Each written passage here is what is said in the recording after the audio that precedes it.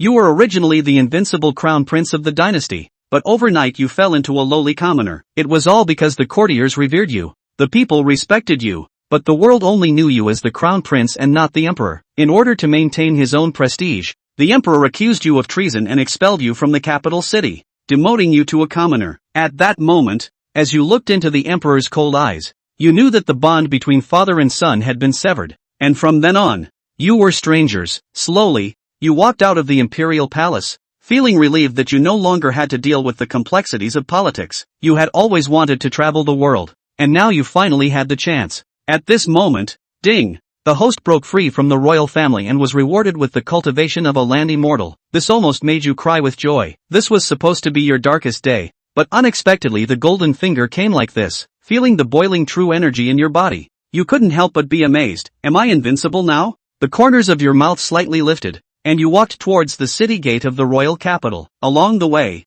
many people looked at you with deep respect and reluctance in their eyes. With the respectful farewell of the people, you left the royal capital. You are preparing to go to Jiangzhou, where the scenery is most beautiful, and the Tsanlong River is like a white dragon coiled. It is said that there is a divine sword villa on the Tsanlong River, which is a famous sword sect second only to the Lingxiao sword sect of the Great Zhou Four Sects. As you ride your horse, you think to yourself that you are looking forward to the upcoming journey in the martial world. Suddenly, a figure in black appears on the official road. The person is holding a long sword, exuding a chilling coldness. Your eyes flash, recalling the time when you were the crown prince and cleaned up the officialdom, which offended many people. Now that you have just been demoted to a commoner, these people are eager to come looking for you. You calmly ask, "What do you intend to do, sir?" The man in black looks at you, his eyes gleaming with a chilling light. "I ask for your highness's life, but I can give you a dignified death. Choose to end it yourself." You smile faintly. "Even ants struggle to survive. It is impossible for me to end my life." "Is that so?"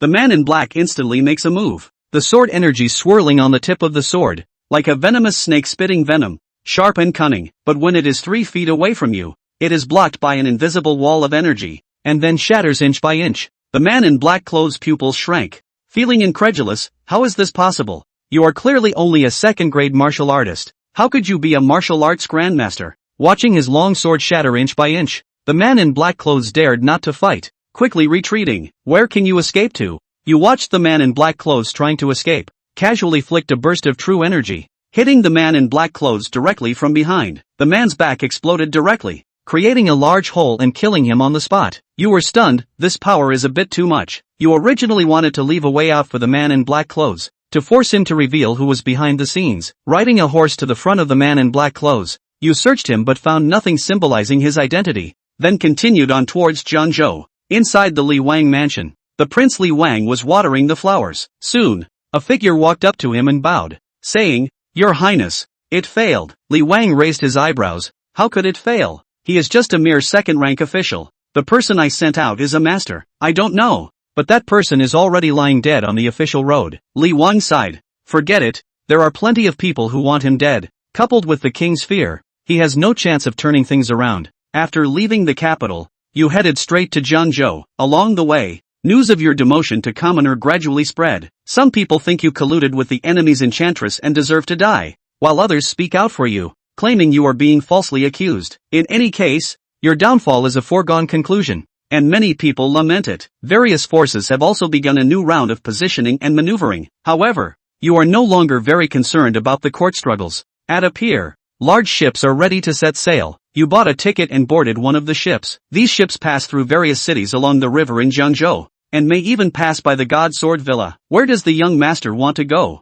An old man on the ship glanced at you curiously and asked. You smiled slightly. I heard that the God Sword Villa houses hundreds of treasured swords, so I want to go there and take a look. The old man's eyes lit up at the mention. Young master, you will have a good time. Recently, the God Sword Villa has forged a divine sword and is holding a swordsmanship conference to choose a rightful owner for the sword. You were quite surprised. What a coincidence. But why does the God Sword Villa forge a divine sword and not use it themselves, but instead give it away? The old man chuckled as he stroked his beard. The God Sword Villa gives away the sword, but what they gain is favor. You suddenly realized, the Sword God Villa has many treasures, and the divine sword is likely to attract covetous eyes. Instead of that, it is better to hold a swordsmanship conference and give away the divine sword in front of the martial arts world. This way, it will save many people from coveting. And the swordsman who obtains the divine sword will surely be grateful to the sword god Villa. Becoming a friend of the sword god Villa. A win-win situation. Young master is wise and quick-witted. May I ask for your distinguished name?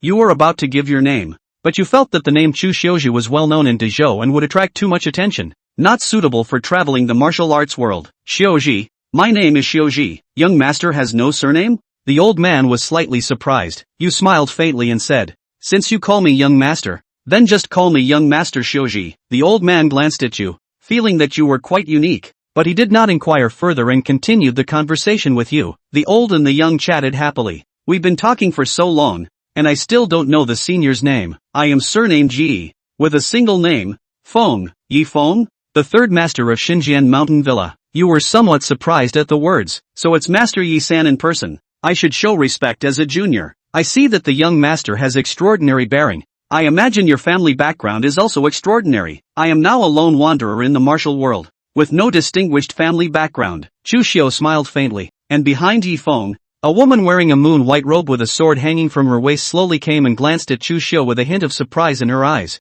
The woman said towards Yi Feng, Third Grandpa, it's time to take your medicine. Chapter 4 Recognized. The snake demon within the Tsanglong River. Third Grandpa, it's time to take your medicine. Moon-white robe woman took out a Dan bottle, poured out a medicine. Dan said. Chu Xiu on the side slightly surprised. This is, old age. This medicinal Dan is to nourish the body and replenish the qi and blood. Gongzi come with too? Yi Feng laughed. Chu Xiu shook his head. Thank you senior for your kind words. Besides it's getting late. I'll go back to rest first. He got up and walked back to his room on the ship. The moon-white robed woman looked at Chu Xiu's departing back. A hint of contemplation in her eyes. This person looks somewhat familiar. Oh, spirit, you've seen him? Yi Feng looked at the woman Yiling with some surprise. Just some familiar face, but where I have seen cannot recall. But it is the third grandpa you with him a talk with the name. Can you know where he comes from? I don't know. I just felt that this person's breath was extraordinary. So I chatted with him for a while, but it was his name that was a bit odd. Calling himself Gongzi Xiu. Xiu. Yiling's pupils contracted when she heard this word. Then she thought of something and swallowed. So it's him. What? Come to think of it? Well. Yiling nodded slightly. More than half a year ago, the Great Zhou Emperor's eldest son, Chu Xiu, toured the Great Zhou's 19 states and once passed through Jiangzhou, and I had seen him from afar, and his figure and appearance, it was exactly this person, the royal eldest son, the one who was recently demoted? Yi Feng's eyes stared. Exactly. It is said that this person has outstanding talent. The world is unparalleled. For the country and the people, virtuous and saintly. Today, I can only say that the name is not false. Yi Feng lamented. He called himself Gongzi Xiu. It looks like he was relegated and doesn't want to be involved with the royal family anymore. If an unusual prince is relegated to the common people, he will definitely be disheveled and heartbroken, and may even seek his own death. Falling from extreme heights to the bottom of the barrel is something that very many people can endure. But I see that there is no trace of disheveledness in him. On the contrary, he carries a dashing air between his hands and feet, and this kind of mind is convincing. Before he didn't know Chu Xiu, Yi Feng only thought that the other party was an outstanding son of a family, or a young warrior of a spirited clan. However, after knowing what happened to Chu Xiu, his evaluation of the other party went up a level. Linger, since this deposed prince didn't reveal his identity, let's just pretend that we don't know about it, and when we meet in the future, let's just treat him as an ordinary young warrior, Yi Feng said, and didn't have any thoughts of dismantling Chu Xiu. Yes, Yiling nodded, but as she looked at the direction Chu Xiu had left, her eyes were filled with curiosity. It could be said that as a member of the younger generation of Great Zhou, there wasn't a single young person who wasn't interested in this imperial eldest son. There are too many legends on the other side. The Song of Water is famous in the world of poetry and is known as the best song in the ancient times. Improvement of the code, with legal provisions so detailed that jurists marveled at them. The agricultural code was perfected and crops were improved to keep the granaries of the Great Zhou overflowing. He led the army to quell the roving bandits and is said to have used the army like a god. There was also a personal trip down to cure the water, which was highly prestigious among the people. A piece of the puzzle. A piece of the puzzle. A piece of the puzzle. A piece of the puzzle. A piece of the puzzle. A piece of the puzzle. Yiling had also heard about some of Chu Xiu's deeds back then, which was why she had taken advantage of the other party's visit to Jiangzhou to sneak forward to see them. Only at that time, Chu Xiu was surrounded by a large group of people, protected by the great inner experts as well as many officials and soldiers,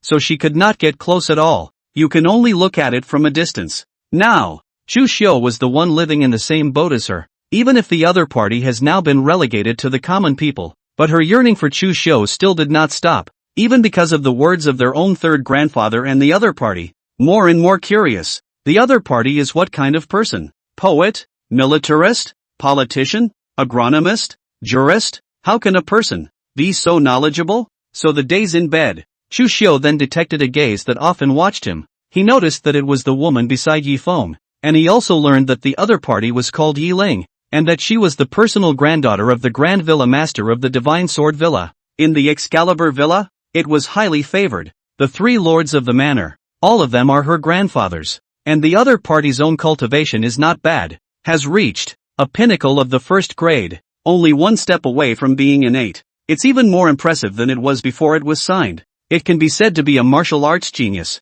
It seems that my identity has been exposed. This Yi Ling, has he ever contacted me? Chu Xiu secretly thought. Having been a prince for so many years, he naturally had the ability to detect words and recognize people. From Yi Ling's eyes, gaze, and the hint of regret that the other party unconsciously revealed when he was with Yi Feng. Although these two tried their best to hide it, he still sensed that his identity was exposed. But the two did not have any ill intentions, so he ignored them. He still spends time with the two men as Gungzi Xiu's jungle casualty, waiting for when to go to the Excalibur Villa and meet that sword discussion conference. Boom! When Chu Xiu was practicing inside the boathouse, familiarizing himself with his land god immortal realm strength, suddenly, the entire large boat suddenly shook. Slightly surprised, he walked out of the boathouse and onto the deck, and the scene that came into view made him more and more surprised, only to see that in front of the big ship, there was a black body length dozens of feet. Monty Python.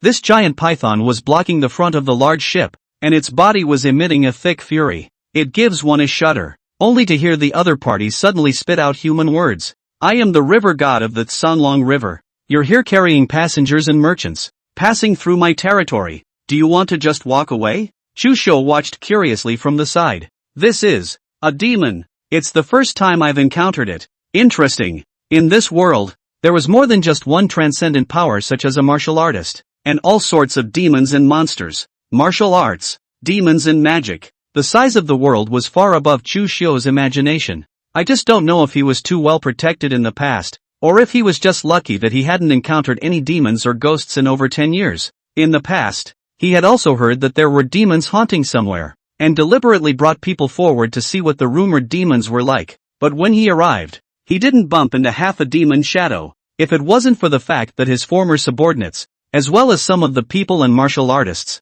had all said conclusively that there were demons, he would have wondered whether they existed or not. Now that he's been relegated for a few days, he's bumping into it. It's also odd. On the deck, the captain of this large ship looked at the black python and couldn't help but shiver as he hurriedly asked, This Lord Water God, I don't know. What do you need to get us through here? Simple. This water god is hungry. So you take out a few people. Come and give this water god a toothy treat. Remember, the old ones don't eat. The meat is. The children don't eat. The meat is little, not chewy, and the ones that are too ugly don't eat. It affects the appetite. Why don't you pick me out a couple of young men in their mid-20s? The pitch-black python said, eating people and picking on them. The captain sniffed. His face became more and more pale. This boat can be his customers.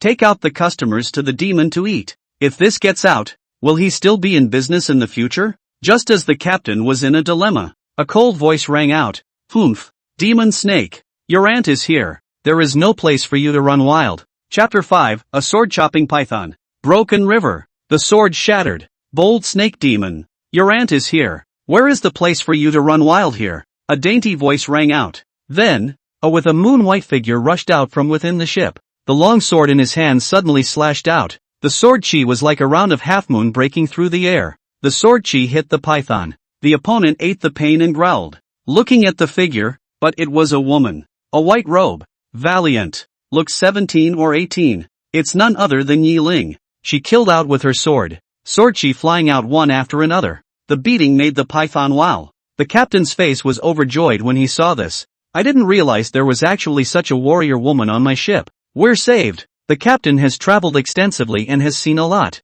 A quick glance showed that Yi Ling's cultivation, if not innate, was not too far off. At least a first-grade realm existence. Such a martial artist can be considered an expert. It should be more than enough to deal with demons. However, Chu Xiu was on the sidelines and saw that Yi Ling's strength was indeed not bad, but compared to this giant python, it was inferior. Although the opponent's sword chi was powerful and fierce, but when it hit the snake demon, at most it only caused some flesh pain to the opponent. Can't really hurt the opponent in any way. On the contrary, Yi Ling's continuous chopping out of sword chi was extremely taxing on true chi for a martial artist who wasn't an innate. The other side won't last long. However, Chu Xiu was not worried, because even if Yi Ling can't beat it, and then there's Yi Feng. The other party was the third master of the Divine Sword Villa. His cultivation was innate perfection, and he should be able to deal with a snake demon. But after a while, Yi Ling's true chi was nearly depleted and her face turned white. However, Yi Feng was slow to show up.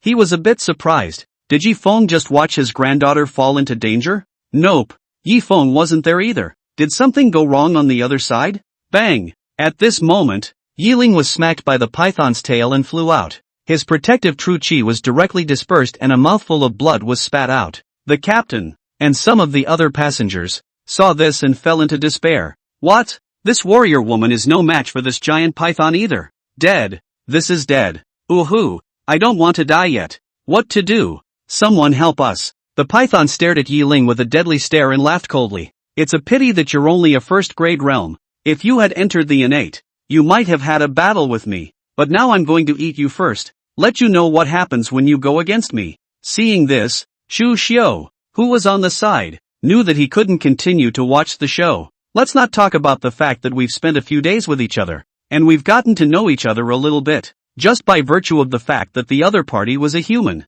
He couldn't watch the other party be eaten by the demons. Of course, if it was an evil person that would be a different story. If you're going to eat her, why don't you ask me first? Chu Xiu faintly said. Then he walked over to Yi Ling, his gaze looking straight at the python. The python looked at him and his pupils shrank. Someone from the royal family? Then it actually shrank back into the river in fear. Chu Xiu froze for a moment. It's not. This python. How does he know he's from the royal family? You haven't seen each other yourself. No. This was the first time he had ever encountered a demon. And the other party instantly recognized that he was from the royal family. And he looked like he was in shock. Could it be that this was the reason why he hadn't encountered demons before? Chu Xiu felt more and more likely. And at this time, the python that had been scared and shrunk back into the water once again poked out its head and looked at Chu Xiu in disbelief. No, the dragon chi on a person of the royal family. How can it be so thin? You are not someone from the royal family. The python negated his previous opinion and sighed in relief.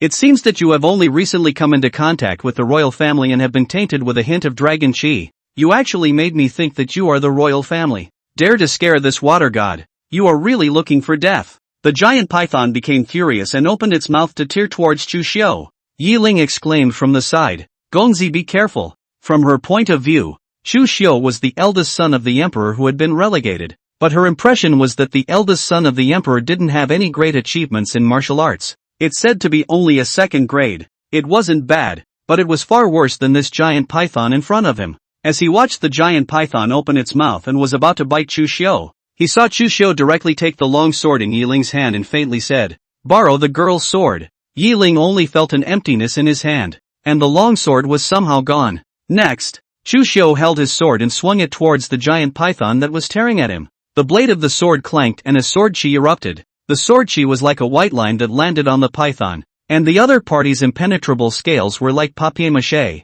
being easily torn apart. Straight away, he split his opponent in half. The sword chi went on, landing on the Tsanlong River, tearing the river apart, and the vast river was actually split in two, retreating towards both sides. One sword, chopping the python, breaking the river. It's like, the sword immortal is in the dust. Everyone couldn't help but have their jaws dropped. Mother, is that big brother a god? A child asked curiously, tugging on the sleeve of the mother next to him, and that mother couldn't speak at the moment. Like the others, they were shocked by the sword, as if they had lost their minds. Poof! Along with the python's body that was split in two falling onto the deck, the crowd came back to their senses and all walked out. They all knelt in front of Chu Xiu. "Thank you, sir, for saving my life. Thank you very much. Your Excellency. Your Excellency is truly a god. Not far away. Yi Ling looked at Chu Xiu and also gradually came back from her shock. As she looked at Chu Xiu, her beautiful eyes revealing a trace of color. It seems that the rumors are not believable. Everyone says that the royal eldest son is amazingly talented, but in martial arts, it is not how much of an overachiever. But once I saw it today, I realized that martial arts is his strongest card, and that sword just now is at least innate perfection. It might even be a patriarch, even if he is relegated to a commoner. With this martial arts cultivation, he can still be radiant and in the limelight. On the Songlong River, the split water surface was gradually refilled with river water. During this time there was a roaring sound and the large ship shook. The crowd grabbed hold of masts and other supports to stabilize themselves, and Chu Xiu came to Yi Ling and returned the long sword in his hand to the other party. But the sword was just handed over. Click here. The precious sword actually shattered into pieces. Chu Xiu's eyes widened. Was this sword so brittle? You know, he's already trying his best to control his true Qia. If he had known, he wouldn't have used the sword. Alas, I thought it would be more handsome to use a sword. This time, handsome is handsome, but this sword, will have to pay for it. I'm adding insult to injury to my already small wallet. I don't know how much the sword costs. Are a few dozen taels enough? Chu Xiu thought bitterly, and Yi Ling couldn't help but be shocked in her heart as she glanced at the sword. Although this sword of hers wasn't a divine sword, it was still one of the few precious swords that were worth thousands of dollars. It could withstand the true chi of a martial artist below the level of a grandmaster. But now, it couldn't withstand one of Chu Xiu's sword chi and shattered so completely. Martial arts grandmaster. Chu Xiu was definitely a martial arts master. Such a young martial arts master. The future great probability of being able to advance to the celestials. The relegation of such an existence to the common people. The royal family, are they out of their minds? Chapter 6, The Mystery of the Dragon's Breath. Arriving at the Excalibur Villa. Cough. Miss Yi. This sword. Chu Xiu held the sword with only the hilt left, and let out a bitter smile. I don't know how much it costs. I will compensate you. Yi Ling quickly shook her head. It's just a sword. Gongzi saving my life is already a great favor. How can I ask you to compensate? Speaking of which, it is I who should be thanking the prince. When Chu Xiu heard this, he smiled faintly and didn't insist on compensation. After all, one doesn't have a lot of money in one's wallet right now. Use a little less. Gotta find a way to get some money for that. Otherwise, a land god can't move an inch because he doesn't have money? I'm afraid I'll be laughed at if I say it. As a matter of fact, as long as he revealed a little bit of his cultivation, there were definitely a large number of people who rushed up to send money. Only that kind of money. He couldn't look at it. He takes the money given by others and has to owe favors. He doesn't like it. By the way, I wonder why Senior Yi didn't show up. Chu Xiu asked. Alas, Your Excellency doesn't know. Third grandfather, he's relapsed from an old injury. Yi Ling sighed. Chu Xiu couldn't help but be surprised when he heard that. As he thought about these past few days, those pills that Ji Feng ate, it didn't seem like it was as simple as the other party said. Can you show me? Chu Xiu asked. Yi Ling pondered for a while, then nodded. Good. Along the way, she was also telling Chu Xiu about the source of Yi Feng's injuries. A few years ago, Third Grandpa passed through the southern continent and met the famous poisonous swordsman, Li Bitter. This person's swordsmanship was excellent. His cultivation was high, but he relied on his own force to do wrong. Third Grandpa couldn't see past it, and fought with him. Although he defeated him, he was poisoned by the poisoned swordsman himself. Cultivation from the Sect Master realm. Fell innate perfect. These years rely on pills, only to be able to barely suppress the poisonous disease does not attack. But recently, the sword poison is accumulating more and more deep. Only by virtue of the pills have not been able to suppress it. Yi Ling narrated, taking Chu Xiu to a room inside the ship. Meet Yi Feng. At this moment, Yi Feng was sitting on the bed with his knees crossed, and was applying energy to suppress the toxins in his body. But even so, he was still pale. There was a hint of black gas coming out of his head. The whole person's breath appeared shriveled. It was very different from what I had seen in the previous days. Seeing this, Chu Xiu walked up and raised his hand to run his true qi, inputting it into the other party's body to help suppress the toxin together. Soon, Chu Xiu then perceived the toxin. Unlike ordinary toxins, this toxin, bitingly cold and incomparable, was like a sword, the very same sword poison that was exclusive to the poison sword. After sensing Chu Xiu's true qi, this sword poison actually pounced on him as if he was a newborn calf. trying to nibble away at the real energy. Chu Xiu lightly grunted, and his true qi slightly exerted itself, directly crushing it. Yi Feng, who was running his gong, only perceived an abundant and incomparable true qi surging into his body, and the toxin that was entrenched in his body, which was difficult to expel out even if several patriarchs joined hands, was in front of this true qi. It actually fell apart. Pust! Yi Feng spat out a mouthful of poisonous blood. The whole person was much more relaxed, although his face was still pale, but his eyes were shining and his essence was shining, as if he was renewed. He turned to look at Chu Xiu in shock. Gongzi, your cultivation. He couldn't believe it. The poison that several patriarchs had not been able to do the slightest thing about was actually expelled by Chu Xiu's one true qi. What kind of cultivation is this? It's too much. And Yi Ling, who was on the side, narrated what had just happened. When he heard this, he looked at Chu Xiu with a bit more gratitude. Your Excellency saved my granddaughter and expelled the sword poison for me. There is no need for words of thanks. Speaking of which, you know who I am? Chu Xiu asked indifferently. The two Yi Ling were a bit surprised. How did the other guy know we knew who he was? But on second thought, Chu Xiu's eyes were as discerning as a torch. Even if they hid it well, in front of the other party, they were only afraid that their original form would be revealed. After all, this was the eldest son of the emperor who was known in the past as the first person of the young generation of the Great Zhou and the most virtuous in the ancient times. The other party, if not relegated, would likely lead Great Zhou to new heights. Yes, we did recognize His Highness, Yi Feng said, directly admitting it. Chu Xiu waved his hand. The word Your Highness, don't mention it again. Yes, the outside world is saying that it was Duke Chu who colluded with an enemy demoness and betrayed Great Zhou, so he was deposed.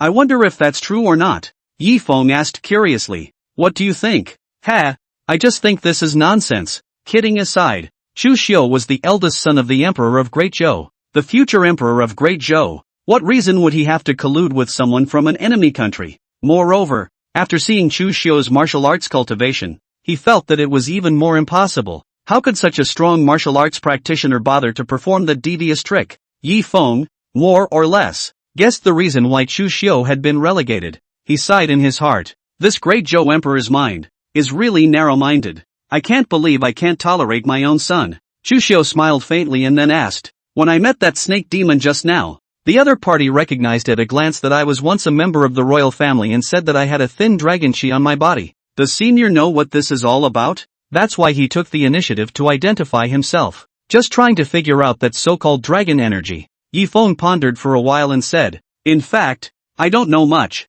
I only know that in today's world, the royal families of the 5 dynasties are sheltered by a dragon's chi, which can deter demons. If a demon harms it, it will be revolted by the dragon's energy and die. Even martial arts powerhouses would suffer heavy damage if they harmed the royal family rashly. This is also the reason why demons and also some martial arts powerhouses are afraid of the royal family. But the source of this dragon chi, I'm not sure. Some people say, it's because the royal family has an exotic treasure. And some people say that the royal family is the destiny of the heavens. There are many different opinions. Chu Xiu sniffed. Then the dragon chi on my body is thin. It looks like it is because I have been relegated to the commoners and detached from the royal family. So I am not sheltered by the dragon chi. And it will not be long before this wisp of dragon chi is afraid that it will also be completely dispersed. It should be. But I feel that even if Gongzi doesn't have the dragon chi to shelter him, with this martial arts cultivation, he's still good enough to cross the river and lake. Yi Feng smiled faintly with a hint of compliments in his tone. Crap! Such a young martial grandmaster will surely be a celestial being in the future. When that time comes, there won't even be a chance to pay a compliment. Chu Xiu smiled faintly at his words. After talking with Yi Feng, he sort of understood why no demons had appeared in front of him before. Because at that time, he was the eldest son of the Emperor of the Great Zhou, the future Emperor of the Zhou. With the dragon chi protecting his body, the demons naturally did not dare to approach. But now, one is relegated to the status of a commoner. The dragon's energy is naturally gone. Dragon chi is something interesting? Maybe I can study it when I have the chance in the future. Chu Xiu secretly thought. After killing the snake demon, the big ship didn't encounter anything next. Passing through one dock after another, one by one, the passengers disembarked. Soon, it was time to arrive at where the Excalibur Villa was. From afar, Chu Xiu saw the magnificent mountain villa located on the edge of the Tsanlong River. The mountain villa covered a huge area,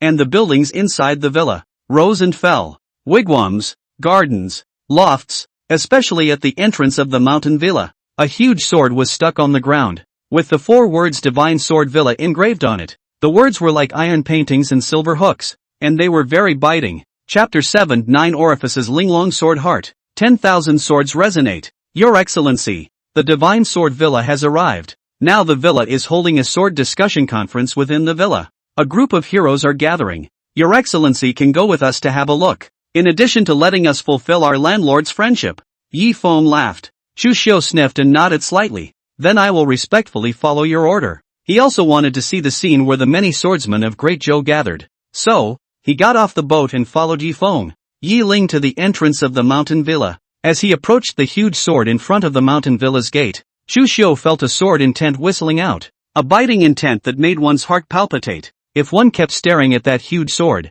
one's body was able to see in a trance a supreme swordsman, holding a sword and stabbing at you, making it impossible to avoid. However, Chu Xiu's true chi flowed around his body, easily dispersing the sweeping sword intent, and the monstrous sword intent was like a breeze in front of him. It couldn't hurt him a single bit at all. On the side, a hint of color appeared in Yi Feng's eyes. This huge sword is made from countless iron and stone melting and casting, and the inscription on it is even my Divine Sword Villa's first-generation Villa Master, who engraved it with pure sword chi, and it contains his sword intent. Since ancient times, the higher the cultivation of a martial artist who looks directly at this inscription, the more they can feel the sword intent on it, and if they look directly at it for too long, they may even be affected by the sword intent and suffer internal injuries. Your Excellency was able to offset it easily. Your cultivation is truly extraordinary. Chu Xiu smiled faintly. Characters, but good ones. He marveled at the words of the man who had inscribed them.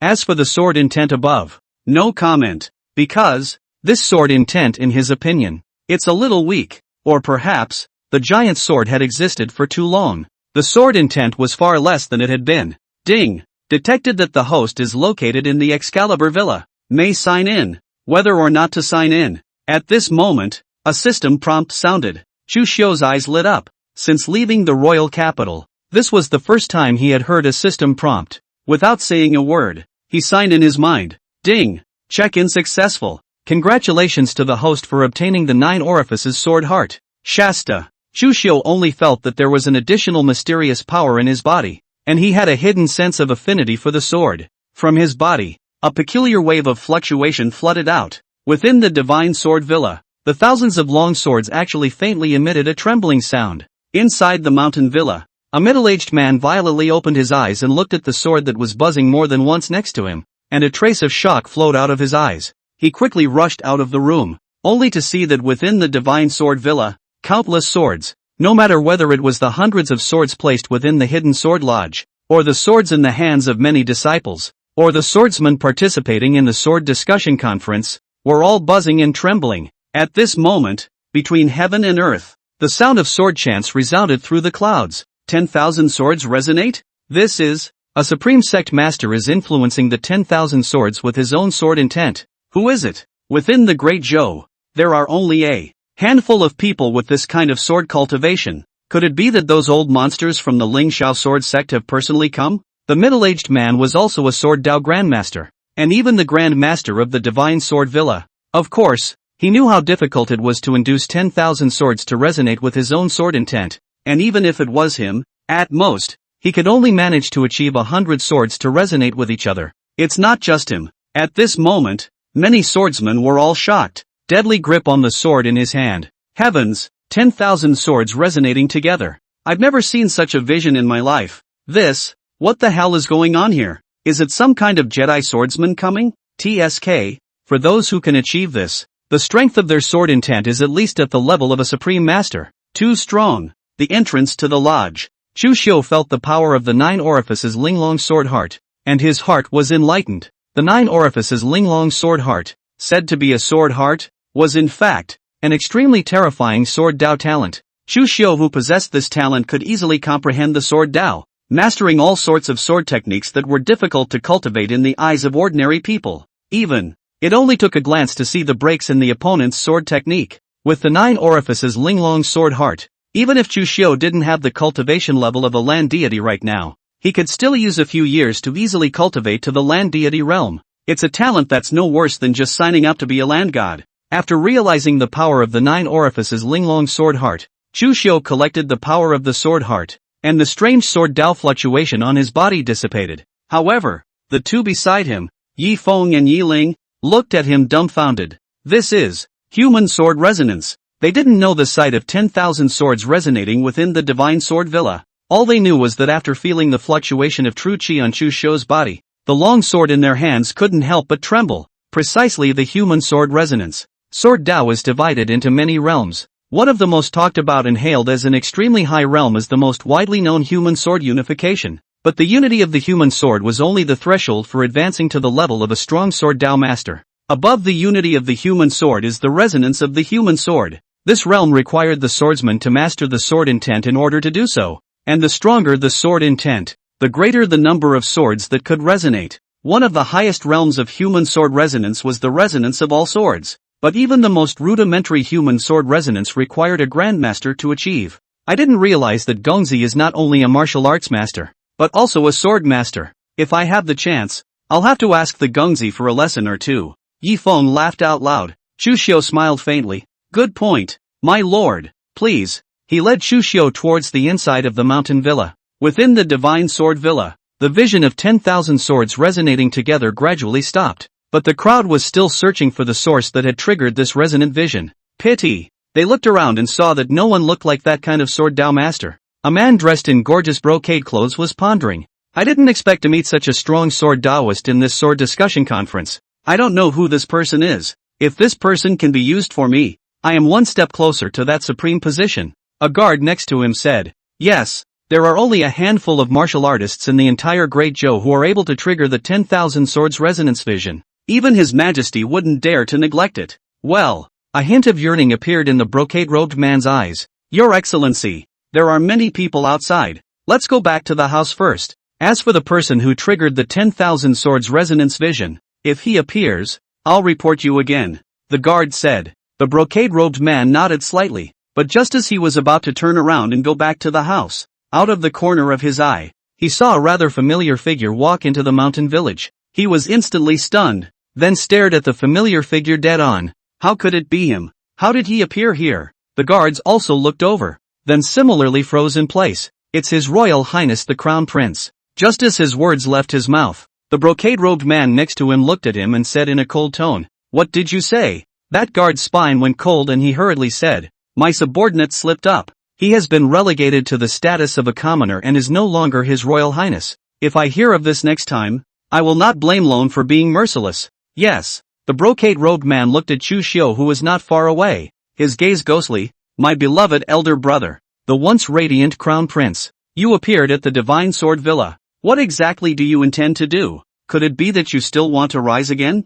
Chapter 8 The Unbelievable Lord of the Manor. The Seventh Prince's Admonition. Do you want to make a comeback? The moment he thought of this possibility, the brocade-robed man's heart couldn't help but be flooded with a trace of scorn because he knew Chu Xiu's ability very well. Even if the other party is relegated to the common people, he can be his prestige accumulated over the years, coupled with his own wrist. The East Mountain again. May not be impossible. No, he must not be allowed to rise again. The brocade-robed man secretly thought to himself and said in a cold voice to the guard next to him, "Go and inquire for me. What is Chu Xiu doing here at Divine Sword Villa?" "Yes, Your Highness." The guards got up and left in a hurry, going forward to spy on the information. Then look at Chu Xiu's side. After he entered the Divine Sword Villa, he was vaguely aware of a gaze watching him, and he swept it out of the corner of his eye. It was not long before he realized the person who was watching his gaze. Oh, it's him. Chitta. A hint of surprise appeared in Chu Xiu's eyes. That person was none other than the seventh prince of Great Zhou, Chu Yun. But soon, he returned to normal. Now he had no ties with the royal family. Even if he met someone from the royal family, what could he do? In fact, he was not on very good terms with a couple of his own brothers. After all, being in the royal family, how much kinship is there to speak of? The only one who was close to him was a ninth princess, Chu Nishon. Thinking of Chu Nishon, he inwardly sighed slightly. The other party was the only one in the royal family that he could feel affection for. It was also the only hold he had on the royal family. Now that he's gone, I wonder how that girl is doing. Mr. Chu, what are you thinking about? At this moment, The nearby Yi Ling asked curiously. Chu Xiu shook his head and smiled. It's nothing. And at this moment, there were some noisy murmurs coming from all around. Vaguely words like 10,000 swords resonating. All of these made Yi foam. Yi Ling shocked by it, and they deeply glanced at Chu Xiu. It was almost certain that the source of that 10,000 sword resonance was the other party. After all, just now, Chu Xiu was the only one who had triggered the human sword resonance. It can't be such a coincidence that there's another one, can it? I originally thought that human sword resonance was already remarkable, but I didn't expect that not only is Mr. Chu a human sword resonance, but he's also a 10,000 sword resonance. A supreme patriarch of the sword Dao is no more than that. Yi Feng's heart was filled with shock. He looked at Chu Xiu's age and then associated it with the visions that the other party had triggered, and suddenly had the absurd feeling of whether he was dreaming or not. In the world, how could there be such a young supreme sword Dao master? Arriving at the Divine Sword Villa lobby, Yi Feng introduced Chu Xiu to the Grand Villa Master and also the Second Villa Master. Although they were the Grand Villa Master and the Second Villa Master, these two people were not any older than Yi Feng. Especially the Grand Villa Master Yi Xian. It looked like a middle-aged man in his early 50s. However, his cultivation level was the highest among the three. It seemed that the position of Lord of the Divine Sword Villa was not ranked by age. Rather, it's about cultivation. It's normal. A lot of sects do it. Strength is honored. Age comes second. After learning of Chu Xiu's identity, Grand Manor Master Yi Xian didn't reveal anything strange, but it was Second Manor Master Yi Long who couldn't help but frown slightly. Chu Xiu knew that the other party might not be very welcoming. After all, one's status is somewhat unique. Linger, you can first take Mr. Chu for a stroll within the mountain villa. Good. Yi Ling nodded and led Chu Xiu around the mountain villa. Inside the hall, after Chu Xiu, Yi Ling walked away. The Second Manor Master Yi Long couldn't help but say, Old Third, you're really too presumptuous. Chu Xiu has now been relegated to the status of a commoner. But he used to be the Eastern Palace Crown Prince after all, with a special status, and I don't know how many people he's offended. Are you not afraid of stirring up trouble when you bring him to the mountain manor? Not to mention, the seventh prince is also inside the mountain villa right now. Once he finds out about this, what will he think? Will he think that my mountain villa has offended the heavenly authority? More than that, I have something else to tell you guys. The sword poison in my body has been relieved. In less than a year, I will be able to return to the realm of the sovereign. Yi Feng smiled faintly. Hearing this, the two manor masters' faces lit up with joy. Really? Yes. Ha ha, great. Lao San is back to being a sect master. My Divine Sword Villa's base is on a higher level. Congratulations. Yi Long, who was still disgruntled a moment ago, couldn't help but be overjoyed when he heard this news. Yi Xian was a bit curious. How did you cure this poison? Over the years, they had searched for famous doctors, but none of them were able to undo the sword poison. How come it suddenly solved? It was Mr. Chu who helped me solve it. What? Could it be that Mr. Chu is also proficient in the art of healing? No wonder you brought him to the mountain villa. Such a favor should indeed be treated with courtesy. Yi Long nodded slightly. No, I don't know if Duke Chu knows any medical skills, but he unlocked the sword poison for me, using not medical skills, but an overwhelmingly strong cultivation. Eunuch Chu, he is at least a grandmaster, Yi Feng faintly said. The two men looked shocked. If anyone else had said that, they wouldn't have believed it 100 times. However, Yi Feng had lived with them for decades and was also the same as the Divine Sword Villa's villamaster, so they believed in what he said. But it's the belief that is so shocking. To have such a young patriarch? I haven't finished speaking. Just now, Mr. Chu also revealed the ability of human sword resonance outside of the mountain villa. Yi Feng continued. Yi Xian couldn't sit still and dabbed his feet. That vision of 10,000 swords resonating just now, could it be that he caused it? 9 times out of 10, it's him. No, no, no, no, this is too unbelievable. I can barely accept it when you say he's a sect master, but you're saying he's a supreme sword Dao sect master who triggered the 10,000 swords resonance vision? This is too unbelievable. Yi Long was somewhat in disbelief. Yi Feng also knew that it was hard to believe. If it hadn't happened in front of me and I saw it with my own eyes, I wouldn't have been able to believe it either. At this moment, a guard came to the lobby, bowed towards the several manor masters, and said faintly, "My name is Shi Yuan. I've met the 3 manor masters. Just now I saw Chu Xiu, who has been relegated to the status of a commoner, and have come to inquire as to why this person has appeared here." The 3 men looked at each other. Knowing that this Shi Yuan is the guard beside the 7th prince, and is also a first-class expert, Yi Feng pondered for a while and said lightly, Duke Chu was brought to the villa by me, and he heard that a sword discussion conference was going to be held in the villa recently, so he came to check out the action. Why? Does the 7th prince even want to manage this? Ishihara faintly said. If it's really just to watch the fun, then it would be best. Chu Xiu is after all the one who colluded with the enemy's saintly maiden. If it weren't for the fact that what he did in the past, it wouldn't just be a simple matter of being relegated to the populace. And please, gentlemen, it's good not to get too close to him. With that, Ishihara turned to leave. Looking at his departing back, Yi Feng lightly grunted. What does this 7th prince mean? Is he not threatening us? It seems that Chu Xiu's influence is truly extraordinary. Even after being relegated to the status of a commoner, he still makes a high and mighty prince fearful of him, fearing that he will rise again. That's why he asked Shi Yuan to come and warn us. Yi Xian did understand what the 7th prince meant and said indifferently. He pondered. Now that Chu Xiu is out of power, all the emperors are bound to actively draw in forces from all sides and form a party. The 7th prince came to the Divine Sword Villa precisely to draw us in. But unfortunately, my Divine Sword Villa has always been neutral. But now, there is such a variable as Chu Xiu. How exactly will his arrival affect my Divine Sword Villa? Whether it is a blessing or a curse? Not yet known. Chapter 9, Heaven and Earth. Human 3 rankings. Lin Yi, the 7th on the human list. Cutting. Yiling brought Chu Xiu around the Divine Sword Villa. The lodge is huge, and the average person can even play here for a day and a night. Coupled with the fact that the sword discussion conference was about to be held, there were quite a number of swordsmen gathered within this mountain villa nowadays, adding a lot of austere atmosphere to this mountain villa. As they walked, Yiling brought Chu Xiu to a martial arts arena. There were quite a few mountain villa disciples on the field practicing their swords and sparring. In particular, one of the white-clothed men, with his powerful sword technique and excessive cultivation, fought several disciples alone without losing the battle. After seeing Yiling arrive, he was even quicker to defeat these people one by one. And when he noticed Chu Xiu next to Yiling, he couldn't help but frown slightly. As far as I can remember, Yiling seldom came into contact with men of her age, not to mention talking to each other so much. This man, who exactly is he? The white-clothed man pressed down the hint of jealousy that flared up within him and walked up to the two of them,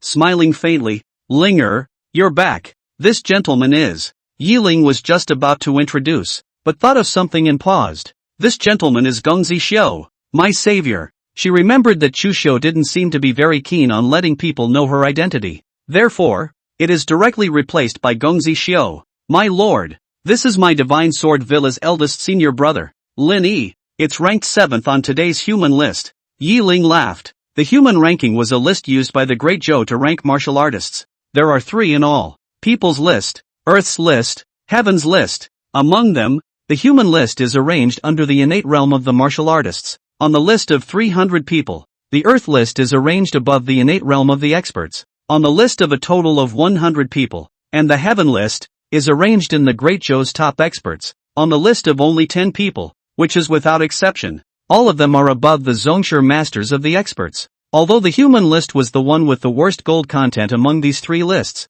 there were hundreds of thousands of martial artists in Great Zhou. And to be able to stand out from all of them and advance to only one of the 300 martial artists ranked under the innate, was also considered to be a non-trivial matter. Not to mention, it's still an extremely high ranking like 7th. Lin Yi could be said to be the leader of the younger generation of Great Zhou, and a trace of pride appeared on Lin Yi's face. Then he looked at Chu Xiu and said with a smile, Your honor is too graceful, and you can also be Linger's savior, so you must be a martial artist on the human ranking list as well. I don't know where it ranks. I have not advanced to the human ranking. Chu Xiu faintly laughed. The 3 martial arts lists of Heaven, Earth, and Man only ranked the Jianghu people. People of the royal family are not included. Oh, that surprises me, Lin Yi said indifferently, but a trace of contempt flowed from his eyes. How can you be considered a top-notch person if you don't make the human list? How can you be so close to Yiling? Of course, he wouldn't say these words in front of Yiling, so that he would appear to have no manners and lose his standards. But if he didn't say it, someone could say it for him. A disciple behind Lin Yi stepped forward. What? Not even entering the human ranking? How could this be Senior Sister Yi's savior? You have to know that Senior Sister Yi is the 27th in the human ranking. They thought that the person who saved Yiling must have a higher strength than Yiling. The other party, however, had not even advanced to the human ranking. Although Gongzi has not advanced to the human ranking, his strength is definitely not inferior to any of the martial artists on the human ranking, and is even much stronger. Yi Ling spoke out in defense of Chu Xiu. Only she knew clearly how strong Chu Xiu was. A list of people? That kind of list under the innate was not worthy of Chu Xiu at all. If he really wanted to be on the list, Chu Xiu would be at least a few places at the top of the Earth ranking, and it wasn't even impossible for him to directly ascend to the heaven ranking. Hearing Yi Ling's words, Lin Yi frowned slightly. Much stronger than a human ranking martial artist? Wouldn't that be better than him too? In Yi Ling's heart, she was also inferior to Chu Xiu? This made him a bit unbearable. He looked at Chu Xiu and said indifferently, I didn't expect Linger to actually hold Gongzi in such high esteem. Since that's the case, then I'll have to ask for some of Gongzi's masterful skills. Please do not be stingy with your advice. Chu Xiu looked at him calmly. Really want to fight? Yes. Then. Well. Chu Xiu didn't refuse either. Think of it as playing with the kids. A hint of worry appeared on the face of Yi Ling at the side. Lin Yi thought that the other party was worried about Chu Xiu, and although he was unhappy inwardly, in order to maintain his sassy persona, he still smiled lightly and said, Don't worry, Linger, I won't hurt this gentleman. Yi Ling rolled her eyes and said to Chu Xiu Dao, Your Excellency, Lin Yi is at least my divine sword villa's eldest senior brother, so please lighten up a bit later. Chu Xiu nodded slightly. Don't worry, I have my own measure. Lin Yi became even more upset, hoping that it wasn't worrying about Chu Xiu getting hurt, it was worrying about the other party hitting him too hard. Although to a certain extent, Yi Ling was worried about herself. This worry did not make Lin Yi happy, but on the contrary, became more and more irritated. He felt that the dignity of his manhood had been provoked. He looked at Chu Xiu, and a hint of coldness passed through his eyes. Chu Xiu couldn't help but shake his head and secretly thought to himself, Not worrying about you, you got upset, and now that I'm worrying about you, you're not happy? How can a big brother of Excalibur Villa be so narrow-minded? The Excalibur Villa? I'm afraid it's game over. On the martial arts field, Chu Xiu, Lin Yi and the two of them were several feet apart. Lin Yi drew his long sword and asked indifferently, What weapon does the gentleman use? I don't use blades under my command. Just kidding. A land immortal beating a first-grade martial artist. If he had to use a weapon, it would be a laughing matter. Chu Xiu could not afford to lose this face. Then please enlighten me. Lin Yi thought that Chu Xiu might be better at punching and kicking, so he didn't care too much and attacked towards Chu Xiu with his sword. The long sword shook, the sword flower bloomed, and the biting sword chi gulped. The disciples of the surrounding hidden sword villa were cheering and applauding for Lin Yi. Go big brother, eldest brother's sword technique is so cool. Facing that stabbing sword, Chu Xiu stood still. Although Lin Yi's sword looked powerful, in his eyes, it was broken in more ways than one could see. The 9 orifices sword heart came into play at this moment. His sword fingers moved and he stabbed out casually, but it was as if it was all natural, landing on the breaks in Lin Yi's sword technique and forcing the other party back out easily. The opponent's face changed slightly, then the sword technique changed again. In just a dozen or so breaths of time, Lin Yi had already switched to 5 sword techniques. Each sword technique was described as exquisite, but alas, no matter how much his sword technique changed, in front of Chu Xiu's face it was always full of cracks and could be broken at the drop of a hat. Not only was it the reason for the sword technique, there was also the fact that Lin Yi's own comprehension of the sword technique wasn't that deep, and although there were many sword techniques, they were all miscellaneous but not refined. When encountering ordinary swordsmanship, one might be dazzled by his versatile swordplay, but in the eyes of a true master of swordsmanship is all over the place. The other side can't get to heaven anyway they change. Damn it! What's wrong with this guy? Why is it that he knows all of my sword techniques like the back of his hand, and that he can anticipate every sword I throw out, and even block it in advance? I'm like a child in front of him? The more Lin Wing fought, the more alarmed he became. He also noticed that Chu Xiu had been standing still since the beginning, facing the enemy with one hand. In front of him, one might not even be as good as a child. It's like a baby in swaddling clothes. Unthreatening. Chapter 10 10 Famous Swords. Exit. On the martial arts field, the crowd gradually looked confused. His own eldest senior brother, going all out, with all kinds of sword techniques being performed, was actually unable to harm Chu Xiu for a single point. If it was just like that, then it would be fine. But the problem was that Chu Xiu was facing the enemy with one hand, and didn't even move his feet a bit. The gap. It's not a level at all. Playing the hell out of it. And Lin Yi's face was so gloomy that it was about to drip. He felt humiliated. especially in front of his beloved senior sister Yiling. No, even if we can't win, we mustn't let him have a good time, Linny secretly thought. The sword stance steeply changed, suddenly became poisonous and tricky, like a poisonous snake spitting out a letter, so that people cannot be defended. The sudden change in the sword stance caused a flash of color in Chu Xiu's eyes. The grade of this sword technique was not bad. It was superior to the various sword techniques that Linny had just performed. In the Great Zhou, martial arts are divided into 4 classes, Heaven and Earth, Xian Huang. Each class is subdivided into upper, middle and lower classes. Therefore, there are 4 orders and 12 grades of martial arts. Most of the Jianghu martial artists were able to access martial arts that were mostly of the lower yellow rank, and at best, the upper yellow rank. Only famous sects and deep-rooted martial arts families can access the Xian class martial arts on top of the yellow class martial arts. As for the ground level above the metaphysical level, there aren't many gates in the entire Great Zhou, and only the Holy Land of martial arts may have them anymore, such as the 4 most prestigious sects in the Great Zhou. The final heavenly rank was almost a rumored existence. Even for a famous sword-using sect like the Divine Sword Villa, the highest level sword techniques that the disciples could access were estimated to be of the middle and upper Xian rank. But now, this set of sword techniques that Linny had unleashed had vaguely exceeded the realm of the Xian rank and touched the threshold of the Earth rank. It's considered a martial arts mastery. Only, this sword technique was poisonous and sinister, very different from the other bright, grand and atmospheric sword techniques of the Divine Sword Villa. Unfortunately, even though this sword technique was powerful, Linny's cultivation level was ultimately too far from Chu Xiu's, and that stabbing sword move still had many flaws in his eyes, only to see him flex his fingers and land on top of that sword. Clang! The sword was shaken out of his hand. Lin Yi's palm, moreover, was shaken out with a bloody scar. He looked at Chu Xiu with horror. He had used his own crushing moves, but they were still useless. What was this guy's origin? Eldest brother. You're fine. I didn't expect this person to be so strong that even eldest senior brother is no match. The gazes of the crowd as they looked at Chu Xiu had already produced a change. From being disdainful just now, he was now filled with scorn and awe.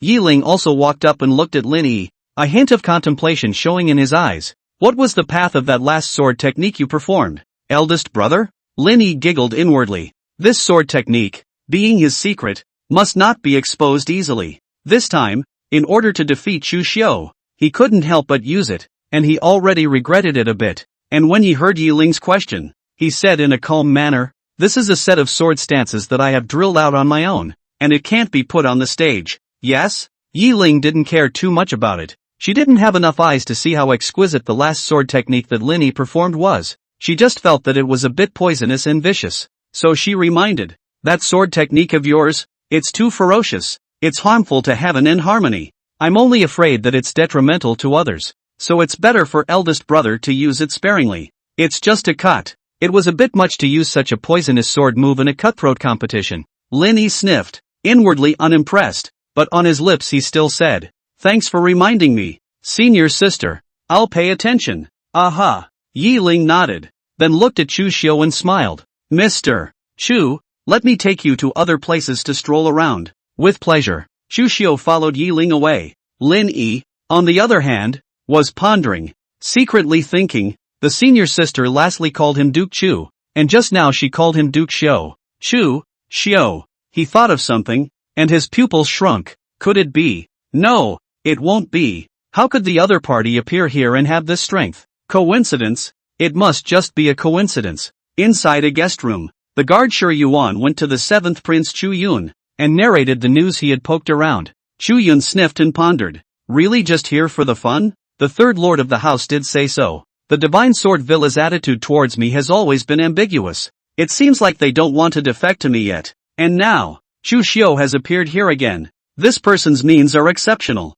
We have to be on guard. Chu Yun murmured. What does your highness want? Go, follow me to meet this deposed crown prince. Chu Yun said indifferently. Yes, your highness. Inside the Excalibur Villa, Chu Xiu. Yiling arrived in front of a hot sword hut. There are constant sounds of iron smashing coming out of this place. Inside, a burly man, bare-chested, was wielding a hammer that landed on top of a piece of iron embers, making clanging sounds and erupting sparks. Here, it was none other than the Excalibur Villa's sword forging lodge. Many famous heirloom swords were forged from here. This place was, arguably, the most legendary place in the Excalibur Villa. Ding! detected that the host is located in the sword forging lodge of the Excalibur Villa, and can sign in. Is it signed in? The system alert sounded. Chu Xiu's eyes lit up. Good guy. An Excalibur Villa? Actually allowing himself to sign in twice. It's not too fantastic. In his mind he murmured. Sign in. Ding. Congratulations to the host for obtaining the 10 famous swords. Chu Xiu froze for a moment. What? The 10 famous swords? Were they the same 10 famous swords he had imagined? The 10 famous swords are deposited into the system space and can be accessed by the host at any time. Chu Xiu sniffed and opened the system space. One could only see 10 swords placed inside, each one glowing with brilliance, each one emitting an awe-inspiring sword aura, and each one a famous sword that was good enough to be passed down to the next generation. They are exactly Chang'ing, Pure June, Fish Intestine, 7-Star Dragon Abyss, Dry General, Moca, Tai A, Red Shao, Zhan Lu, Xian Yuan, the 10 famous swords, placed within the system space, glittered. Every single one of them was no less than the divine swords forged by the Divine Sword Villa, if not more so. Chu Xiu blinked. Good guy, really good guy. Each one of these could be a national treasure, right? It's all in his pocket now. The corners of his mouth rose slightly as he looked at the sword casting lodge in front of him, and the sword casters working feverishly inside. The more he looked at it, the more adorable he felt. Couldn't help but chant softly. The sword is sharpened by sharpening, and the fragrance of plum blossoms comes from bitter cold. Hearing his words, Yiling couldn't help but brighten up. The world says that the emperor's eldest son is unrivaled in talent, and once made a name for himself in the literary world of the Great Zhou with a song in the key of water, making it so that no one writes about the bright moon anymore. A watery song was even hailed as the first word of the Great Zhou. Originally, she thought it was a bit of an exaggeration, but now, hearing Chu Xiu's exit, although there were only 2 short sentences, they carried a certain rhythm that made her unable to help her mood stir, and at this moment, she was completely convinced. The martial arts are unparalleled, the talent is amazing, and the words that come out of his mouth are world-renowned. If there is a perfect person in the world, Yiling felt that this person was Chu Xiu. Thinking about this, she felt more and more that the royal family had committed stupidity and had their heads up their asses. Chapter 11, Chu Yun finds fault. Sword Dao of the 10 famous swords. Chu Xiu and Yiling stayed at the sword casting lodge for a while and then were about to leave. Before leaving, Chu Xiu noticed that in the center of the sword casting lodge, there was a long sword hanging on the wall, with the sword emitting a Dao of biting sword chi. At first glance, you can tell it's an unusual sword. He was a little curious. This sword is. Yiling laughed. This sword is called Cold Star. It is a divine sword that was only recently cast, and it is the prize for the leader of this sword discussion conference. Great-grandpa said that this sword can be ranked at least in the top 10 on the list of famous swords. It's only that this sword has yet to find a suitable owner. That's why it wasn't included. Once a suitable owner is found, it will surely shine. Famous sword spectrum. Is the Great Zhou according to the countless swordsmen arranged out of a list, and the 3 lists of heaven and earth, similar to the 3 lists, only to be able to go on the famous sword spectrum of the martial artists are all swordsmen. Their hands famous swords, but also became the world's swordsmen tend to swarm the sword, because it is not only a weapon, but also a symbol of fame. In Great Zhou, all swordsmen were proud to be ranked in the famous sword spectrum. Chu Xiu glanced at the Cold Star. Indeed a rare sword. Of course, it was a lot worse than the top 10 famous swords that he had just gotten his hands on. The Divine Sword Villa's sword casting technique still had 2 tricks up its sleeve. After looking at the famous swords, Chu Xiu, Yiling went out of the sword casting lodge and was about to leave when they saw 2 people walking towards them. Chu Yun, the 7th prince, and Shi Yuan, the guard at his side. Yiling recognized Chu Yun and inwardly thumped. Then she looked at Chu Xiu next to her, with a bland look, seemingly unconcerned about Chu Yun. Just looking at each other, there seemed to be a flash of color in his eyes. In the past, he was not at a high level of cultivation and did not notice it, but now, he was a land god, and he vaguely detected that there was an invisible aura wrapped around Chu Yun's body. The aura, majestic, overbearing. When Chu Xiu felt this aura, his eyes narrowed and he thought inwardly, oh, is this the dragon chi on the royal family? This dragon chi was extremely arcane. Chu Xiu felt that Chu Yun's strength wasn't high. It was only the 3rd rank, but if he really fought and killed him, he would be revolted by this dragon chi. At that time, even a supreme master would only be in a bad position. No wonder the martial artists and also the demons and devils were scared of the royal family. The dragon chi body protection is indeed unique. I just don't know the exact source of this dragon energy. A 7th prince has such a dragon chi on him. Then my previous dragon chi should not be bad, right? And Emperor Zhou, how powerful is the dragon chi on him? I'm just afraid that even a celestial being wouldn't dare to lay hands on him easily. Chu Xiu thought secretly. And Chu Yun, who walked in front of Chu Xiu, stood with his hands on his back, looking proud, while the guard next to him, Shi Yuan, couldn't help but shout out in a low voice, "Bold Chu Xiu, you're a commoner. When you see His Imperial Highness, why don't you salute?" He added emphasis on the word plebeian. Obviously, he wanted Chu Xiu to understand his current identity. Chu Xiu smiled faintly as he said to Chu Yun in a subdued manner, "You're still the same as before. You always like to raise dogs that bark and bark." Ah, Chu Xiu, don't put up a big brother-like frame in front of Lone.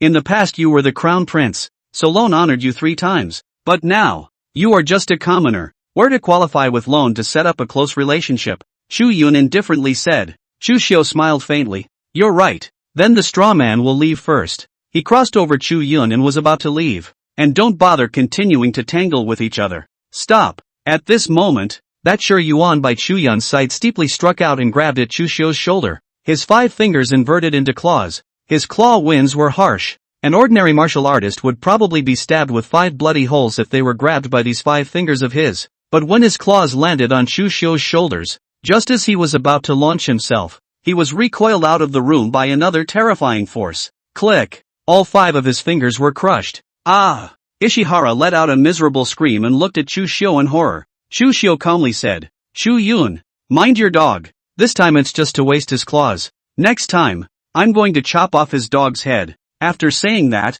he left without looking back. Yiling bowed towards Chu Yun before immediately following. Chu Yun, Shi Yuan stayed in place. The former's face was as gloomy as water as he stared at Shi Yuan. "What's wrong with you? You can't even hold a Chu Xiu." Your Highness, Chu Xiu's strength. I'm afraid it's only not the rumored 2nd grade, the majesty of his true chi. At least it's Zhong Shi. Ishihara swallowed in horror. He was an expert of the innate perfection. However, it was directly shattered by Chu Xiu's true chi that shattered his 5 fingers. At this level of cultivation, he couldn't think of any other possibility other than a patriarch. Patriarch. Hearing these 2 words, Chu Yun's pupils shrank.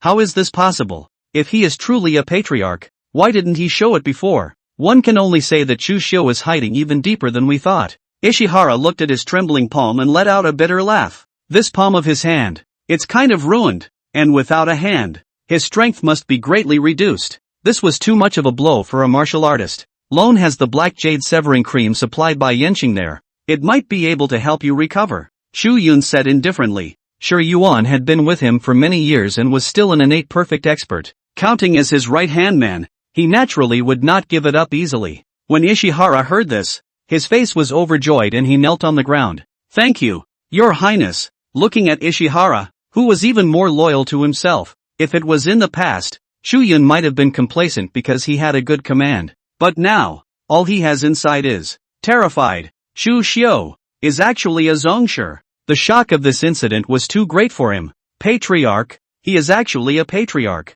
Such a young patriarch. There are a few people in the entire Great Zhou who can compare to Chu Xiu. You are really giving the royal family a good big surprise. Chu Yun murmured. Night. Chu Xiu sat on the roof, and by the light of the moon, he scrutinized his newly acquired top 10 famous swords. From Chang'ing to Xian Yuan, he scrutinized each and every one of them. Each sword, each with its own characteristics. For example, the light and thin body of the shadow-bearing sword was hidden under the moonlight. And under the moonlight, it only left a shadow of the sword on the wall, as if it had a shadow and was invisible. Pure June, for example, has a clear and crisp sword, and the floral carvings on the sword are gorgeous. For example, Tai A, which looks ancient and heavy, contains a sense of majesty. Another example is that the top 10 famous swords Regulus. There are mountains, rivers, grass, trees, sun, moon and stars on it, and a sword, but it contains a majestic momentum that makes the world return to its heart,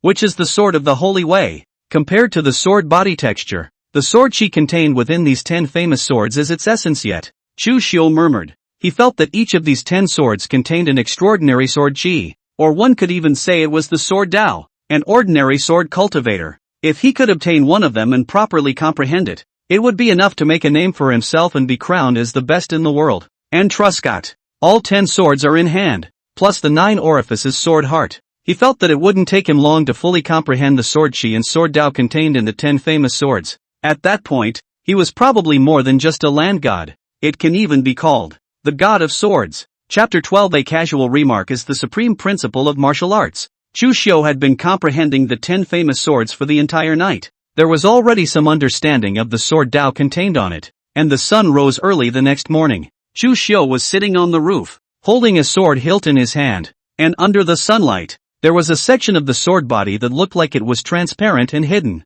This sword is none other than the Shadow Bearer, bearing shadow, the sword of shadow and invisibility. Its sword chi was ethereal and unpredictable, making people unable to defend themselves. Chu Xiu held his sword and gently waved the shadow-bearing sword, and in an instant, a sword chi broke through the air and cut through the clouds in the sky. It actually split the cloud in two, a sword that seemed to open up the sky. Yiling came to look for Chu Xiu just in time to see this scene. Her pupils shrank and she couldn't help her heart palpitating.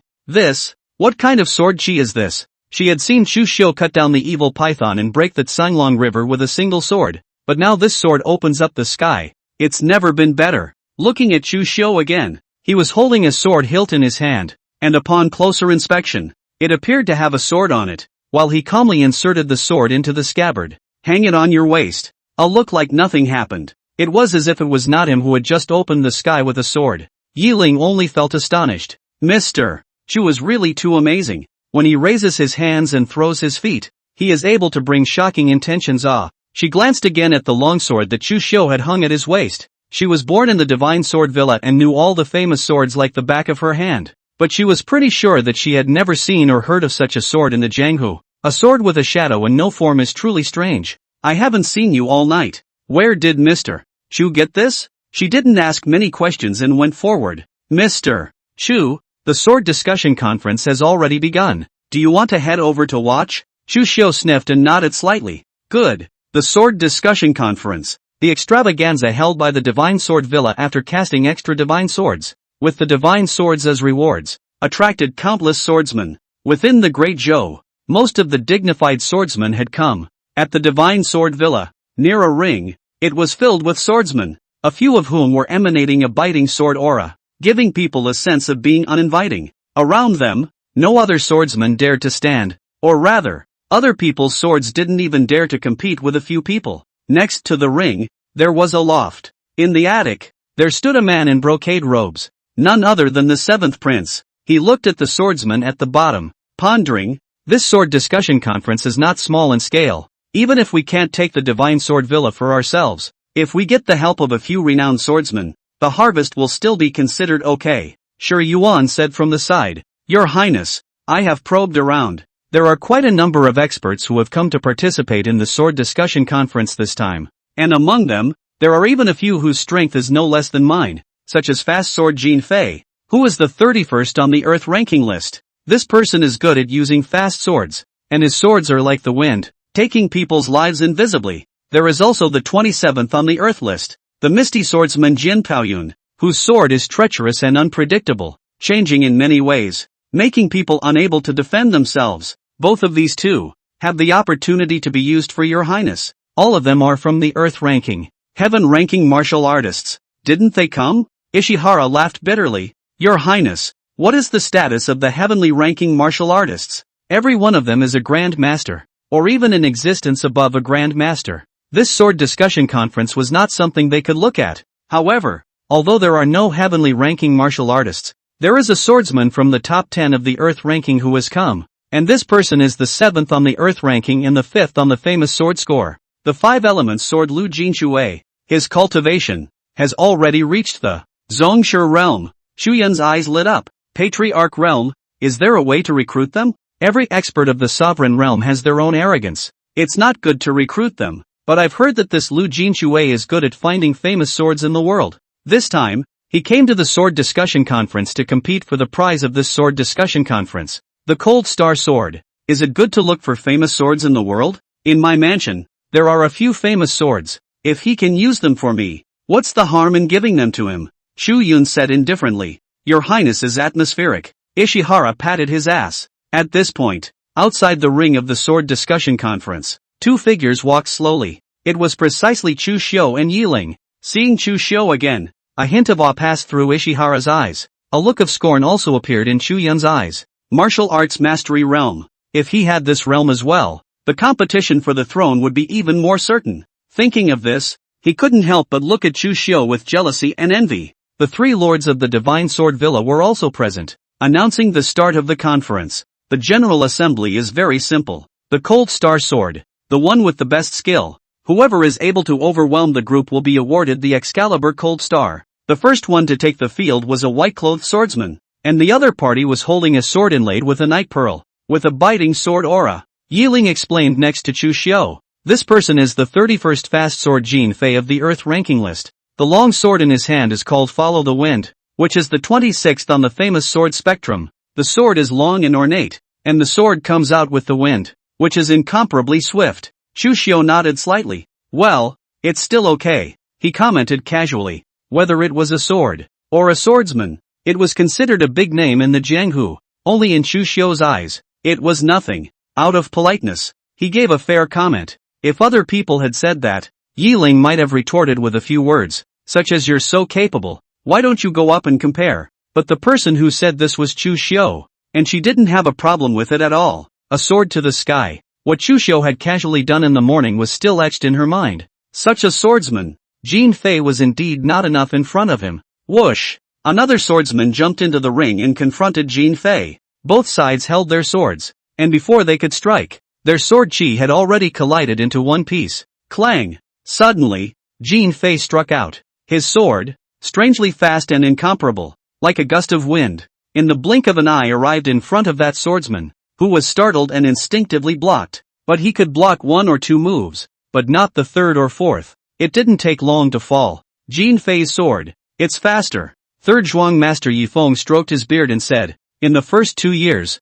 I've seen him make a sword strike, and nowadays he's more than 20% faster than he was 2 years ago. Under the world's martial arts, there is no firmness but speed. The quick sword, indeed, has a few unique features. Chu Xiu smiled faintly, and when he said this, it made Yifeng, and the other two bankers beside him, move for a moment, and they murmured a few times that the only thing that is fast is not broken, slamming his thighs together. Well, the only thing that matters is speed. If a person is so fast that he kills his enemy before he can strike, wouldn't he be invincible? A few of the estate owners marveled. Next to her, Yiling's face turned pale when she thought of a scene like that. In that case, the fast sword, wouldn't it be the strongest sword path? What is my sword? Then, her mind was agitated, and the true chi in her body was disorganized. The Grand Manor Master could tell at once that her sword heart was shaken, and he quickly shouted coldly, Linger, quickly come back to your senses. Yiling's ears were like thunder exploding in her ears as she gradually returned to normal,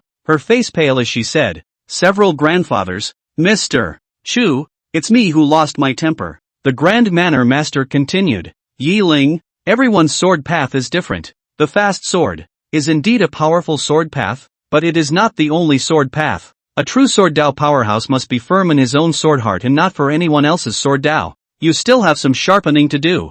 Yiling nodded slightly. The three manor masters looked at Chu Xiu and couldn't help but feel a little horrified inside. A casual sentence is a shocking and overwhelming martial arts truth, even shaking others' sword hearts. This person, too terrifying. Chapter 13, Lord Zhuang's sword heart is shaken. 5 Elements Swordsman Lu Jinshui. Chu Xiu detected the scorn that a few of the manor masters had for himself. He was a little speechless inside. He just casually said it. Who would have thought that Yiling's sword heart is so unfaltering, and was affected in this way? But thinking about it, Yiling was only a few years old and hadn't seen much of the sword Dao. Cultivation isn't high enough either. It is indeed easy to be influenced. Chu Xiu continued to look at the ring, only to see that Jin Fei executed his fast sword and defeated his opponent before arching his hand toward the bottom. Who else is willing to come forward to ask for lessons? I'll do it. A figure jumped steeply onto the ring. He was holding a silver-white longsword, with green light flowing and sword aura. This was a middle-aged man who looked to be around 30 years old. The crowd couldn't help but gasp again at the sight of him. Oh, it's him, the 27th ethereal swordsman of the Earth ranking, Jian Peiyun. Yifeng said. Jin Fei's face in the ring also became grave as he arched his hand toward Jian Peiyun and said, Brother Peiyun, goodbye. Brother Jin, Please. The two of them looked at each other, then simultaneously launched their swords. Long swords clanged and exchanged blows. Sparks erupted and sword chi swept out, leaving one sword mark after another on the ring. Jin Fei's sword, swift, strangely fast. Jin Puyan's sword, however, was full of variations, containing the shadows of many sectarian sword techniques, and there were 7 or 8 variations in a single stab of the sword. One is fast and the other is change. The duel between extreme speed and change was a sight to behold. Yi Feng also couldn't help but marvel. What a sword PPO! His sword of change is really powerful. He must have mastered at least 20 to 30 sword techniques. Mr. Chu, what do you think?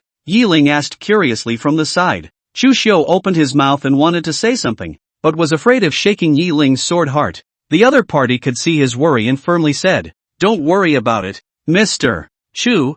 I'm mentally prepared this time. I won't be easily influenced." Well, then I'll say it, this person's sword of change is indeed remarkable, but in my opinion, it is the fast sword that is even better. Ah, why? Yi Ling inquired curiously. The other 3 manor masters looked at Chu Xiu and also waited for his explanation. After all, on the Earth list, Jin Peiyan's ranking could be higher than Jin Fei's. Is said is not the strength of these two people, but the sword path between these two people.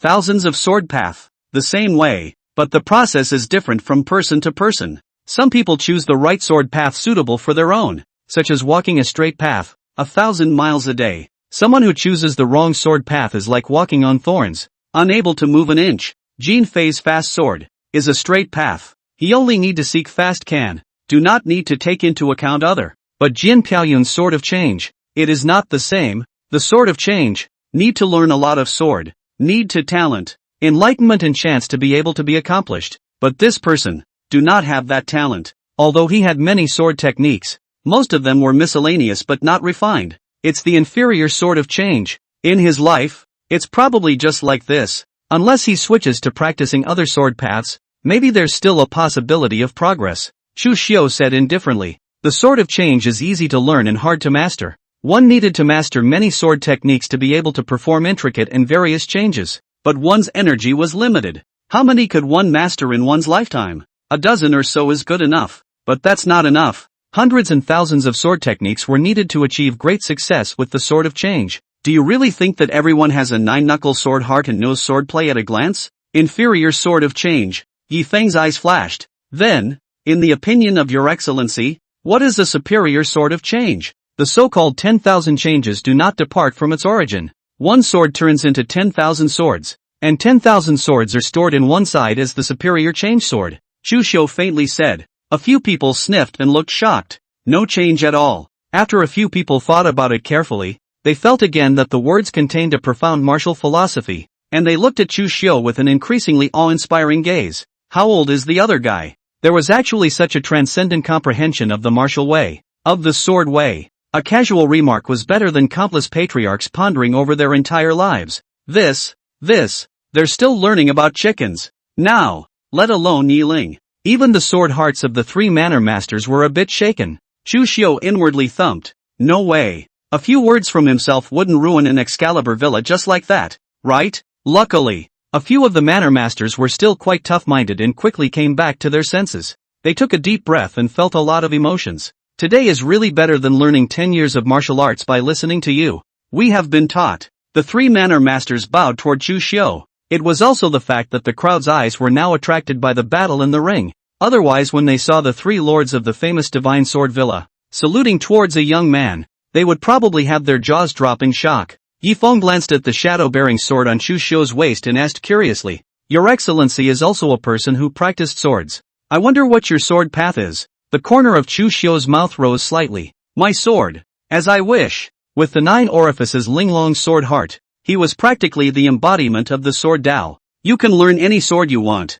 as long as he was willing to ponder. All kinds of sword paths were at his fingertips. Whoosh! Just as Jin Fei, Jin Piaoyun and the 2 of them were fighting like a fire, indistinguishable from each other, a sword light suddenly flew into the ring. With an overbearing sword chi, he forcibly separated the 2, only to see us standing in the ring, white hair, looks like 60 or 70 years old, but is energetic and powerful. The most surprising thing was that besides the long sword that was stuck on the ground, behind his back, he was actually carrying 4 swords. Each and every one of them is a rare and precious sword. 7th on the Earth ranking and 5th in the famous sword scores, the 5 elements sword Lu Jinxue. The crowd could not help but marvel at the sight of the visitor, and Lu Jinxue stood in the ring, stroking his beard, and said indifferently, "This cold star sword, I'm going to take it, so if you guys are sensible, get lost." Jian Pei's face sank as he looked at Lu Jinxue with a strong battle intent in his eyes. "Then let us meet you,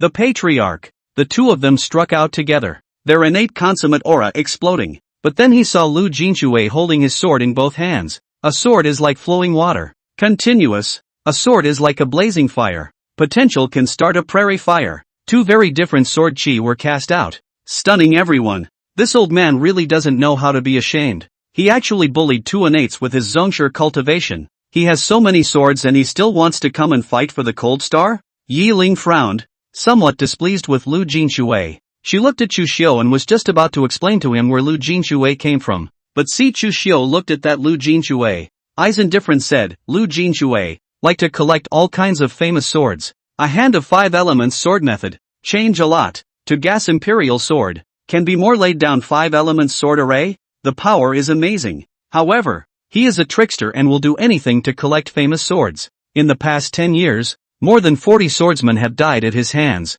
and most of them were not as strong as him, so it can be said that he is notorious." Yi Ling froze for a moment. "Ah, Mr. Chu, you know him? Recognize. More than a year ago, I toured the 19 states and saw that he was willing to kill his entire family in order to seize the family sword in the hands of a woman, and even more so when he saw the color of his eyes. He wanted to do something untoward to that woman. I let the guards under my hand take action, and I wanted to put him on the spot, but he used the 5 elements sword formation and managed to escape with his life. I haven't met him since then, but today, it's goodbye." Chu Xiu's gaze was ghostly. His hand unconsciously rested on the hilt of the shadow-bearing sword at his waist. Chapter 14, Identity Revealed. "This sword formation of yours is full of holes." Above the ring, Lu Jinxue held dual swords, a pair of Jian Paoyun 2 swordsmen. As a Zongshi realm, he had to deal with these two people. Don't be too simple. In a short while, these two people were both sent flying out by him,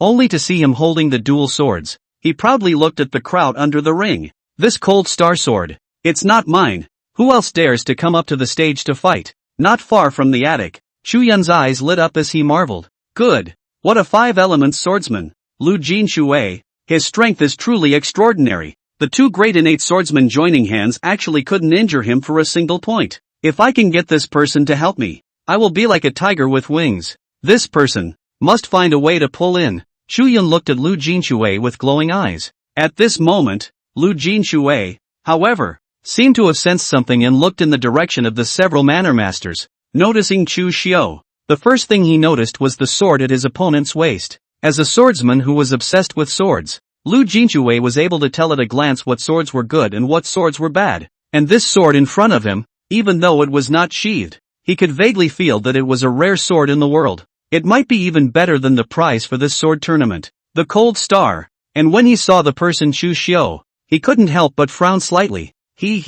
This guy, a bit familiar. Like, I've seen it somewhere, and so on. Is the Crown Prince Chu Xiu? Lu Jinxue recognized Chu Xiu. His pupils slightly shrunk. The encounters of more than a year ago one by one came to his mind. At first, he saw a fledgling girl holding an uncommon sword. Adhering to the idea that the sword has the ability to be used by the person who can use it, he would have wanted to buy it. But who would have guessed that the girl didn't know how to appreciate it and said nothing to sell it? With a slight trick, he killed all of that girl's family members. Used this to force that girl into submission. But who knew that when he had proceeded to the last step and was about to take his sword and enjoy himself in the process, he was bumped into by Chu Xiu. At that time, the other party had a few great inner guards with them, and there was even a Zongshi high realm level existence on them. He was not an opponent at all and cast the 5 elements sword formation to escape in a sorry state. It was something that he kept in his mind. But he also understands that the other party is the Crown Prince. The power is monstrous,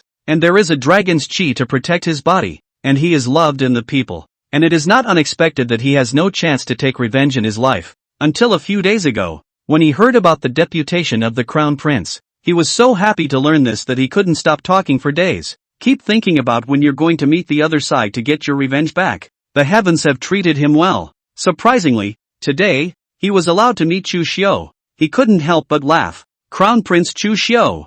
I didn't think you and I would see each other again. His voice was not small, and it carried up and down the ring. The crowd froze. The Crown Prince, Chu Xiu? This name could be considered as a thunderous name in the Great Zhou. The crowd looked at Chu Xiu with shock and curiosity in their eyes. He is the Crown Prince Chu Xiu? What a Crown Prince! He really is a talented man. TSK. Is he that Imperial Crown Prince who is rumored to be colluding with the Dechu Demonis? It doesn't look like he's a great traitor. The Imperial Crown Prince colluding with an enemy Demonis? This kind of thing, only a handful of idiots would believe it. There must be something else fishy in this. But either way, he's just a commoner now. Lu Jinxue and the Crown Prince. Is there any other faults? The deposed prince appears at the Excalibur Villa. For a while, there was a lot of talk. As for Chu Xiu, who was in the limelight, his expression was bland and unconcerned as he calmly looked at Lu Jinxue and said indifferently, "Yeah, I didn't expect to see you in this situation either. You're still as arrogant and domineering as ever. You're no better. Even after being relegated to the common people, facing the patriarch, you're still so calm and unruffled. Should I say that you're really worthy of having been a crown prince and having seen the world?" Lu Jinxue laughed out loud. Then, he took a step forward, and his eyes then turned ice cold. "Chu Xiu, since you've come to the site of the sword discussion conference, why don't you come up to the stage and have a match?" When the crowd heard this, they couldn't help but curse this Lu Jinxue in their hearts for being shameless. A patriarch actually bullied a young junior. True, Chu Xiu had been a prince and practiced martial arts, but he's too young. He's at most a second or third rank. How could it be a match for the Grandmaster? Lu Jinxue also understood this, but he didn't care. He only wanted to get back at Chu Xiu now. Chu Xiu smiled faintly. "It seems like you're still holding a grudge over what happened back then, even going so far as to challenge me here. Chu Xiu, don't talk nonsense. Even if you don't come to the ring today, I won't let you go. Now that you don't have any guards by your side, killing a relegated prince like you won't be the slightest bit difficult for me." Lu Jinxue sneered. His sword fingers condensed and the 5 swords on his back flew out in unison. It was actually surrounding him with an unimpressive aura, using chi to control the sword. The middle realm of the sovereign. The crowd looked at Lu Jinxue with heavy eyes. The sovereign was divided into sovereign beginning, middle, high, peak, and perfection, just like the innate realm. And the gap between each realm was huge, especially the sovereign realm. Among them, at the beginning of the Sect Master realm, one can transform the body protection astral chi, which cannot be broken by non-Wudao Sect Masters, and is more capable of comprehending the meaning of Wudao. The Patriarch middle realm had a more pure control of its own true chi than the beginning realm, and was even able to do so with imperial objects. The most common is to use chi to control the sword. As for the high realm, peak, and perfection, it was even more exaggerated. The pinnacle of the Zongshi was known as the Great Zongshi. The Patriarch was perfected and was known as the Supreme Patriarch. Using chi to control the sword is the prerequisite for you to execute the 5 elements sword formation. Back then, you used this sword formation to withstand Guard Wang's punch and managed to escape. Afterwards, Guard Wang told me that this sword formation of yours is exquisite and unparalleled, and that with this sword formation you were able to fight 1 against 2, and were comparable to 2 patriarchs in the middle realm. Chu Xiu said calmly. Lu Jinxue sniffed, complacent, pride showing on his face. "What? Now you know you're afraid. Saying nice things, wanting to beg for mercy from me?" Chu Xiu shook his head. "No, I just want to say that one guards he looked at it wrong. This sword formation of yours is broken in my eyes. Humph, who doesn't know how to talk big? Chu Xiu, die for me." Lu Jinxue's sword fingers condensed and a sword stabbed towards Chu Xiu. However, Chu Xiu's figure disappeared, and when he reappeared, he came above the ring, and he approached towards the other party as if he was walking leisurely. During this time, placing his hand on the long sword at his waist, but not sheathing it. What? Lu Jinxue's pupils shrunk. With his eyesight, he actually couldn't see clearly how Chu Xiu moved. Was this still the same crown prince from back then? How did the other guy get to this level? But he remained unafraid. With a movement of the sword fingers, the 5 swords intertwined into a sword net, like the 5 elements rotating and endless, twisting toward Chu Xiu. The long sword weaved in the sword aura was awe-inspiring. Thousands of sword marks were cut into the ring. However, he saw Chu Xiu's feet stepping in strange steps, and each step he took landed just in the middle of the sword formation's breaks. Dodging the attacks of the long sword, he just approached Lu Jinxue step by step, as if he were walking idly. Lu Jinchue's pupils trembled. No, it's impossible. My sword formation is almost flawless. How could you possibly figure out the flaws in it? And he didn't know it. Chu Xiu had the 9 tricks Linglong sword heart, a talent that not only allowed him to quickly learn the way of the sword, but even things related to the way of the sword could be quickly grasped. Sword formation, made up of swords. He could naturally see through the mystery at a glance. Plus, he had seen Lu Jinchue perform this sword formation, so with just one glance, he was even more aware of the subtleties of the 5 elements sword formation and the breaks in it than Lu Jinchue, the manipulator of the sword formation. Chapter 15, Killing Lu Jinchue, Poisoned Swordsmanly Bitter. Chu Xiu passed through the sword formation and arrived in front of Lu Jinchue with an indifferent expression, and the other party's face changed wildly before summoning back a sword and stabbing at Chu Xiu with it. However, when he saw Chu Xiu not dodging or avoiding, the Zhongshu Gangqi burst out. Clang! The sword landed on top of the astral aura with a resounding sound. Lu Jinchue's sword was unable to pierce the astral aura in the slightest. On the contrary, under the extrusion of the astral aura, the sword in his hand was crumbling by inches, and in no time at all, it was reduced to pieces. How is this possible? Lu Jinchue's face changed wildly in disbelief. When he wanted to retreat and leave, a huge suction force was suddenly enveloping him, and he was unable to break free. The whole person was involuntarily fixed in place. In the next second, the astral might on Chu Xiu's body was like a mountain torrent pouring down on Lu Jinchue's body as he indifferently said, "Kneel down." Poof! Lu Jinchue's body was completely out of control, and he was directly pressed to his knees. What? Good fellow! Just by virtue of his astral aura, he crushed and knelt down an expert of the Middle Zhongshu realm. What kind of cultivation is this? The abolished prince actually has this cultivation? Everyone there couldn't help but be shocked, and Chu Xiu looked at Lu Jinchue with an indifferent expression. You just said you wanted to challenge me, and now, I'm here and you're on your knees. Do you have the guts to say that again? Lu Jinchue's face was green and red with shock and shame. At this point, a voice came from next to Chu Xiu. Stop, it's Chu Yun. He stepped out and said, Chu Xiu, this is the ring, just compete and spar. Why do you have to make Patriarch Lu so down? He wants to keep Lu Jinchue. Take this opportunity to make the other side work for you. But at the same time, his heart was also somewhat shocked by the fact that he had never thought that Chu Xiu's strength would be so powerful. A sovereign middle realm was actually easily defeated. No, the other side hadn't even made a move yet. Just by virtue of his own might, he pressed him to his knees. You want to bail him out? Chu Xiu glanced at Chu Yun. Yes, I am the 7th prince of Great Zhou.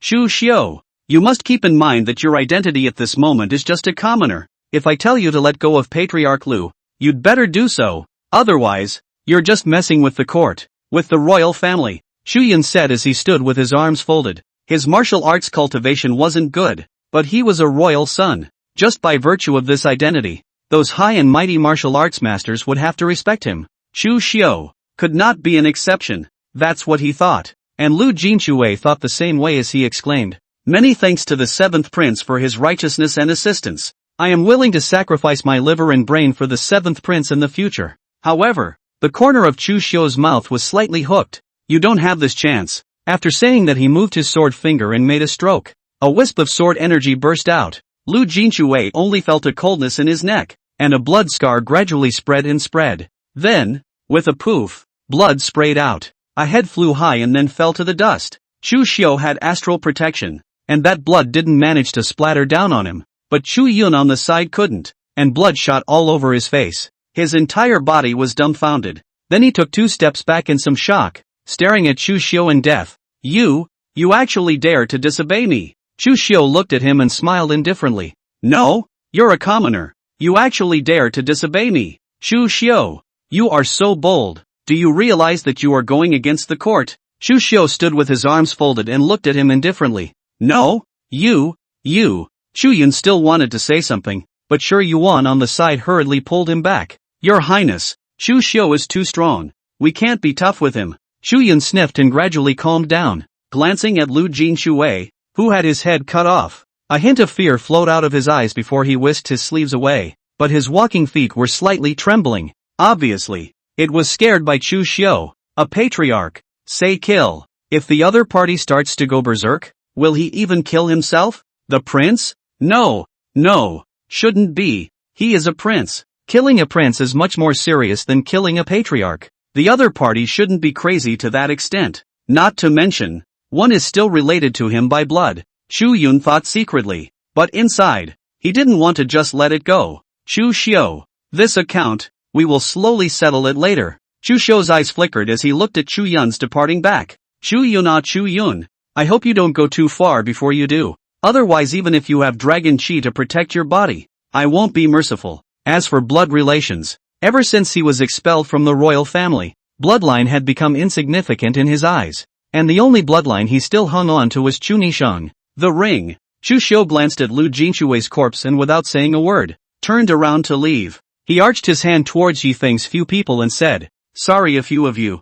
I couldn't help but strike out in a moment and defiled this ring. Your Excellency is polite. This Lu Jinshui deserves to die." Not bad. This person acted arrogantly and domineeringly, offended a lot of people. Sooner or later, it's a dead word. Gongzi killing him is a great relief. Yifeng's few people hurriedly expressed that they didn't care. Just kidding. Just Chu Xiu's means of killing a patriarch with his hands and feet. Who dares to say a word? Who dares to be half dissatisfied? At this moment, in the hearts of the crowd, Chu Xiu had already equated with the high realm of the sovereign. No, the other party might even be a great sovereign. Such a young grand master. There's only a handful of them in the history of the world. All the martial artists above and below the ring looked at him with awe and envy. At the same time, they felt more and more incomprehensible about the other party being relegated to the status of a commoner. The royal family, were they out of their minds? Reducing a grand master so young to a commoner? Or is it that there are already too many patriarchs in the imperial family to count?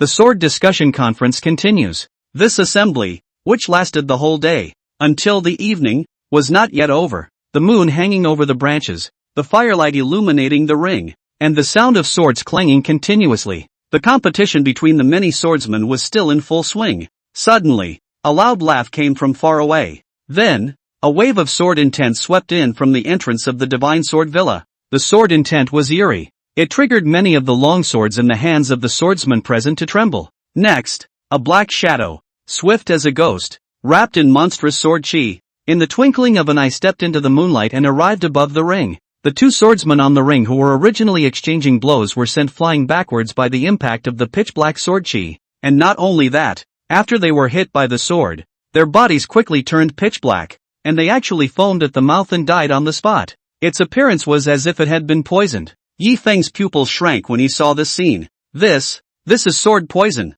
It's you, poison swordsman. Li Bitter. He looked at the visitor and hatred flowed from his eyes. Li Bitter, the very same swordsman who caused him to be poisoned by a sword back then and fall from the sovereign realm. And the black-robed swordsman Li Bitter looked at Yifeng and laughed to death. Yifeng, goodbye. I didn't expect that after being hit by my sword poison for so many years, you're actually still alive. I have to praise you for your really tenacious life force. You're not even dead, so how can I possibly go before you? Yifeng snorted coldly, drew his long sword, and said in a cold voice, "Today is the sword discussion conference. Li Bitter, since you dared to come, you don't want to leave." Chapter 16, Chu Xiu's existence will become a stain on the royal family. Li Bitter appeared at the sword discussion conference and his aura shocked the crowd, while Yifeng's eyes suddenly showed a torrent of hatred after remembering the old days. He drew his long sword and prepared to fight Li Bitter. However, he saw that Li Bitter was not panicked in the slightest. His body's pitch-black sword chi flowed, and the intense poisonous gas was actually spreading out in all directions as if it were a tidal wave.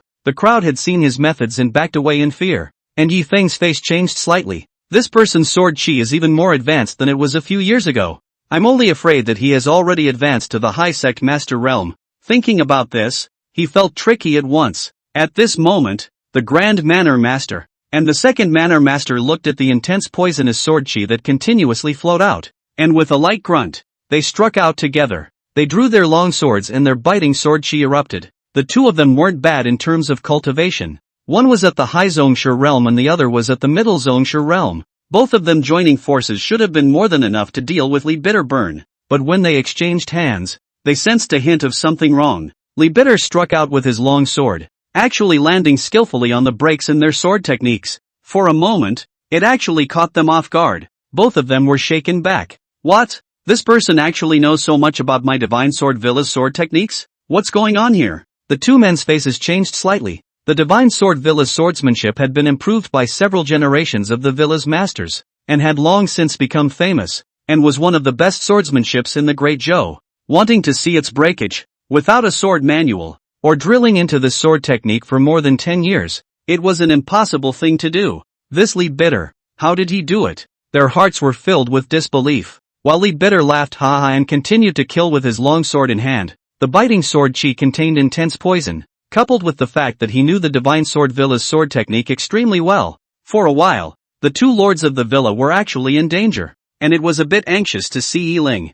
Gongzi, please step in and help Great-Grandpa and the others. Yiling turned to Chu Xiu for help, but Chu Xiu stood with his arms folded and said indifferently, "Don't worry, your great-grandpa can't be considered a grandmaster if he's only of this caliber." As a generation of sword Dao masters, even if their swordsmanship was seen to be broken, they would not lose easily. Their understanding of the sword had surpassed the swordsmanship itself. What made Chu Xiu quite concerned was the sword technique that this Li Bitter used, which made him somewhat familiar, as if he had seen it somewhere. Sure enough, after a dozen moves, the Grand Banker regained his rhythm and adjusted his mindset. Even if his sword technique was broken, this cultivation of his was not a fake. With his long sword in his hand, his swordsmanship began to change. A dozen kinds of sword techniques were intermingled together, real and imaginary, imaginary and real. Li Bitter was often able to see the cracks in it, and before he could strike, his sword technique had already changed, not giving him a chance to break his moves at all.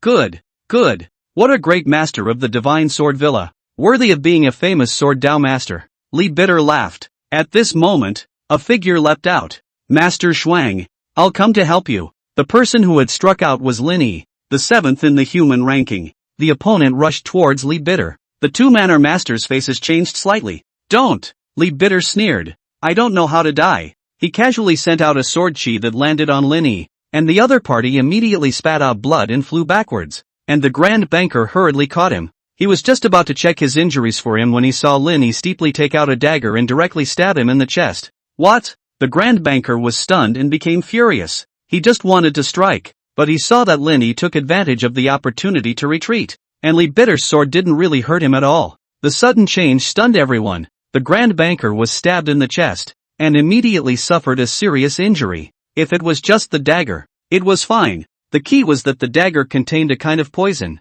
and when its toxin entered the body, it quickly swept through all the limbs and bones. Even a Grand Manor Master at the high level of the Sovereign Realm would not be able to resist it. Li Bitter took advantage of this opportunity and laughed out loud as he struck out with the long sword in his hand. The venomous sword contained an eerie sword intent, as if it had transformed into a hideous poisonous dragon, stabbing out madly towards the Grand Banker. The ground cracked wherever the sword energy went. The second Manor Master wanted to stop it, but being in the middle realm of the Sovereign, he was forced out by the poisonous dragon-like sword chi as soon as he got close. As he watched the sword chi about to fall on the Grand Zhuang Master, two fingers suddenly poked out from the side like lightning, clamping that sword down. It could no longer come close by the slightest bit. What? When Li Bitter saw this, his pupils shrank. He looked at the owner of those two fingers, but it was a young man around 20. The other party was dressed in white. His appearance was handsome, and his eyebrows carried a faint noble aura. Such a young martial artist, who was able to advance to the innate level,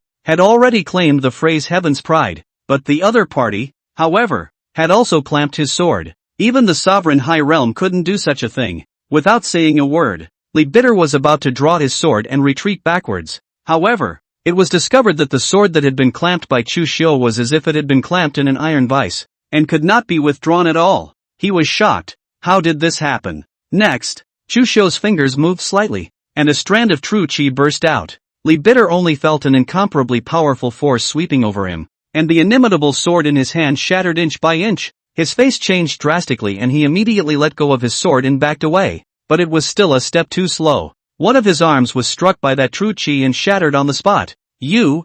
Who the hell are you? Li Bitter looked at Chu Xiu in horror. He had never seen such a terrifying person. Two fingers clamping down on his full-strength sword, and a random true chi crushing his own sword to aggravate his injury. This cultivation. Mo is not a supreme patriarch, but is there such a young supreme master in the world? Chu Xiu didn't reply, but instead walked behind the Grand Banker and landed a palm on the other party's back through the air, his true chi surging out. The dagger on the opponent's chest was instantly forced out. Even the intense poison in his body was expelled. The Grand Banker looked at Chu Xiu with shock and gratitude. Thank you, sir, for taking the plunge. It's just a matter of raising my hand, Chu Xiu said indifferently. Then, the Grand Villa Master, the Second Villa Master, Yi Feng, and Yi Ling looked at Lin Yi with a gloomy expression. Lin Yi, you actually dared to betray the Divine Sword Villa. No wonder Li Bitter looks like he knows my Mountain Villa's sword technique like the back of his hand. It's you who leaked it, isn't it? Seeing that things were revealed, Lin Yi didn't hide anything and said, in fact, I didn't betray the Divine Sword Villa because I wasn't a person of the Divine Sword Villa from the beginning to the end, and my real name is Li Yi. Surname Li? How are you related to Li Bitter? I'm his father, Li Bitter said. You guys didn't expect it, did you? That the disciple you have worked so hard to cultivate is actually my son. Ha ha ha. He was immensely pleased with himself at the thought, and Chu Xiu remembered. No wonder, the sword technique you used yesterday when you struck out at me was Li Bitter's poison sword, right? Nice. Lin Yi nodded and looked at Chu Xiu with a hint of awe in his eyes. I didn't expect that you, a ruined prince, would actually have such cultivation. What? You're saying he's the abolished prince? Li Bitter was shocked. Right. Asterisk. Does the royal family have their heads in the sand? A supreme master level crown prince. They actually just scrapped it? Li Bitter's doubts were also the doubts of everyone present. While Chu Yun was not far away, his face was a bit gloomy. He suddenly realized that Chu Xiu's existence would be a constant reminder to the people of the world that their royal family had personally scrapped a proud son of heaven. As long as Chu Xiu existed for one day, the people of the world would feel how foolish their royal family was. It would be a stain on their royal family. Chapter 17, The Underworld Organization. The Devil's Sword is now in the world. Abolished Prince Chu Xiu. Your strength is indeed beyond imagination, but unfortunately I'm not without my origins. Have you ever heard of the Underworld? Li Bitter took out a blood-red token. The word Underworld was engraved on it. Seeing that token, everyone's faces changed drastically. What? Li Bitter is actually from the Underworld? The Spectre is actually the infamous Spectre. Now, the Divine Sword Villa is in trouble. Chu Xiu looked at the Grand Banker next to him and asked, what is the Underworld? Mr. Chu does not know. In the Great Zhou, in addition to the world-famous 4 great sects, there are also some evil and crooked paths, and this Underworld is the most scrupulous and infamous one among these evil and crooked paths. The members of the Underworld are unknown, and their stronghold is unknown. The only thing that is known is that the members of the Underworld are all first-class experts, and a group of madmen who will stop at nothing and by any means in order to pursue the ultimate power. There was once a member of the Underworld who, in order to practice an evil skill, slaughtered tens of thousands of people in a town overnight. There was also a member of the Underworld who, in order to refine a potion, went so far as to use a child as a guide. The cruelty of their methods is horrendous. And I've also heard that there are even demonic members in the Underworld. The Grand Master of the house narrated. Chu Xiu sniffed and realized. So that's how it is. In that case, the members of the Underworld, everyone gets to kill them? That's true. But the Underworld is too strong. There are very few people who dare to make an enemy of them. Unless it's one of the 4 great sects, even a Grand Master would have to be afraid of them. The Grand Sovereign laughed bitterly. Chu Xiu, look at these Jianghu people. All of them are afraid of the power of my Underworld. Even if you have the cultivation of a supreme grandmaster, if you are truly an enemy of my Underworld, you will never be well off. So why do you have to risk your life for the sake of the Divine Sword Villa? If you leave here, how about we keep our hands off each other from now on? Li Bitter was holding the Underworld token as if he was holding a gold medal to avoid death. Looking at Chu Xiu, he said proudly. Chu Xiu faintly said, a year ago, I toured Jingzhou, once past a village, the village of 178 families. The old and weak, women and children, all were sucked dry essence blood. The deaths were gruesome, and I remembered it vividly. I originally thought that this was the work of demons, but now it seems that apart from demons,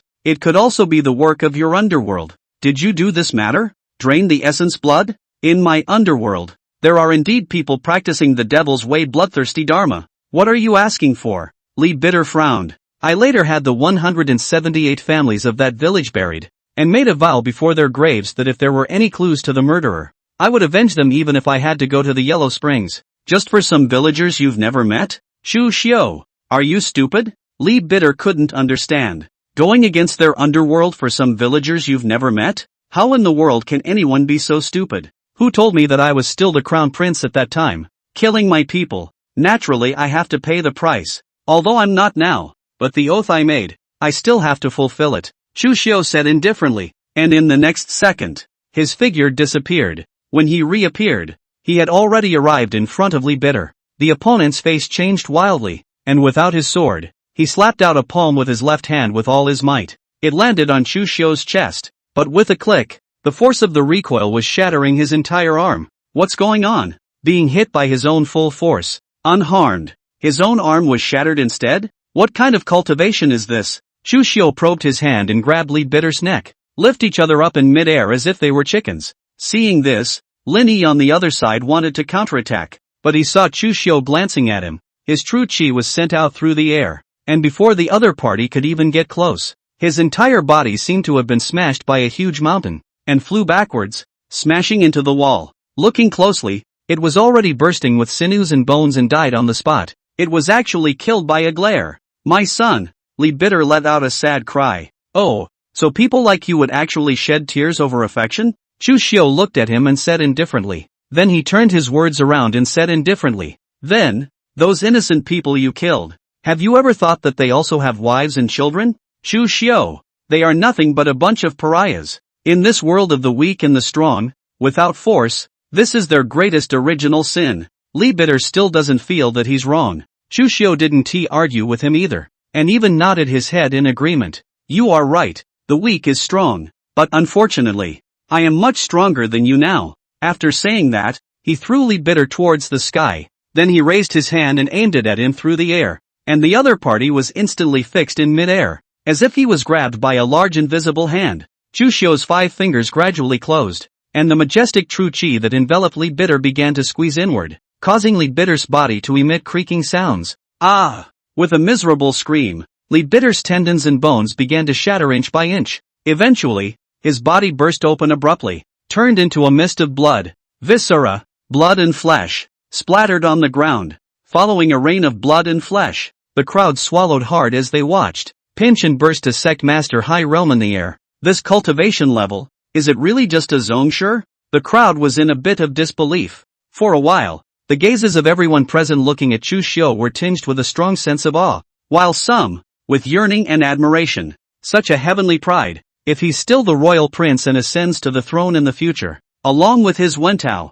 I don't know how powerful Great Zhou will be. Yeah, the royal family is stupid. Suddenly, inside the Divine Sword Villa, a blood-colored beam of light suddenly shot up into the sky. The beam of light penetrated within the lower dome of the sky, and the blood-colored light rendered the clouds, actually causing the sky to turn a blood-colored. The terrifying atmosphere caused the faces of the people present to change slightly. My goodness! What? What is this? The sky actually turned red? What the hell? And the Divine Sword Villa's Villa Master thought of something and his pupils shrank. No! Something happened to Sinking Sword Lake. They immediately rushed to the source of the blood-colored beam. Chu Xiu looked at the beam of light. His eyes flashed, born with a vision. Either there is a treasure present, or there is a demon haunting the Sinking Sword Lake. What is that place? He looked at Yi Ling next to him. The other party said, the Sinking Sword Lake is the forbidden land of my Divine Sword Villa. It is said that before the first AZ, the sword weapons that failed to be refined within my Divine Sword Villa would be thrown into the Sinking Sword Lake.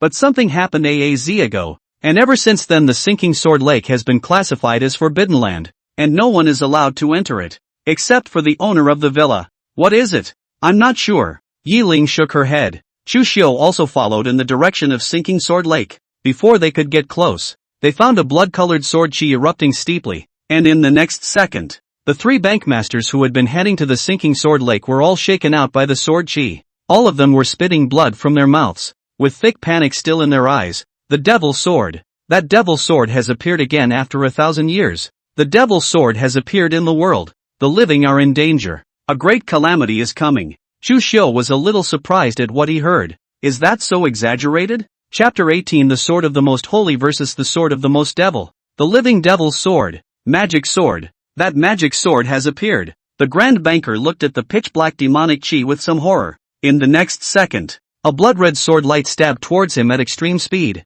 That golden light was cold and overwhelming, giving people a feeling of shivering, and the Grand Banker had a feeling of being unable to avoid it when he saw that flying sword light.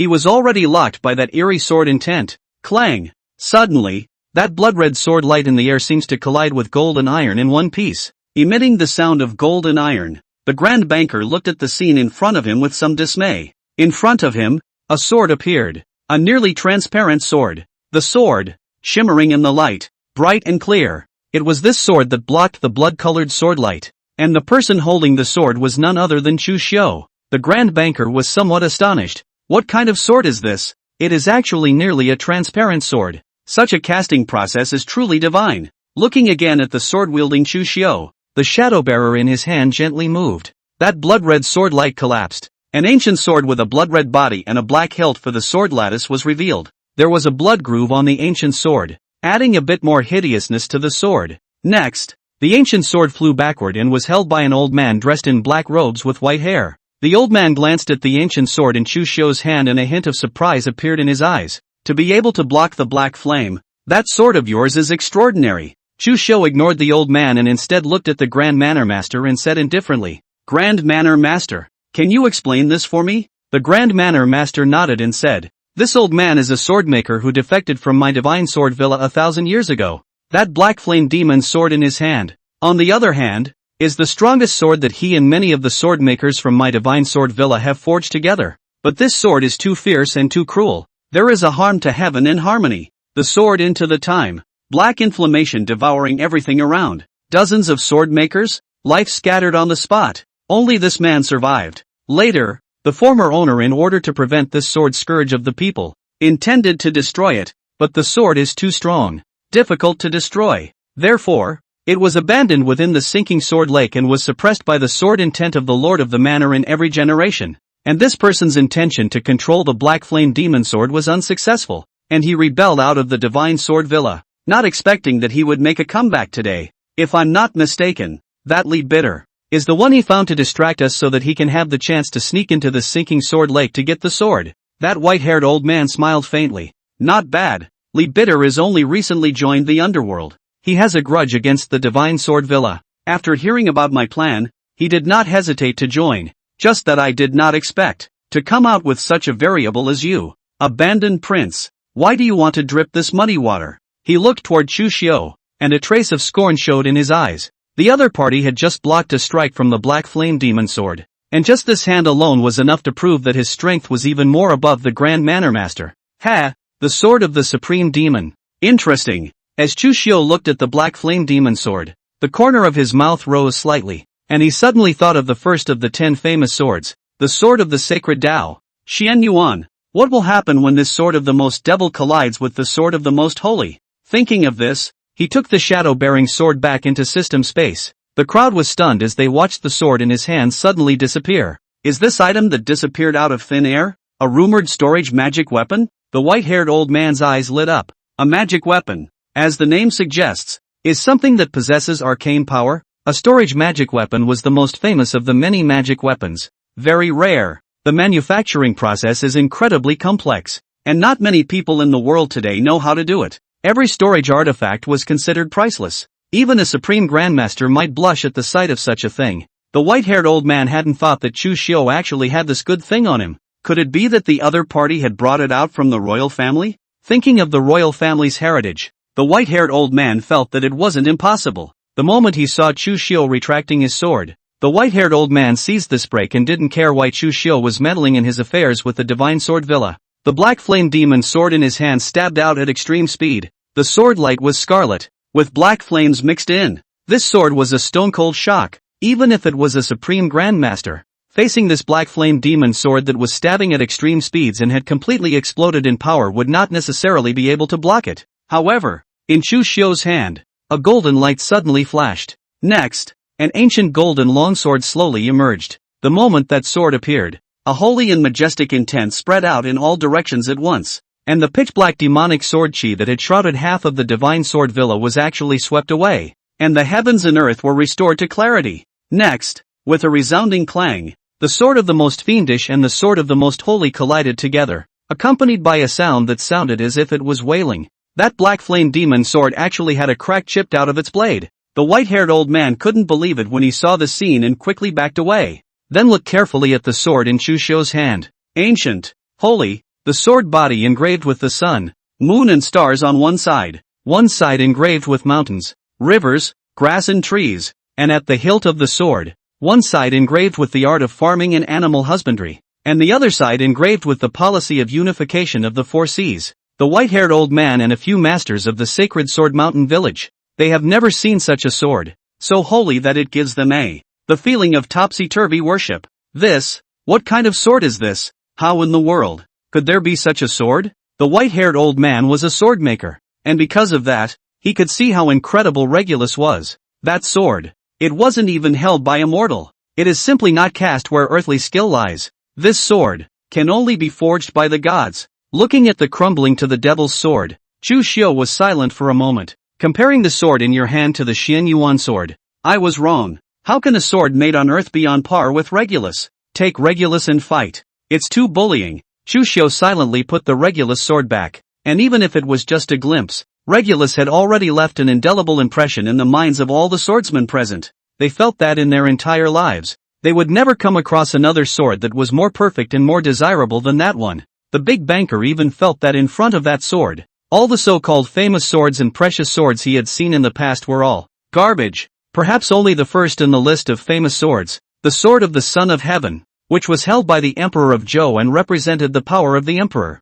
had the slightest possibility of being comparable to it. The Grand Master of the house has never seen that heavenly sword either. That was all he could guess. And the white-haired old man looked at the black inflammation magic sword that crumbled out of his hand. His mind was also a bit crumbled. He had drawn and camped for so many years, in order to get this magic sword. But now, the magic sword was crumbled just after he got his hands on it? It was completely unacceptable to him. Impossible. You are the strongest sword I have forged. How could you be so fragile? Impossible. Impossible. A red light appeared in the white-haired old man's eyes. Next, only to see that the crumbling black flame demon sword had black flames burning, and those flames gradually covered the white-haired old man, actually starting to extract his life essence. With the flow of life essence, the cracks on the black inflammation magic sword are actually automatically repaired, and this magic sword is actually like a living thing. Chapter 19, 10,000 Sword Submission. Crush the demonic sword. After the devil's sword absorbed the white-haired old man's life essence,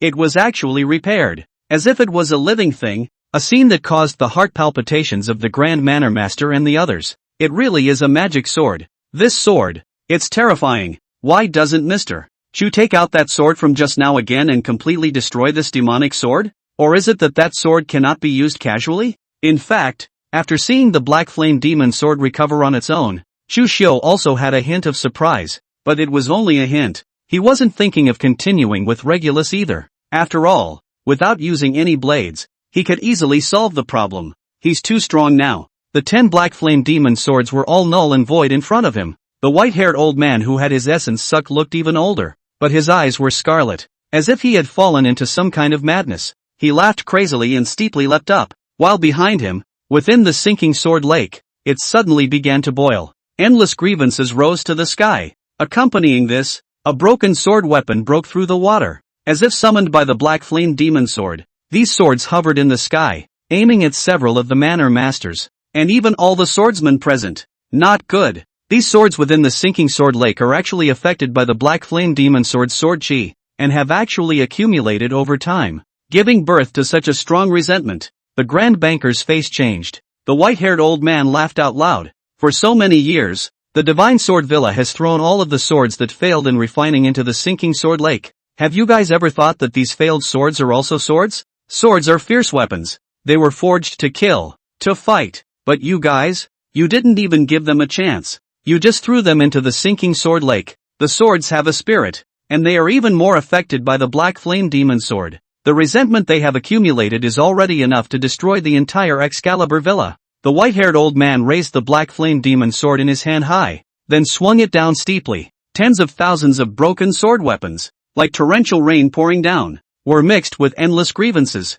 as if they had transformed into an evil dragon that wanted to tear down everything. When the many swordsmen saw this scene, they only felt palpitations and chills. In front of this kind of might, there was actually no courage to even draw his sword. But suddenly, a burst of sword intent suddenly spread out. Shasta! The endless number of broken sword weapons all stopped in mid-air, as if time had stopped. The scene in front of them caused the crowd to suck in a breath of cold air. What's going on? Then they perceived the source of the sword intent, which was none other than Chu Xiu, who was standing with his arms folded. And Chu Xiu's sword intent was still rising, getting stronger and stronger. Gradual. The long swords in the hands of everyone present all resonated. Such a vision reminded them of the 10,000 swords resonance vision that happened yesterday. And Chu Xiu, too, happened to be here yesterday. At this moment, it dawned on them. So it is. The source of the 10,000 sword resonance. So it's him. Heavens, 10,000 swords resonating together. Isn't this something that only a Sword Dao Supreme Patriarch can do? He is a Sword Dao Supreme Patriarch? Oh my god. This is too scary. Suddenly, an even more shocking scene occurred. The long swords in their hands suddenly flew out of their scabbards uncontrollably and surrounded Chu Xiu's surroundings, like 10,000 swords worshipping a monarch. This scene is not the resonance of 10,000 swords. Instead, it's a step up. 10,000 swords submit. And there is only one person who can do that. Kendo Celestial. Everyone had been dumbfounded, including the Grand Banker. All of them were jaw-dropped. Patriarch, Celestial Man. Even if it is a Supreme Great Patriarch and Celestial Man, there is only a gap of one realm. And that is a difference between clouds and mud. He's not a Patriarch. He's a Celestial. The Grand Banker's tone was tinged with trembling. In his thoughts, Chu Xiu was very young. To be a Zhongsher at such a young age, the other party could definitely achieve the Celestial realm in the future.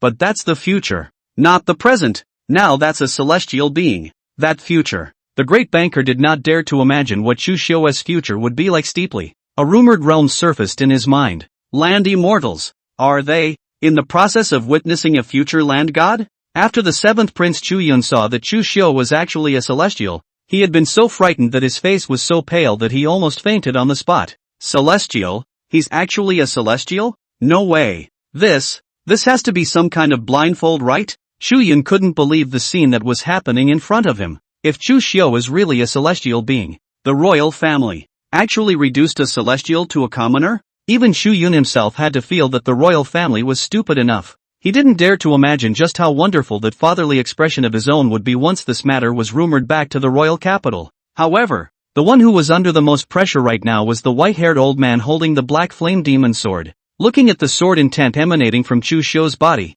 his pupils shrank and he was horrified by it. But very quickly, it was replaced by madness again. I don't believe there is such a young celestial in the world. This must be a fake. It must be a fake. Black flame demon sword. Chop for me. The white-haired old man swung out an incomparably overbearing, pitch-black sword chi that burned with flames, and chopped straight toward Chu Xiu. However, he saw Chu Xiu's expression unmoving as he condensed his sword finger and casually waved it. Scatter! With an indifferent drink, that overbearing sword chi dispersed in heaven and earth on the spot. Then, he aimed his 5 fingers at the white-haired old man through the air. An invisible true chi gushed out, transforming into a large invisible hand that cupped the other party. The black flame demonic chi in the opponent's hand was burning pitch-black flames, as if it wanted to help the white-haired old man break free from his bonds. Chu Xiu indifferently said, "This sword is not allowed in the world." He clenched his 5 fingers slightly, and his true chi began to squeeze inward. Cracks began to appear in the black flame demon sword. The white-haired old man became anxious and said loudly, "No, don't! You can kill me, but don't you destroy this sword. This sword, you can take it for yourself. It's a sword that shakes the ancient world. With it, you can surely traverse the world, unite the world." He actually valued the magic sword more than his own life. He has gone mad. Or perhaps those words were lured out of him by that magic sword. Chu Xiu didn't care as he faintly said, "Without that sword, I can still run the world." Just kidding. You have all 10 famous swords yourself. Any one of them is no worse than that magic sword. Regulus was still more than 10 times stronger than the other party. Where does he need this sword? Along with his 5 fingers gripping with force, the black flame demon sword, inch by inch, crumbled and turned into pieces on the ground, while the white-haired old man's body also abruptly exploded. One man, one magic sword, both destroyed. As for Chu Xiu, from the beginning to the end, he acted as if he had a cloudy appearance, only to see him wave his sleeve. The swords that surrounded the circumference flew back one by one, inserted back within the scabbards of the swordsman. The skillful control of the true chi of the sword was simply breathtaking. Let's just say, truly worthy of being a sword Dao Celestial. Only the Grand Manor Master glanced at the fragments of the black flame demon sword on the ground, and his eyes grew more and more shocked. The material of this black flame demon sword is extremely special, and in the past, in order to destroy this sword, the previous manor master had invited a celestial to take action, and was unable to destroy even a single bit of it. But now, it was crushed hard with his true chi. This is not something that ordinary celestials can do. His cultivation, in the end, what level has he reached? Peak celestial? Perfection? Or maybe, the other side has really reached that realm? No, it's impossible. It's too scary. Of all the people present, only the Grand Banker knew that Chu Xiu was 10 times more terrifying than what everyone present had imagined. Chapter 20, Sword Out Like a Dragon. White Scaly Dragon. After Chu Xiu crushed the devil sword with his true chi, the surrounding devil chi immediately dispersed. The entire Excalibur villa, with that, regained its peace. Only, this wasn't the end. This time Chu Xiu killed Li Bitter and destroyed the white-haired old man. He had already formed a bond with the entire underworld, but he wasn't scared at all. On the contrary, Chu Xiu felt that he was walking the rivers and lakes, aimlessly and somewhat bored. How about setting yourself a small goal? For example, it's good to overthrow the underworld, which is feared by everyone in the jungle. Many thanks to your excellency for your righteousness in helping us. I, the Divine Sword Villa, cannot thank you enough, and in the future, no matter what your excellency's dispatches are, we will certainly listen. The Grand Manor Master said with a solemn expression. When Chu Yun, who was not far away, heard this, he was that jealous inside. He himself wanted to subdue the Divine Sword Villa for his own use, and had exhausted all sorts of methods to no avail, but Chu Xiu casually did it. But when he thought of the strength the other party had displayed, he was speechless. A martial arts celestial so young. How did he do that? Inside Chu Yun's heart, he was filled with disbelief. Chu Xiu waved his hand in the face of the Grand Manor Master's gesture of goodwill and said indifferently, no defense, just a show of hands. The crowd couldn't help but twitch the corners of their mouths as they heard this. What a show of hands. Kill the patriarch, destroy the devil's sword. This kind of thing was as difficult as heaven for other people, but for him it was just a matter of lifting his hand. It was just different for a martial Dao celestial to speak, because of the magic sword thing. This time, the sword discussion conference was not able to continue. As for the belonging of that divine sword Cold Star, the crowd no longer cares. They are now more concerned about Chu Xiu's strength. A ruined prince is actually a martial arts celestial. This news, with the Divine Sword Villa as the center, quickly spread towards the whole Jianghu. Some people don't believe it. Some people are shocked. Some people were so excited they were about to cry. Inside and in, 3 or 2 Jianghu guests gathered together, was talking about the great events that had happened in the Jianghu recently. One of the men in green shirt laughed to say that the recent great events in the Jianghu, there are no more than 2. The first is the White Woman, a man and a sword overthrew the Iron Sword Sect, the strong top of the human list of the first thing. Some people regarded the woman in white as the most eye-catching female master of the sword in the past 10 years in the Jianghu Lake, and also gave her the title of White Scaly Dragon. As the name suggests, this woman is always dressed in white, and her sword is like a dragon coming out of the water. When the crowd heard this, they scared. That Iron Sword Sect master, whose cultivation is at least innate, was killed by that white Jiaolong just like that? It can't be helped. Although that woman is of first grade, the skill of her sword is so high that she can kill an innate with a first grade. The elder of the Ling Xiao Sword Pavilion has seen that white Jiaolong make a sword strike, and has asserted that in less than 3 years, there will be a female sword Dao master in the Jianghu Lake. The green-shirt man said. The crowd sniffed, and a hint of longing passed through their eyes. And what's the second big thing?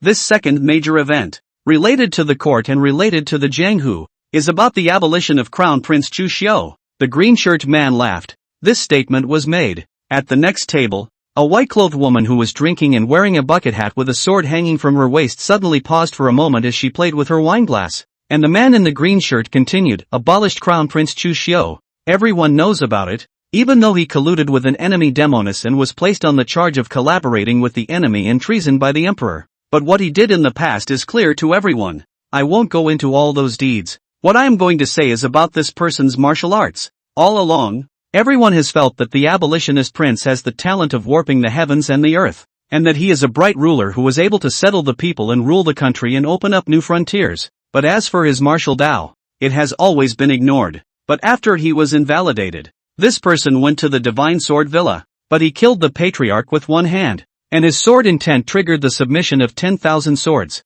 demonstrating a heavenly cultivation in the way of the sword. The crowd was beyond clamoring. Are you kidding me? Martial Dao can't be achieved quickly. How old is Chu Xiu? He's actually a martial Dao celestial? That's blowing the roof off. Yeah, where is that possible? Not bad. Never. The green-shirted man shook his head and said, I, like everyone else, feel that this matter is too unbelievable. But many of the swordsmen who left the Divine Sword Villa have all spoken their minds. Could it be that they could still join together to deceive us? Why not? A big man stood up and said loudly, Chu Xiu is a sinner who collaborates with the enemy and traitors the country. What is there that he can't do? I think he just went to the Divine Sword Villa and used some kind of blindfold to make everyone think that he is a celestial, because that's the only way to distract the crowd from the fact that he's collaborating with the enemy and committing treason. Humph. That kind of thing would only fool you, dumbass. Martial Way Celestial, thanks to you all for believing in it. The big man smiled disdainfully. As a matter of fact,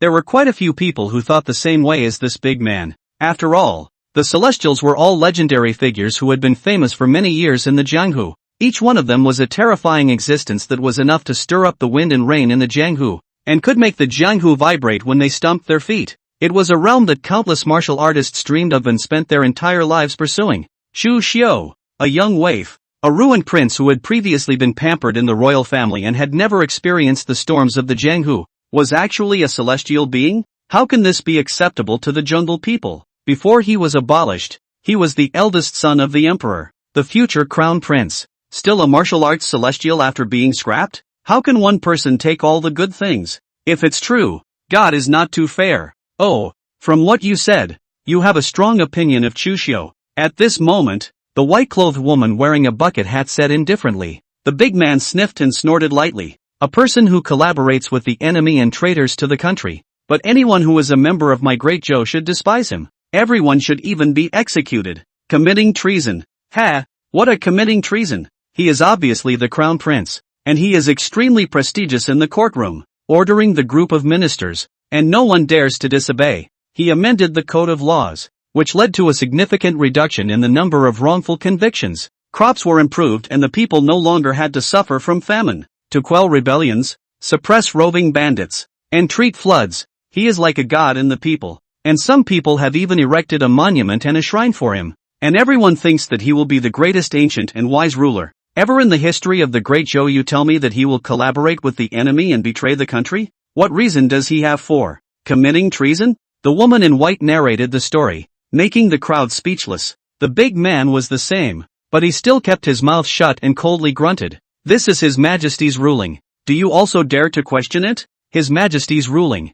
Ha! Funny, I think it's that His Majesty who scorned the crown prince and reduced him to a commoner. The woman in white laughed lightly. You speak for the abolished crown prince so much and question His Majesty.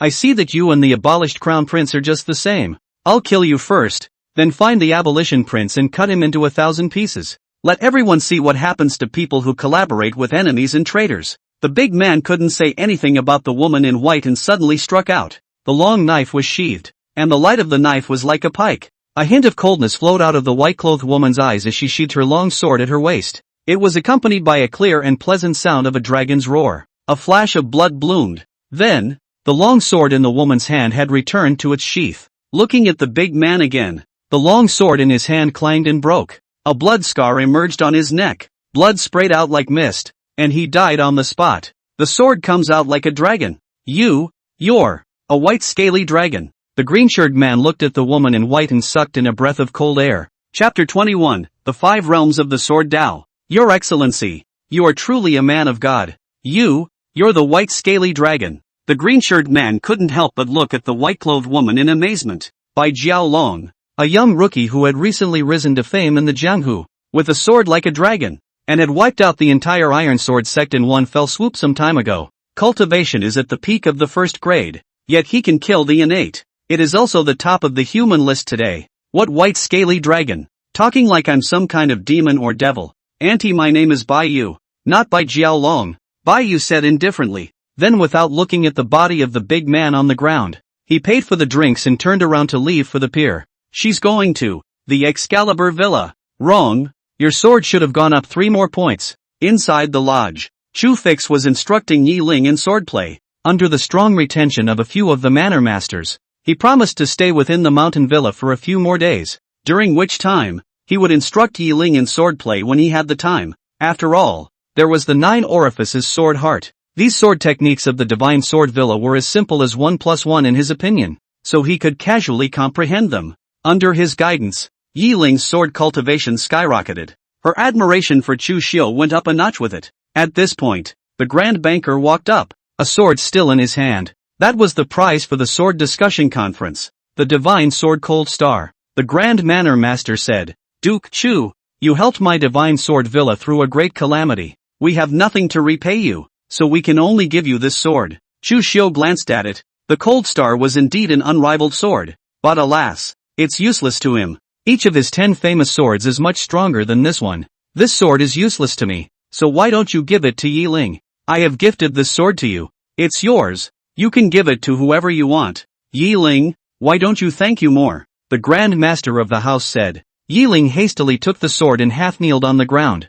Thank you, Your Excellency, for the sword. Chu Xiu shook his head helplessly. When I was the Crown Prince, a group of people knelt on my knees without moving. Now that I'm not the Crown Prince anymore, why are you still kneeling? Get up. The Grand Villa Master hesitated for a moment, then solemnly said, My lord, if you wish, I, Divine Sword Villa, am willing to be driven by you. He didn't say it outright, but Chu Xiu understood what he meant. If you want to kill your way back to the king's capital and reclaim the throne, Excalibur Villa, willing to help themselves. It's a promise that must not be broken. It was also a sign of the Divine Sword Villa's defection to Chu Xiu. However, Chu Xiu smiled faintly. No need. The way I am now, free and unrestrained, not having to be burdened by politics, it's quite good. Your Excellency's spontaneity is admirable to us. The Grand Banker lamented. The supreme right, Chu Xiu said to give it up. This heart is indeed very human. He believed that with Chu Xiu's prestige in the imperial court, the civil society, coupled with his own celestial cultivation, to develop a little power in the Jianghu, it won't take more than a few years. The other side could definitely kill their way back to the royal capital and regain the throne, but the other side, they don't want it. Or, a mere imperial throne that he didn't give a damn about? Your Excellency is sprightly and disdains the imperial throne. Only, I'm afraid the current emperor won't think so, the Grand Banker added. What he thinks is none of my business. Chu Xiu shook his head. Since the moment he was relegated to the status of a commoner, his kinship with Emperor Zhou had been buried by the other party's hand. The Grand Banker no longer continued to talk about this sensitive topic, but instead changed the subject and asked, Just now, the Duke said that Cold Star is useless to you. It can be seen that Cold Star is not worth mentioning in the eyes of Your Excellency. I wonder what kind of divine sword is in the eyes of Your Excellency. He thought of Regulus. That sword, although it was only a glimpse, in his mind, that sword was the existence that truly deserved the word divine sword. Bring up the topic. He was also wanting to take another look at Regulus, but Chu Xiu smiled faintly. In my eyes, what kind of sword? Doesn't matter. What matters is, the person holding the sword. For example, I can defeat all the world's swordsmen holding famous swords even if I am holding a blade of grass. His comments are arrogant to the core. His tone, however, was calm, as if he were stating a fact. Thinking of the other party's strength, the Grand Banker was actually speechless. Next to Yi Ling, a hint of yearning flowed from her eyes. Holding a blade of grass can defeat all the swordsmen in the world. What kind of sword realm is that? Ha! Grass and trees as swords make you so desirous? Then wouldn't the higher level of no sword over sword scare you to death? Chu Xiu faintly laughed. The nearby Grand Banker's heart stirred as he hurriedly asked, Grass and trees are swords? No sword is better than a sword? What are these sayings? This is a division of the sword Dao realm of my own creation, Chu Xiu said casually. In his mind, when he read martial arts novels in his previous life, the Dokoroku Kusha greatly soared Dao 5 realms, and now that he had the 9-trick sword heart, he had a deeper sense of understanding. May I hear it? The Grand Banker said with a thirst for knowledge. Well, then I will talk to you. In my eyes, the world's swordway is roughly divided into 5 realms. The first realm, sharp sword. This realm is only the pursuit of the sword's power. The moves are one-dimensional, no changes, is the inferior. Second realm, soft sword. This realm has already mastered its own swordsmanship to the point of perfection, and has begun to pursue change. With a fickle and self-contained swordsmanship, it can be called medium. The sword masters in the Jianghu are roughly in this realm. Third realm, heavy sword. the so-called heavy sword has no edge, and great dexterity. This realm's swordsman's sword changes have reached the extreme, no longer pursuing changes, but returning to the basics. Every move has great power. Fourth realm, wooden sword. It's what I just said, not being stagnant. Every blade of grass and tree can be a sword.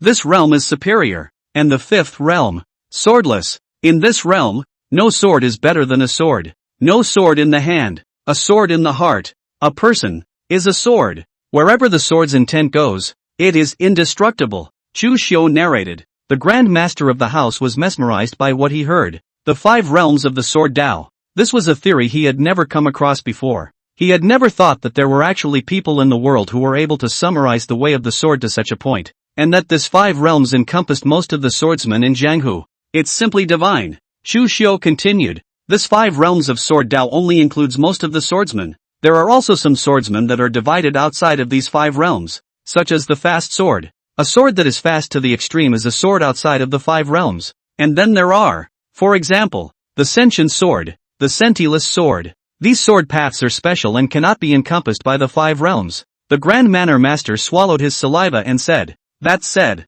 but how many people in the world can learn those special sword paths that Your Excellency is talking about? Most of the swordsmen are just practicing sword techniques step by step to refine their cultivation, including me. What you said about the 5 realms of the sword Tao is the supreme truth for us, a path to heaven to reach the peak of the sword Tao. This 5 realms, if publicized, your son's name will remain in the annals of history, and will be remembered throughout the ages. You are worthy of being the master of the world's sword Tao." The Grand Manor Master was becoming more and more respectful towards Chu Xiu. Yiling on the side was also dumbfounded along with her as she murmured, "Gongzi, you are truly a godly man." Chapter 22 Yiling, whose strength has greatly improved. Chu Nishang, who was preparing to seize the throne. "My lord, you are truly a man of God." Once again, that thought surfaced in Yiling's mind. Are the royals out of their minds? Why relegate such an amazing talent to the common people? They are personally burying the chance to unify the 5 kingdoms.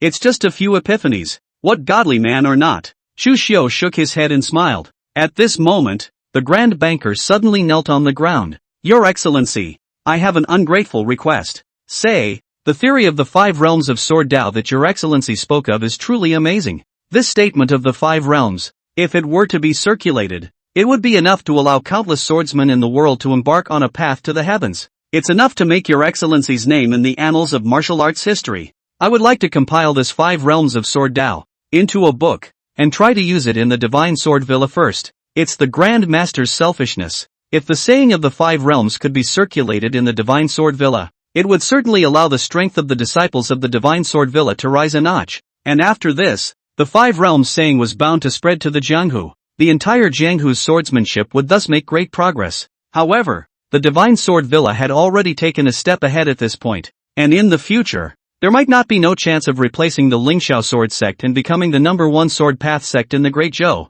It's just some theory. You can use it if you want. It was true that Chu Xiu didn't care much. As good as the theory is, it depends on who is using it. Just like the sword. If you want to become a real master, you can't rely on theory alone. However, it is also true that this theory has been able to show the way forward for countless fencers. From now on, his Chu Xiu's name would be engraved in the annals of martial arts. That's not a bad thing. Thank you, Your Excellency. Your Excellency's great justice, the Grand Banker said excitedly. At this time, the 3rd Manor Master Yifeng arrived and couldn't help but wonder as he looked at the big Manor Master kneeling on the ground. "Big brother, what are you doing here? Worshipping?" He thought that the Grand Manor Master wanted to worship Chu Xiu as his master. Learn that method of accomplishing the heavenly man of the way of the sword. And the Grand Manor Master smiled faintly at his words. "Worship?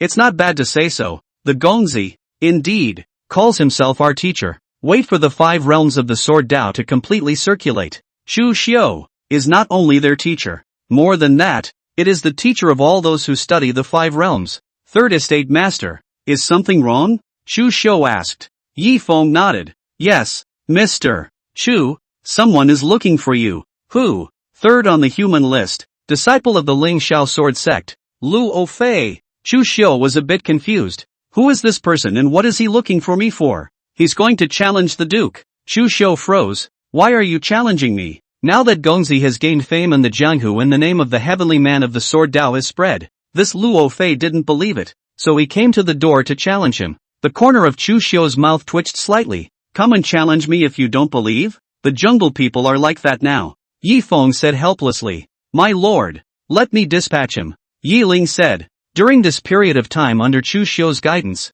she had surged forward and was in need of an opponent to test her cultivation. This Luo Fei came just in time. Yi Ling took the divine sword Cold Star that had just arrived and walked out of the gate of the mountain villa, and saw Luo Fei, who was dressed in black with arrogance between his eyebrows. The other party frowned when they saw it was Yi Ling coming. Where's Chu Xiu? You're not qualified to fight the Duke yet. Win me first. Humph. Yi Ling, you're only the 27th on the human ranking, and I'm the 3rd on the human ranking. How can you be my opponent? Don't disgrace yourself. How do you know unless you try? Yi Ling lightly grunted, then attacked with her sword. Luo Fei was not ambiguous and drew his sword on the spot. Both sides' sword strokes were executed, and the clanging sound was like rain hitting bananas endlessly. After a few moves, Luo Fei was surprised to find that the subtlety of Yi Ling's swordsmanship was actually far above what he had imagined, and he was actually vaguely at a disadvantage. I was the one who underestimated you. Luo Fei let out a low gulp and exerted his full strength.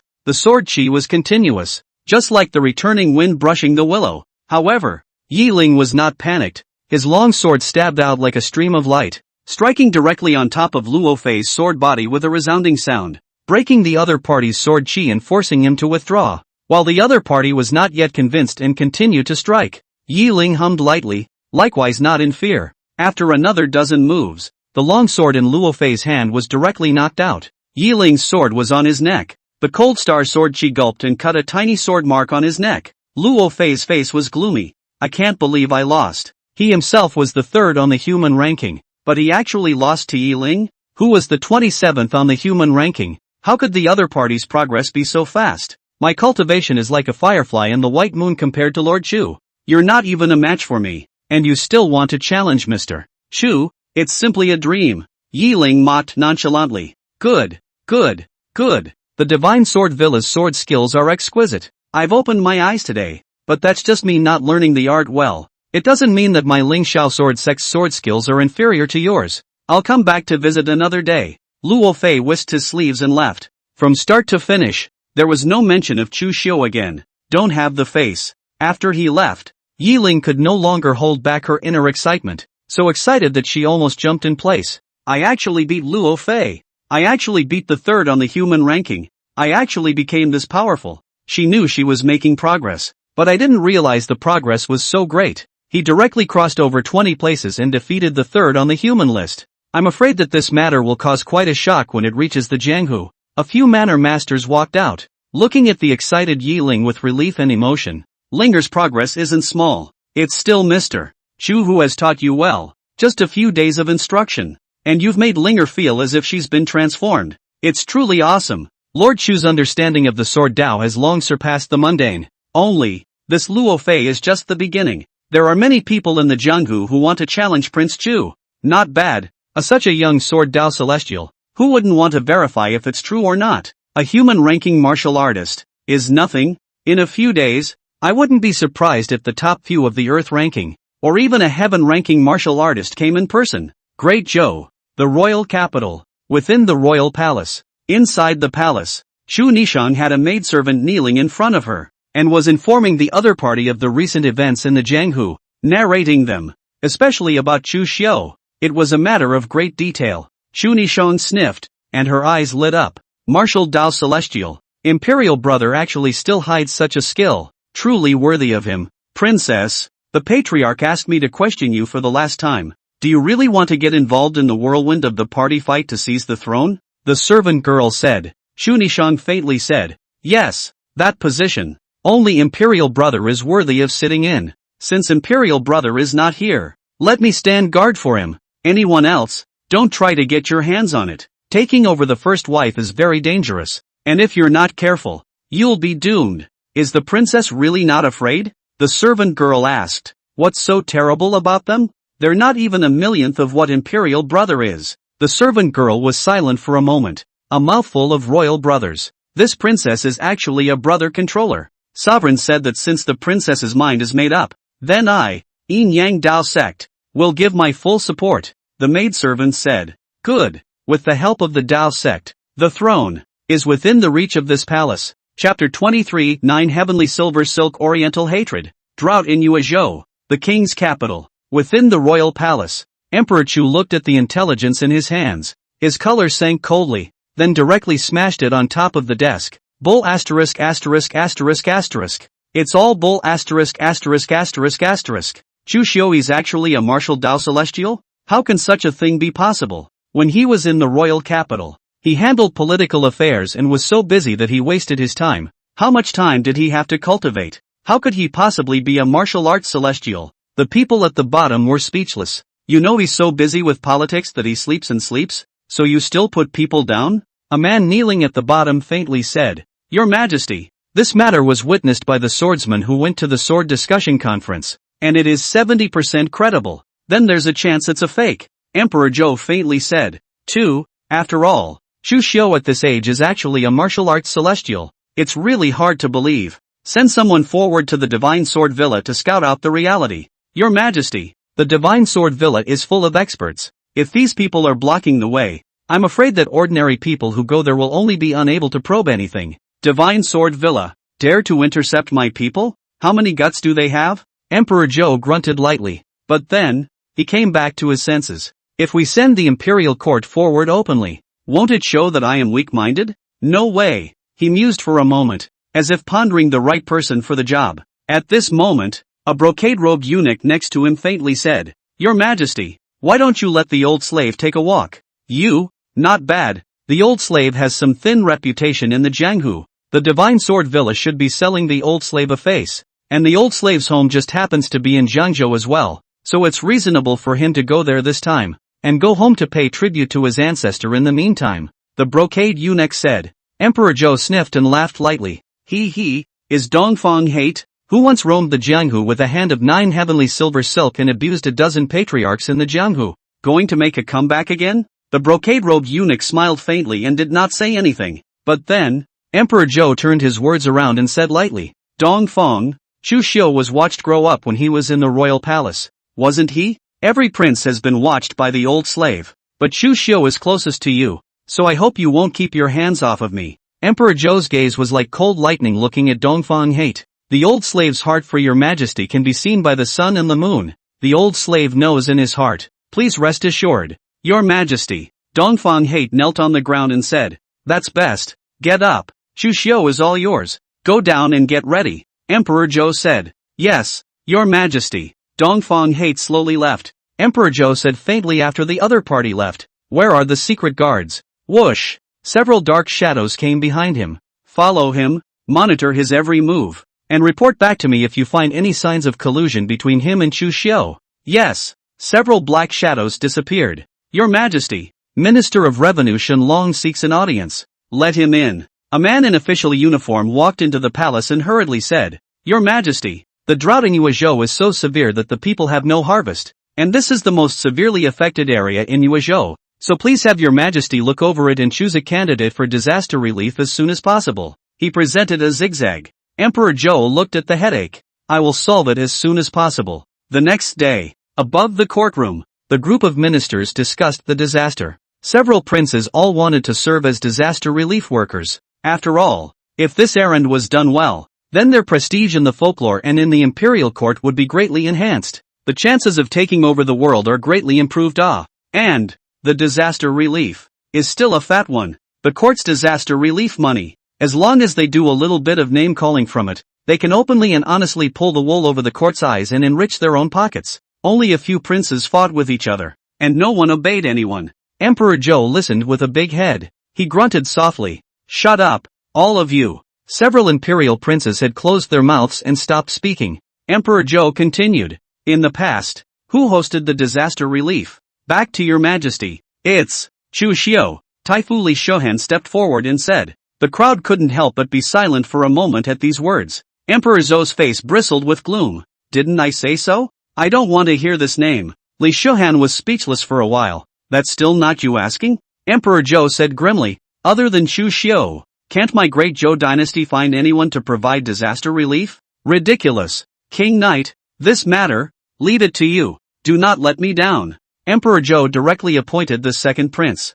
Chu Li, as the person to provide disaster relief. Chu Li's face was delighted. My son will live up to his promise. He must take advantage of this opportunity. Inside the Excalibur Villa. During this period of time, there were countless Jianhu people who came and wanted to challenge him, but most of them let Yi Ling, Yi Feng block it. Today, outside the Divine Sword Villa, a white-clothed woman swordsman wearing a bucket hat arrived at the entrance of the villa, and some disciples saw her and were not surprised. TSK, here to challenge Mr. Chu again, right? Good lord, how many is this? Don't worry, soon, she will lose to senior sister Yi, the crowd whispered, and Yi Ling, who had gotten the news, slowly walked out and came in front of the woman in the white bucket hat, faintly saying, make your move. The woman in the bucket hat froze. I'm not here to fight. You're not here to see Mr. Chu? No, I'm here for him. Then what are you waiting for? Why don't you make a move? These days,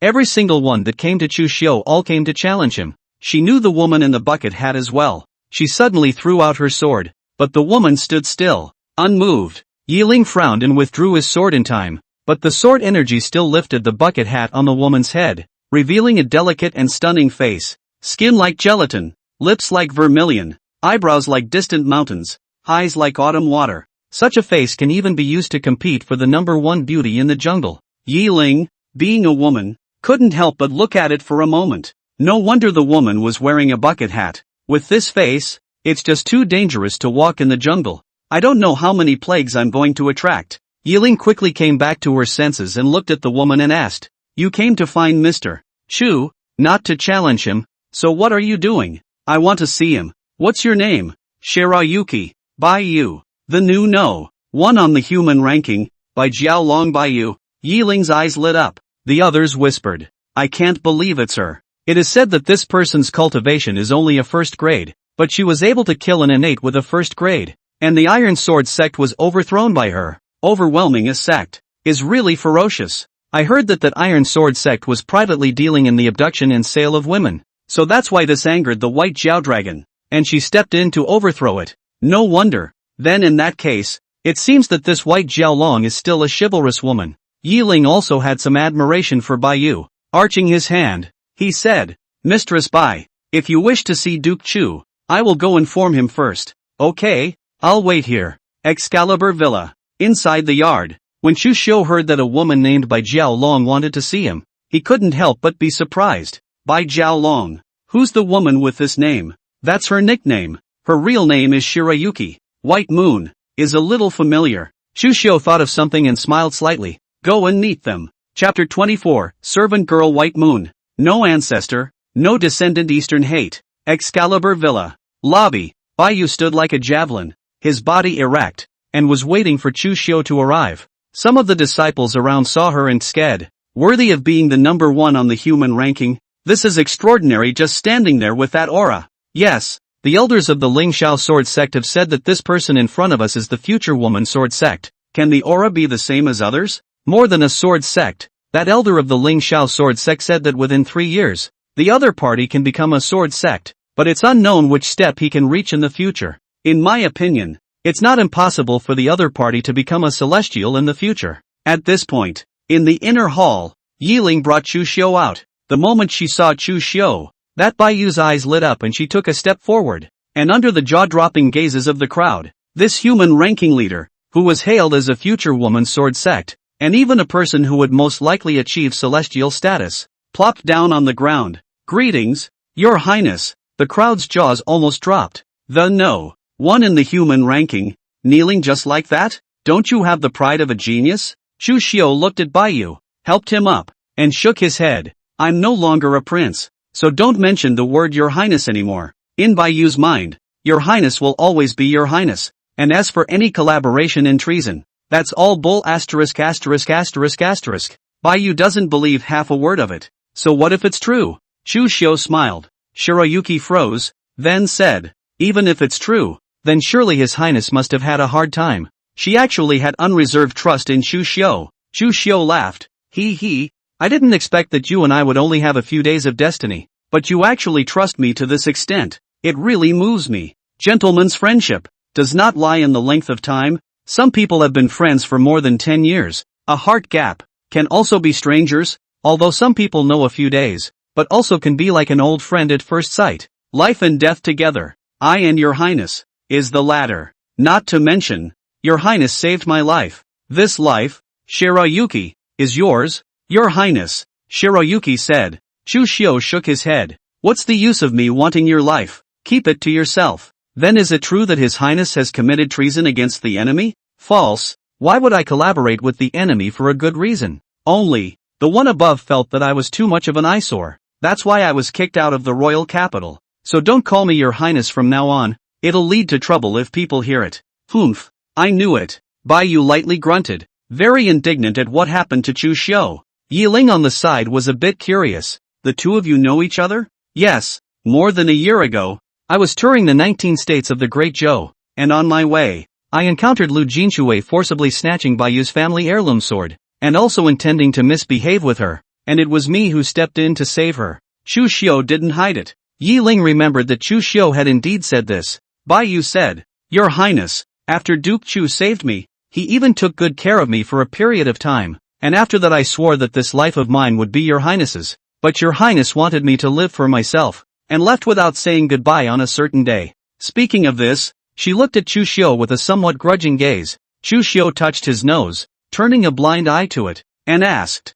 After I left, you've made quite a name for yourself, and you've even become number 1 on the human ranking list. It's just a fluke. If it weren't for you, where would White Moon be today? Please allow me to stay by your side. I'm willing to serve you for the rest of my life. You. Chu Xiu shook his head, wanting to politely refuse, but after seeing the other party's firm gaze, he sighed and said, That's just it. I'm traveling the rivers and lakes, and it's boring to be alone, so you can stay by my side as a companion. Yes, thank you, Your Excellency. Bai Yu's face was ecstatic. Yi Ling sked from the side. It's worthy of Mr. Chu. The no one in the human ranking is rushing to the door to become a maid? It's the first time she's ever seen anything like this. Not to mention her. The others around her were also looking dumbfounded. The gaze that looked at Chu Xiu was filled with envy. By the way, Gongzi, I heard something when I came to the Divine Sword Villa that might be related to you. Bai Yu thought of something. What is it? 9 Heavens Silver Silk Oriental Hate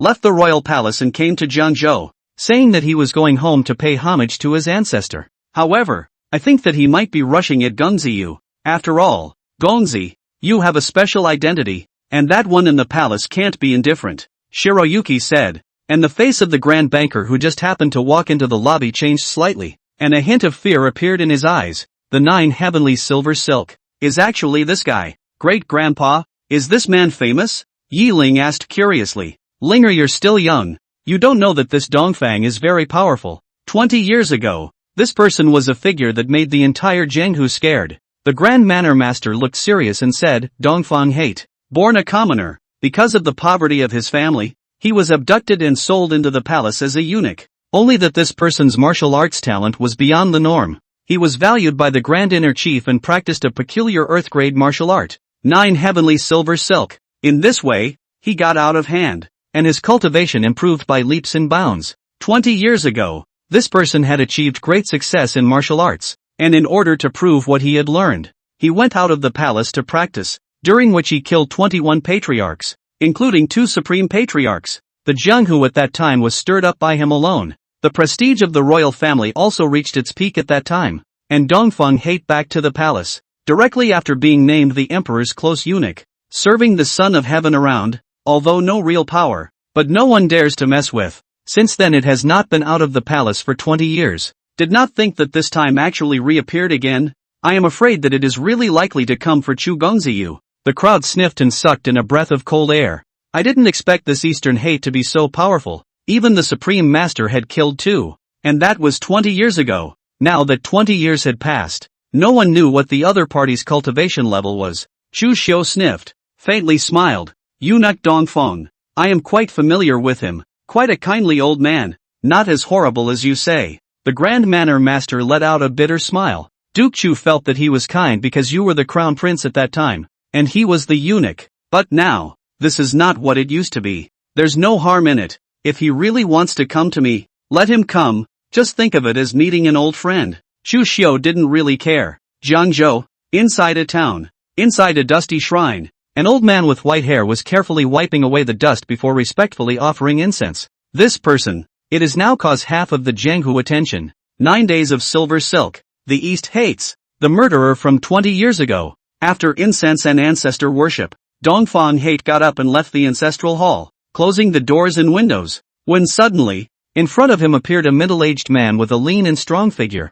about 40 years old. A strong and domineering blade aura emanated from the opponent's body. Just standing there filled the air with a sense of bitterness. Dongfang Hate looked at the visitor and said indifferently, "Friend, is there something wrong?" Dongfang Hate, do you still remember the Overlord sword? Overlord knife. Dongfang Hate shook his head. I'm old. My memory is not very good. I don't have much of an impression of this name. 20 years ago, he was one of the patriarchs killed by you. He, my master. And it is for him that I have come today to avenge his death. The big man indifferently said, slowly removing the long sword behind his back. The knife was in his hand, and the knife's intent flourished. Without saying a word, he slashed out with his blade, and the domineering blade chi swept out, turning everything into pieces wherever it went. Just a single slash split the shrine behind Dongfang Hate in half. Dongfang Hate sighed. I'm already a person without a descendant. This ancestral hall is filled with my ancestors, and now you've made me a person without an ancestor again. Ancestorless and queenless. That's how you deserve to end up as a devil. The big man laughed coldly, and the long blade aura in his hand grew stronger. In these 20 years, I have not slacked off for a single day, and I have been practicing the Overlord blade technique day and night. Until now, I have surpassed my master and advanced to the Grand Master realm. It's even number 1 on the Earth list. It was the veritable number 1 person under the heavenly ranking. Today, I'm going to kill you to avenge my master and ascend to the heavenly ranking even more. After saying that, the big man's true chi erupted with full force. His long sword buzzed, and his entire body rushed towards Dongfang Hate at a speed that was hard to catch with the naked eye. The momentum is like a rainbow. It was as if 1,000 armies had launched a charge, and Dongfang Hate just took a step towards the front. His fingers gently trembled, and in an instant, the surrounding blade energy suddenly collapsed. Dongfang Hate crossed over the big man and walked straight towards the front to leave. The crowd of martial artists who were secretly observing were a bit surprised. What happened? Why is the no. 1 hegemony blade on the Earth ranking not moving at all? As the crowd was amazed, a gust of wind blew by. The wind was laced with a hint of blood. Under the horrified eyes of the crowd, a crisscross of blood marks emerged on the body of the big man, and the knife in his hand, along with the whole person, was transformed into a patch of debris. Chapter 25 coming. Eastern Hate's main. Dongfang Hate killed the number 1 hegemony blade in the Earth rankings in seconds. This news, like a hurricane, spread throughout the entire Zhengzhou, continued to shock the entire jungle. The first on the Earth list, at least a great master level existence. 1 person can defeat an army, but such an existence was actually killed in seconds? The Eastern Hate, who has resurfaced after 20 years, is a frightening sight to behold. And such a ruthless man was heading towards the Divine Sword Villa. Inside the Excalibur Villa, a few manor masters were like enemies. The entire mountain village was shrouded in a grave atmosphere. The only one who was still relatively relieved was Chu Xiu. For one thing, he knew Hate of the East and was quite familiar with it. He was sure the other side wouldn't really do anything to him. Secondly, even if the other party really wants to do something to himself, with his cultivation is not afraid of the other party. Not to mention a Dongfang Hate. Come 10. He is also fearless. In a flash, 2 days passed. Within these 2 days, Chu Xiu continued to live in the Divine Sword Villa, teaching Yi Ling and Baiyu sword techniques, and under his guidance, the 2 women's cultivation skyrocketed, especially White Moon. She was number 1 on the human list, only half a step away from being innate. After receiving his guidance, he logically advanced to the innate realm. Becoming one of the youngest innate martial artists in Great Zhou could be considered a promising future. Yi Ling was a little bit worse, but not far from being innate. The human ranking only lists martial artists below the innate. Now that Sister Bai has advanced to the innate realm, won't I have a chance to become number 1 on the human ranking? Yi Ling winked and laughed. If you like it, feel free to take it. Shiroyuki smiled. He hadn't known Yi Ling for a long time, but the 2 of them were like-minded. It's already a sisterhood. Chu Xiu glanced at the side, and suddenly he sensed something. Looking beyond the Divine Sword Villa and sensing a majestic chi. Here it comes. Yi Ling was startled. Has Dongfang Hate come? Well, it's just 7 or 8 miles away. 7 or 8 miles away. So far away. And you can feel it, Gongzi? Yiling only felt that this was too amazing. Chu Xiu smiled faintly. The higher the martial realm, the more arcane it was. Sensing chi, unusual martial artists would, and reaching his realm, not to mention 7 or 8 miles, as long as he was willing, he could sense chi from 100 miles away. This is the land god. Excalibur Villa was 7 or 8 miles away on the Tsunglong River. A ship traveled towards the Divine Sword Villa, and on the deck, an old man sat on his knees, looking at the gushing river.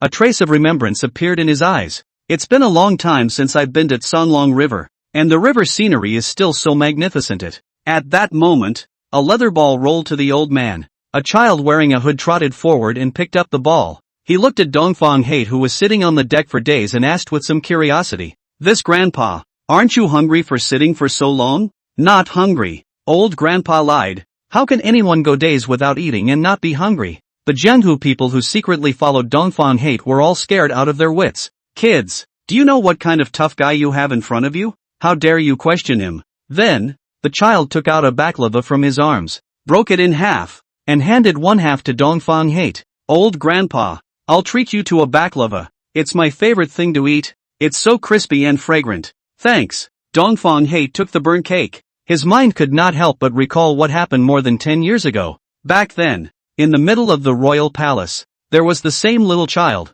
who secretly hid the pastries without eating them, and gave them to him when no one was around. That's the royal pastry. It was also the best pastry the East Hate had ever eaten. Not because the pastry was so expensive, but simply because that child, of all the royal children, was the only one who treated him as a relative. The world only knows that he is the 9 heavenly silver silk oriental Hate, the murderer who abuses the sect masters like a dog. But they don't know that he is just a tool of the royal family, a tool to use against the jungle. But he wasn't disgruntled, because everything he has, he got from the royal family. If the royal family wants him dead, he has to die. If they want him to kill anyone, he has to kill them. He was a tool, living like a tool. As for the royal family, although they were polite to him on the surface, the arrogance in their bones could not be erased, especially those royal sons and daughters. It showed when they were small. Children are naive. Their evil, their contemptuous disdain, their arrogance, and even more purely,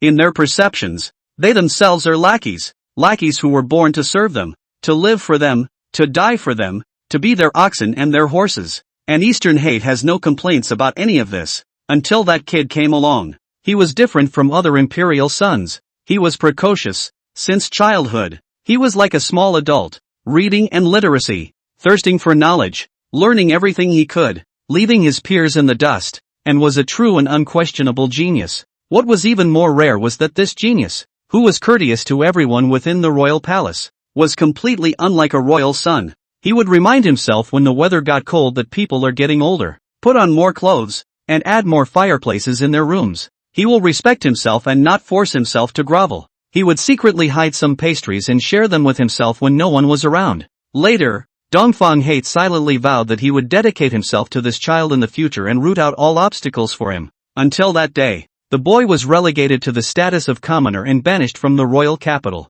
He even felt as if his sky had collapsed. For the first time in his life, he felt a hint of resentment towards Emperor Zhou. That was an emotion he shouldn't have as a tool. Then later on, Emperor Zhou got the information that Chu Xiu was a celestial and wanted to send someone to investigate. And Dongfang Hate took the initiative to take over the task. He wanted to meet the other side. As for whether or not the other party was a celestial, he didn't really care. He only wanted to know if the other party had been well during the time he had been away from the royal capital, how he had been eating, and whether he had lost weight. "What are you thinking about, Grandpa?" The child couldn't help but blink as he looked at Dongfang Hate, who had frozen with a burrito. Dongfang Hate smiled faintly. "It's all right. I'm just remembering a child who once shared food with me. Just like you. He must be a good boy then. My mother said that children who honor the old are good." The child said. "Yeah, he's a great kid." Eastern Hate laughed. "Tiger, what are you doing out here?" A middle-aged couple came out of the cabin, holding their child behind them, and Dongfang Hate handed the burnt cake back to the child's father, and then looked toward the not far away Divine Sword Villa, and leaped forward, treading water. The children looked on in amazement. "Amazing, that grandpa can walk on water, eh?" The middle-aged couple also knew that they had met someone high up. Excalibur Villa. Doorway. Dongfang Hate treading water too. Around the villa, A long time to come to the Jianghu people are all breathless and stare at him. The Eastern hate is here. The one in the royal palace is really uneasy about the abolition of the crown prince. TSK, after all, the crown prince who let himself be abolished is actually a martial arts celestial. This matter can't be tolerated by any emperor in his place. Can the scrapped prince hold back Dongfang hate? The other party had the means to kill a supreme sect master 20 years ago, and nowadays, his cultivation is only no less than a celestial being. Even if the ones from the heavenly ranking came, they wouldn't necessarily be able to restrain him. Chapter 26, A Battle on the River. Dongfang Hate stood in front of the entrance of the Divine Sword Villa with a calm expression. Suddenly, several figures walked out. It was the three lords of the Divine Sword Villa. Among them, Yifeng had also broken through the innate and recovered to the realm of the patriarchs, and the three patriarchs stood in front of Dongfang Hate. Looking at the several people in front of him, Dongfang Hate said indifferently, "I don't want to fight with you several people. I only want to see the one inside. If you want to see him, go through us first." The Grand Banker took a deep breath. They didn't know the relationship between Dongfang Hate and Chu Xiu. They only knew that the other party was sent by Emperor Zhou. Chu Xiu, on the other hand, was relegated to the status of a commoner by Emperor Zhou. Now that the other party had sent such a murderous devil as Dongfang Hate to come, what they wanted to do was naturally self-evident. Chu Xiu had a heavenly favor for the Divine Sword Villa, and they couldn't just sit back and watch. Clang! The Grand Banker was the first to draw his sword, but before he could strike his sword, he only saw what appeared to be a flash of silver light in the air. Next, the long sword in the hands of the Grand Banker was directly broken. It was a rare and precious sword, but now, it was directly cut off. Its fracture is smooth and flat. It was as if it had been cut off directly by some incomparably sharp divine weapon. What? When the Grand Manor Master was shocked, he only saw Dongfang Hate's 10 fingers ruffling, and invisible true chi transformed into silver threads flying out from his fingertips. These threads of silk purely wrapped around the long swords in the hands of the people present. Then, Dongfang Hate's 10 fingers trembled slightly. Clang clang clang clang. The long swords in the hands of all the swordsmen present were all reduced to pieces. Dongfang Hate said indifferently, "If I wanted to kill you guys, just now, your heads would already be hanging on the ground." The crowd couldn't help but swallow their saliva as they looked at the fragments of the longsword on the ground. What a terrifying tactic. What kind of martial art is this? A thought that cuts off all the longswords in our hands? What kind of monster is this person? The Grand Banker was also palpitating. Is this the 9 heavenly silver silk? Rumor has it, a martial art that kills without form. One had to admit that the gap between them and the Eastern Hate was just too great. In front of Dongfang Hate, they, Excalibur Villa, were like ants. Let him in. For a moment, a voice came in quietly from within the Divine Sword Villa. A few people from the Grand Banker looked at each other, and then they also stopped stopping. They, too, don't have it. Dongfang Hate slowly walked in towards the Divine Sword Villa, but suddenly, Chu Xiu's voice resounded once again. "Have I given you permission to enter? Stand back." A magnificent true chi erupted from within the mountain villa. Next, behind Dongfang Hate, several figures lurking in the shadows were shaken back, and the person in the lead was spitting blood from his mouth, with horror in his eyes. When the Grand Manor Masters saw this, their eyes flashed. Is it a secret guard? The Dark Guards, a force cultivated by the court. They are composed of elite martial artists, specializing in the art of concealment, hidden in the court above. In the Jianghu, is the hand of the royal family, and invisible, unable to touch the sharp edge, so that countless people for the fear of the heart. As a Zhongshe high realm, I actually didn't see that there were hidden guards following Dongfang Hate. The hidden guard's art of concealment is indeed brilliant, the Grand Banker thought darkly, and Dongfang Hate was not surprised that the secret guards were following, like he already knew. He calmly walked into the Divine Sword Villa. Come on to a lobby. In the lobby, Chu Fix sat on a taiji chair and drank tea. Shirayuki stood holding his sword as if he were a sword attendant. When he saw Chu Xiu, Dongfang Hate's pace quickened a bit, came to Chu Xiu, looked at him, and then bowed and saluted. Temple. He addressed it before it was out of his mouth. Chu Xiu then raised his hand and said, "Call me Chu Xiu, or Duke Chu. Duke Xiu will do. The word Your Highness. There is no need to mention it again."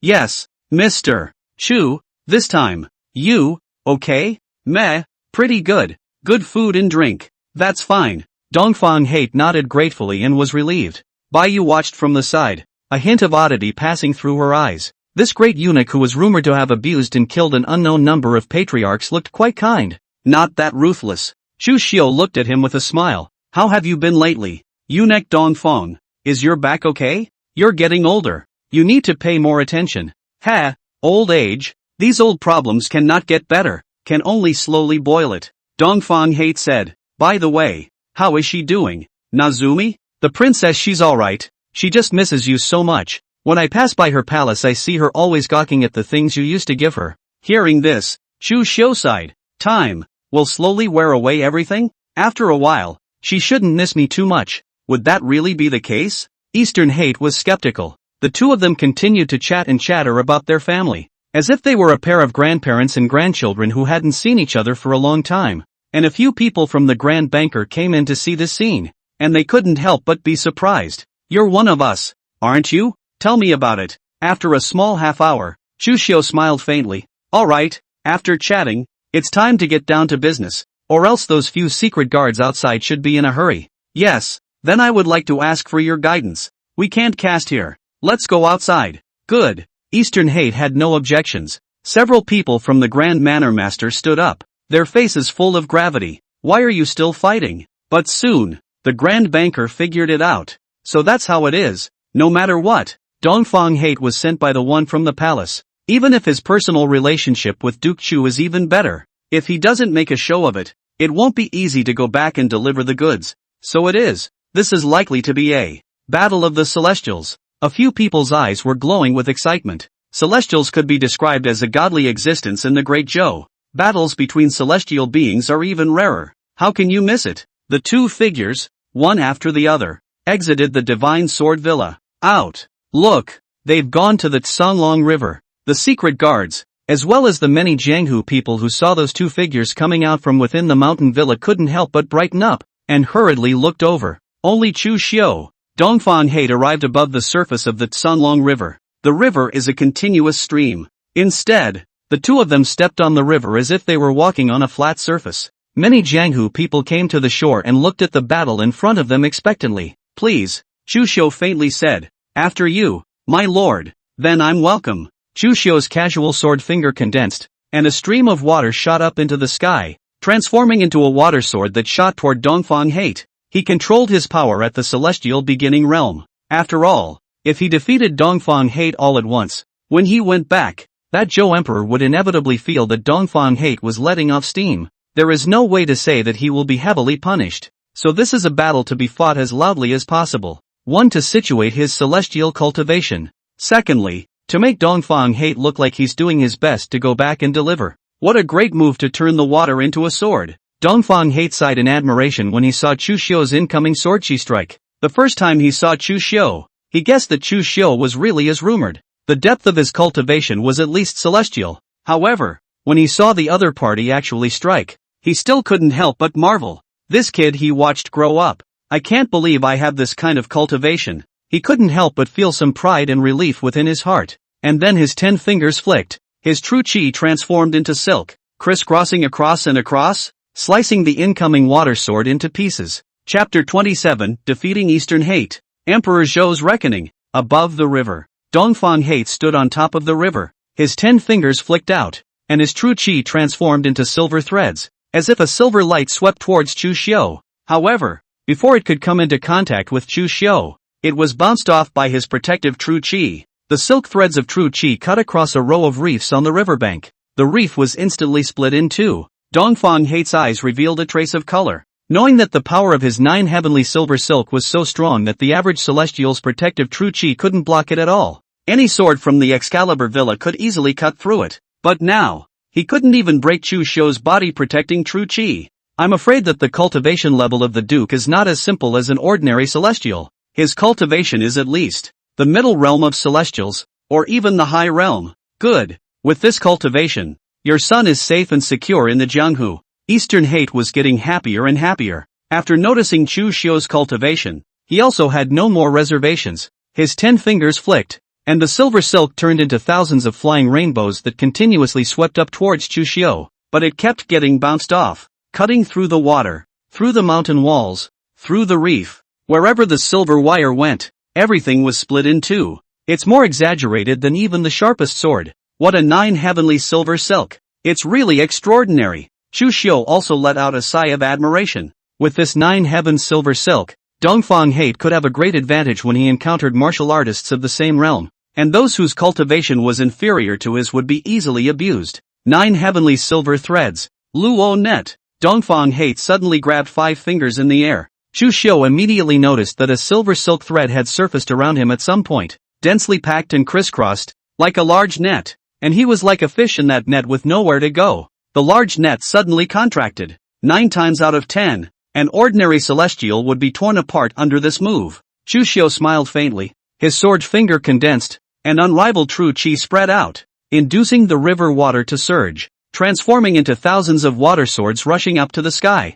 The water swords flew, and the silver threads like a large net were instantly shredded. The water swords were like a torrent, continuing to fly towards the Eastern Hate. It made him unblockable and unavoidable. Dongfang Hate gratifying smile. All except this blow. The whole person flew out backwards, back above the river. The body has been stabbed by the sword qi, blood dripping. There were even a few wounds on his body that were fatal enough. Chu Xiu sighed. Why bother? He knew that Dongfang Hate was trying to win the trust of Emperor Zhou, and with such an amazing battle, it wouldn't make sense for him to have only suffered some superficial injuries. A few secret guards hurriedly came next to Dongfang Hate and supported him. They looked at Chu Xiu with horror in their eyes. Abolish the prince, when it is really a celestial being. And not just any celestial being. It was the celestial who could hit the Eastern Hate hard without a single scratch. Me, defeated. Dongfang Hate looked at Chu Xiu and said indifferently. Then turn away. The dark guards also followed along and left, not daring to let anything happen to Dongfang Hate. This was a celestial being after all. Moreover, it was a celestial who had been cultivated by the royal family and was loyal to the royal family, even willing to be used as a tool. Once lost, it would be no small loss to the royal family. Looking at Dongfang Hate's departing back, Chu Xiu let out a light sigh. Take care. No matter how hateful Dongfang Hate was in other people's eyes, but in his eyes, the other party was still the elder who had watched him grow up. The other party had given him a much more intimate experience than Emperor Zhou. Eastern Hate is gone. The many Jianghu people who had gathered at the Excalibur Villa because of him also left one by one, and Chu Xiu's defeat of Dongfang Hate would quickly spread throughout the Great River. His prestige, it will go up a notch. Contrary to that, then the prestige of the royal family will decline. After all, to relegate an imperial prince who is a celestial being of martial arts to the common people, especially when this imperial prince enjoys a very high prestige in the civil society, the imperial court, this reflects the royal family back as fools. Inside the royal palace, Emperor Zhou's face was blue when he received the information sent back by his secret guards. He's actually really a celestial. Good Chu Xiu. All these years of keeping quiet within the royal palace and acting like a lowly martial artist, it turns out that it was all for show. Hiding your cultivation. You really do have bad intentions. I didn't misjudge you. Emperor Zhou lightly grunted. After learning that Chu Xiu was truly a celestial being, he didn't have half a bit of regret in his heart. On the contrary, he felt that he had made too good a decision. Chu Xiu was a celestial being, yet he had been hiding it. What was this if not a heart of mischief? If he hadn't promptly relegated the other party to the status of a commoner, now this throne is probably in danger. But in any case, the more active Chu Xiu becomes a martial arts celestial, the more active he becomes in the Jianghu, the more he will constantly remind those Jianghu people as well as the people that the widow's relegation of a celestial to the status of a commoner has brought dishonor to the widow's face. He is a celestial being that even Dongfang Hate can't solve. If he is forcibly suppressed by force, I'm afraid that he will have to pay a small price. We must think of another way to do it. Emperor Zhou sat in the dragon chair pondering. Then, he reacted.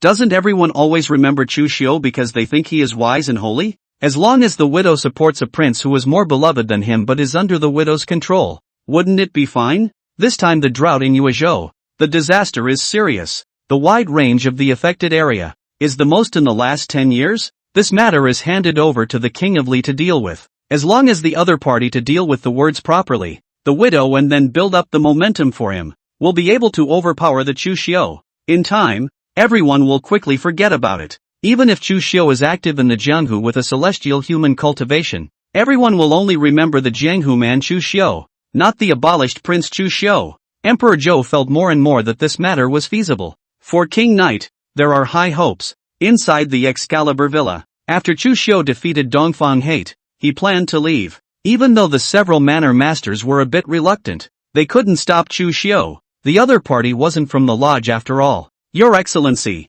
take your time. As for the 5 realms saying you left behind, I will definitely find a way to carry it forward, the Grand Manor Master said. He had already compiled a book on the 5 realms of the Sword Dao. Next up is the release. Chu Xiu didn't care much about this matter. Leave it to the Grand Master to decide for himself. Gentlemen, the mountain is high and the water is far away. We'll see each other again in the Jianghu if we have the chance. Chu Xiu faintly laughed. After saying that, he turned around and left with Shirayuki. Shirayuki went and hired a carriage and acted as the driver herself. And although the driver was a little too pretty, she was willing to do so. Where are we going next, my lord? Shirayuki asked curiously. Meh, go wherever you go. Chu Xiu laughed, and was spontaneous. The jungle was big, and he was sure there were quite a few more places for him to sign up. It's a matter of luck if you get to meet one. Anyway, with his current cultivation, he could go anywhere in the world. Okay, drive. Baiyu felt that following Chu Xiu,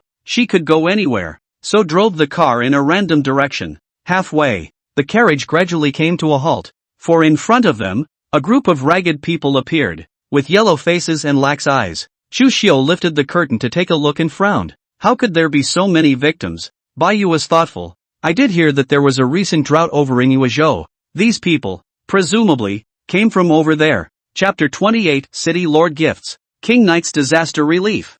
VC? A hint of contemplation appeared in Chu Xiu's eyes. At this moment, a calamity victim holding a child walked up to the carriage, knelt on the ground, and pleaded with Baiyu. Miss, please, give some food. When Shirayuki saw this, a trace of intolerance spread across her face as well. Chu Xiu said indifferently, distribute all the dry food inside the carriage to them. Yes, my lord. Baiyu took out all the dry food from the carriage, only that it was just a drop in the bucket for these victims. It doesn't help a few people at all. At this moment, a convoy passed by on the official road not far away. The caravan was surrounded by soldiers with blades in their hands, and they were escorting a large box that seemed to contain some kind of gold, silver, and jewelry. One of the leaders, with scars on his face, looked quite fierce and vicious, and some of the victims wanted to go forward to beg for food, but he was too scared to go forward. Baiyu glanced at the scarred face and said, My lord, I know this person. He is the guard beside the lord of Jiangning City in Yu Prefecture. His name is Scarly. He has a handful of chaotic cloak swordsmanship, which is perfected. Cultivation has reached the innate, and is ranked 98th on the earth ranking. Chu Xiu thoughtfully, the guard of the lord of a city. He didn't stay well in Yuezhou. How did he appear here? And Yuezhou is now in a serious drought disaster. Jiangning City will certainly also be affected, but he is here to escort things, is it? Chu Xiu had once been the crown prince and had a vague guess within his heart. Indifferently, he said, Baiyu, go over and ask what's in the box. If they don't say, force it open. Don't be polite to them. Good. Baiyu nodded. Wearing a bucket hat she walked over to Scarly. Dare I ask a few officials, what are you escorting? It's none of your business. Little lady, don't cause any trouble. Scarly said faintly, resting his hand on top of the hilt. A hint of wariness had flowed. Shirayuki laughed. What if I must know? Then don't blame Mr. Li for being impolite. Without saying 2 words, the 2 men drew their swords and knives almost simultaneously, swords clanging against each other. Sparks erupted. True chi escaped all around, carving a path of sword marks and slashes in the surroundings. Very harsh. Scarred Li was shocked. It's actually innate. Although Baiyu is wearing a bucket hat, but judging from her voice, the other party is most likely not yet 20 years old, which has innate cultivation. Which major school's direct disciple is this not? Each side was shaken back. But then, Baiyu's sword came out like a dragon, stabbing towards Scarly at extreme speed. The sword technique practiced by Baiyu, the famous sword swimming dragon sword technique, was a family sword technique, and the sword in her hand was also the family sword swimming dragon sword. The sword comes out like a dragon. Together with Chu Xiu's guidance during this period of time, there were few opponents within the same realm. Even the 98th on the earth ranking, Scarly, was no exception. However, after a few moves, the opponent was already in a disadvantageous position. But Scarly wasn't alone. He had a bunch of henchmen, and after he took a dozen steps back, he shouted, all of you, one by one. The soldiers around them lunged towards Shirayuki. Shirayuki grunted lightly. The rabble. The long sword in his hand was swung, Swordchi came out like a dragon soaring through the 9 heavens. Where the sword blade passed, the blades in the hands of one soldier after another all broke. Awesome! We are no match! Scarred Lee shouted. This lady warrior. We are from the Imperial Court. It's okay if he doesn't mention this. Once he mentions this, Bayu's face instantly coldens. The court. Fights the court. The court, the one that was heartless and hurtful to the prince. They all deserve to be beaten. The biggest one. She couldn't hit. Couldn't fight right now. Can't a Scar Lee fight? Brush up. The long sword shook, and the clothes on Scarface's body were torn to shreds by the sword chi. She hadn't forgotten Chu Xiu's command. Come to the caravan of crates and open them up. What was placed inside was clearly a silver ingot. Bayu's eyes were icy cold as she opened a few other boxes. And what was placed inside was also silver ingots as well as some gold, silver, and precious jades. Scarred Lee's face sank when he saw this scene. Girl, do you know whose caravan you're hijacking? This is the second prince's convoy. Shirayuki froze slightly. Isn't the other party the guards of the Jiangning city lord? How did you become the second prince's man? As for Chu Xiu inside the carriage, he had already fully reasoned things out. He lifted the curtain of the carriage and said indifferently, Good. What a good Jiangning city lord. There is a drought in Yuezhou, and the people have been displaced from their homes. He, the city lord, was actually able to scrounge up so much silver to give a gift to the second prince. Well done.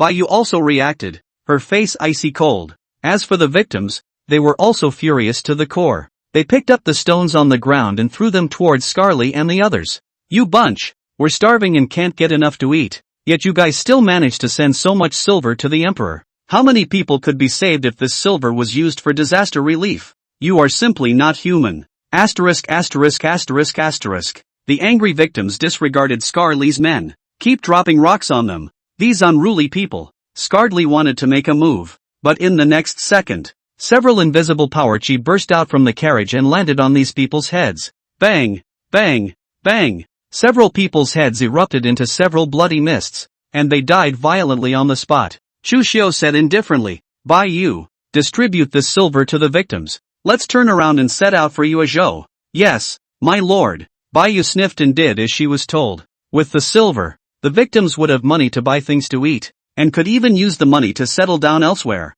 It was certainly a lifesaver for them. They all knelt on the ground and kowtowed to thank Chu Xiu for his great favor. I don't know the name of the benefactor. An old man said. Just a passerby. Chu Xiu faintly said. But when the old man looked at Chu Xiu, he knew that the other party must be extraordinary. He looked at the other party carefully, and the more he looked at him, the more he felt that there was something familiar. Suddenly, his body trembled, trembling with excitement, kneeling close to the carriage, looking carefully at Chu Xiu. Your Highness, is it you? Chu Xiu froze, not expecting to actually be recognized. Chu Xiu didn't answer. The old man took it as his acquiescence, and he burst into old tears. Your Highness, it's really you. You may not know the old man, but the old man remembers you vividly. Your Highness, 3 years ago, you led your troops through the Goldenwood village to suppress the bandits, and the old man was precisely the village chief of the Goldenwood village, who had entertained you. Chu Xiu looked at the other party and had some impressions.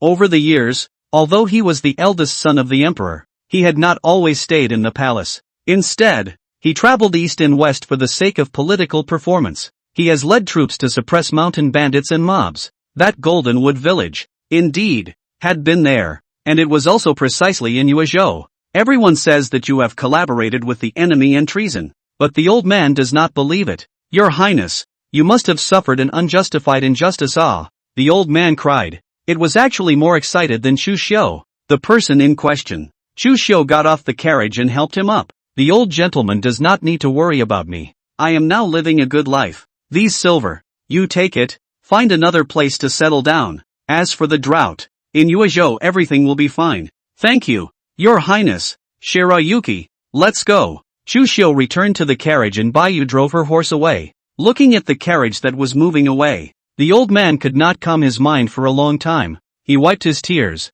Although His Highness was deposed, but he still has a heart for the people, and he is still worried about the country and the people. The Son of Heaven. The Son of Heaven has no eyes. Ah, Chui. Inside the royal palace, Emperor Zhou sneezed and frowned. His cultivation was not bad, so it was only logical that he would not catch a cold easily. Why did you sneeze on a good day? Who's talking about him behind his back? Then, he looked at Dongfang Hate in front of him and faintly said, Dongfang Hate, you went to Jiangzhou this time, nominally to pay homage to your ancestor, but after all, you're a member of the Imperial Court, and every move you make represents the prestige of the Imperial Court, and in the end, you lost to Chu Xiu. How do you think I should punish you? Dongfang Hate knelt on the ground and said, the old slave is incompetent and has brought shame to the court. No matter how His Majesty punishes the old slave has no complaints. Humph. Get up. You're old and useless, but on account of the fact that you're still loyal to me, I won't bother with you this time.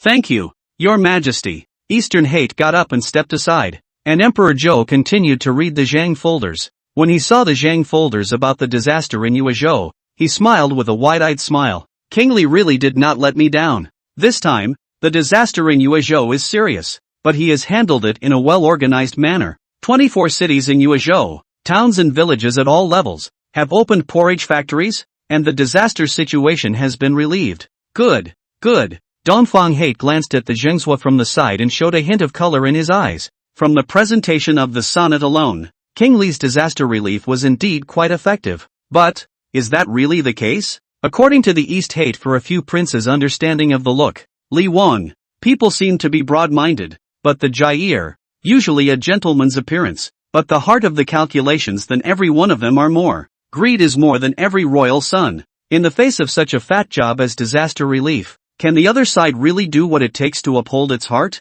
The East hated it, and was somewhat disbelieving, but he is, after all, only a eunuch, and must not say much. Chapter 29 Tiger Demon blocking the road. What should I do? Just as King Knight was providing relief, a piece of news spread. That is, the matter of Jiangning City sending silver to King Knight. This matter, witnessed by dozens of victims. Those silver is also the real thing, almost ironclad evidence. After this matter spread, many hundred letters in Yuezhou, grievances boiling. Emperor Zhou, who just finished reading the beautiful Zhengzhua written by King Li, the whole person was confused after hearing this thing. 1 second just finished praising, the next second you come here? Emperor Zhou was so angry that his face turned blue. Good. What a good King Li, actually doing such a thing, truly disgracing my face, the face of the royal family. Men, send someone to Yuezhou and call King Knight back. Emperor Zhou just wanted to call King Li back to give him a bad scolding. However, I saw a minister stand up and say,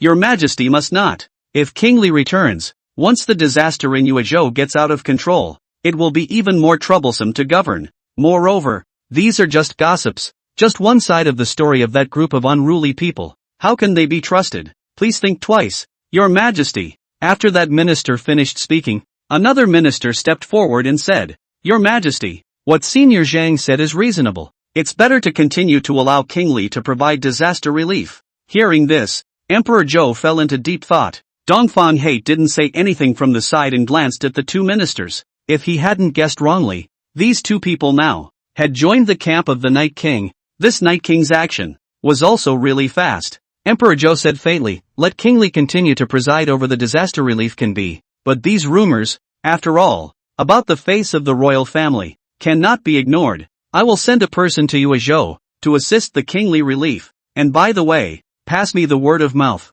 so that he cleans up. Do not do anything to undermine the face of the royal family. The crowd sniffed and looked at each other. Someone to assist King Knight? It's really about monitoring each other. But who to send? If it was an ordinary official, going there would only be easily bribed by King Li. Emperor Zhou was also pondering who the right person would be. At this moment, a silhouette took the initiative to walk into the great hall and said, Father, Nishang is willing to go to Yuezhou and assist her royal brother in disaster relief. You? When Emperor Zhou saw Chu Nishang, he frowned. You're a girl. Why don't you stay well in the palace and get involved here? Father, Nishang has grown up and wants to share her father's worries, and Yuezhou is mother consort's hometown. This time it was robbed. I also want to go there to do my part, as if I am doing my filial piety to mother consort, and accumulating a piece of Yin virtues. Chu Nishang said with earnest words, her mother consort, during her lifetime, was one of Emperor Zhou's most favored consorts, only to die not long after giving birth to Chu Nishang. Therefore, Emperor Zhou usually treats Chu Nishang with love and affection, and now that he heard him say this, he pondered for a moment. Since you have such filial piety, then I will fulfill you, and you'll make a trip to Yuezhou on my behalf. Thank you. Father! A hint of joy passed across Chu Nishang's face. Some courtiers looked at Chu Nishang. Their hearts sighed with emotion. I did not expect the 9th princess to be young, but she has such a worry about the country and the people. It is really rare. Quite a bit of that one. The face of Chu Xiu appeared in the minds of many courtiers. Speaking of which, among all the royal princesses, this 9th princess has the best and closest relationship with Chu Xiu, and it is normal to have a few of that person's bones. Just a shame. It's a woman's body. Otherwise perhaps it could be a lord worthy of their loyalty. Princess, the disaster in Yuezhou is serious and I heard that the displaced people are all over the place. Why do you want to go to a place like that to suffer? The servant girl beside Chu Nishang asked, and Chu Nishang faintly said, I am of a woman's body, and in order to take over the throne as a woman, I need more and better political achievements than others. This disaster relief may be an opportunity for me. Not only can you accumulate political achievements, but if you're lucky, you can also knock that guy, King Knight, so hard that he'll plant his head. The maidservant sniffed. Will King Li really give the princess this opportunity? King Knight. Ha! This person's heart is greedy and ambitious. Disaster relief such a fat job. How can he not take advantage of the opportunity to fish for oil and water? Those rumors are 9 times out of 10 true. A Jiangning city, in such a serious drought situation can still scavenge a few thousand taels of silver to give him gifts. You can imagine. The entire Yuezhou. I do not know how much of the people's fat and cream will be eaten by him. Chu Nishang said. A cold color passed through his eyes. If Big Brother is in, surely won't let this happen. On an official road in the former Yuezhou, a carriage was traveling. While on the carriage, Chu Xiu was sitting in place, his palms lightly patting his thighs as if he was pondering something. He lifted the curtain and looked at the dried-up river outside the carriage, the land with no grass, the drought in Yuezhou. It was more serious than he thought. Suddenly, a growl came from the mountains. A fierce tiger wearing human cloths and carrying a large sword leapt out of the mountains and stopped the carriage. The other walked upright like a man, and the tiger's claws had evolved into 5 fingers that could hold things, with sharp nails growing on them, together with a large sword carried by the other party. The power was extraordinary. Bai Yu's eyes stared. It's a tiger demon. She noticed the still drying blood on the corners of the other woman's mouth, and her mouth gave off a gush of blood, as if she'd just eaten something. Looking again at the other man's hand, he carried a human thigh. Apparently it was unknown which unlucky person had become the tiger demon's meal. The world is hard. Even the demons have come out to haunt us, Shirayuki said faintly, facing the tiger demon. She wasn't afraid. Obviously not the first time I've encountered it. TSK, it's a human female child. Female child is good, sweet and savory. You must be delicious. The tiger demon looked at Bai Yu and hemmed and hawed. If you want to eat me, it's up to you, Shirayuki said, drawing her long sword. It was met directly. The tiger demon also pulled out his big sword behind him and fought with Bai Yu, but within a dozen moves, he was kicked to the ground by Bai Yu. A sword pierced the shoulder. That tiger demon was shocked. Damn! He ran into a tough opponent. He hurriedly said, Don't kill me. I am a subordinate of the White Tiger King. If you kill me, the White Tiger King will not let you go. White Tiger King. Hearing that name, Bai Yu's face changed slightly. The 43rd on the demon list. The White Tiger King? Exactly. You know you're scared. That tiger demon thought that Bai Yu was afraid, and a smile appeared on his face. But the next second, with a swing of her long sword, Shirayuki sliced off her opponent's head. Afraid? I've never been afraid. Bai Yu knew that she wasn't a match for the White Tiger King, so she was startled for a moment just now, but she soon figured it out. Who's behind you? Chu Xiu. Martial arts celestials. Would you be afraid of a mere White Tiger King? Funny. Chu Xiu stepped out of the carriage and glanced at the tiger demon, and some clues of the demon ranking emerged in his mind. Similar to the heaven, earth, and human ranking. The demon list, a list that ranked the demons of the Great Zhou. Those who were on the list were mostly great demons on one side, or even demon kings comparable to patriarchs. It is said that the top 10 of the demon list, even the heaven list martial artists do not dare to easily mess with them. The matter of the demon list just passed through Chu Xiu's mind, and then he looked at the dead tiger demon and faintly said, The drought in Yuezhou has made the people's lives unbearable, and there are officials below who are corrupt, and there is a royal son above who is taking bribes and enriching his own pockets. Even the demons have come out to haunt. Bai Yu, do you know that when I was the crown prince, I had the dream of establishing a great Zhou dynasty where the sea is calm and the river is clear. But now, I've only been invalidated for a short time, and the first signs of corruption are already emerging.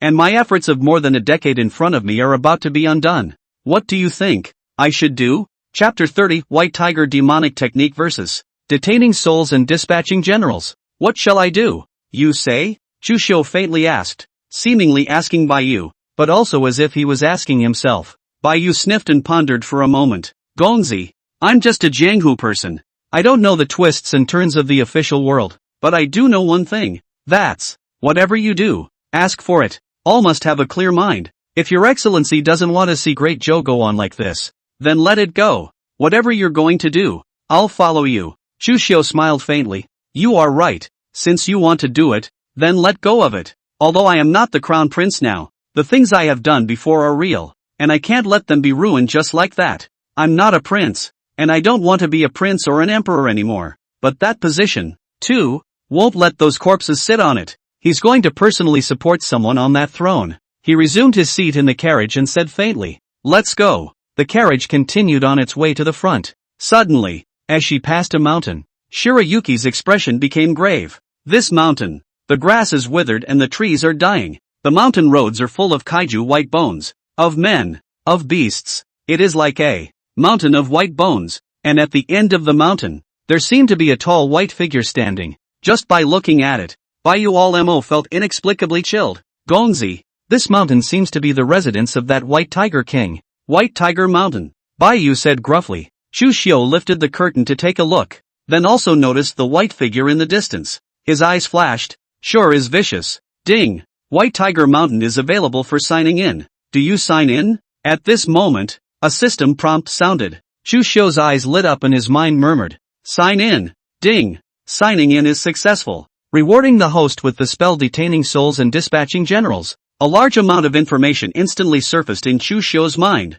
Spells. It's actually a spell. Chu Xiu was somewhat pleased. In the Jianghu, besides martial artists, there are also warlocks. The so-called warlocks are people who use spells, and spells are more complex and varied and mysterious than martial arts, but they are also more elusive than martial arts. Therefore, the number of warlocks in the Jianghu is much smaller than the number of martial artists. But warlocks are tricky. Ordinary martial artists wouldn't easily mess with it. Roar! At this moment, on the top of White Tiger Mountain, that White Tiger King sensed something and let out a low roar. And in the next second, the other party's figure disappeared into thin air. When Bai Yu did her best to capture the other party's figure, the other party had already arrived in front of her and said indifferently, You have the blood aura of my men on you. You killed him, and since that's the case, you go to hell as well. After saying that, the huge tiger claw directly slapped out. Shirayuki was frozen in place like she was scared silly. It wasn't that she didn't want to hide.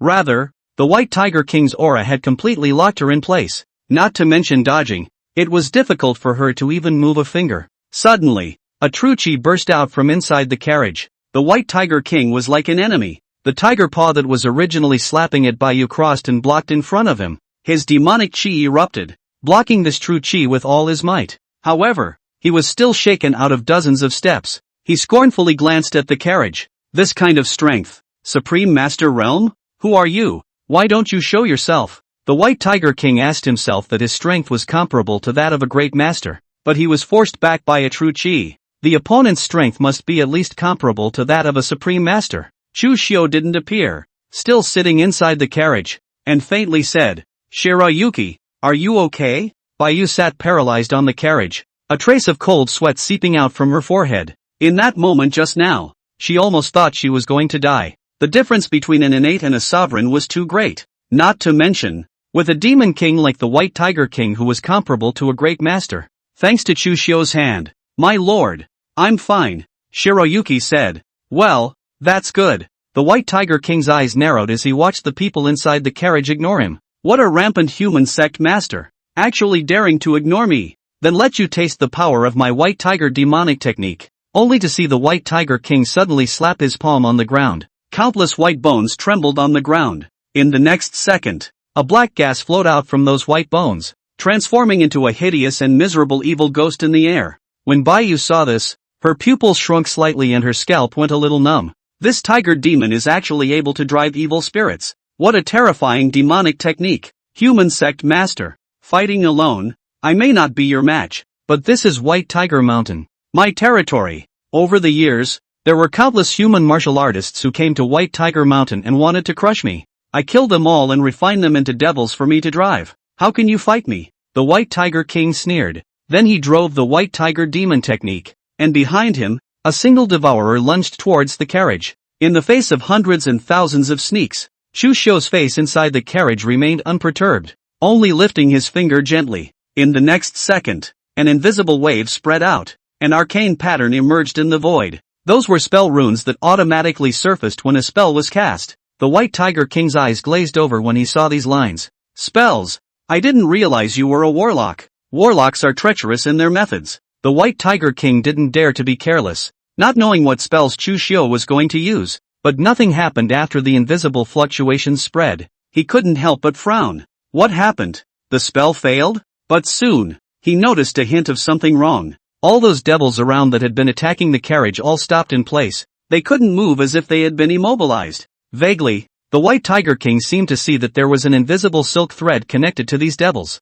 And at the end of the thread was the carriage. It's not that the spell failed, but that his spell has taken control of my ghost devourer. This is a goblin spell? Damn! How come it's this kind of spell? The White Tiger King's face was gloomy. He could control sneaks, and the thing he hated most was encountering spells of the same type. He tried to continue manipulating these devils with the White Tiger Demon technique. However, his demonic magic was like a mud cow entering the sea, not making the slightest ripple. Level of spell cast by opponent. Far above him. Damn it, leave. A hint of misfortune arose in the White Tiger King's heart, and he turned around to flee. But in the next second, those devils surrounded towards him, with strong resentment in their eyes, and then desperately rushed out. The White Tiger King was enraged. Even a bunch of dead devils want to stop me. He waved his tiger claws and his demonic aura swept like a hurricane. One by one, the ghosts of the devils who rushed up were torn apart by him. But the number of devils is too many. One died,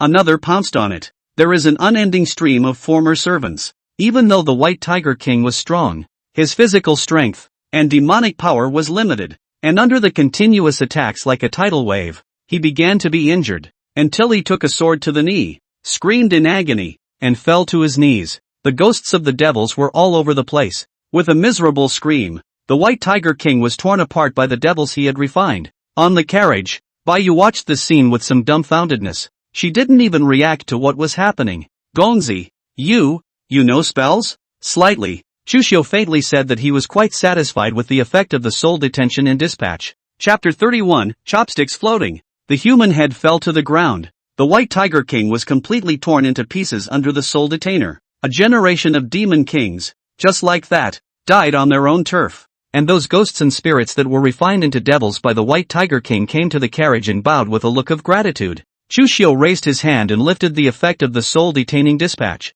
A look of relief appeared on the faces of these devils, and they dissipated into points of light. Ghosts are in and cannot stay in the young world forever. The longer you stay, the more painful it becomes. The White Tiger King refined them into devils, which was actually a form of torture for them, and the soul detention and repatriation was, in essence, not very different from the White Tiger Demon Law. It's just a higher grade. Of course, there are some ghosts and spirits that prefer to stay in the young world rather than be relieved. These ghosts, on the other hand, will take to sucking the living's young energy and harvesting young to supplementing to strengthen themselves and prolong their stay in the young world. After obtaining the soul detaining dispenser, this information automatically appeared in Chu Xiu's brain. Go, Chu Xiu faintly said. The carriage continued toward Yuezhou. Along the way, Chu Xiu saw a lot of displaced victims, some of them digging roots to eat, some eating guanyin soil, and even some, easy sun. The whole of Yuezhou is as miserable as a purgatory. Chu Xiu could not bear to look straight.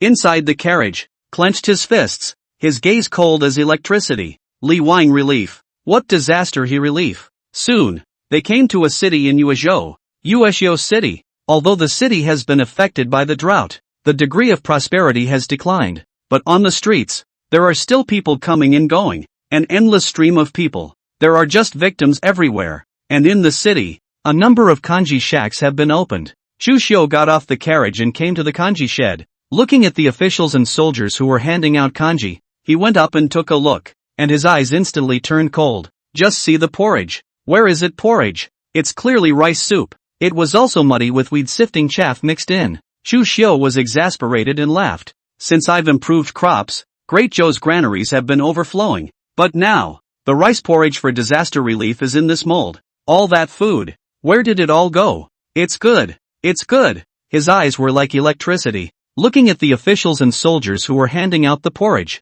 And he sneered. I remember that the former prince set up a rule when he was providing relief. Chopsticks floating. Heads fall to the ground. He grabbed a handful of chopsticks and threw them within the rice soup. The chopsticks are all floating on the surface. Where did the unruly people come from? Making trouble here. The official snorted coldly. You also said that those were the rules set by the former prince. Now that he has been abolished, where are his rules left? Who are the local relief officials? Chu Xiu asked indifferently. None of your business. Get out. The officer made a move to push Chu Xiu, but the next second was Bai Yu grabbed the arm. Directly twisted. After a click, the other arm directly broken. The officer screamed miserably. Woman, spare your life, woman, spare your life. We are also following the orders to do the job. It has nothing to do with us. Who are the relief officials? Yes, it's the city lord. Shirayuki looked at Chu Xiu. Go meet this man. Chu Xiu said indifferently and turned around to leave. Ueshio City. Inside the city lord's mansion, the lord of Ueshio City was having afternoon tea. A variety of snacks were placed in front of him, and a pot of fine dragon well was bubbling with the fragrance of elegant tea. He sipped his tea and ate his snacks in a nice way. All that grain, how much was it sold for? The Ueshio City Lord said as he looked at the steward next to him. The butler said, back to Lord City Lord. A total of 14,000 taels were sold. Not bad, not bad. Take out 70% and prepare to send it to King Knight. Speaking of this, a hint of flesh pain appeared on his face. This Li King just gives us the grain and takes 70% without having to do anything. Finding buyers, selling the grain, distributing the silver, and providing disaster relief. All of it is done by us, the housekeeper said. That being said, without the grain brought by King Li, we wouldn't have been able to harvest so much silver. Well, that's true. That's just it. King Li is a greedy person, but his methods are poisonous and clever, and he is good at disguise. Among the several emperors, there aren't many people who can fight against him. As I see it, sooner or later, that position will be his. So I'll take it as an early allegiance to the new ruler. Ueshio City Lord let out a light laugh and said, by the way, City Lord, I heard that the 9th princess is coming. She seems to be here to assist in the relief efforts, and I don't know if she will stop us from continuing to sell grain. This is something that the Night King should worry about. Anyway, there is only so much food that comes to hand. To find it, let her find the Night King, the Ueshio City Lord said. At that moment, there was a footstep outside the door. The two figures slowly walked into the City Lord's residence, and the Ueshio City Lord's face turned cold. What are those guards doing? Actually letting someone enter so easily? Only that butler sensed a hint of something wrong. Lord City Lord, these two are only here for a bad reason. You should retreat behind me first. Butler beware, the Lord of Ueshio City said, retreating behind the butler, quite confident in the strength of the other party, knowing that the other party was bought by him at a great price. A pair of powerful Vajra palms, pure fire, ranked 51st on the Earth list. He was a great master of the innate high realm. Friends, the butler walked up towards Bai Yu, Chu Xiu and the two of them. Both palms glowed with a hint of golden light. The true chi flowed and was ready to go. But, before he could strike,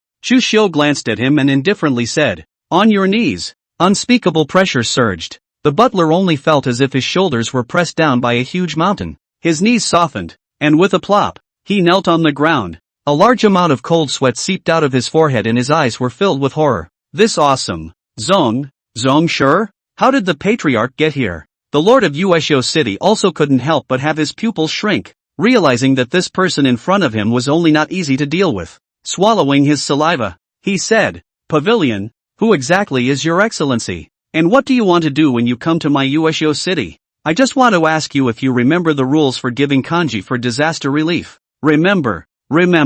What is it? Say, chopsticks. Chopsticks float, heads fall to the ground. Very well, will you cut yourself, or will I do it myself? Chu Xiu stood with his arms crossed and said. Ueshio City Lord's face changed as he exclaimed, Your Excellency's high level of force is admirable. However, I am the lord of a city and an imperial official. If you kill me, you will be hunted by the court. Even if you're a grandmaster, can you escape the entire court? And who are you to sanction me? He vocalized, trying to use the court to pressure Chu Xiu. However, hearing the doorway at this moment, A cold voice came. Just by virtue of him being my elder brother. Just because he is a generation of virtuous kings. A woman dressed in brocade robes slowly walked into the city lord's mansion under the flank of a few maidservants. The visitor looked no more than 15 or 16 years old, with a delicate face, a high nose, and skin like condensed fat, looking beautiful. But between his eyebrows, he carried an air of nobility that did not match his age.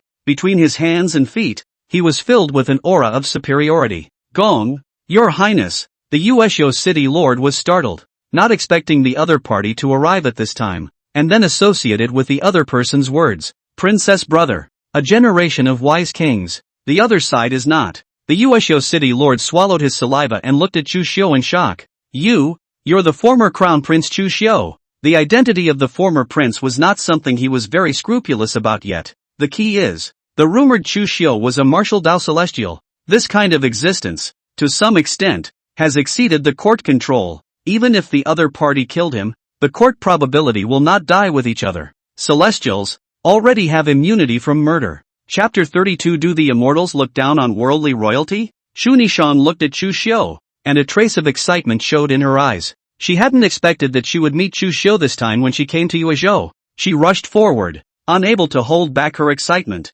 pulling Chu Xiu's hand, saying, Imperial brother, this period of time, have you been doing well? Chu Xiu smiled slightly. I'm fine. But then, his expression revealed a hint of coldness. But the people of Uesho are living in deep water. Just because of these people, he looked to the Echidna city lord. The other party also looked at Chu Nishan. Chu Xiu, seeing the hallowed princess, actually being so intimate with the former crown prince, his eyes flashed, and he already had a plan in mind to deal with Chu Nishan. Humph. The abolition of the crown prince to collaborate with the enemy and treason. The crime is extremely evil. By his majesty himself to be relegated to the common people. This is known to all people. Princess, you are 1,000 gold body. But with the abolition of the crown prince is so close to this matter, if the rumor to his majesty there. The corners of Uesho city lord's mouth rose, although it did not continue, but everyone heard the threatening meaning of his words. This matter spread to his majesty. Chu Nishan, must be hard to escape the blame. You may even lose Emperor Zhou's favor because of it. Chu Nishan naturally knew this, and if she wanted to seize the throne, she couldn't completely tear her face off with Emperor Zhou right now, and even needed the other side's support. Therefore, she smiled faintly at Chu Xiu. Imperial brother, wait a moment. She walked to a maidservant, pulled out the sword on the other side's waist and walked towards the Uesho city lord. The other side's face changed slightly. What do you want to do? Pust. The longsword stabbed out straight and then penetrated the heart of the Uesho city lord. The other party's pupils shrank, unable to believe that Chu Nishan, such a girl, actually dared to kill with her hands. Moreover, without a hint of hesitation, Chu Xiu was also a bit surprised. This sister who used to be good and sweet in front of herself. I can't believe that I have such a murderous drive. Himself, he had really underestimated the other party. For the first time, Chu Xiu looked squarely at Chu Nishan. The lord of Uesho city fell headlong to the ground. Too dead to die, she indifferently said. The lord of Uesho city did not do a good job of providing disaster relief, enriching his own pockets, and privately selling the court's relief food. The crime deserves 1,000 deaths, and has already been put to death by this palace. The butler who was kneeling on the ground was trembling and didn't dare to speak. Men, search all the silver within the city lord's mansion, then take it to buy grain, and starting tomorrow, reopen the barns for grain, Chu Nishan faintly said. She reinserted her longsword back into the scabbard of the servant girl next to her. The maidservant frowned a bit. There is still blood on this. Princess, you don't know to wipe it clean first? Alas. Forget it, do it yourself. Imperial brother, we haven't seen each other for a long time. Let's enter and talk, Trinity said, pulling Chu Xiu inside the lobby. And seeing those exquisite dim sum on the lobby as well as the superb dragon wells, she lightly grunted and asked the people to remove those things. Royal brother. Nishan, don't call me royal brother. It's not good if people hear you. And, brother? Seeing that Chu Xiu did not refuse, Chu Nishan continued. Elder brother, you have also come to Uesho, but is it for the matter of this drought? Aha! This drought is not trivial. Once in nearly 10 years, on this journey I have seen many people displaced, even easy to eat. I like you want to solve this matter as quickly as possible. But, some people have taken advantage of this time,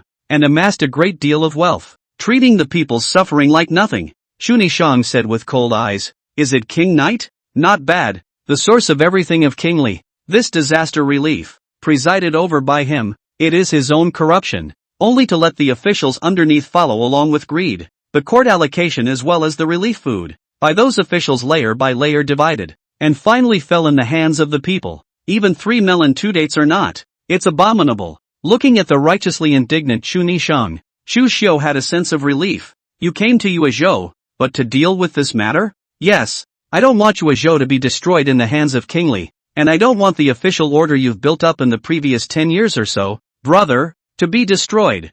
Ha, Nazumi, do you want to sit in that seat? Chu Xiu faintly laughed. He spoke out of turn. When Chu Nishang heard this, her eyes glowed. Then she said, that position belongs to you, elder brother. Elder brother is the most suitable candidate. Chu Xiu shook his head. I'm tired. I just want to have a good time getting away in the Jianghu. That position no longer has any attraction for me. How many people might be surprised if anyone else heard that? That's the emperor's throne. Power to the world. That kind of a throne is actually not attractive to Chu Xiu at all? Although I don't want to sit on it. Don't want anyone else to just sit on it either. Nishang, do you want to sit? Chu Xiu asked again. Chu Nishang sniffed. Her eyes condensed. If elder brother is not willing to sit in that position, Nishang is willing to give it a try for the sake of her elder brother and for the sake of the people. She had no secrets before Chu Xiu and frankly admitted her ambitions. Chu Xiu smiled slightly. I will help you. Thank you, brother. The two siblings talked for a long time.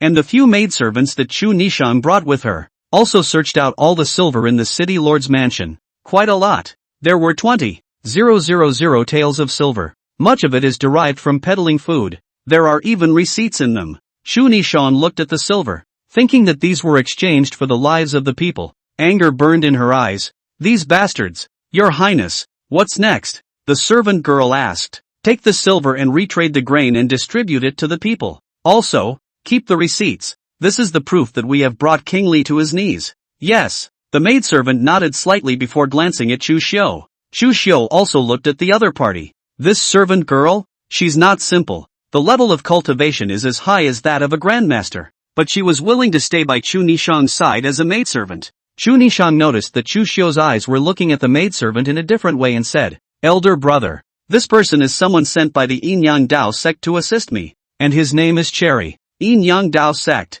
Cherry. Ha, you have one of the 4 great sects to help you. And with such a patriarch to protect you, I'm relieved. Chu Xiu smiled faintly. He had heard of the Yin-Yang Dao sect's reputation. One of the major sects of the Great Thursday, with deep roots, specializing in yin and yang spells. I did not expect the other party is also involved in the first wife inside, and also chose to help Chu Nishang so a princess, rather than other royals. It's kind of fun. Cherry also gave Chu Xiu an unexpected look. The other party can actually see his own Zongshi cultivation at a glance. Sure enough, it was a martial arts celestial knight. Yuezhou City Lord's Mansion. Inside the yard, Chu Fix was enjoying the moon and drinking wine, and Baiyu stood beside him, pouring wine for him from time to time. When a figure slowly came, it was none other than Cherry, who had a long sword hanging from her waist, who smiled faintly and said, Flowers and moon, beauty and wine. Mr. Chu is really in good spirits. Chu Xiu was not surprised by her arrival and said, It's not easy for the Yin-Yang Dao sect to cultivate a young patriarch, and to send such a patriarch to Nishang to drive her around. It's evident that the Dao sect has attached great importance to Nishang. Only I'm curious as to why Nazumi? She is of a woman's body and does not have any advantage in competing with the other princes for the throne. So why did you choose her? Because compared to several other imperial sons, the princess is most suitable for my Yin-Yang Dao sect. 4-1. The princess mother was once a disciple of the Dao sect. The second is that the princess worshipped the Dao sect as early as when she was 3 years old. She wanted to take over the throne, so we had to help her with all our might. Cherry faintly said, then asked Chu Xiu in turn. On the contrary, Gongzi, you really don't have any half-thoughts about that position? She really doubted that in the world. Was there really someone who could put the throne down in a cloud, knowing that it was a supreme power? No. Why? You think immortals would look down on worldly royalty? Chapter 33, The Night King's Actions. Black Cloud 16 Co.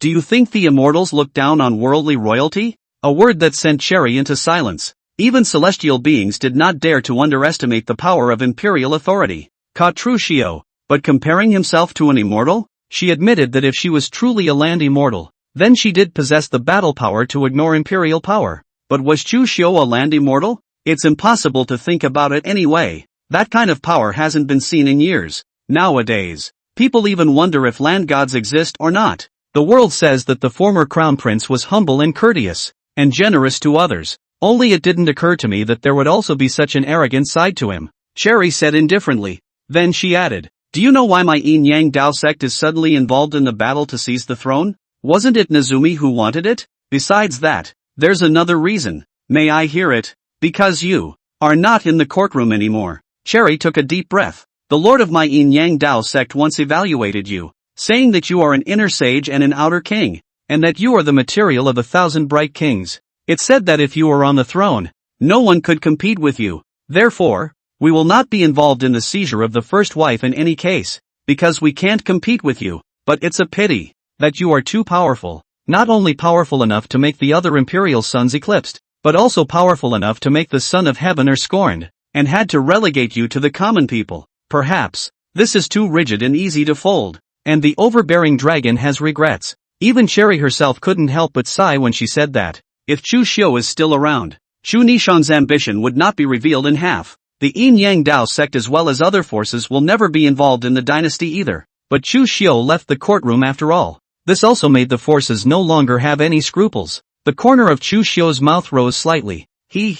Your patriarch's evaluation of me is quite high. If I have the opportunity, I will thank him in person. Let's not talk about this. Let's talk about Her Highness. Although my Yin Yang Dao sect has promised to help her seize the throne, but this road is very difficult and dangerous. If you are not careful, it will be doomed. Do you think she can finally sit in that position? If it was just you guys, maybe it might have failed. But now, Chu Xiu drank a cup of wine. She is destined to be the future new ruler. A few days later, Chu Nishan used the silver within the city lord's mansion to buy and purchase new grain, reopening the barn and releasing the grain. And this time it was no longer muddy rice soup. It's real food for disaster relief. The victims looked at the food and were so excited that tears fell from their eyes. Chu Nishan was also gradually known to the people as a result, beginning to accumulate some prestige. However, Chu Nishan here disaster relief situation is very good, but Li Wan's side is a little bad. Due to Chu Nishan's interference, Li Wan's speed of enrichment affected, not to mention,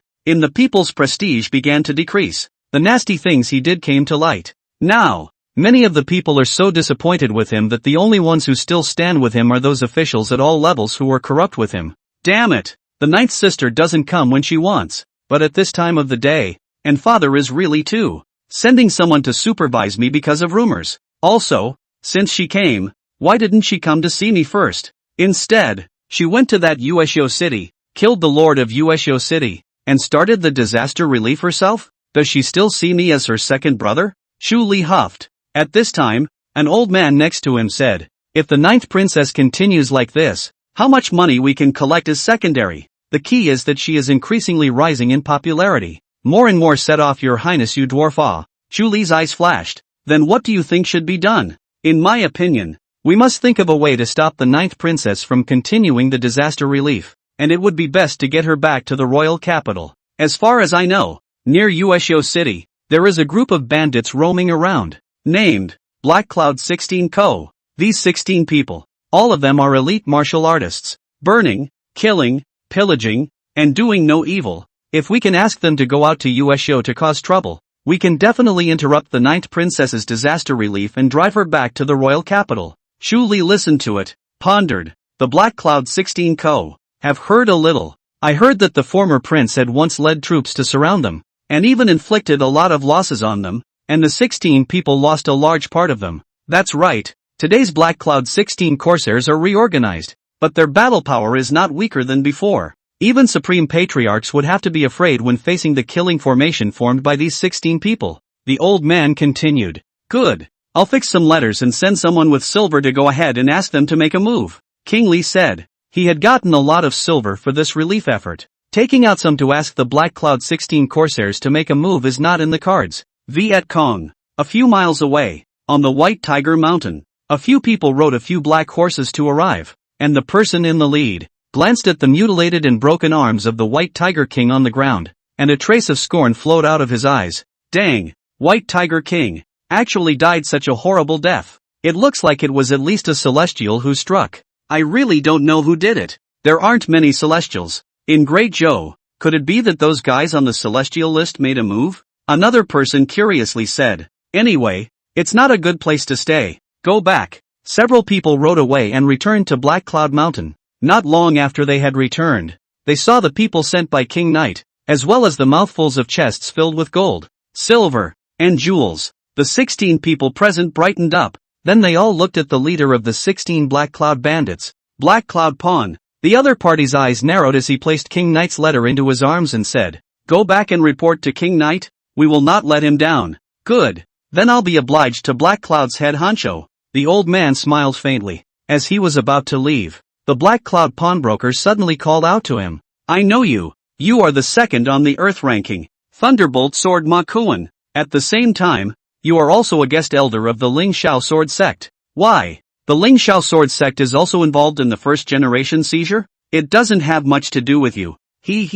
When the former prince fell, you guys popped up one by one. Chu Xiu, the Night King, the Ling Xiao Sword Sect. When the former prince was around, I didn't see you guys jumping out to take over the throne. For that matter, I actually kinda admire the former prince. Admire him for whisking you, the 16 Black Cloud bandits, around like dogs in the first place? Mention this. The other members of the 16 Black Cloud Corsairs had drawn their blades. A solemn and murderous atmosphere filled the surroundings. The crowd stared at the old man Ma Kuan with unfriendly faces. Black Cloud Pawn leader's eyes narrowed. Back then, when the former prince used his art of war in conjunction with the Danae's experts to crush my Black Cloud 16 invaders one by one. This, I admit. It's just a pity that he's no longer the prince now, and he doesn't have the Danae's guards around him. If I meet him again, I'll kill him like a dog. Ma Kuan looked at him. If you encounter him again, I advise you to flee immediately. Pupils of the Black Cloud pawnbroker shrank. He's really a Martial Dao Celestial?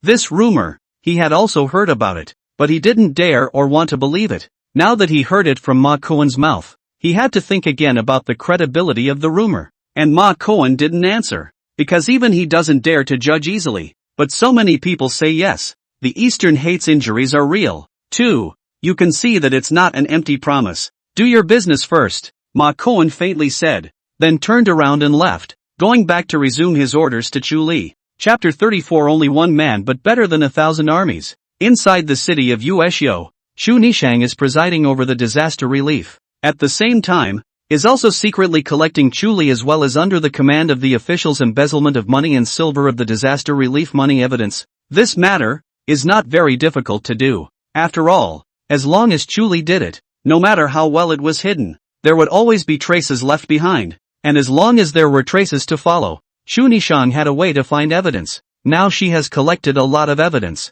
but she felt that they were not enough. These were able to prove that Chu Li and the others were corrupt, but in Emperor Zhou's mind, it was only not enough to bring King Li down completely. She also needed a more important piece of evidence, a weight that was enough to make King Li fall on his sword, so that he could no longer be a candidate for disaster relief, or even fall from grace in the eyes of the Zhou Emperor. Outside of Yueshio City, 16 black horses, 16 people dressed in black, wearing black cloaks, with ghostly masks on their faces, like black ghosts, came. A man next to the Black Cloud pawnbroker hemmed and hawed. Big brother, that Chu Nishang, as a princess, with her brocade clothes and jade food, must be very pretty to look at. Put away your mind. Our purpose is to drive her out of Yueshio City. Don't do anything superfluous. Besides, you may not hurt her life? Black Cloud Pawn said gruffly. Why? People of the royal family are all protected by Dragon Chi. It's bad luck to kill them. I heard that decades ago, there was a celestial who held himself in force and killed a prince,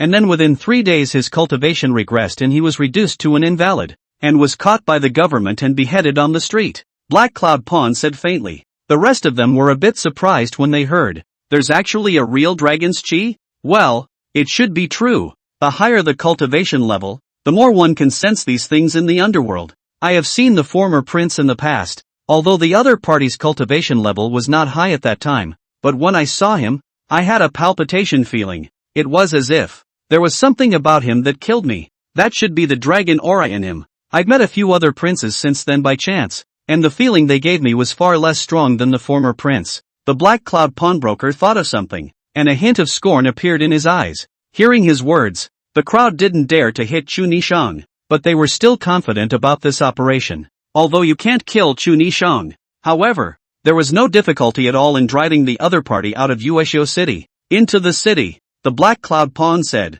16 people rode their horses and galloped towards Yueshio City, and the soldiers guarding the city turned pale with fear when they saw these 16 men. Yes, it's the 16 Black Cloud Bandits. Damn, they're actually here. Yueshio is in a great drought. The people are in dire straits, and at this time of the year, these 16 demons still want to set out to plunder us? With the 9 princesses providing relief, we've managed to get better. Why did these 16 demons suddenly come? The people of Yueshio had all heard of this Black Cloud 16 invaders. They could be considered a nightmare for the people of Yueshio. Wherever the Black Cloud 16 invaders go, there is bound to be a bloody storm. Not an inch of grass. The soldiers guarding the city hurriedly slammed the city gates shut and then ran in to report Chu Nishang. But the gates simply couldn't stop the 16 bandits. The Black Cloud Dongji, who was at the head of the group, swung out a long sword in his hand. Next, Blade Chi swept out like a hurricane. The large city gate was split into 7 or 8 pieces by the sword Chi and collapsed.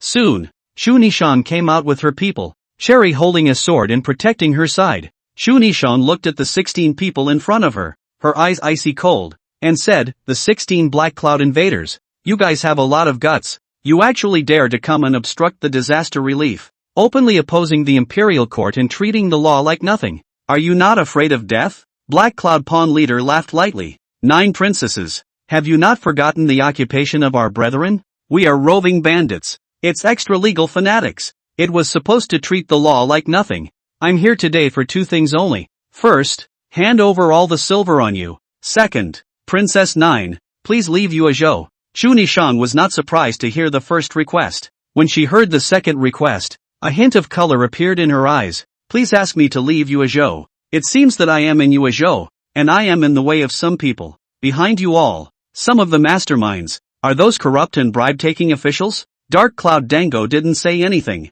Wearing a ghostly mask, he made it impossible to see the slightest expression. Only those eyes, indifferent and cold. 9 princess, why ask so much? If you do not go, we just need to be here. To kill. Don't you dare. Cherry let out a low gulp and drew her long sword. Her true chi flowed, and vaguely, a black and white Taiji diagram emerged under her feet. Black Cloud Pawn leader was a bit surprised. Taiji sword technique. This is the Yin Yang Dao sect's martial art that mixes spell changes. Who are you? Disciple of the Yin Yang Dao sect. Cherry, your cultivation has reached the patriarch. Interesting. The original 9 princesses behind the Yin and Yang Taoist sect backing up. No wonder that person wants to find us to come. Ha ha, is too interesting? The former prince left. You guys are really one after another to come up make me want to get involved in a foot. Black Cloud Pawnbroker laughed out loud. He suddenly felt that it seemed not bad to find a prince to defect and participate in taking over the throne. Didn't he see that even the Yin Yang Dao sect and the Ling Xiao sword sect were involved?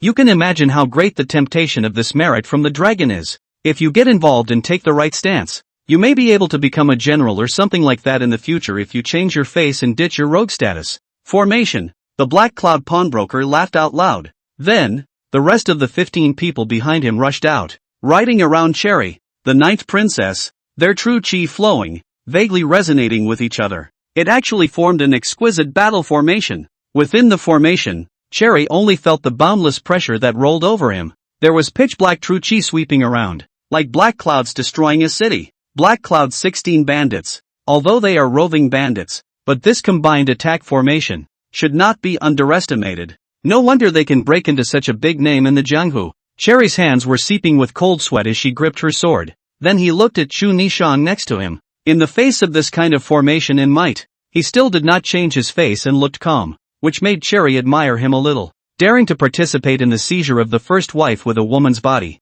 Her heart is really extraordinary. What are you afraid of? Chu Nishang looked at Cherry and said indifferently, "They are the ones who should be afraid." She had just finished her sentence. Just a short distance away, a figure walked slowly. The other party was dressed in white, immaculate, with a handsome face and inked hair that reached his waist. With every step he took, a point of aura was gradually released from his body. However, in just a few steps, a powerful pressure had enveloped the entire street, making the Black Cloud Dongji feel doubly oppressed, and his heart felt as if it had been gripped. Especially when he saw the other party's face clearly. He couldn't help his pupils shrinking in disbelief. It's you! That face, he would never forget. In his life, he had lost very few times. One of the worst times was when he was surrounded by a teenager with soldiers. That teenager was clearly a martial arts 5 or 6 grade. He could crush a large number of them with one hand. However, it was such a teenager who used his army like a god, breaking the 16 of them one by one,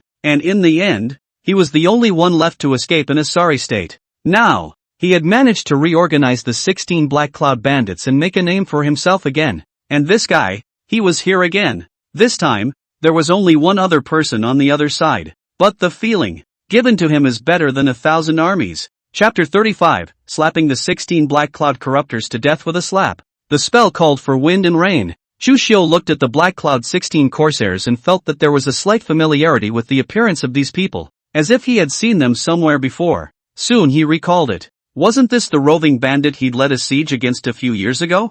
I remember when he was not yet the crown prince and was still accumulating his political achievements. He heard that the 16 Black Cloud bandits were in rebellion, so he led his troops to besiege them. At that time, a lot of people didn't see eye to eye. He himself is also a bit unconfident, but also stayed up late and worked overtime to make up a night of Sun Tzu's Art of War, the 36 stratagems and other books of war. Then, the 16 Black Cloud bandits. Nothing more. Although the leader of the Black Cloud 16 bandits escaped, this battle also made him famous for it, and he gained some fame even in the military. I didn't expect that today. I actually saw these people again. Shaking his head. It's really a narrow road. This time, since you've met, you guys don't leave. Next, mighty strength. The battle formation of the 16 Black Cloud bandits directly collapsed with a loud bang, and the Black Cloud pawn even appeared in his mind. Makoan's advice. If you meet him, I advise you to escape. Wu Dao Celestial. The other party was truly a martial arts celestial.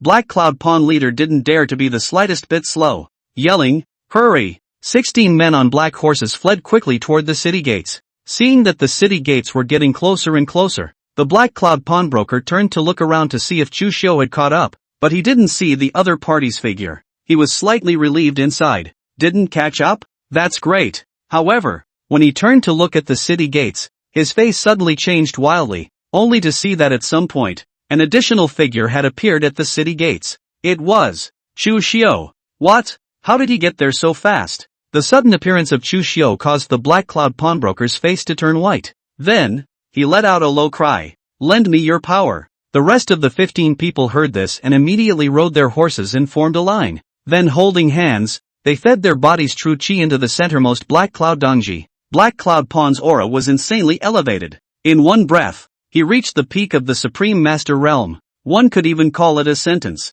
Half-step celestial. Black Cloud destroying chop. With a roar of fury, the Black Cloud pawnbroker drew his long sword and his true chi gushed out, condensing a huge black sword shadow in the air. The shadow of the blade chopped down fiercely towards Chu Xiu with a domineering and overwhelming might. The momentum is like a black cloud destroying a city. Everything is destroyed. But Chu Xiu stood still. He didn't even use any martial arts moves. He just lightly waved his hand. True chi surged out, transforming into a huge palm print. Boom in the middle. That domineering blade shadow directly collapsed. The terrifying palm force landed on the Black Cloud pawnbroker, and the other party flew out directly with his horse, his tendons and bones bursting and dying on the spot. And not only him, the rest of the 15 people were also enveloped by the palm chi. All of them vomited blood to the sky and fell to the ground and died violently. One palm, easily destroying the ferocious and renowned Black Cloud 16 invaders. Such power is truly mind-blowing. Chu Nishang had heard of Chu Xiu's strength,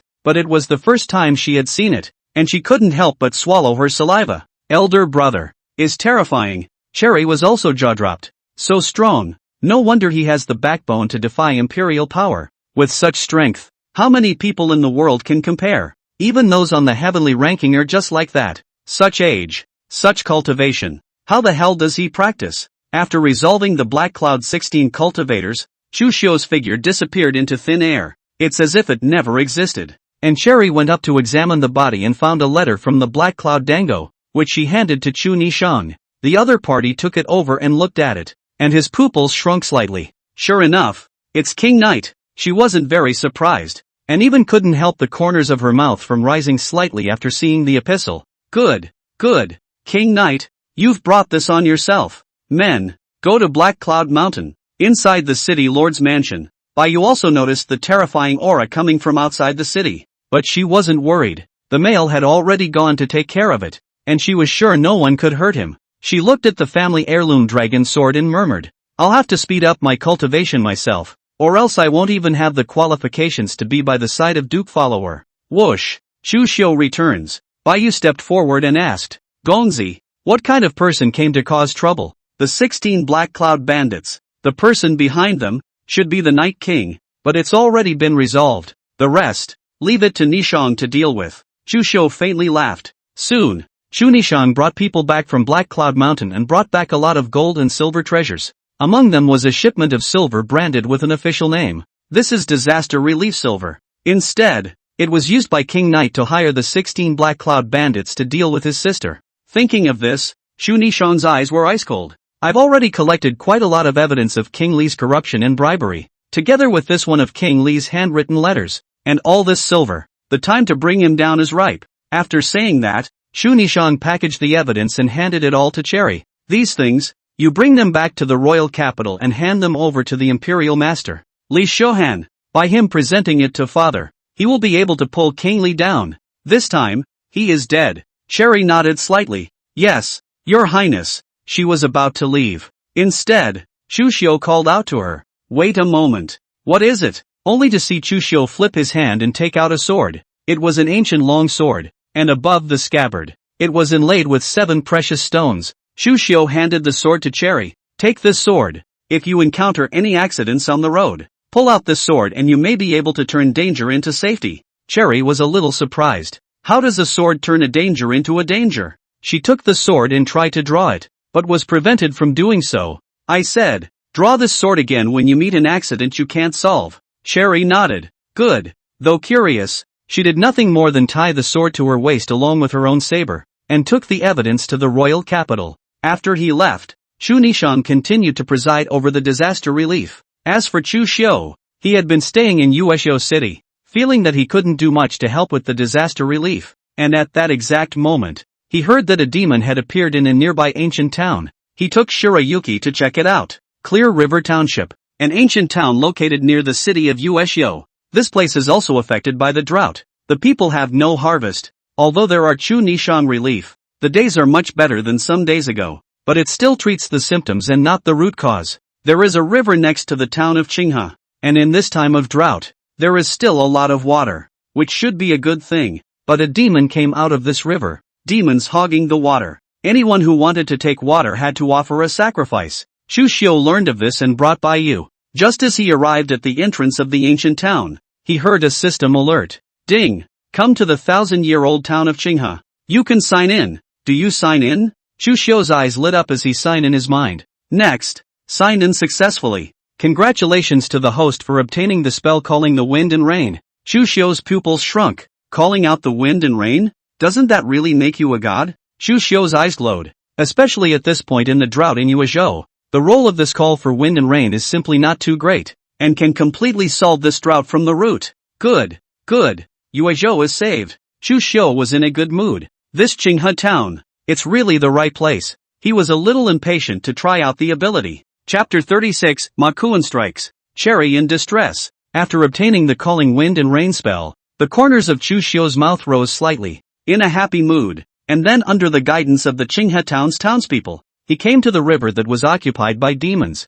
and the other party didn't dare to come closer, only daring to point it out from afar. But it was enough for Chu Xiu. He brought Baiyu to the edge of the river and carefully sensed it. It was soon discovered that upstream of the river, there was a tyrannical demonic aura. "Go up and check it out." A large golden toad was found perched on a large boulder next to the corpse of a human baby. Chu Xiu glanced at it with an ancient expression, and the big toad saw this and glanced at it. "Oh, are you here for water too? Send up your offerings. Seek death." Shirayuki had burst into a rage upon seeing the corpse of the infant. Charged up with his sword, the swimming dragon sword came out, and the sword was like a swimming dragon. The innate cultivation was fully exerted, and in 3 or 2 strokes, he left a blood-drenched sword mark on that golden toad's body. Toad's face changed drastically. Innate expert. Not good. Retreat first. He opened his mouth and spat out a large amount of green poisonous gas, and then take the opportunity to try to slip away. But suddenly, A palm condensed from true chi slapped him. The opponent was directly slapped into pieces. Chu Xiu withdrew his hand with a bland expression and was about to leave after resolving the demon. Suddenly unable to hold back a soft eek, he found a Ganoderma lucidum emitting a faint glow under the large green stone where the toad was staying. He glanced at it and his eyes lit up. This is a 100-year-old Ganoderma. After taking it, you can increase your power greatly. This toad is actually hiding this treasure. If he has this treasure, why doesn't this toad use it himself? Shirayuki was a little confused. This 100 years Lingji, the medicinal power is overbearing. It's not something that an ordinary demon or martial artist can digest. That toad is only at the first grade realm. If he takes this Lingji hastily, he will only explode and die. I think that he should want to advance to the innate level before he uses this item. Chu Xiu said with a faint smile and plucked the Lingji off. Bai Yu was happy for him. Gongzi, this is how good people get good karma. You eradicated this demon for the people. Thus you were able to harvest this treasure. Chu Xiu smiled. This item is useless to me, but it's quite useful to you. After you take it, your cultivation will be able to rise to at least innate perfection. His cultivation had reached the land god realm. Not to mention the 100-year Ganoderma lucidum. The 1000-year Ganoderma lucidum had little effect on him. Bai Yu's mouth opened wide. Just this one Lingji can actually raise me to innate perfection? This is too powerful. There are countless treasures in the world. I've read in a book of wonders that there are spirit fruits in the world that some people take and reach the level of a zone master. Compared to that, this 100-year Ganoderma is nothing. Chu Xiu smiled. He had read a lot of the collection when he was in the royal palace. That's why he was able to recognize this 100-year-old Lingji at a glance. TCH, it's really a big world, Shirayuki said, looking at the Lingji with some anticipation. With this item, she would be able to slightly catch up with the Gongzi's pace, right? The other side. The main city of Yuezhou, where King Knight was located. Inside the city lord's mansion, King Knight had already learned about the failure of the 16 Black Cloud bandits. He stood up in misery and disbelief. How is it possible? When the 16 Black Cloud co-join forces, a supreme patriarch would not necessarily be a match. How could it not be able to help a Chu Nishang? Is it hard to believe that there's a supreme master level expert beside her to protect her? A supreme patriarch is definitely a dominant party in the Jianghu. Even if it was a prince like him who wanted to recruit, it would still take a lot of effort. Right now, his Night King's mansion simply did not have this kind of expert sitting in it. His greatest reliance right now was also the Thunderbolt sword Ma Kuan by his side. The opponent was only at the Grand Master level as well. Chu Nishang. How could there be an expert of that level escorting her? Other than that, there is another thing to report to your highness, Ma Kuan said next to him. Recently, someone saw the former Crown Prince Chu Xiu in Yuezhou. When these words came out, Chu Li's pupils shrunk slightly. How could that be? He actually came to Yuezhou. Is it possible that the person who killed the 16 Black Cloud bandits was him? Rumors in the rivers and lakes say that Chu Xiu is a celestial being.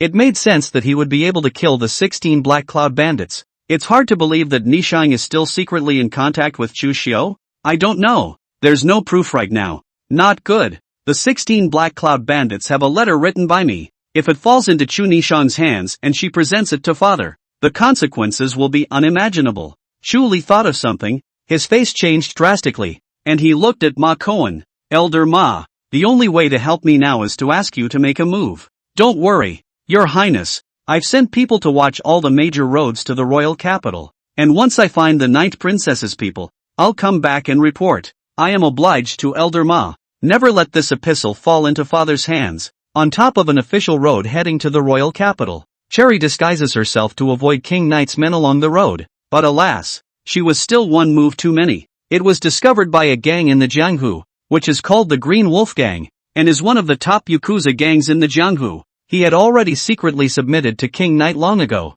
Upon discovering Cherry's whereabouts, she was immediately rounded up. The official road, Cherry ran away quickly, trying to return to the kingdom. However, behind them, the Green Wolf Gang members were in hot pursuit, especially the leader of the Green Wolf Gang, who was riding a tall green wolf with a surprisingly fast speed. It was more than tens of times faster than ordinary cavalry. He soon caught up with Cherry and stabbed out with a gun behind his back, which was as strong as a dragon. Cherry lightly grunted as she swung out the long sword in her hand, swinging away the lance, while a Taiji diagram emerged behind her, in which sword chi flew out. The sword chi shook the Green Wolf Gang leader back. The other party couldn't help but TSK. Worthy of being a disciple of the Yin Yang Dao sect, this Taiji sword technique that fuses spells is truly arcane. Master of the Green Wolf Gang, you are living in a remote area. You could have lived in peace with each other, but you want to get involved in this dynastic dispute. It's too stupid. He, you Yin Yang Dao Sect, how could you not?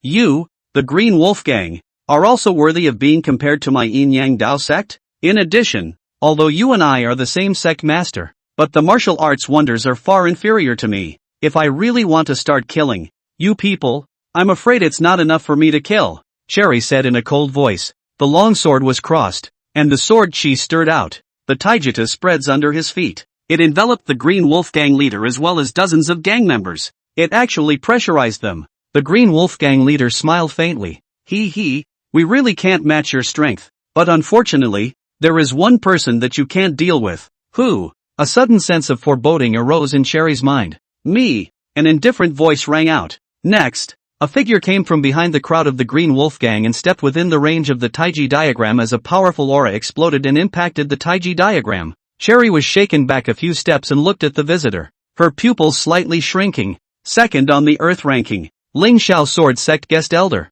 Thunderbolt Sword Ma Kuan. Ma Kuan stood with his arms folded, and between the lifting of his hands, his true chi flowed, making crackling sounds in the air, and his sword chi was like thunderbolts, stirring out. Bang! The Taiji diagram collapsed with a bang. Ma Kuan said indifferently, a Zongshur beginner's realm is unbeatable in front of a great Zongshur. Will you tie your hands and surrender, or will I personally kill you? Chapter 37, 7-Star Dragon's Abyss of Sword Chi. King Li stepped down. By the time she saw Ma Gong, Cherry was already a little desperate. This is a great master. In the Jianghu, it is a dominant party. Even the 4 major sects didn't have many Grandmaster level characters. I didn't expect the Ling Xiao Sword Sect to actually send a great master to help King Knight. It's really unexpected. You Ling Xiao Sword Sect, you're really willing to put in the blood. Even the Yin Yang Dao Sect, on the surface, had only sent her, a sect master beginner realm, to support Chu Nishanga. Ma Kuan stood with his hands behind his back,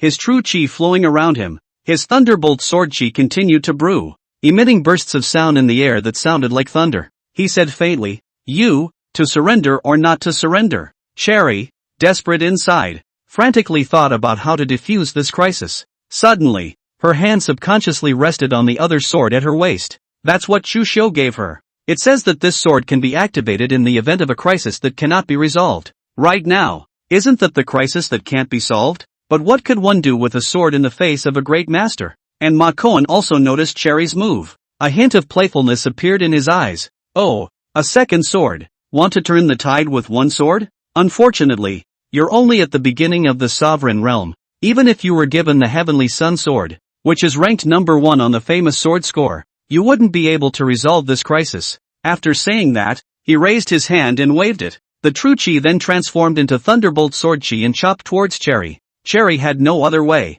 and could only trust Chu Xiu at the moment. She steeply bellowed and drew the sword at her waist. Next, the long sword was sheathed, and the brilliant and dazzling splendor of the sword blossomed, enveloping the 4 directions. A high-pitched dragon's roar echoed through the heavens. What kind of sword is that? The body of the sword is green and bright, and when you look down on this sword, it is as if you are looking into an abyss from a high mountain, with a great dragon coiled in it. And this sword is the 7-Star Dragon Abyss. The Dragon Abyss sword came out, and the sword chi broke through the air to transform into a dragon, sweeping out towards the front of Cherry, where it passed through. The Thunderbolt sword chi swept away, while Ma Kuan's pupils shrank and he shouted, impossible! How in the world can there be such a sword? The sword chi landed on Ma Kuan's body, and the other party's protective astral aura collapsed in an instant, and the sword chi entered his body, strangling his internal organs. A cloud of blood mist exploded from Ma Kuan's body before he collapsed to the ground with a loud thud. A generation of great masters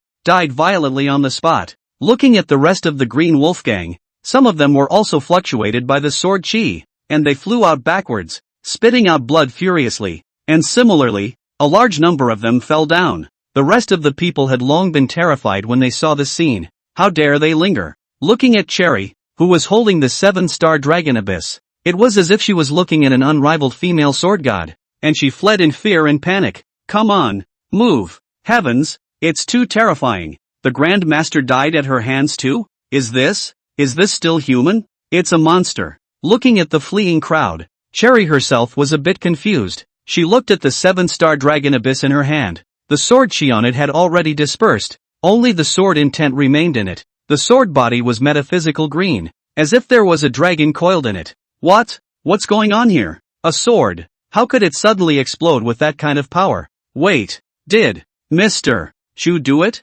Ancient texts record that after martial arts have reached a certain level, one can deposit their power in other things or even people, and explode at a specific moment. This sword is precisely the one that has deposited Duke Chu's sword chi, and drawing the sword is the time to emit the sword chi of Lord Chu. Cherry swallowed her saliva. She was shocked and grateful. Shocked at Chu Xiu's profound strength. He was glad that he was obedient and didn't draw his sword without authorization on the way because of curiosity, or else he would have wasted this sword chi, and he would have lost his life today. Enter the royal capital first. Cherry slid the dragon abyss back into its scabbard, then a quick trip to the royal capital. According to Chu Nishang's instructions, he came to the residence of the Crown Prince Li Shuhan and handed him the letters about King Li's embezzlement and bribery as well as the hiring of the 16 Black Cloud bandits. This man was a clean and upright official, one of the few straight officials in the court. It was also someone Chu Nishang found trustworthy. If it was given to other officials, there was no guarantee that the other party wouldn't be from the Night King's faction,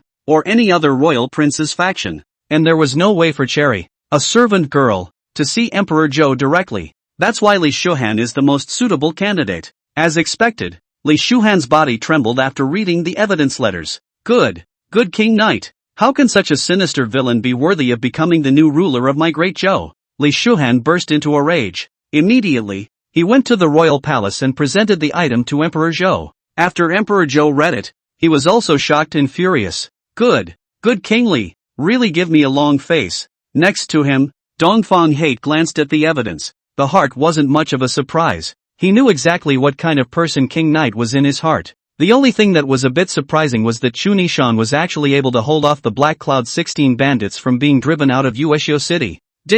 He thought of something, and a strange color flashed in his eyes. Men, prepare a decree to remove King Li from his position as the person in charge of disaster relief, not to intervene in disaster relief matters anymore, and order him to return to the royal capital immediately. Emperor Zhou said yes. Li Shuhan on the side frowned. Your Majesty, in the year of the catastrophe, King Li was corrupt and took bribes, and drove thieves and bandits to plot against the princess. One of these two offenses is punishable by death, not to mention the two crimes together. Just removing his status as a disaster relief officer is not enough in my opinion. Tai Fu Li, how to deal with this rebellious son? I have my own decision. You do not need to say more first. You have worked hard. Go down first. Emperor Zhou said. Your Majesty. Li Shuhan wanted to say something else. Dongfang Hate faintly said. Tai Fu Li, please. He's giving the order of expulsion for Emperor Zhou, but it's also protecting the other side in disguise. After all, Emperor Zhou made it clear that he didn't want to heavily punish King Li for the time being, and if Li Shuhan continued to talk, he would only offend the other party. Li Shuhan was a straight courtier, but he wasn't stupid. Knowing that you can't go on, you have to stop for the time being, just inwardly sighed lightly. The big weak is in danger. Only he still didn't leave, and continued. Your Majesty, since His Majesty King Li's position as a disaster relief officer has been removed, who will preside over the disaster relief? Emperor Zhou sniffed and agreed that this was a problem. Li Shuhan faintly said, the 9th princess in the Yuezhou disaster relief seems to be quite effective. The people are all praised. Why don't you let her try? Nishang?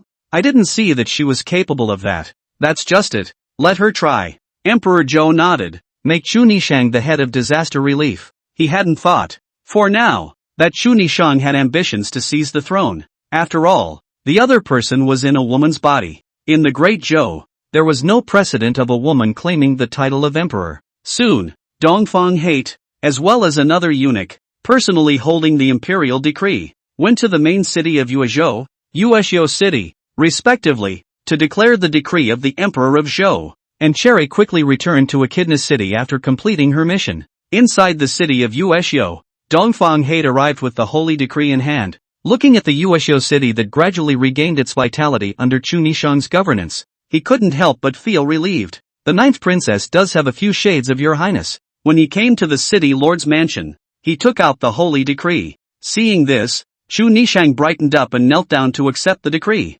becoming the new head of the disaster relief, and could truly let go of her hand. After Dongfang Hate gave the imperial decree to Chu Nishang, his gaze swept through the city lord's mansion. Seems to be looking for someone. Chapter 38 Baiyu breaks through innate perfection. Dongfang Hate swept his gaze across the entire mansion, seemingly looking for someone, and he was also sensing Chu Xiu's qi, but it was nothing. With Chu Xiu's strength, if he wanted to hide his aura from being found, not to mention Dongfang Hate, the number one on the heavenly ranking would not necessarily be able to find it even if he came. Just when Dongfang Hate was a bit disappointed, Chu Nishang laughed. Eunuch Dongfang, since you're here, why don't you go inside and have a meal? Dongfang Hate nodded slightly. Then I'll be obliged to your highness. Eunuch Dongfang is polite. Walk into the inner sanctum, but see a white-clothed person is drinking alone. See him? The East hates some joy to walk up. See the gentleman. The gentleman is really here. Chu Xiu looked at him with a smile.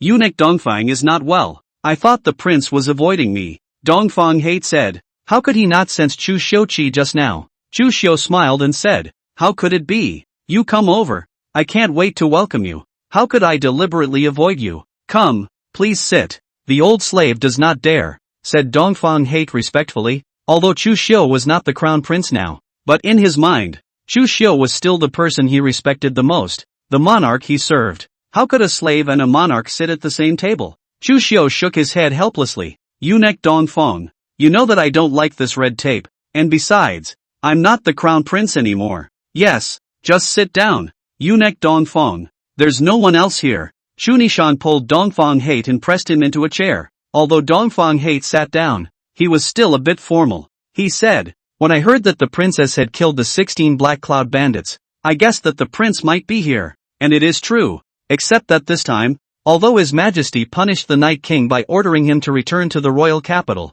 he didn't punish him heavily. It can be seen that in His Majesty's mind, King Knight still has a chance to seize the throne. Chu Xiu sniffed and was not surprised. In his mind, as long as you don't disobey him or offend His Majesty, what is corruption and bribery? Even if he's plotting against Nezumi, he can tolerate it. Speaking of this, the Chu Nishang beside her did not feel much sadness. For this result, she had also been psychologically prepared, and faintly said, but no matter what, this time, the King of Li has suffered a big loss, and it will be even harder for him to take over the throne, and this disaster relief, which is presided over by me, is just a good opportunity for me to accumulate merits. Accumulating merit. Does the princess want to? Dongfang Hate heard the words. The pupils slightly shrunk. Already guessed Chu Nishang's ambition, and Chu Nishang looked at him with a smile. Exactly. Dongfang Hate was startled in his heart. Nice guy. Taking over the throne with a woman's body is without precedent in Great Zhou. Dongfang Hate pondered for a moment, then got up and half-kneeled in front of Chu Nishang. The old slave is willing to help the princess. Although he had no real power, he was also a martial arts celestial, still a eunuch by the side of Emperor Zhou, serving for many years. If he helped Chu Nishang, he would definitely give Chu Nishang wings. But Chu Nishang shook her head. Eunuch, get up. The matter of seizing the first wife is a dangerous one, so you old man should not get involved. Moreover, you are the person beside father. Once you reveal the slightest hint of your involvement in the matter of seizing the throne, father will definitely not forgive you lightly. Speaking with you about this today is just us treating you as someone we can trust and telling you in advance first so you can be prepared. Dongfang Hate sniffed and felt that Chu Nishang had a point. He understood better that the other man was looking out for himself. The thought of this moved him inwardly. After finishing his meal at the city lord's mansion, Dongfang Hate returned to the king's capital to resume his duties. Soon after, Cherry also came back from the royal capital, and at the first moment, she returned the 7-star dragon abyss sword to Chu Xiu. And looking at the sword in his hand, she said, Mr. Chu, this time, thanks to this sword of yours, or else, I'd be dead. It's just an insurance policy, but it's not bad that you held back your curiosity and didn't pull out your sword midway to check. Chu Xiu said indifferently. Luckily I held back. Tough on you. Chu Nishang also walked over and said. Cherry shook her head. This is what my subordinate should do. But princess, this time, His Majesty's disposition towards King Knight is chilling. Embezzlement and bribery, plotting against the princess, ironclad evidence, and yet he only ordered King Knight to return to the king's capital. If it were anyone else, 100 deaths would be hard to atone for. At first, Prince Chu was all relegated to the common people because of a crime of collaborating with the enemy without any evidence, and in comparison to it, I'm all for the princess. Chu Nishang faintly said, How can the king of Li be compared to elder brother? The king of Li, no matter what he does, can't threaten father, but elder brother's prestige. But it is real for father to feel scorn, feel uneasy. That's why he was relegated to the common people on trumped-up charges. Those who are rulers do not cultivate virtue and only seek power will not last long in the end. Cherry looked around and was relieved that no one else was there. The other side is going to be in big trouble if this gets out. Then Cherry added, I heard that after Tai Fu Li Shuhan came out of the palace, he couldn't think about his tea and rice. Apparently he was also chilled by His Majesty's decision. He is a minister in the court. Princess, should we take the opportunity to draw him in? Chu Nishan looked at Chu Xiu and asked for his opinion. Chu Xiu faintly said, no need to pull together. Not only is Li Taifu, there are some other straight ministers in the court. You only need to do the courtesy can. No need to deliberately pull together. If you're good enough, when the time is ripe, they will rely on their own over. And they are such a person to make friends with them, with a true heart to treat each other, more than the power to calculate. The interests of the compulsion to be much more useful. Chu Nishan sniffed and looked solemn. Sister has been taught. What are you going to do next about the disaster relief? I was just about to discuss the matter with my brother and draw up some statutes, Trinity said. Started discussing with Chu Xiu. Chu Xiu didn't spare any pointers either. From the distribution of money and food for disaster relief, the routes for transportation of food, to the registration of each household, everything is well thought out. Cherry watched and listened. Looking at Chu Xiu, a hint of admiration gradually flowed out of his eyes. She now figured out why the Yin Yang Dao sect patriarch would have such a high opinion of Chu Xiu. If the other party was still the crown prince, the great week will be solid as gold. It's just a pity that the emperor is dim. The thought made Cherry adore and feel a little sorry for her. But soon, she reacted. That's not true. What virtue or ability did he have to lament a martial Dao celestial? Suddenly, inside the city lord's mansion, an angsty aura rose to the sky. The chi was like a rainbow, penetrating into the clouds. The sword energy flowed and transformed into a dragon shadow circling with an extraordinary sound. Cherry was a bit surprised. Someone has broken through to innate perfection. Who in the house is capable of this? The dragon's shadow dispersed and the aura converged. Shirayuki walked out of the room with more essence than ever. Cherry's mouth widened. It's Miss Bai. No, when I went to the royal capital, she was only at the beginning of the innate realm. How did this come full circle? Chu Xiu smiled indifferently. The effect of the 100-year erasure is really not bad. Shirayuki walked over and arched his hand. Living up to His Excellency's expectations, I have broken through to innate perfection. Well, good. Chu Xiu nodded slightly. As for Bai Yu, looking at his bashful look, she also understood that although the innate perfection cultivation level wasn't bad, in Chu Xiu's opinion, it didn't differ much from other martial artists. She instantly gathered some of the prideful complacency within her. One still needs to work on it. Chapter 39, fifth on the demon list. Red Earth Inferno Demon. After Bai Yu advanced to innate perfection, he cut a deal with Cherry. Chu Xiu watched from the sidelines, feeling that the martial arts of the Yin Yang Dao sect, indeed, has unique features, to say the least, although his cultivation is a land god. But what about not having many decent martial arts in your hands? Of course, with his cultivation level, he didn't need any high-level martial arts. Just go straight to one power. Anyway, what about those patriarchs? Celestials, even if they have superior martial arts? You still can't stop yourself from slapping me? Thinking about this, he wasn't as obsessed with high-level martial arts. And time passes. Chu Nishang in the Yuezhou disaster relief. Effective. In the people's prestige is getting higher and higher. Above the court, for this princess is also for the sight of the eye. I did not expect the other woman's body, but can do a lot of men cannot do things. Some upright courtiers cannot help but internal light sigh. If Chu Nishan was a man, how good it would be. Chu Nishan's prestige was growing. King Knight's sight is not so good, as he was ordered to return to the royal capital. Along with some of the problems that Chu Nishan had discovered during the disaster relief, they were also exposed one by one. The story of King Knight's embezzlement spreads in Yuezhou. It made him notorious. Prestige in the courtroom, too, has fallen dramatically. Crucially, the Zhou Emperor secluded him in King Li's residence, not letting him go out. Inside King Li's residence, King Li heard some information brought back by his man and was so angry that his face was gloomy. Good Chu Nishan, doing it absolutely well enough. Disaster relief is such a fat job.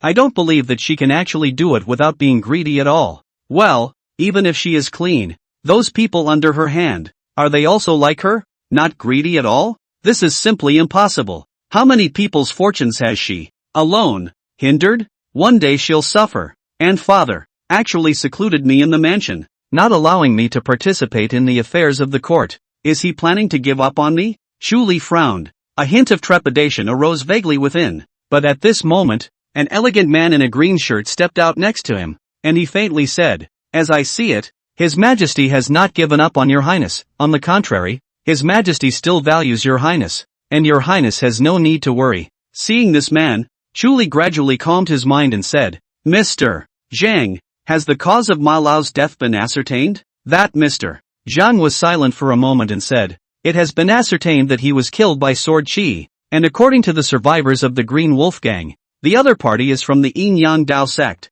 Yin Yang Dao Sect didn't think that they would actually help Chu Nishang. Could it be that they still want to support the other party? A woman to the throne? Ridiculous." Chu Li lightly hummed. "Still don't think Chu Nishang has a chance to ascend that throne." He continued, "What was the meaning of what Mr. Zhang said just now? Think carefully. Your Highness has committed such a great deed this time, yet you were only ordered to return to the royal capital and put in seclusion without any substantial punishment. Doesn't this also highlight His Majesty's favor towards you?" Mr. Zhang laughed. When Chu Li heard this, his eyes flashed and he felt that it made sense. Indeed. In that case, it seems that I still have quite a bit of value in father's heart. Indeed. The former crown prince has been abolished. Sooner or later, His Majesty is going to set up a crown prince, and among the several imperial princes, only you and King Yun are the most favored by him. Moreover, King Yun is also developing and cultivating his party. So if His Majesty heavily punishes you, won't it make King Yun a dominant figure? This would be extremely unfavorable to His Majesty. Why? Because of the former crown prince. How was the former crown prince abolished? It wasn't because he was a dominant player and caused His Majesty to be jealous. Even though King Yun is far inferior to the former crown prince, His Majesty couldn't possibly let something like that happen again. So he needs you to keep King Yun in check, so he won't punish you heavily. Mr. Zhang said. The more Chu Li heard, the more he felt it made sense. Indeed. Then, with a twinkle in his eye, he said, "You just said that King Yun is far inferior to the former prince. What about Lone? In the eyes of your Ling Xiao sword sect, is Lone also far inferior to the former prince?" Instead of answering directly, Mr. Zhang laughed and said, "The former crown prince is in the past tense anymore. Why does your Highness need to compare yourself to him?" Though he didn't say so explicitly, but Chu Li understood what he meant. Crap. If you were as good as the former prince, wouldn't this disaster relief be in such a mess? Why make a fool of yourself by comparing yourself to the former prince? Lone doesn't understand why your Ling Xiao sword sect didn't support the former prince before? Chu Li asked another question. Because he doesn't need to. Mr. Zhang eyes showed a trace of scorn. With that person in the court at the time, in the civil prestige, simply do not need the support of any sects to help. On the contrary, even the four major sects, but also to give the other side a few points of face. Seeing his expression, Chu Li was uncomfortable inside. Is he so much worse than the former prince? He continued. Let's talk about Chu Nishang first. She is in the disaster relief in Yuezhou. Her prestige is increasing, even if she is a woman's body. No chance of the throne, but the better she does in the disaster relief, the more she sets off Lone's incompetence. Do you guys have a countermeasure? Don't worry, Your Highness. There is a trouble that is heading to Yuezhou. Once that trouble arrives, the ninth princess she will have no way back. Chu Li's eyes lit up at his words. What kind of trouble? Fifth on the demon list. Red Earth Inferno Demon. Mr. Zhang said indifferently, and he couldn't help but show a trace of fear in his eyes. To be able to let him show such a look, Chu Li understood in his heart that Red Earth Inferno Demon must be terrifyingly incomparable. I've heard of the demon list. I don't know how the fifth of this demon list is compared to the celestials. An ordinary celestial against this Red Earth Flame Demon will surely die. How could such an existence go to Yuezhou? The Red Earth Inferno is vicious, and wherever he goes, there is 1,000 miles of red earth. He likes high temperature and drought environment the most. And now, Yuezhou is in drought for 10 years, and the people have a lot of grievances, which is like a piece of treasure land for the Inferno. With his ability, he will be able to aggravate the drought in Yuezhou once he goes there. At that time, Chu Nishang would not be able to help even if she tried to provide relief, unless she has the means to kill the Red Earth Flame Demon. It is a pity that those who can do so are few and far between in the entire Great Zhou. Mr. Zhang said. What if the Yin-Yang Dao sect makes a move? Don't worry, Your Highness. If the Yin-Yang Dao sect makes a move, my Ling Xiao sword sect won't sit back and watch. Zhang smiled. Good. I'll see how this Chu Nishang suffers. Chu Li laughed. A hint of anticipation passed through his eyes. Yue Zhou. Although Chu Nishang's disaster relief has been effective, but the heavens are merciless, and the weather in Yue Zhou, getting worse and worse. The blazing sun, hanging high in the sky, like a merciless demon, baking the earth, and in this situation, Chu Nishang got another news that made people almost desperate. The Red Earth Inferno demon was coming to Yue Zhou. Cherry looked at her and comforted. Don't worry, Your Highness, my Yin-Yang Dao sect won't just sit back and do nothing. I've already received word that my sect's patriarch will personally set out to intercept the Red Earth Flame Demon, and will never allow him to enter the boundaries of Yue Zhou. Hearing this, Chu Nishang sighed in relief. Thank you, Patriarch. At this point, Baiyu came out from within Chu Xiu's room and was a bit puzzled. Have you guys seen Gongzi? I haven't seen him since early this morning. Cherry. Chu Nishang sniffed and also shook her head doubtfully. Chu Xiu, where did it go? Chapter 40, Chu Nishang prepares to pray for rain. Yin-Yang Infernal Change vs Red Earth Inferno Demon. The three women entered Chu Xiu's room. Indeed, there was no sign of him. However, Chu Nishang was the one who found a letter on the table. That was a message from Chu Xiu. Chu Nishang looked at it for a moment, and a hint of oddness appeared on her face. Brother asked me to build a rain-praying platform today, so that I can pray for rain? Pray for rain? The two women froze. What's going on here? Now that this drought is getting worse and worse, not to mention rain, not even a breeze, how can we pray for rain? What exactly is Mr. Chu's intention? Cherry wondered a little. Chu Nishang pondered for a moment. Since it's what elder brother said, there must be his intention. We just have to do as we're told. She had extreme trust in Chu Xiu. Immediately, he ordered the men to start building a rain-praying platform. Some of the powerful officials in the city were puzzled when they saw this, but soon, a cold smile appeared on the faces of those who had their wealth blocked because of King Li's stepping down. Praying for rain at this time? This Chu Nishang has made a stinky move. If the rain prayer is successful, then she will ascend to the altar of the gods. Unfortunately, how can there be rain in this hellish weather? And the greater the hopes of the people, the greater the disappointment. After the rain prayer fails, she will also be dragged into the abyss. We can then use this as a reason for His Majesty to order her back to the royal capital. Let us take over the disaster relief matter. Then, that white silver is still not want to take how much? Just that much? Ha ha. Some officials, already, are fantasizing about a better future. And some upright, sincere officials who worked for the people immediately approached Chu Nishang to clarify the stakes to her. Let her honestly provide disaster relief and not engage in these false tricks. Your Highness, nowadays this drought in Yue Zhou, you are not unaware of it. How can there be rain? Once the prayer for rain fails, the people won't be able to bear the blow. When the time comes, public opinion will backfire and the consequences will be unimaginable. Yes, Your Highness, as long as you honestly provide disaster relief, with this one feat, it's enough to leave you a colorful mark in the history books. Your Highness, please think twice. Princess, do not destroy yourself. Listening to the advice of the crowd, Chu Nishang inwardly revealed a hint of hesitation. Glancing at the dome of the sky with the blazing sun high in the sky, he then took a deep breath. Gentlemen, if the drought in Yue Zhou continues to drag on, it will be difficult for the court's finances to cope with the heavy burden, and when the time comes, the whole body will be affected by the slightest change of heart, which will affect the whole of the Great Zhou. Today, the only way to resolve this crisis is to address the root causes. The people of Vietnam need this rain, and the people need this rain. I Chu Nishang believe, heaven has eyes, will not look at the Great Zhou and the people continue to suffer. I would like to offer this body as a sacrifice to heaven. The officials were touched by the words. Even more so, they knew that Chu Nishang's mind was made up and they couldn't persuade her. They looked at the dome of the sky and sighed helplessly. If God really has eyes, open them to see Yue Zhou. The sun is high in the sky, baking the earth. I don't know how many corpses were piled up along the road. In the sky above Yue Zhou, the grievances that ordinary people cannot see soar into the air, like a haze, which is even more vaguely mixed with the sound of ghosts crying. This is a vision that no ordinary person can see. However, on an official road in Yue Zhou, a figure shrouded in black robes looked at the sky, a hint of pleasure appearing between his brows. He took a deep breath, and the grievances in heaven and earth converged towards him. It made him doubly comfortable. This figure, A man was wearing a black robe, but what was covered underneath the robe was not a human body.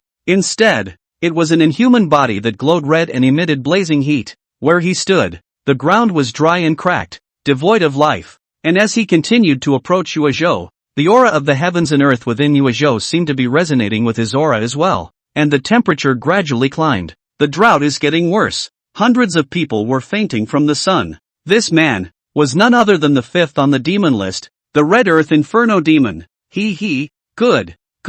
Today's Chu Xiu is really the most suitable treasure land for my cultivation. The drought here is raging. The people's grievances are boiling. If I can cultivate here for a few years, I will definitely be able to break through to the celestial great perfection. When that time comes, I'll be allowed to run rampant in the Great Zhou. Even the royal family will never be able to help me. He couldn't help but laugh, his eyes filled with anticipation. Suddenly, he sensed something and looked into the distance, detecting a chi that was continuing to approach him, one that contained a yin and yang roundness. With such a majestic yin and yang rounding chi, the only person in the entire Great Zhou is Chu Xiu, the lord of the Yin-Yang Dao sect. How did he come here? The Red Earth Inferno demon frowned. Xiu, ranked 5th on the heavenly ranking, the strength was on par with his. If he came to stop himself, it would indeed be a big trouble. Right at this moment, he sensed another aura climbing up from within another direction. That aura, stern to the extreme, carrying an unparalleled sharpness.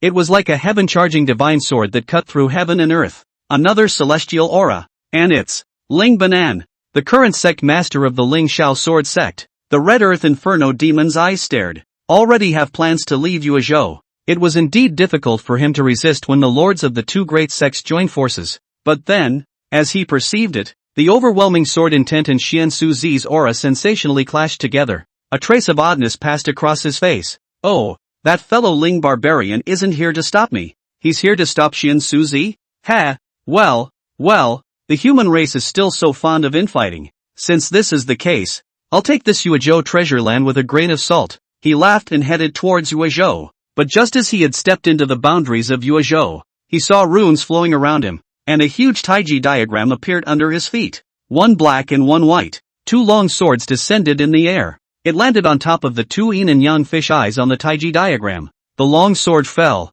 a black and a white, a man and a woman. Two figures came through the air. Among them, the man was dressed in black, about 40 years old, with sword eyebrows, came before the white sword, while the woman was dressed in white, immaculate, floating out of the dust. Instead, he came to the black sword. The man in black has a white sword and the woman in white has a black sword. Yin-yang infernal change. The two of them let out a low cry. Their human swords united, and the taiji diagram instantly expanded several times. The Red Earth Inferno demon's eyes narrowed slightly. Oh, the black and white twins of the Yin-Yang Dao sect. I didn't expect you guys to come to stop me as well. The woman in white indifferently said, demons and evil spirits. Everyone must be executed. The man in black coldly said, the people of Chu Xiu are in dire straits. If you are allowed to enter Chu Xiu, they will truly have no way to live. Ha! Well, what a pair of chivalrous black and white warriors. But I'd like to see how long your yin-yang infernal change sword formation can hold me back.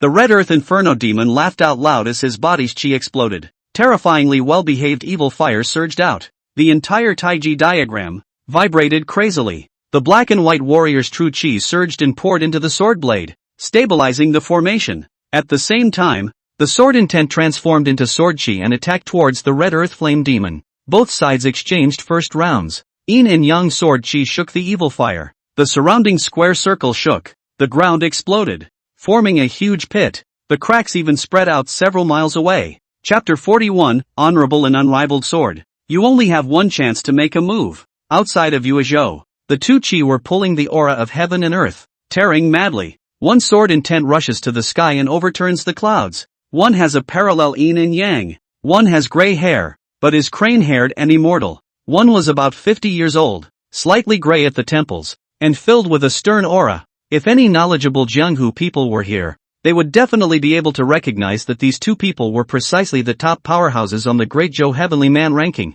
5th on the heavenly ranking, Lord Xiu of the Yin-Yang Dao sect. 4th on the heavenly ranking, Lord of the Ling Xiao sword sect, Ling Ban. Their cultivation, all of them are celestial human high realm. It's only a step away from the top. Ling barbarian, For the sake of seizing the throne, can you really stand by and watch the people of Yuezhou die? Xian Suzi said angrily as he looked at Lingban. Ling Barbarian said indifferently, whether they live or die, it has nothing to do with me. I only care about this battle. You and me now. Who loses and who wins? You are not to be reasoned with. You should know that King Li is not a wise ruler, so if you support him to the throne, are you not afraid of his backlash in the future? Since we can support him to the throne, we naturally have the certainty to control him. Besides, King Li is considered good compared to several other emperors. It's better than your yin yang Dao sect, supporting a woman to the throne, right? On the ninth princess, there are a few moments of the former crown prince's elegance, and even though she is a woman's body, she can be a generation of virtuous kings. Much better than King Li. What virtuous tyrant? I, Ling Xiao Sword Sect, don't care. What I want is just that one share of the dragon chi enhancement that comes from the dragon's feet. You all, aren't you the same? Why bother talking in a grandiose manner? Ling Barbarian said indifferently. After saying that, he said no more words and suddenly sheathed his long sword at his waist. That sword, silver white like snow. The sword intent was like a rainbow striking the sun. It is the long rainbow that ranks second on the famous sword list. The long rainbow stabbed out, and the sword chi tore through the sky. With a single sword, he split a small mountain peak next to him, while Shen Suzi swept the duster in his hand. The meaning of yin and yang mingled and transformed into a taiji diagram. Taiji shrouded the sword chi. Dissolve it into nothing. Ling Barbarian said indifferently. I'd like to see how many points of my sword chi you can neutralize. The long rainbow sword came out again,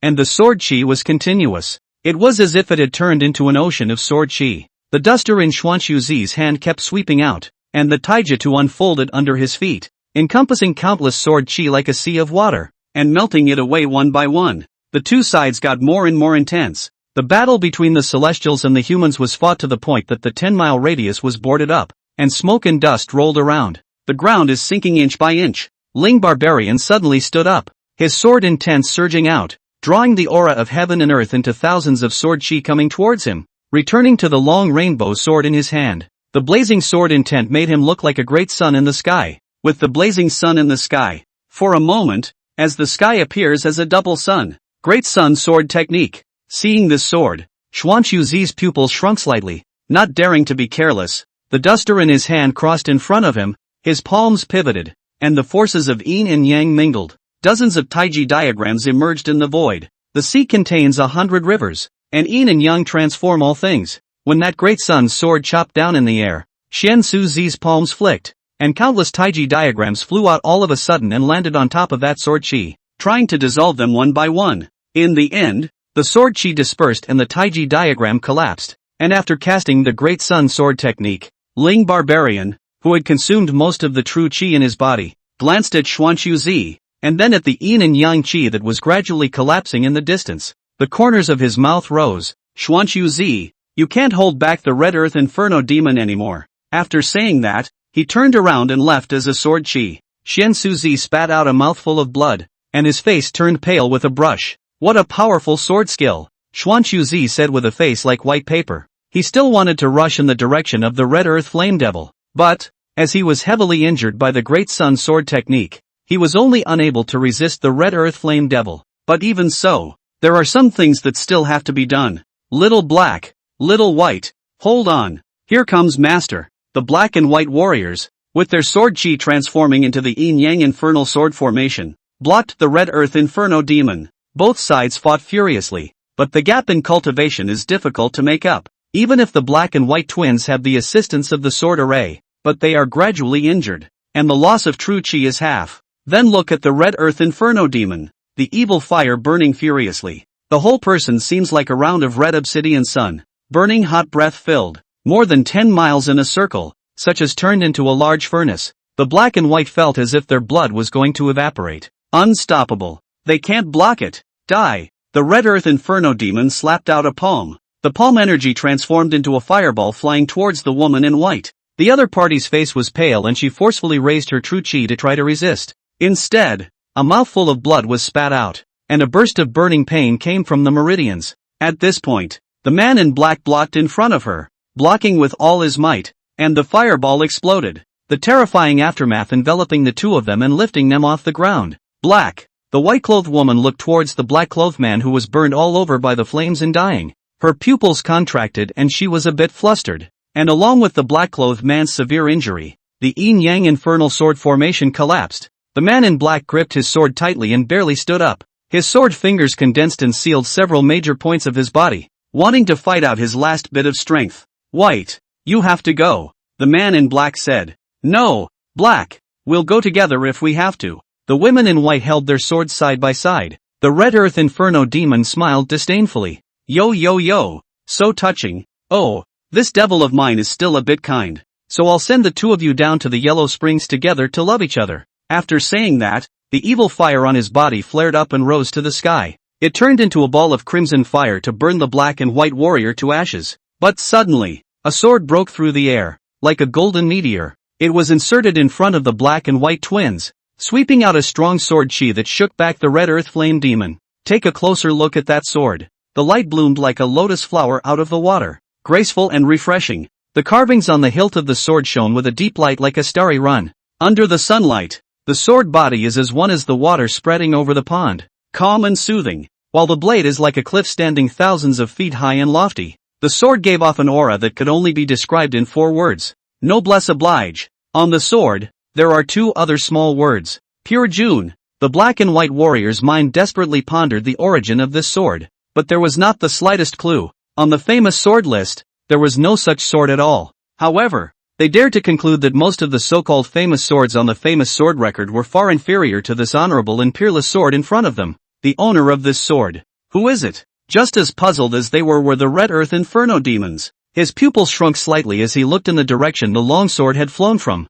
only to see a figure slowly approaching towards them. The man was dressed in white like snow, and his ink hair reached his waist. The face is handsome and the temperament is out of this world. He walked slowly, with a relaxed demeanor and a light, calm gait. It was as if what he was facing was not a terrifying demon that was powerful enough to cause mischief to the living world and ranked 5th on the demon list, but rather an insignificant mass of air. Boy, who are you? The Red Earth Inferno demon stared at Chu Xiu in death. He didn't feel the slightest aura of a strong person or a hint of killing intent on the other party. The other party? It was like an ordinary man of the world, but the Red Earth Inferno demon knew that the other party was by no means simple, and moreover, he had actually completely failed to notice the other party's arrival just now. This is so unusual. Chu Xiu did not answer the Red Earth Inferno demon's question, but instead walked over to the black and white twins and walked over to the honorable and peerless Pure June, spitting out amazing words. One move. You only have one chance to make one move. Then lead the death. Chapter 42 Sword Beheading Inflammatory Devil. Chu Nishang prayed for rain. One move. You only have one move to make. Then lead the death. An indifferent tone of voice, but it manifested absolute confidence. Chu Xiu looked at the Red Earth Flame Devil in front of him. His eyes were devoid of sadness and joy, as if he was looking at a person who had already died, while the Red Earth Flame Devil's pupils shrank when he heard the words. How many years? For so many years, his Red Earth Inferno demon's reputation resounded throughout the entire Great Zhou, and anyone who heard of him was terrified. But now, someone actually said that they would kill him with one move? This kind of thing, it's a no-brainer. This man in front of me, does he know what he's talking about? Do you know what you're up against? Who does he think he is? Spouting such nonsense? The celestial grand perfection? The Red Earth Inflammatory Devil stored a trace of scorn in Chu Xiu's heart, but after hearing the words of the other party, then it was, bursting with anger, he let out a low roar, and his breath flowed out around him, turning into a pillar of crimson light that poured into the sky above, actually dyeing the clouds a crimson red. From a distance, it looked like a sea of burning fire. Chu Xiu's expression remained calm and unmoved. Kid, let you see the true strength of my Red Earth Flame Demon. The Red Earth Inferno demon's 5 fingers clasped the void upside down, and the crimson clouds above the dome of the sky were actually dropping down for it, as if it was an infinite flame waterfall. It converged around him and turned into a fire dragon scroll. The fire dragon scroll surged out, just like having the ability to destroy everything. Seeing this, Chu Xiu slowly stretched out his hand and held it on the hilt of the Pure June sword.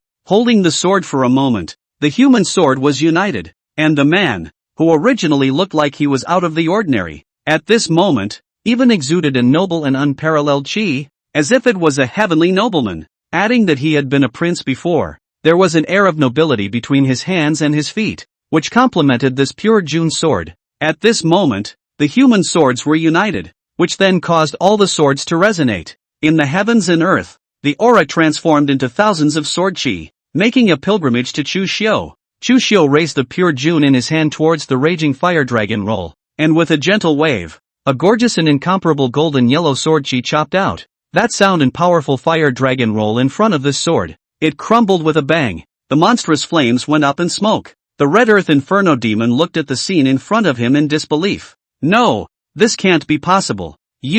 How could you destroy my full strength strike with a single sword? No, even in existence at the peak of celestials can't do it. Who the hell are you? The red earth Inferno couldn't help but scream. Chu Xiu ignored him and raised the pure June sword once again. I said you only have a chance at one move. Now you can claim your death. After saying that, he swung his long sword forward. In a flash, the flashy sword chi chopped out again. The red earth Inferno demon's face changed wildly. His 5 fingers clenched into fists, and he punched out with all his might, wanting to ward off the strong sword. But it didn't work. The sword chi broke through the fist energy and landed directly on the red earth flame demon, and a fiery red blood scar surfaced on the opponent's body. Then, the body was split in two and exploded. It turned into a channel of fiery red demonic chi traveling through the void. The voice of the red earth Inferno demon resounded once more. You destroyed my demonic body. Then I will let this Yu follow me to the grave. Ha ha ha, kill one of me,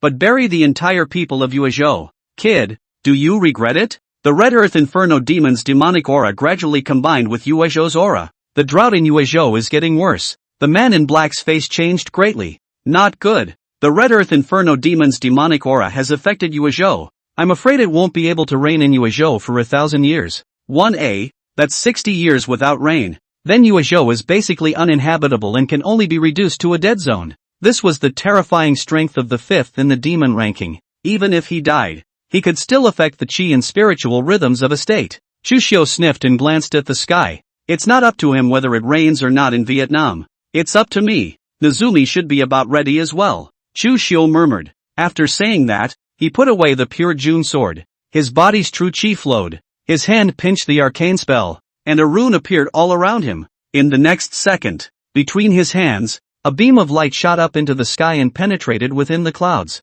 actually beginning to stir the clouds and affect the aura. Wind up, Chu Xiu softly voiced. The gale was raging. The red earth Inferno demon who hadn't completely dissipated, detected the moist vapor contained in the gale, and he couldn't believe it. No, it can't be. I can't believe you still know this spell. Dharma and martial arts dual cultivation. I'm not willing. The demonic aura of the red earth Inferno demon was expelled to nothing in the gale. 5th on the demon list, officially extinct. Not far away, Shen Suzi arrived with his heavily injured body propped up and saw the scene of the red earth flame demon's demonic aura completely dissipating, and couldn't help but be amazed. After seeing Chu Xiu again, he couldn't help but look even more shocked. It's him, former prince, Xuanqiu Zi, who had once met Chu Xiu. Only Chu Xiu himself didn't know. At that time, Chu Xiu was still the crown prince. Shen Suzi had thought of supporting him to ascend to the throne as the emperor, so he personally went to the royal capital to inspect him for a period of time.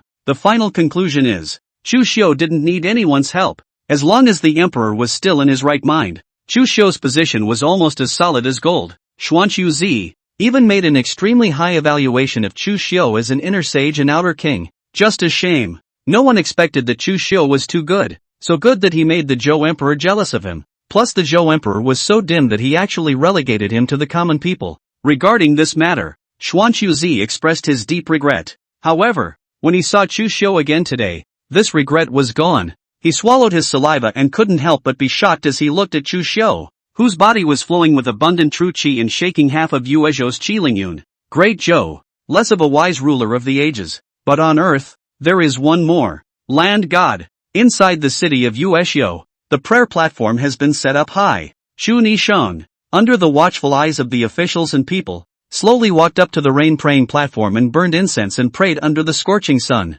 She held a prayer for rain in her hand and began to recite, the land of Yu Zhou and the great Zhou. Since ancient times, the reputation of abundance is recorded in the annals of history. But this year the drought demon wreaked havoc, and for several months, there was no drop of rainfall. The fields cracked, and the seedlings were scorched and withered. The people are worried as if burning. Food scarcity, livelihood is becoming increasingly difficult. the former fertile soil, but today it has become scorched earth. The people's suffering is unbearable. Look at my people. Although no vegetable face, but the clothes and shoes more cover the body of the marks. Elderly men toil on the roads. Young children starve in the fields. Farmers are sad. Women and nuns are worried. All because they have no means of livelihood. The future is uncertain. All the living beings look forward to, hope that the heavens look down on mercy. Give sweet rain to solve the urgent need. May the heavens look down on mercy. Give my people a ray of hope, so that this scorched earth back to life. The people live in peace and work in contentment,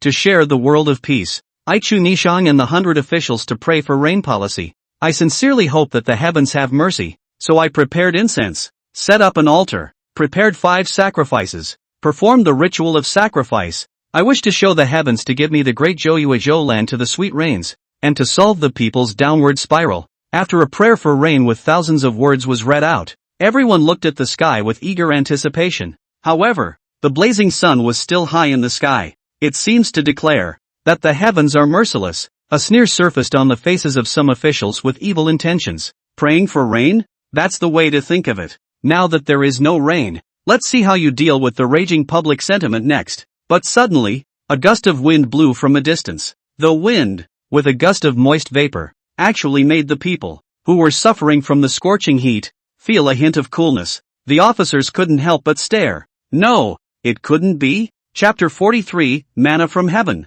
The Devil's Cave of the Devil Realm. No, it doesn't. Feel the breeze that swept in from afar with a moist air. Some of the officials couldn't help but swallow their saliva. Not only that, only in the sky, the clouds rolled in and dark clouds began to converge. It's actually a sign that a storm is coming. The officials with bad intentions were confused. What the hell? It's really coming? Far away. After killing the Red Earth Inferno demon, Chu Xiu performed the calling the wind and rain spell, using the power of a single person to roll up the chi spiritual rhythm of Yuezhou. Cloud gathering, Chu Xiu said indifferently. Above the dome of the sky, dark clouds converged and churned, and his true chi is also rapidly depleting. After all, he now wants to rain down the range, not a city, 2 cities. Rather, it is the entire state of Yuezhou. Such a means is not comparable to a celestial being. Only a land god can do that. Come on, rain. A drink of indifference. Chu Xiu's true chi was catalyzed to the extreme. Gradually, among the clouds, the rain gathered and then fell. 1 drop, 2 drops, 10 drops, 100 drops. First came the drizzle. Then it converged into a downpour. The heat of the entire Yuezhou was swept away. The black and white twins, Xian Su Zi, looked at Chu Xiu with eyes that had completely changed. They're not looking at a single person at the moment. Rather, it is a fairy who walks the earth, calling the wind and rain to relieve the people of a state. What is this if not a fairy? Inside the city of Yuezhou, heavy rain poured down. Countless people were stunned in the rain. A moment of disbelief. Surprisingly, it actually rained. Then came the ecstasy. All of them cheered in the rain, leaped in the rain, ran in the rain, and some of them opened their mouths and drank the rain thirstily. Some people fall to their knees and kiss the earth. Some people looked at Chu Xiu on the rain-praying platform and were astonished. Thank you, Your Highness, Your Highness. The princess is 1,000 years old.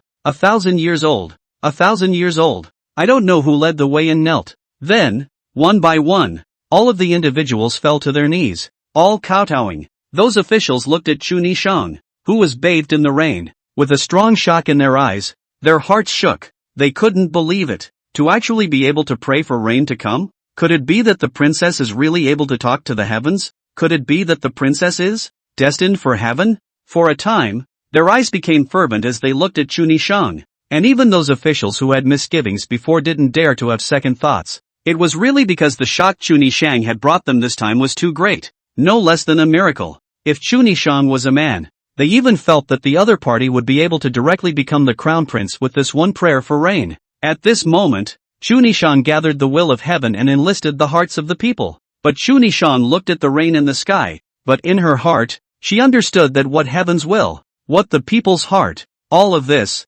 was nothing more than what her elder brother had bestowed upon her. It was Chu Xiu who told her to pray for rain. The other side must be behind this rain as well. Brother is actually able to call the wind and rain. Could it be an immortal? Immortals, dare I ask Mr. Chu if he has entered that land god realm? Xian Suzi looked at Chu Xiu excitedly. As for Chu Xiu, His true chi consumption for this rainfall was unprecedentedly huge, but he was calm and did not show the slightest bit of fatigue. Without replying to Xian Suzi's words, he asked in return, "I believe you are the lord of the Yin Yang Dao sect, Senior Xian Suzi?" "It is exactly me, but I don't dare to take the word senior." Calling yourself a senior in front of an existence in the land god realm? He wasn't thick-skinned like that. "I see that you seem to be quite injured. Why don't you follow me back to Yueshio City first?" Chu Xiu said indifferently. Xian Suzi nodded slightly. Good. In the pouring rain, a few people walked towards Echidna City. Aside from Chu Xiu, the remaining three, all of them were heavily injured, especially the black-clothed man, who had scars all over his body and almost only had one breath left. Luckily, there was Chu Xiu who gave him a mouthful of true chi, otherwise the other side won't last. Come to VC. Hundreds of people are still reveling in the rain. Chu Nishang had already gotten off the rain-praying platform, and after seeing Chu Xiu arrive with Xuanqiu Zi, the black and white twins, she couldn't help but be shocked, and rushed forward. "Brother, patriarch, what's going on? It's a long story, so let's go back to the house." Good. Chu Nishang didn't dare to be slow, and hurriedly brought him back to the city lord's mansion to be settled. In the city lord's mansion, Chu Xiu sat cross-legged and was recovering his true chi. Even if his cultivation was profound and he had reached the land god realm, this rainfall to the entire Yuezhou still caused him to consume a great deal. Rainfall is really a tiring job, but it's worth it. After this prayer for rain, Nishang's prestige has reached a whole new level, laying a solid foundation for her to claim the title of emperor in the future. The corners of Chu Xiu's mouth rose slightly. It rained heavily all day and night. The entire state of Yuezhou was enveloped in joy after a long drought, but that doesn't mean the relief is over. The rainfall merely eliminated the drought and brought the earth back to life so that the people could resume farming, but it was not an instant recovery. The relief has to continue, but it has gone much smoother than before. Those officials, after experiencing this prayer, implicitly regarded Chu Nishang as a person of heavenly destiny, and they dared not disobey in the slightest. Inside the royal capital, Emperor Zhou and the 100 officials couldn't help but be shocked when they heard about the rain prayers. How can you do that? Throughout the dynasties, it is not true that there have not been droughts, and it is not true that there have not been people who have prayed for rain, and there have even been emperors who have tried it, but there are only a handful of successes. Like Chu Nishang, one second she was on stage praying for rain, and the next second the sky was raining down. This kind of thing was even more unheard of. Is coincidence? Emperor Zhou frowned. He really couldn't figure out how exactly Chu Nishang had succeeded in praying for rain. That's something even he can't do. Perhaps the only way to inquire is to wait until the other person returns. Inside King Knight's mansion, when Shuli heard about Chu Nishang's success in praying for rain, he was dumbfounded and asked Mr. Zhang, is there really a person in the world who has a heavenly destiny? If not, why was Chu Nishang able to pray for rain successfully? I've seen the drought in Yuezhou, where grass doesn't grow, rivers dry up, beasts and animals are extinct, and it doesn't even look like it's going to rain in the near future. If Chu Nishang wasn't destined by heaven, what makes her able to pray for rain successfully? Mr. Zhang pondered for a moment and said, my Lingxiao sword sect has already sent people to check it out. The heavy rain in Yuezhou is the real deal, and this rain, which has been falling for a day and a night, can be considered a timely rain that has saved the entire Yuezhou. The red earth flame devil, on the other hand, disappeared without a trace, as if it never appeared. Shuli let out a bitter smile. Doesn't this show even more that Chu Nishang's heavenly destiny has been fulfilled? Not only did it rain for her, but it may have even descended a thunderbolt from nowhere, splitting that red earth flame demon to death. No, Chu Nishang is not a heavenly destiny. Behind her, there is obviously a high person helping her. We've gone to check. The entire Yuezhou residual aura of spells, that rain, is not naturally formed. It's man-made. Mr. Zhang took a deep breath, a hint of shock passing through his eyes. Make it rain for the entire state of Vietnam. This is the kind of thing that not even a few people would believe if they were to say it. He didn't dare believe it when he first learned of it. Shuli was confused. Mr. Zhang, you can't be joking. That rain was actually man-made? Who could do that? It can only be a god. We're guessing it's the Yin Yang Dao sect. They specialize in spells, and it's not surprising that they have spells that call out the wind and rain. And in order to bring down this rain, the Yin Yang Dao sect is presumably pouring out their nests and teaming up to cast this spell together. It's speculation, but it's the only explanation. The Yin Yang Dao sect, It really leaves no stone unturned to help Chu Nishang. Mr. Zhang said. In that case, Chu Nishang isn't a heavenly destiny. Even so, this time, she still made a big splash. Chu Li sighed helplessly. 3 days later, Chu Xiu had recovered almost as much as he could. Inside the yard, Xuanqiuzi found him and bowed. Your Excellency has recovered? Aha! Chu Xiu nodded slightly. This time, if it wasn't for your help, my 2 disciples would have lost their lives to the Red Earth Flame Devil. Thank you very much, Xian Suzi solemnly said. Chu Xiu waved his hand. If you guys came to help Yuezhou, you're helping Nishang, and as Nishang's elder brother, it's only right that I don't need to say thank you. Well, I still want to confirm, has your Excellency entered the land god immortal realm? Xian Suzi continued to ask. Obsessed with this question, Chu Xiu glanced at him, to inquire so exhaustively, is it hard to believe that this question means anything to you? Xuanqiuzi nodded. Not bad, if you are truly a land deity, then I would like to ask you to come to my Yin Yang Dao sect and do a favor. This favor concerns the survival of the entire Great Zhou and even the world. Chu Xiu was slightly surprised. Oh, is it actually this serious? Not bad. Have you ever heard of the Devil's Cave? Chu Xiu shook his head. Unheard of? Could it be related to demons? Precisely. It has been rumored in ancient times that demons, formless and lawless, are born from the grievances of heaven and earth. They are born in the devil realm and can come to earth through the Devil Cave. And my Yin Yang Dao sect has the mission to suppress the Devil's Cave. For thousands of years, the Devil's Cave and my Yin Yang Dao sect suppression has been peaceful. But just a few years ago, the Devil's Cave seal appeared gap. Only my Yin Yang Dao sect's suppression of magic artifacts can be able to repair it. But the key is that this suppression of magic artifacts, only land immortals can drive. That's why I wanted to ask the prince to make a move. Xuanqiuzi narrated. The Devil's World? The Devil's Den? A magic device? A hint of interest spread across Chu Xiu's face. That's quite interesting. When the matter of Yuezhou is over, I'll accompany you on a trip to the Yin Yang Dao sect. Xuanqiuzi was overjoyed at his words. Many thanks, Your Excellency. At the same time, he reacted. Chu Xiu. This was also a disguised acknowledgement of his cultivation in the land god immortal realm. He sucked in a cold breath, even if there was early speculation, but heard the other party admitted. He still could not help but be shocked. Such an age of the land gods. It's unheard of in all of history. Chapter 44 Heavenly Sword Gorge. 9 Heavenly Surprising God Sword Technique. Yuezhou was greatly relieved after a heavy rain. Together with Chu Nishang's relief measures, the results were not bad. There is nothing much left of Yuezhou today. Chu Nishang only had to arrange for officials at all levels to continue to push forward, and she herself no longer had to continue to stay in Yuezhou and could return to the royal capital at any time. Chu Xiu also intended to leave. On the day of farewell, Chu Nishang's face carried a sense of reluctance. Brother, I didn't think that after a hasty gathering, we would have to part again. Chu Xiu smiled faintly.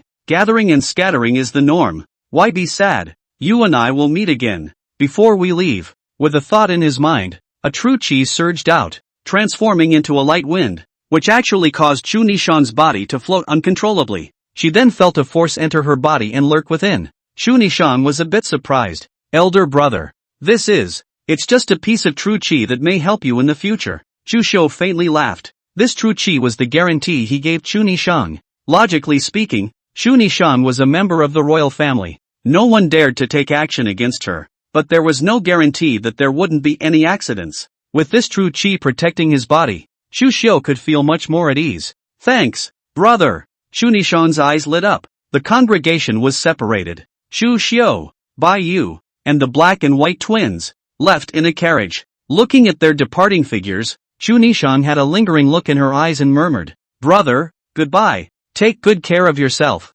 The Yin Yang Dao sect was located in Laizhou, one of the 19 states of the Great Zhou. Laizhou is in the 19 states. Not how prosperous, but there are quite a few local Jianghu forces. In addition to the Yin Yang Dao sect, a giant, there are also major first-class sects, occasionally conquering each other, tipping each other over, and there is not a lot of fighting at all. This is the norm in the jungle. No one can change that, unless, of course, someone can unify the world. It is only then that the situation may abate. On top of a canyon in Laizhou, 2 major swordsmen stood on both sides of the canyon, facing each other, and before both sides could even make a move, their sword chi and sword intent had already stirred up. Invisible clashes in the void, making clanking sounds. At the bottom of the canyon, quite a few Jianghu people were watching. A carriage, arriving slowly, also noticed the canyon. Chen Suzi lifted the curtain of the carriage. His gaze passed through hundreds of feet and saw the two swordsmen on the canyon.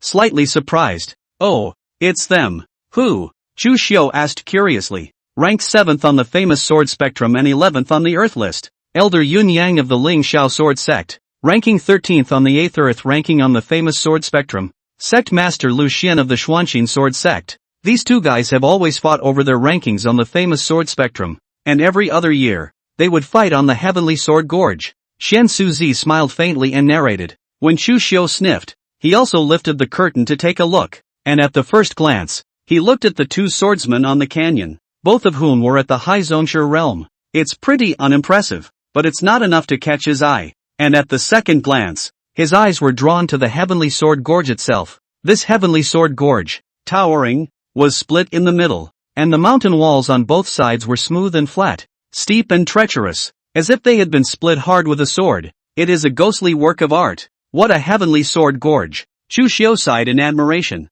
Xuanxuzi continued to explain. The heavenly sword gorge is the most famous scenic spot in Laizhou, and according to ancient legend, there was once an immortal who fought demons here and split the mountains and rivers with a single sword, which led to the formation of this heavenly sword gorge. Only, this heavenly sword gorge stretches for dozens of miles. A sword split into this, even the land gods and goddesses are estimated to be difficult to do. So this is just a rumor, cannot be true, but also therefore attracted a lot of swordsmen to come to the name. There are even people who often fight in this place, just like this Yun Yang, Lu Xian and the two of them, for more than 10 years, they have fought every year. They're not tired of it, we're all tired of seeing it. After Xuanxuzi finished speaking, his heart moved. Rather, Your Excellency, you should not have come to this heavenly sword gorge. Why don't you go forward to view it? Good thing too. Chu Xiu nodded slightly. Those two swordsmen, he wasn't interested. The heavenly sword gorge, on the contrary, is something to look at. Maybe another good place to check in. The carriage approached towards the heavenly sword gorge, gradually crossing over the crowd and arriving at the entrance of the heavenly sword gorge. And quite a few Jianghu people looked on, quite surprised. Whose carriage is this? So bold. Don't you know that there are two great sword amendments of the sovereign high realm engaged in battle up there? Yes, when sect masters of this level clash, the aftermath of the battle is extremely terrifying, and they aren't afraid of being caught in the waves. TSK, really don't want to die. The Jianghu people were talking about it. The Chu Xiu few didn't care. Among them, other than Bai Yu, who was an innate perfection, the cultivation of the remaining four were all unknown how much stronger than those two swordsmen. And who cares about that? After arriving at the heavenly sword gorge, Chu Xiu suddenly heard a system prompt. Ding! The heavenly sword gorge is available for signing in. Are they all signed in? Yes. Chu Xiu meditated in his heart. Ding! Congratulations to the host for obtaining the 9 heavenly surprising god sword technique. Countless esoteric mental phrases surfaced in Chu Xiu's mind. His eyes flashed with a hint of delight. In the world of martial arts, there are 4 orders of heaven: earth, Xian and yellow. Each order, in turn, is divided into upper, middle, and lower grades, a total of 4 orders and 12 items. Among them, earth-rank techniques were already incomparably rare in the Great Zhou, and only sects with hundreds or thousands of years of heritage such as the 4 great sects could have them included. As for the heavenly steps, in the Big Week, it's not even known if there is one, and Chu Xiu is now getting the 9 heavenly surprising god sword skill, is a heavenly rank technique, and not a heavenly rank lower grade. Middle grade. It's the top grade of the heavenly order. Highest ranked feats known. This Gong method is divided into 9 layers. Among them, the 8th level is the land god realm. The 9th floor is even more earth-shattering. Once one reached that realm, even among the land deities of the past and present, one would rarely meet an enemy claiming to suppress an era. This heavenly sword gorge, it really wasn't in vain. The corners of Chu Xiu's mouth rose slightly. This 9 heavens surprising god sword technique was a sword Dao technique, and as he had the 9 orifices Linglong sword heart, this technique, it could be said, was the most suitable for him. The carriage slowly traveled into the body heavenly sword gorge, and while they were viewing, the 2 swordsmen had begun to exchange blows. Their battle was very intense, with sword chi streaking across the air and sword intent impacting in all directions, causing countless rolling stones to fall on the canyon. Some smashed straight into the wagon. Without the need for Chu Xiu to do anything, Xian Suzi swept the duster in his hand, and the Taiji diagram reflected and floated above the carriage, blocking out all the rolling stones one by one. These two are affecting your son's interest in sightseeing. Let me go teach them a lesson. Xian Suzi faintly laughed, got up and was about to walk out of the carriage,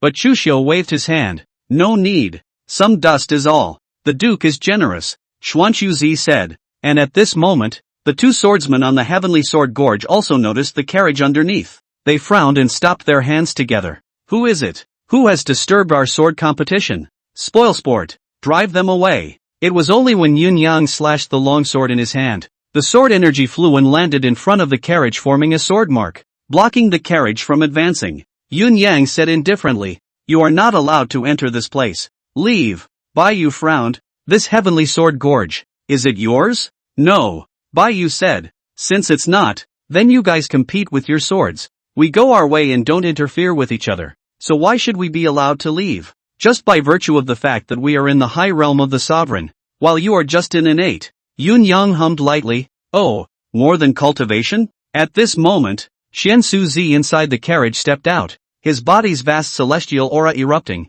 pressuring the two swordsmen to almost fall from the canyon. They looked at Xian Suzi in horror. "Yes, it's you. His lordship is generous and did not want to bother with you, but I did not expect you to be so ungrateful. Get lost," Xian Suzi said indifferently. The two men sniffed, their hearts shocked. "Your Excellency? What gentleman? Who was the existence that could make even Xian Suzi so respectful? Not even the number one on the heavenly ranking. Is it hard to believe that it's the current emperor?" The two patriarchs were a bit confused by the shock. They didn't dare to stay at all and hurriedly left. Before leaving, that Yun Yang curiously looked inside the carriage, wanted to see who was sitting inside, but the wagon had curtains and he couldn't see, so he secretly operated his true chi and lifted a gust of wind to blow open the curtain. Then he saw Chu Xiu while the other party looked at him indifferently. Just this one glance, it was like a sharp divine sword cutting across the sky. Yun Yang's face changed drastically, only to feel the impact of irresistible power. The whole person's tendons and bones burst into pieces,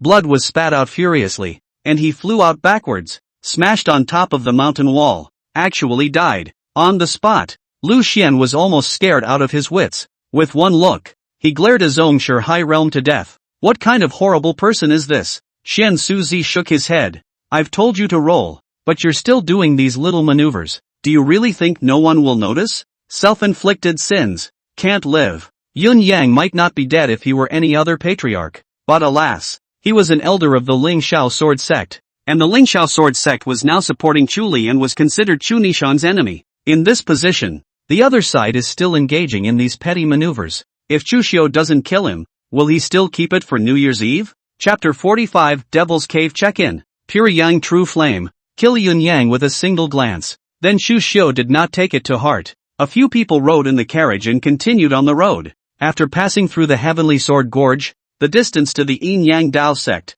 was getting closer and closer, and along the way, Chu Xiu didn't stay idle either. He used the 9 orifices Linglong Sword Heart to comprehend the 9 heavens shocking godsword technique. He was already in the land divine immortal realm, and with the addition of the sword heart, the sword technique complemented each other, and it was almost effortless to cultivate this sword technique to the 8th layer. It was only a step away from the 9th floor, and Chu Xiu had the 9 orifices Linglong Sword Heart, and when he practiced, he vaguely felt that on top of this sword skill, it might be possible to extend it out further. 9 layers, not the limit of this sword skill. He had the 9 orifices Linglong Sword Heart, so perhaps the 10th layer, or even the 11th or 12th layer could be deduced. And the 9th layer of the 9 heavens surprising godsword technique would already be the top grade of the heavenly rank. 10th floor, 11th floor. How amazing is it again? Even Chu Xiu is somewhat looking forward to it. Just in these few days when Chu Xiu was practicing the 9 heavenly surprising divine sword technique, Xian Suzi,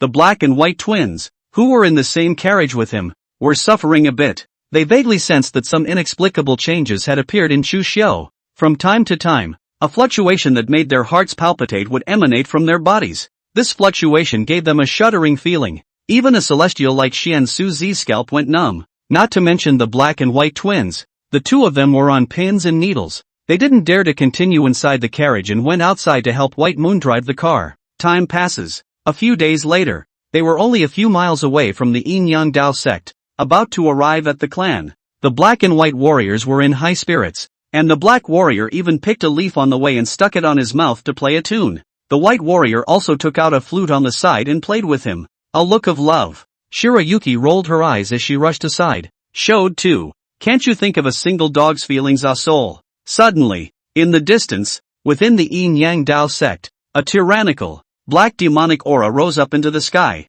actually penetrating into the clouds. The clouds seemed to be stained with ink, turning into a dark cloud. The black and white duo stopped playing and looked at the direction of the Dao sect in the distance. Their faces dramatically changed. What a terrifying demonic aura. Something has happened to the sect. What happened? Not good. Within the carriage, Xian Suzi couldn't sit still. The figure turned into a stream of light and quickly rushed out. And the black and white twins didn't dare to be slow, immediately following along and rushing out. Baiyu froze for a moment and looked toward the carriage. Gongzi, you keep going, Chu Xiu calmly said. Then he stepped out of the carriage and took a step ahead towards the Yin-Yang Dao sect. His pace seemed extremely slow, but it's a step of tens, even hundreds of feet. It's like shrinking. Baiyu looked shocked. Gongzi's cultivation seems to be even more profound. She patted her white cheeks. Shirayuki, you have to work harder. Yin-Yang Dao sect, inside the forbidden area in the back of the mountain, in the middle of a rift valley,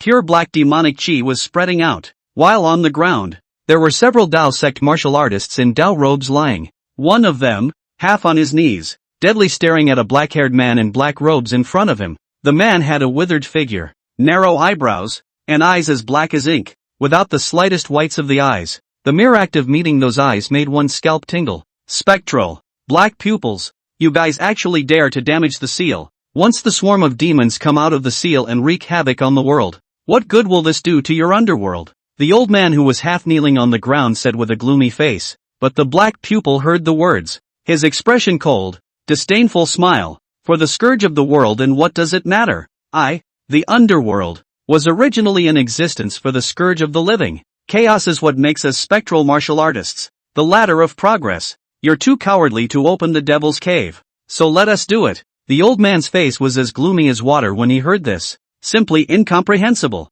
The idea of the underworld, in their view, is simply not to be tolerated. Black Hitomi looked at the demonic chi that was madly surging upwards from the Rift Valley, feeling the earth-shattering power, and a trace of infatuation appeared on her face. Behold, such a power that is enough to wreak havoc on the world. You fear, but we are eager for it, Black Hitomi said. And at that moment, above the dome of the sky, a Taiji figure suddenly descended from the sky, towards the Rift Valley. Demonic chi suppressed, temporarily suppressing the churning demonic energy. A figure holding a duster descended. It was none other than Xian Suzi, the fifth in the heavenly ranking. The black pupil's face changed slightly. Xian Suzi, coming back really fast. Xuanqiuzi looked at the churning demonic chi. His face was gloomy. How could it be? With the master ancestor guarding the demon cave, how could he allow the demonic chi to rampage to this extent? The old man kneeling on the ground said, Patriarch, senior ancestor, while he was guarding the demon cave, he was heavily injured by this black pupil's sneak attack and fell into the demon cave. What? Xian Suzi's face changed as he looked at black pupil dead on. Seek death. He cupped his hands and the runes in the void flowed. The Taiji diagram stretched out horizontally, like a mountain, and suppressed the black pupil. However, he saw the other party clenching his 5 fingers into a fist and punching out. The black true chi was like a torrent of river floods, roaring out and impacting the Taiji diagram. The Taiji took crumbled. A hint of black light was released from the black pupil's eyes. The moment Xian Suzi accidentally locked eyes with him, he only felt an inexplicable force impacting him, shocking his mind and making it seem as if his head was about to explode. It's the black pupil technique. Xian Suzi covered his head in pain. Because of his trauma, the demonic chi in the Rift Valley shattered the Taiji diagram with it. It was laced with a ghostly cry. A demonic shadow emerged from the demonic aura. Ha ha ha, we're back in the world. The Yin-Yang Dao sect has suppressed us for so long.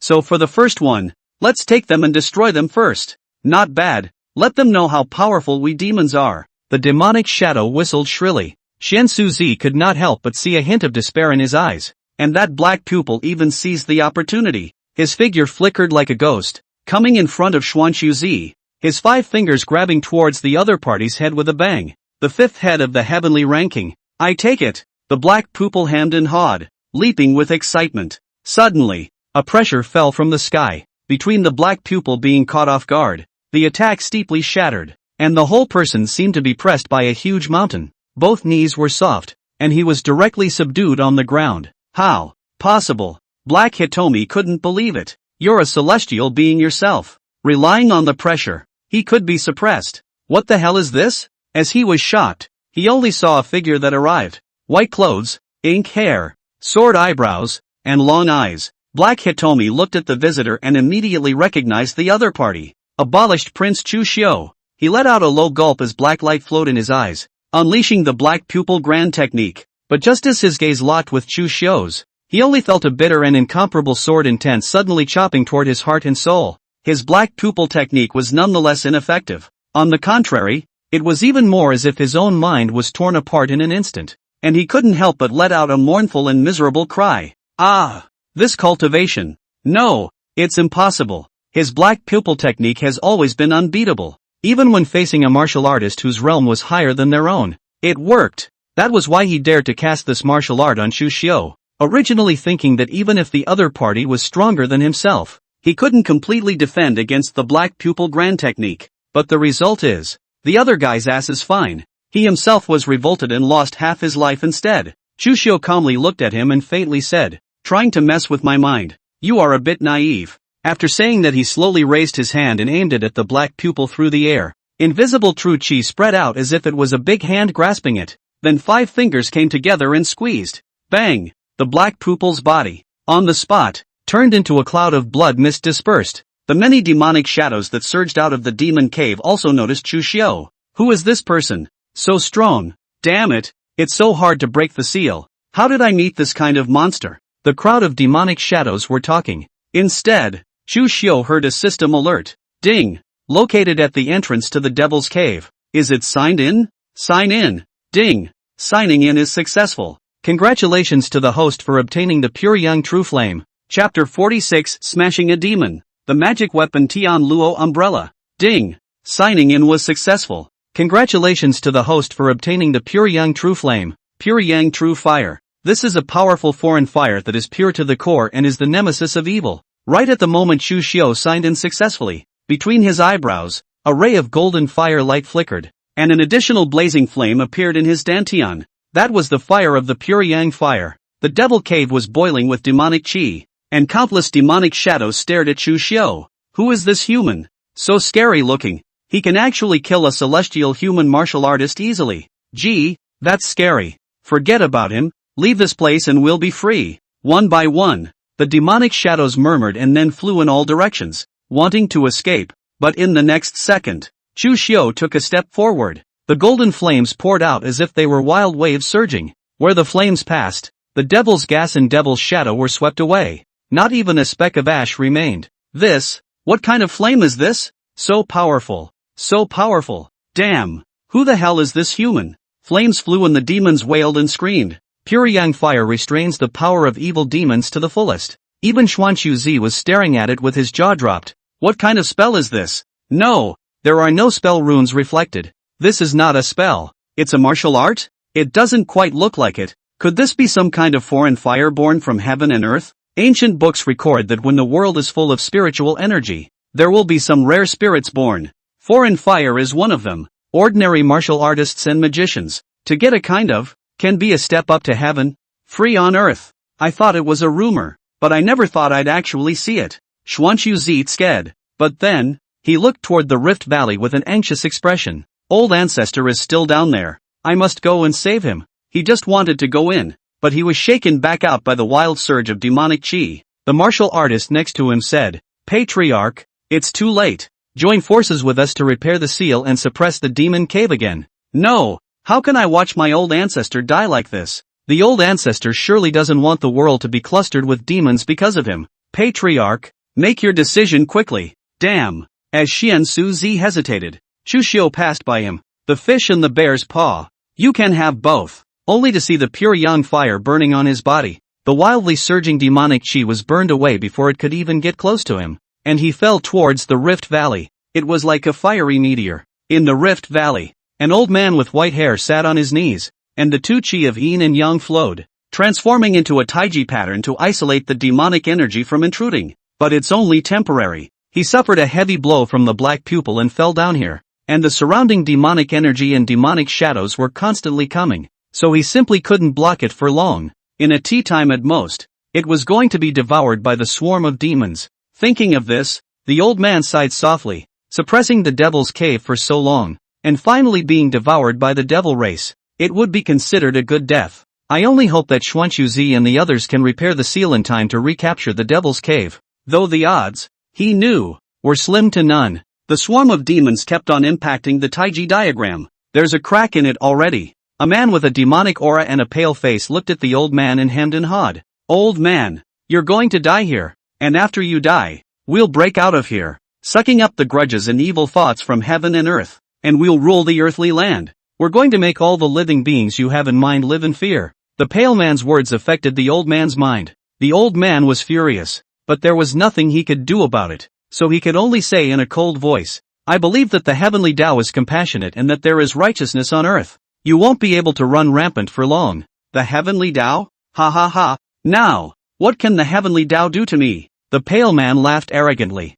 Next, he sensed something and looked above the rift. One could only see a flame like a shooting star falling, mixed with ponderous chi, and wherever it passed through, the demonic chi dissipated and the demonic shadows crumbled. The pale man's pupils shrunk, only to see the firelight continuously enlarging in front of him, and finally smashing hard against his body. Boom! The pale man's body exploded steeply into ashes. Before he died, he hadn't even reacted to what had happened. Why would a fiery meteor hit on a good day? Could it be that this is really a heavenly punishment? Chu Xiu landed on the ground. The pure yang fire spread and burned out the many demonic shadows. He scratched his head. Did he just smash into something? And he didn't care. There probably weren't many good things in this devil's cave anyway. After sweeping around, he found a huge pitch-black vortex not far away, the source of the endless demonic chi. A treacherous fluctuation emanated from it. His eyes flashed. Is that the entrance to the demon realm? He condensed his sword finger and struck out a pure yang fire. But he saw that the flame landed on top of that vortex and was actually swallowed up. Interesting. Chu Xiu pondered for a moment and stopped paying attention. He didn't come this time to solve any demonic realm. He came to save people. Sweeping around, he spotted the white-haired old man not far away. The other man was staring at him blankly at the moment. Somewhat stunned look. Yes, he was indeed a little stunned. After all, he had never seen anyone able to come and go freely in the middle of the devil's cave. The flame burning on the other party's body, but also easily burned out all the demons, like the nemesis of the devil. How can the white-haired old man not be alarmed? Chu Xiu smiled faintly and walked up to the other party. Are you the old ancestor of the Yin-Yang Dao sect? Exactly. Well, very well, leave with me. Chu Xiu grabbed the other party's shoulders, then brought the other party up in a leap. As if riding the wind in the void, he flew towards the sky above the canyon. He hadn't learned any lightweight body techniques, but with a high level of cultivation, he was enough to be able to ride the wind like an immortal. The hundreds of feet of canyon seemed unattainable to others. To him, it was as if it was a small mound, and he could get up there with a slight leap. After returning to the Rift Valley, Chu Xiu, who had been waiting here for a long time, took out a yellow umbrella and handed it over to Chu Xiu. Duke Chu, this is the Heavenly Luo umbrella, the magic-suppressing artifact that was left behind by my Yin-Yang Dao sect's ancestor. And this is the only thing that can repair the seals, to resuppress the demonic cave. I still ask you to do it for the sake of all the people in the world. He was on his knees. Behind him, the black and white twins, a single Yin-Yang Dao sect martial artist also knelt down together, and Chu Xiu slowly reached out and received the Heavenly Luo umbrella. The umbrella looks mediocre. However, under the touch, it contains some kind of strange spiritual flavor. The surface of the umbrella was made up of hundreds of pieces of talisman paper, while the umbrella bone was made of 1,000-year-old lightning-struck wood, which contained oodles of vitality. Is this the Jinmai artifact? It's kind of interesting. Chu Xiu faintly smiled, then threw out the heavenly parasol. The true chi in his body also surged and poured into the umbrella. Shasta. The Heavenly Luo umbrella released a large amount of flashy light, the runes on it flowing and reflecting the void, echoing the seals of the entire Rift Valley. Next, thousands of runes intertwined into a huge light shield and fell on top of the Rift Valley. The monstrous demonic aura faded like a tidal wave and shrank in the Rift Valley. Deep in the Rift Valley, a pair of eyes opened steeply. The earth has produced another land god who can use the heavenly parasol. It seems that the dragon vein will awaken and a great world will come. but the great world is often accompanied by great turmoil. This seal cannot last long. The great world. There will be a place for my demon race. Chapter 47, The Complete Book of Yin Yang and 5 Elements Taoism. Yin Yang Dao Sect. Back Mountain Rift Valley. Chu Xiu utilized his magic weapon, the heavenly parasol, and managed to repair the seal. And he was able to use the heavenly Luo umbrella, his own cultivation, already without the need to say more. Everyone had already understood, looking at him with a strong sense of awe. Land gods. This is a land god. That old ancestor of the Yin Yang Dao sect who had been rescued, looked at Chu Xiu, and his eyes were also filled with shock, as well as gratitude, as he took a deep breath and arched his hand and said, I am Lingshu Zi of the Yin Yang Dao sect. Many thanks to this gentleman for saving my life. You're welcome. Chu Xiu put back the heavenly Luo umbrella and threw it back to Lingshu Zi. There wasn't the slightest bit of attachment to this magic-suppressing artifact. After all, his 10 famous swords were no worse than this magic suppressor. Regulus, even much stronger. After helping to seal the demon cave, the crowd looked at Chu Xiu with strong awe in their eyes as Xuanshu Zi said, I've worked hard for Mr. Chu this time. I'll have someone go prepare an upper room for you to rest. Aha! Chu Xiu nodded slightly and led by the black and white twins out of the back mountain. Along the way, they encountered many Yin Yang Dao sect disciples. They bowed to the black and white warriors, arching their hands in respect, and when they saw that the black and white warriors, whom they respected, were actually treating such a young man as Chu Xiu with respect, they all couldn't help but be astonished. Who is this man? It's amazing that even the black and white warriors are treating him with an air of respect. This person is not a small one. What the hell is he in for? At this point, a disciple came to reporting back to the twin warriors. A woman who calls herself White Moon has come outside, saying that she is the patriarch, and a friend of the twin warriors. The black warrior said in a rush, let her in. Yes. Soon, Bai Yu came in, saw Chu Xiu, and went up to inquire. Learning that the devil's cave had been sealed, a hint of regret appeared in her eyes. I didn't make it over in time.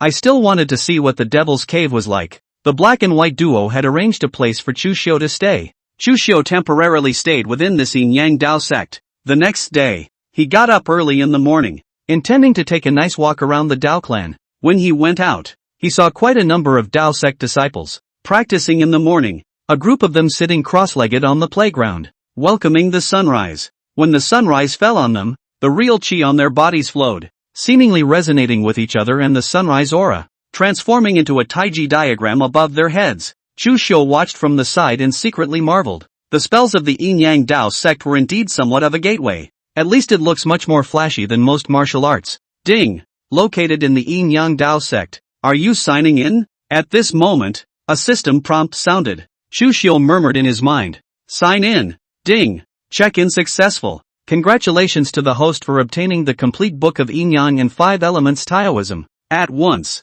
a large amount of information surfaced in Chu Xiu's mind. Chu Xiu, who originally only knew the 2 spells of Soul Detainer and Calling the Wind and Rain, had hundreds of spells related to the 5 elements of Yin and Yang stuffed into his head. These spells range in level from low to high and cover all aspects, from life support, to combat, to subduing demons and vampires. It can be very profound. Chu Xiu slurped over it. And just like that, I'm a spellcaster? And after Chu Xiu obtained this Dao Fa de book, he also understood that spells also had levels, divided into beginner, intermediate, advanced, and top level. They correspond to the 4 classes of heaven, earth, Xian Huang and martial arts. This complete book of Yin Yang 5 elements spells included 72 primary spells, 36 intermediate spells, and 12 advanced spells. As for top-level spells, there are none. Such a spell was just as rare as a heavenly grade martial art. However, this book of Yin Yang 5 elements spells didn't have any top-level spells,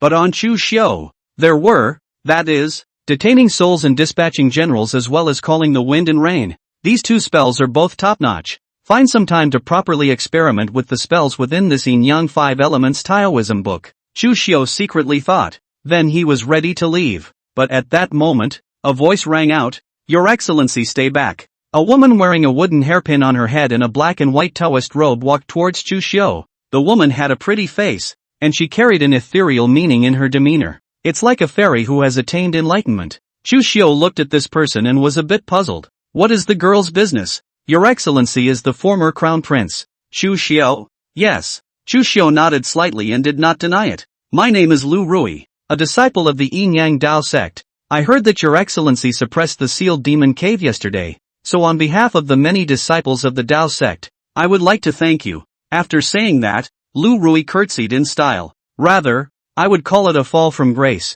Then, she added, I know that my cultivation is far inferior to that of Mr. Chu, but I still have the audacity to want to ask Mr. Chu for some advice. And please, Your Excellency, don't be stingy with your advice. A hint of playfulness spread across Chu Xiu's face as he sniffed. Do you know my realm? Some guesses, although Xian Su Zi and the others didn't explicitly say so, but being able to repair the seal and drive the heavenly Luo umbrella, Lu Rui had vaguely guessed. In that case, how dare you ask me for advice? Yes, in my current realm, it is already difficult for me to refine my cultivation with hard work, so I would like to ask you to give me some advice. Lu Rui wanted to verify this personally. Chu Xiu, isn't that God as rumored? Good, then I'll point you in the right direction. Chu Xiu smiled faintly. Just wanted to try out the latest spells I've acquired as well. Lu Rui looked delighted. Many thanks. After saying that, she stepped back a few feet and took up a stance, her hands pinching arcane spells, her true chi flowing, spell runes looming in the air. Golden sword art. A golden sword shadow was generated out of thin air. Seeing this, Chu Xiu stood still. He didn't pinch his knuckles. Spell runes automatically surfaced on the ground, and an earth wall was born out of thin air. The golden sword struck the earthen wall and then cracked itself. Elementary spell. Earth wall spell. Lu Rui continued to strike. One after another spells were cast from her hands, sometimes invoking wild winds, sometimes condensing water swords, sometimes erupting fireballs. The magnificence of spells. It does look a lot more spectacular than martial arts. Of course, that doesn't mean that martial arts are no better than spells. Each has its own strengths. Look at the fight again, only to see that Chu Xiu had been standing in place. No matter what kind of spells Lu Rui cast, he used the corresponding spells to invoke them. Earthen walls versus water arrows. Fireball versus golden sword. Water dragon versus fireball. The theory of the five elements being born together was displayed in Chu Xiu's hands to the fullest extent. Lu Rui couldn't gain the slightest upper hand. The crowd of disciples watched in amazement. Senior sister Lu is the 10th great master on the earth ranking, and she's also a great master who specializes in spells, and she's actually being suppressed in spells. No, it's not suppression. It's not in the same class at all. This person is so strong. It can't be a celestial being. I guess so. If it's not a celestial being, how can they make the patriarch and the others treat them with that kind of courtesy? And how can they possibly repair the seal of the devil's cave? How did he become a celestial being at such an age? How did he do it? Can't it be that it's some old monster who has practiced for many years and returned to his old age? TCH, he is a former prince, not some old monster. Lu Rui couldn't gain the slightest upper hand. In the end, she ran out of true chi and could only surrender. Looking at Chu Xiu again, his feet hadn't moved a bit since the beginning. Rui admires the brilliance of Mr.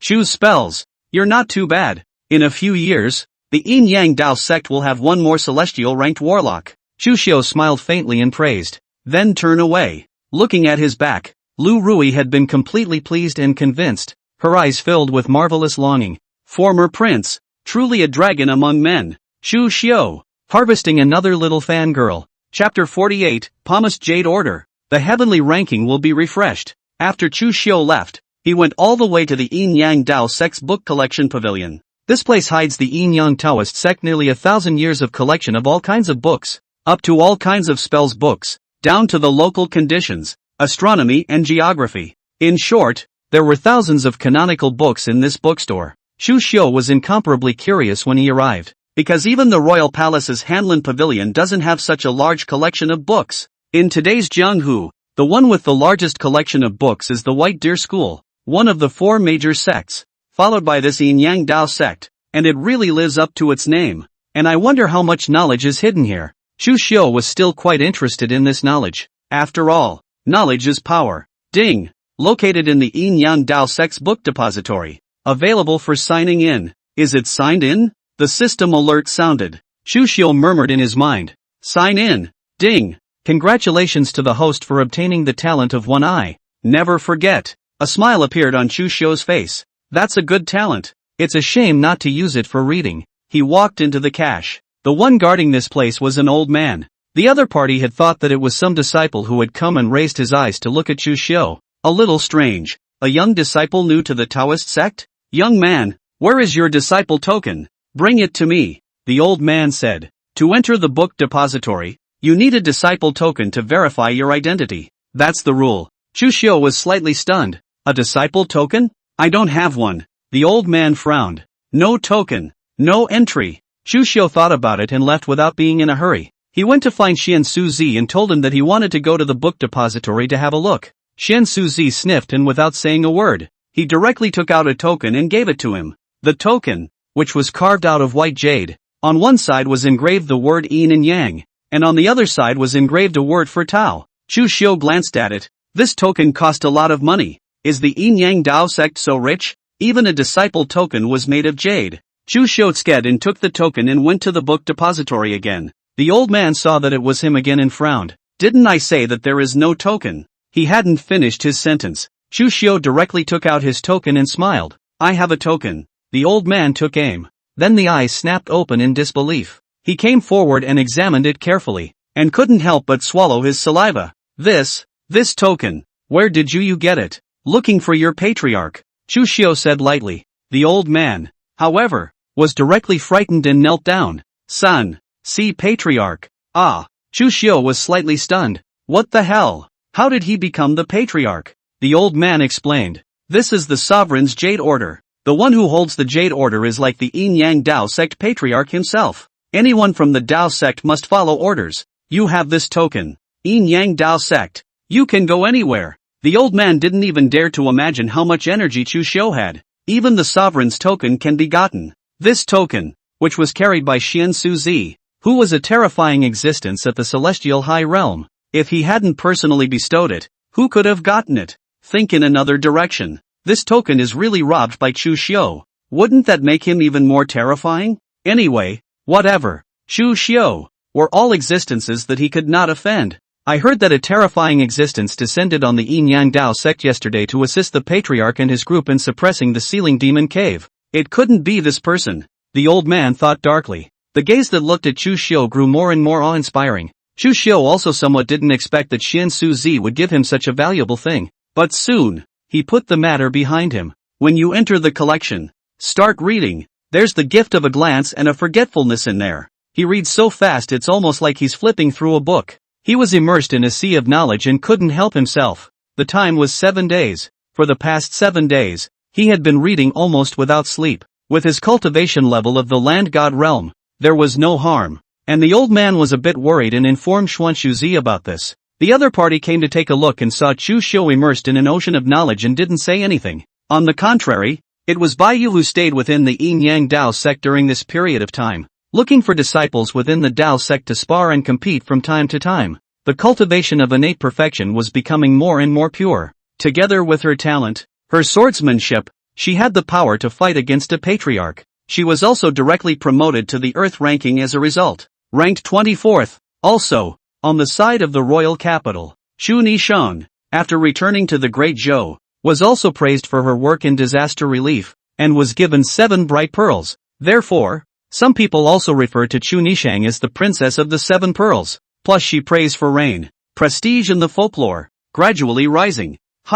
This ancient book. It's a bit interesting. This day, Chu Xiu looked at an ancient book in his hands, and a trace of color passed through his eyes. This ancient book, somewhat mutilated. However, it contains a number of deeds related to the immortals. This immortal, naturally, refers to the land immortals. It was written that thousands of years ago, land deities were rare in this world, but not unheard of, and there were always so many of them appearing every 100 years. Only 1,000 years ago, after a catastrophe, the number of land immortals dropped drastically, even until they almost disappeared by now. As for what this Holocaust is, the mystery of the disappearing land gods, this ancient book does not contain. This aroused Chu Xiu's great interest. 1,000 years of havoc, the mystery of the disappearance of the terrestrial gods. Interesting. He continued to rummage through the cache, but still no clue. Looks like there's nothing I want here anymore, Chu Xiu murmured. He thought of another place in the jungle with the largest collection of books.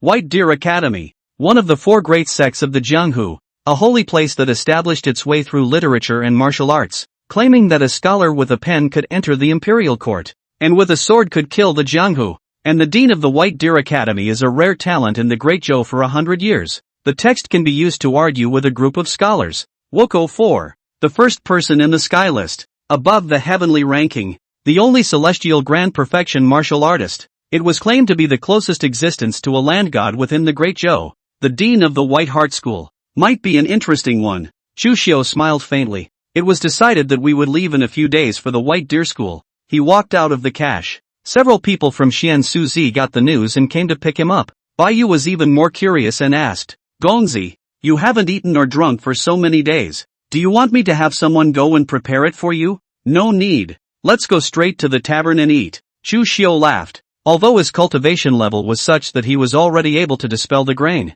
but the food and wine on earth, he didn't want to give it up for the time being. Inside the restaurant, Bai Yu helped Chu Xiu order a bunch of fine wines and dishes, and pouring him wine and food at the same time. She was not at all slow in her duties as a maid of honor. Chu Xiu shook his head and smiled. There's no need to be so nice. This is what I should do. Since I said that I would serve as a maid for Gongzi, then I have to do what I said. Bai Yu said with a solemn expression. She didn't want to be someone who was useless to Chu Xiu. His own cultivation was far inferior to his opponent's. Can't help with a lot of things, but when it came to food and clothing, she, the maid, couldn't afford to be vague. Chu Xiu didn't continue to say anything and let the other party do it. It felt kinda good to have someone around to take care of it like that. Have you guys heard? This time, the heavenly ranking is about to be refreshed. At this moment, the diner at the table next to Chu Xiu said. It attracted a lot of interest. Chu Xiu was also a bit curious. The heavenly ranking, the most gold-rich of the great weekly rankings. The martial artists on the list were basically the topmost existences in Great Zhou. Heavenly list refresh. Undoubtedly. It was a big enough event to shake the entire Jianghu. Chapter 49 New Ranking of the Heavenly Ranking. Who is number 1? The Heavenly Ranking will be refreshed. Such a big event naturally attracted the attention of many people. All sects and factions. All of them are incredibly concerned about this matter. Within the Yin Yang Dao sect, Xiansu naturally also knew about this matter and was gathering with a few elders to discuss this matter when he happened to see Chu Xiu. Bai Yu coming back. They greeted them. Mr. Chu, did you know that the heavenly ranking is going to be refreshed? Xuanxu asked. Chu Xiu nodded slightly. I have heard about it. The 3 lists of heaven, earth, and humans are arranged by the Wind and Cloud Building. This Wind and Cloud Building is a mysterious organization in the Jianghu, with intelligence personnel, spread all over the place. When they first arranged the 3 lists, there were quite a number of people who questioned it, but over time, it has been proven that the lists they arranged still have some credibility. Among them, the highest gold content of the heavenly list, but this list is basically 3 years to refresh once. Of course, there are exceptions, such as the Jianghu suddenly appeared. What big things will be temporary changes. This time, has not yet come to the 3-year period will be re-ranking the heavenly list. I estimate that with the son of the public you are related. Xuanxu narrated. When Chu Xiu heard this, a hint of color appeared in his eyes. Related to me? Yes. During this period of time, the biggest variable in the Jianghu Lake is none other than you, Gongzi, killingly bitter within the Divine Sword Villa, Lu Jinshui, destroying the Devil Sword, and inducing the vision of the 10,000 swords submitting to the Emperor. Battle with 9 heavenly silver silk oriental hate on the Tsanlong River. In Yuezhou, he killed the 16 Black Cloud Bandits and beheaded the Red Earth Flame Demon. There is also this time, in the Yin Yang Dao sect to suppress the Devil's Cave. The latter few although not many people know, but the battle with the Eastern hate alone. It is enough to make the male Sun Yu ranked in the heavenly list. Xuanxu said. Chu Xiu sniffed and pondered. A heavenly list, with only 10 people, can it really be able to include the experts of the Jianghu Lake? Among them? He thought it unlikely. As far as the Yin Yang Dao sect was concerned, there were 4 celestials, Xian Su, Ling Su, and the Black and White Twin Warriors, and the other 3 sects alongside the Yin Yang Dao sect had 1 or 2 celestials sitting in their ranks, even if they were slightly inferior to the Yin Yang Dao sect, plus the royal family, some hidden old monsters in the rivers and lakes. One heavenly list is not really enough. Xuanxu continued, naturally cannot. The heavenly list arranged martial artists. First of all is the Jianghu people, do not row the royal family, the imperial court martial artists. In addition, also are in recent years in the Jianghu active characters, those hidden martial artists, is not ranked up. This is also for these martial artists a kind of respect. Otherwise, people are hidden. You still line up people and make them a target. If these anger, the wind cloud building is not expected to be able to block it. For example, the old ancestor of my Yin Yang Dao sect, they wouldn't have included him above the heavenly ranking, and the other three great sects, they should have similar figures. Chu Xiu sniffed and nodded slightly, feeling that this was reasonable. Otherwise, this wind and cloud building can arrange the rivers and lakes at will, and the martial artists in the imperial court have long been terminated by other forces joining forces. But no matter what, this heavenly ranking was still a list of strong people recognized by the Jianghu. A few days later, in the middle of the jungle, in front of a towering black high-rise, countless martial artists looked forward to it. This building, it is one of the most mysterious forces in the Great Zhou Jianghu, Wind and Cloud House. And today, it was the day that the Wind and Cloud building announced the heavenly ranking, accompanied by the opening of the black pavilion door.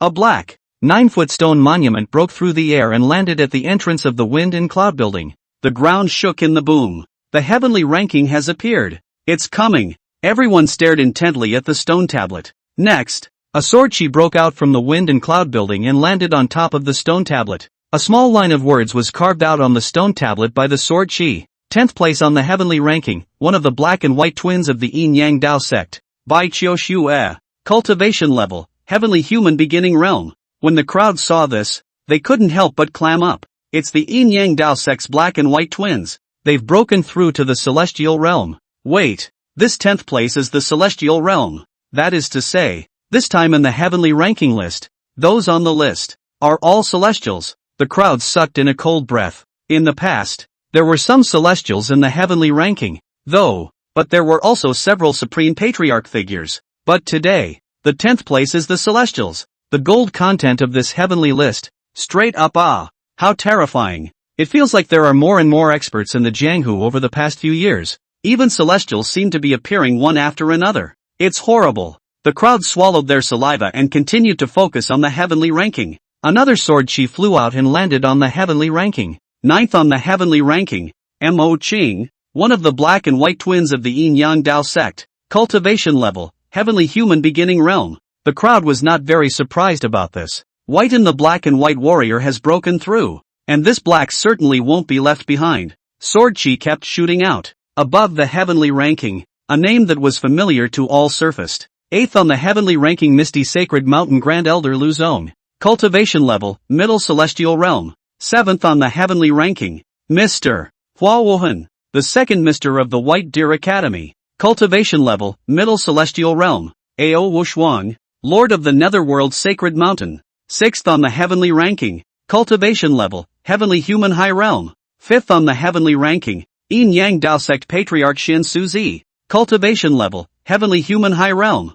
4th on the heavenly ranking, Ling Shao Sword Sect Master Lingban. Cultivation level, heavenly human high realm. Soon, there were only 3 people left unranked on the heavenly ranking, and these 3 people were most likely the top 3 people in Great Zhou, and the existence that everyone was most concerned about. Everyone is guessing who these 3 people are. I think the third is Luo Hanxin, the head of the Luo family, and second is the fire dragon evil god. The first is definitely still the head of the White Deer Academy. Someone said. The crowd sniffed and thought it made sense. These 3, for the past 10 years, had been the top 3 in the heavenly ranking. In particular, the dean of the White Deer School, who had been at the top of the heavenly ranking for 20 years, was almost as solid as a thunderbolt. The top 3, which were not immediately announced. Inside the Wind and Cloud building, a man stepped out and said, "Gentlemen, at the time of announcing the top 3 in the heavenly ranking, I want to announce something here. Just 10 days ago, Luo family head Luo Hanxin fought with the evil demon of the Underworld and was seriously injured.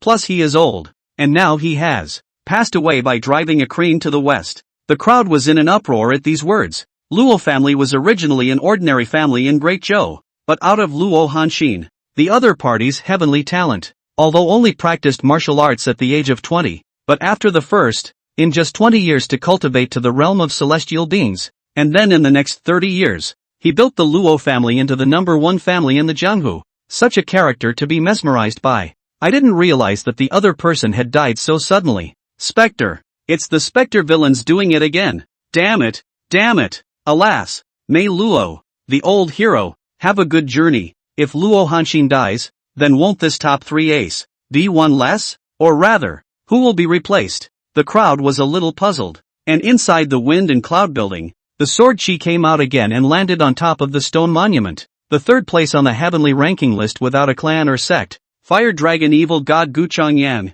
Cultivation, Peak Celestial. The second place on the heavenly ranking list. The Dean of the White Deer Academy. Nangong Qian. Cultivation, Celestial Perfection. The moment these two names came out, all the people present were confused. What? The Dean of the White Deer Academy, Nangong Qian, actually ranked second? So, who's first? Chapter 50, The Royal Family Strikes. There is no first place in the heavenly ranking. The new heavenly rankings are announced. The president of the White Deer School was ranked second. The crowd could not help but look shocked and in an uproar. What? The Dean of the Academy is actually only in second place? What the hell? The Dean of the Academy is a celestial perfection existence. It's the number one person in Great Zhou. Who can be compared to him? My god. What kind of monster is first place? I don't know. To be able to squeeze the Dean of the Academy off the first throne. Could it be that some old monster who has been hidden for many years is not willing to be lonely and wants to come out to stir up the wind and rain? It's not impossible.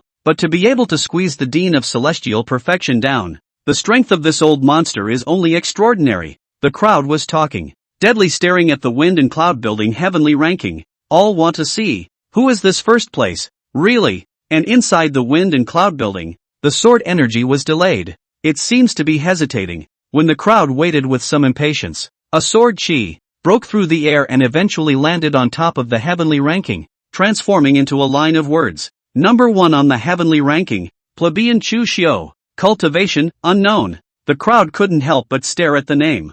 Chu Xiu? Who is it? And plebeian? Wait, it's the former Prince Chu Xiu. The crowd was first stunned because they had never seen the name Chu Xiu on any list before. But soon, everyone came back to their senses. Former Crown Prince Chu Xiu. In recent days, Chu Xiu, who has been making a lot of noise in the jungle, not only because of the other party's status as a former prince, but also the strength that the other party had displayed was even more jaw-dropping. However, no matter what, the other party had only just made a name for himself in the Jianghu, and this was directly becoming number 1 on the heavenly ranking? It's not too much of a stretch. Everyone found it a bit mind-boggling. Someone questioned loudly, even if the former prince is truly a martial Dao Celestial as rumors have it, but to directly place him at the top of the heavenly ranking is too much of an overstatement, isn't it? Wind Cloud Mansion Master. Aren't you going to explain? A calm voice came from within the wind and cloud building. My wind and cloud building arranges the heavenly ranking list based on the battle records, performance, and prestige of those who are on the list, after a comprehensive examination. Of course, this is also my wind and cloud building's family's words. If you feel that this list is not fair, you need not worry about it. Everyone has a heavenly list of their own in their mind. The wind and cloud floor master didn't want to start any strife with the Jianghu people because of the list. An impeccable speech. But some people are still a little disgruntled. That being said, the credibility of the 3 lists has long been deeply rooted in people's hearts. And when you say that Chu Xiu is ranked number 1 on the heavenly list, there should always be an explanation. Time, naturally, will give you all an explanation. The Wind Cloud Floor Master continued. At this time, a group of officials and soldiers suddenly came to the scene, of which the leader, dressed in silver-white battle armor, with an impressive weapon, carried a large bow and held a long spear. It can be a powerful thing. Some sharp-eyed people recognized this person at a glance. First-ranked military general of the imperial court,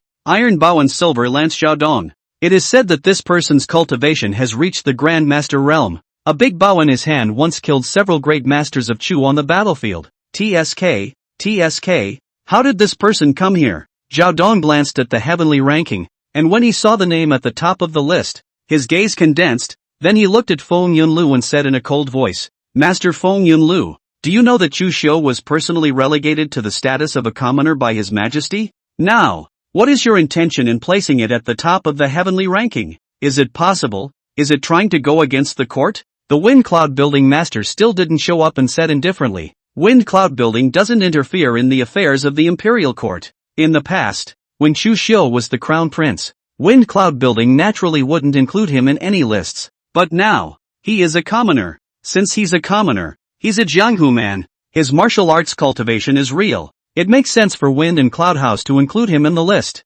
Wind Cloud Mansion Master. Have you thought about it and do you really want to do it? Yes. Zhao Dong didn't say anything, and then he opened his bow and strung an arrow. An arrow, locking onto the aura of the Wind and Cloud Building Master, flew into the Wind and Cloud Building like a meteor. But in the next second, the arrow flew out of the Wind and Cloud Building upside down, returned towards Zhao, moving back the same way, and it's faster and fiercer than before. Zhao Dong's pupils shrank, and a trace of fear passed through his eyes, but a flash of blade energy passed by. The arrow was sliced in half vertically and plunged into the ground, behind Zhao Mo. At some point, there was an extra old man dressed in black with white hair, and the other party didn't utter a single word, only silently looking at Feng Yunlu. Next, a terrifying aura surged out, and a blood-red long knife appeared in his hand more than once. The long knife slashed across the sky. Boundless blade chi landed on the Wind Cloud Building. In a loud boom, the Wind and Cloud Building directly collapsed into pieces.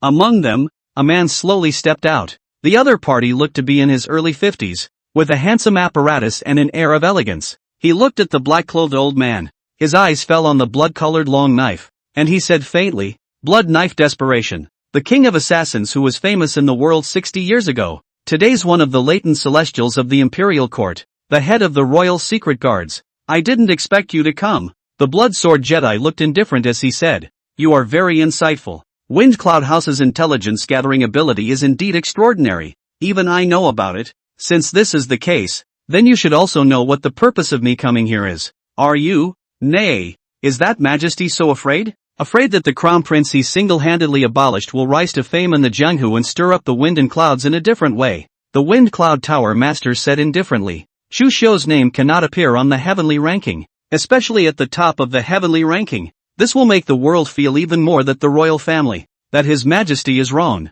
And that is the thing that His Majesty cannot tolerate the most. The Blood Dagger Jedi said. The Wind and Cloud Floor Master was silent, and while he was silent, the killing aura around him gradually became solidified. He understands. If you don't do what the royal family wants today, then he, the House of Wind and Cloud, is probably going to be gone. Thinking of this, he let out a light sigh, waved his sleeve, and sword chi landed on top of the heavenly ranking, erasing Chu Xiu's name, and said indifferently, "There is no first place in the heavenly ranking this time. This is already my biggest concession." The Bloodsword Jedi put away his sword and said indifferently, "Yes, as long as there is no Chu Xiu's name on the heavenly ranking." When he finished, he turned to leave. Zhao Dong also led his men to follow. The killing aura that was as heavy as water around them also gradually dissipated. Many of the junglers were already paralyzed on the ground, gasping for air. Although the killing aura of the Blood Dagger Jedi did not deliberately target them, the mere fact that they were affected by the waves still gave them the feeling of being in a mountain of swords. It's as if they're going to be lynched the next second. How horrible. Who the hell is this person? The royal family is actually hiding such a person. The royal family's heritage is extraordinary. 60 years ago, the king of killers, blood knife desperation. The new generation of martial artists are probably unfamiliar with this name,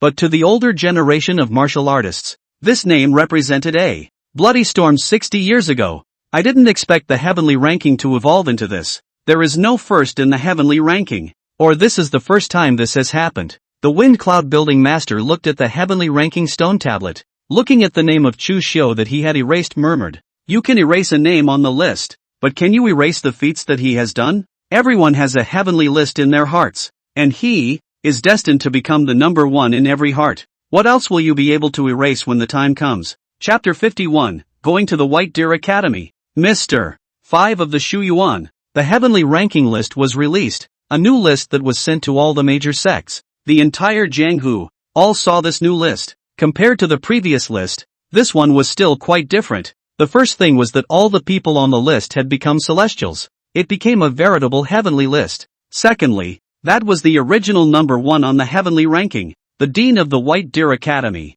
Nangong Qian, who had fallen to second place. But what surprised people was that the first place on top of the heavenly ranking was vacant. The heavenly ranking, for the first time, does not have a first place. It became a crippled heavenly list. And what was experienced when the heavenly ranking was released was gradually spread in the Jianghu through the proclamation of the Jianghu people who were present. Although there is no first in the heavenly list, many people know that the first in the heavenly list arranged by the Wind and Cloud Building is the former prince, Chu Xiu. Inside the Yin Yang Dao sect, Xian Suzi and the others naturally got the new heavenly ranking. They looked at the new heavenly ranking and couldn't help but be silent for a moment. I didn't expect that the imperial family would actually be so scornful of Prince Chu to this extent that they don't even want him to be on the heavenly ranking and don't want his prestige to continue to rise. It's just a pity that Duke Chu's talent for warping the heavens and the earth is not something they can suppress. It only amazes me that the king of assassins of 60 years ago, the Bloodsword Emotionless, has actually turned into the current leader of the Dark Guards.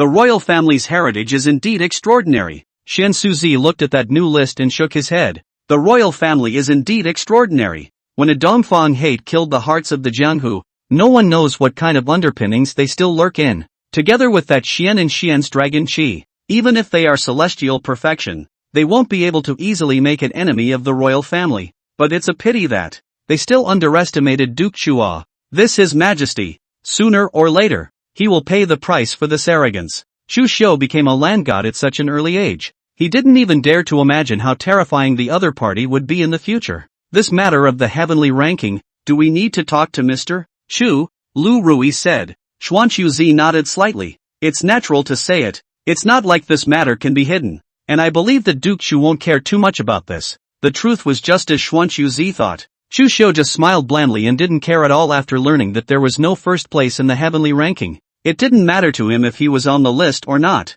It's not like he values fame and fortune. If he really valued it, he would have killed his way back to the king's capital and become the son of heaven long ago. So what if it's on the list? It's not like it's going to do any good. In recent days, I've been nagging at your Yin Yang Dao sect for quite some time. So it's time for me to leave. Chu Xiu faintly laughed. Where does the prince intend to go? White Deer Academy. White Deer Academy. If I remember correctly, the White Deer Academy Qingzhou poetry meeting is about to begin. Right. Is the prince going to participate? The Green Bamboo Poetry Festival? What's this? The Green Bamboo Poetry Festival is an event organized by the White Deer Academy in Green Bamboo City, inviting talented people from all walks of life to go there, to meet friends with poetry and to discuss martial arts, during which the outstanding scholars as well as the gentlemen of the White Deer Academy may appear. In the past, the Green Bamboo Poetry Festival even saw a number of heirloom poems. Xuanqiuzi narrated. Chu Xiu smiled as he heard this. That's interesting.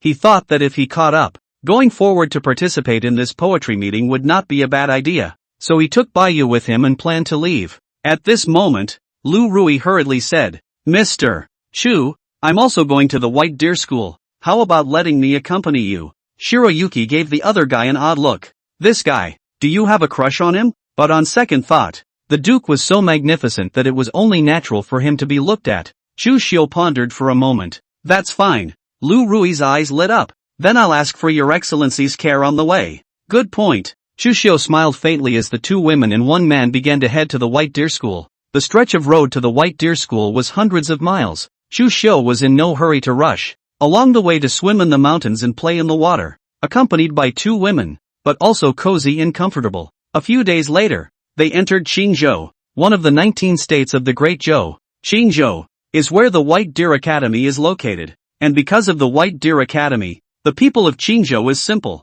Every family, although it cannot be said that all are well-read people, but the illiteracy rate is the lowest of the 19 states. Here, there are numerous families and talented people. Most of the top scholars of the Great Zhou also came from Qingzhou. Qingzhou, a village. Inside the village, the smoke curls up. The villagers are simple in nature, and the road is not clean, and there is a bookstore in the village. Inside the academy, there is an old white-haired shokai. Within this village, the reason why the people are so simple, and the old shokai's indoctrination has a lot to do with it. It is said that the old showman came from the White Deer Academy and had taken the imperial examinations, only to end up falling short. Disheartened, he came to this village and became a teacher. Inside the bookstore, the sound of poetry being read aloud was loud. When will the bright moon come? Asked the blue sky with wine. I don't know the palace in the sky. What year is this evening? I want to return by the wind, but I am afraid of the jeweled buildings. A watery reed. Some of the children showed doubts. A slightly older child asked curiously, Sir, who wrote this water song? So beautiful. The old showman smiled faintly, a hint of remembrance in his eyes. This poem was written by a 13-year-old boy. The boy was startled. A 13-year-old boy? Isn't that about the same age as me? Are you trying to swindle me? He. That young man was indeed 13 years old when he wrote this poem. And once this poem came out, it became famous in the poetry world, and was known as the first moon song of the past 1,000 years. So far the world, no one dares to move the pen-wing moon. That young man, also known as the first poetic talent of the ages. Only a pity. At that, the old showman sighed. Unfortunately what? The child asked curiously. Unfortunately, that kid hasn't written any more heirloom classics since he made this song about the moon, the old showman said. Upon hearing this, the boy blinked and asked, is it because he's so jaded that he can't do it anymore? No. The old shotse shook his head. That child is in a high position, worrying about the country and the people, aspiring to the world's life, not the literary world. Otherwise, Great Joe will have one more poet saint of 1,000 years is not predictable, the old shotse said. Some of the children couldn't help but have a look of longing in their eyes. Poetry sage. These two words are arguably the highest praise for a poet. Suddenly, the old showman sensed something. His pupils slightly contracted and looked outside the academy, only to see a dark cloud raging from afar. The dark clouds carried an ominous aura that sent shivers down one's spine. Is it going to rain? Auntie doesn't know if she's back yet. Did she bring an umbrella? The children looked out the window and did not feel the ominous aura. The old showman said, children, class ends early today, so go back quickly while it's not raining. The kids couldn't be happier to hear that they could get out of school early. See you tomorrow, sir. The children saluted towards the old showman. Then in groups of 3 or 2, they fished their way out of the bookstore. And after the children had all left, in the sky, a black shadow of light descended from the sky, transforming into a man with black hair and black clothes, with eyes glowing with purple light. He greedily looked at the old Shiokai. It's been a long time since I saw Mr. 5 of the academy. I didn't expect the talent in you to be even more intense than it was 10 years ago. Chapter 52 Mr. 5 Falls. Sinful animal. The old showman looked at the dark-haired man in front of him with cold eyes. Book-eater demon. After 10 years, I didn't expect you to actually appear again. Ha ha, in a while, it will be the day when the White Deer Academy will hold the Green Bamboo Poetry Festival. At that time, the world's talented people will gather in Green Bamboo City. This is a good opportunity for me to increase my strength greatly. How could I miss it? The book-eating demon smiled. Humph. The White Deer Academy is solid as gold with the dean in charge. Do you think that you alone can do whatever you want? It's too whimsical. If I were the only one, of course it wouldn't work. Only unfortunately, I'm not alone. I've made some friends over the years. The book-eater demon smiled. Hearing his words, the old showman frowned for a moment, wondering who exactly the friend he was talking about was. But in the next second, a chill ran down his spine. An icy killing aura actually surfaced behind him. He looked startled, and the instant he turned around, a sword surfaced in his hand, blocking a small, blood-colored blade that chopped fiercely at him. However, he himself was shaken back a dozen steps, and then he looked at the person, dressed in a blood-colored robe, with a small blood-colored knife suspended around his body. The old showman recognized the visitor at once,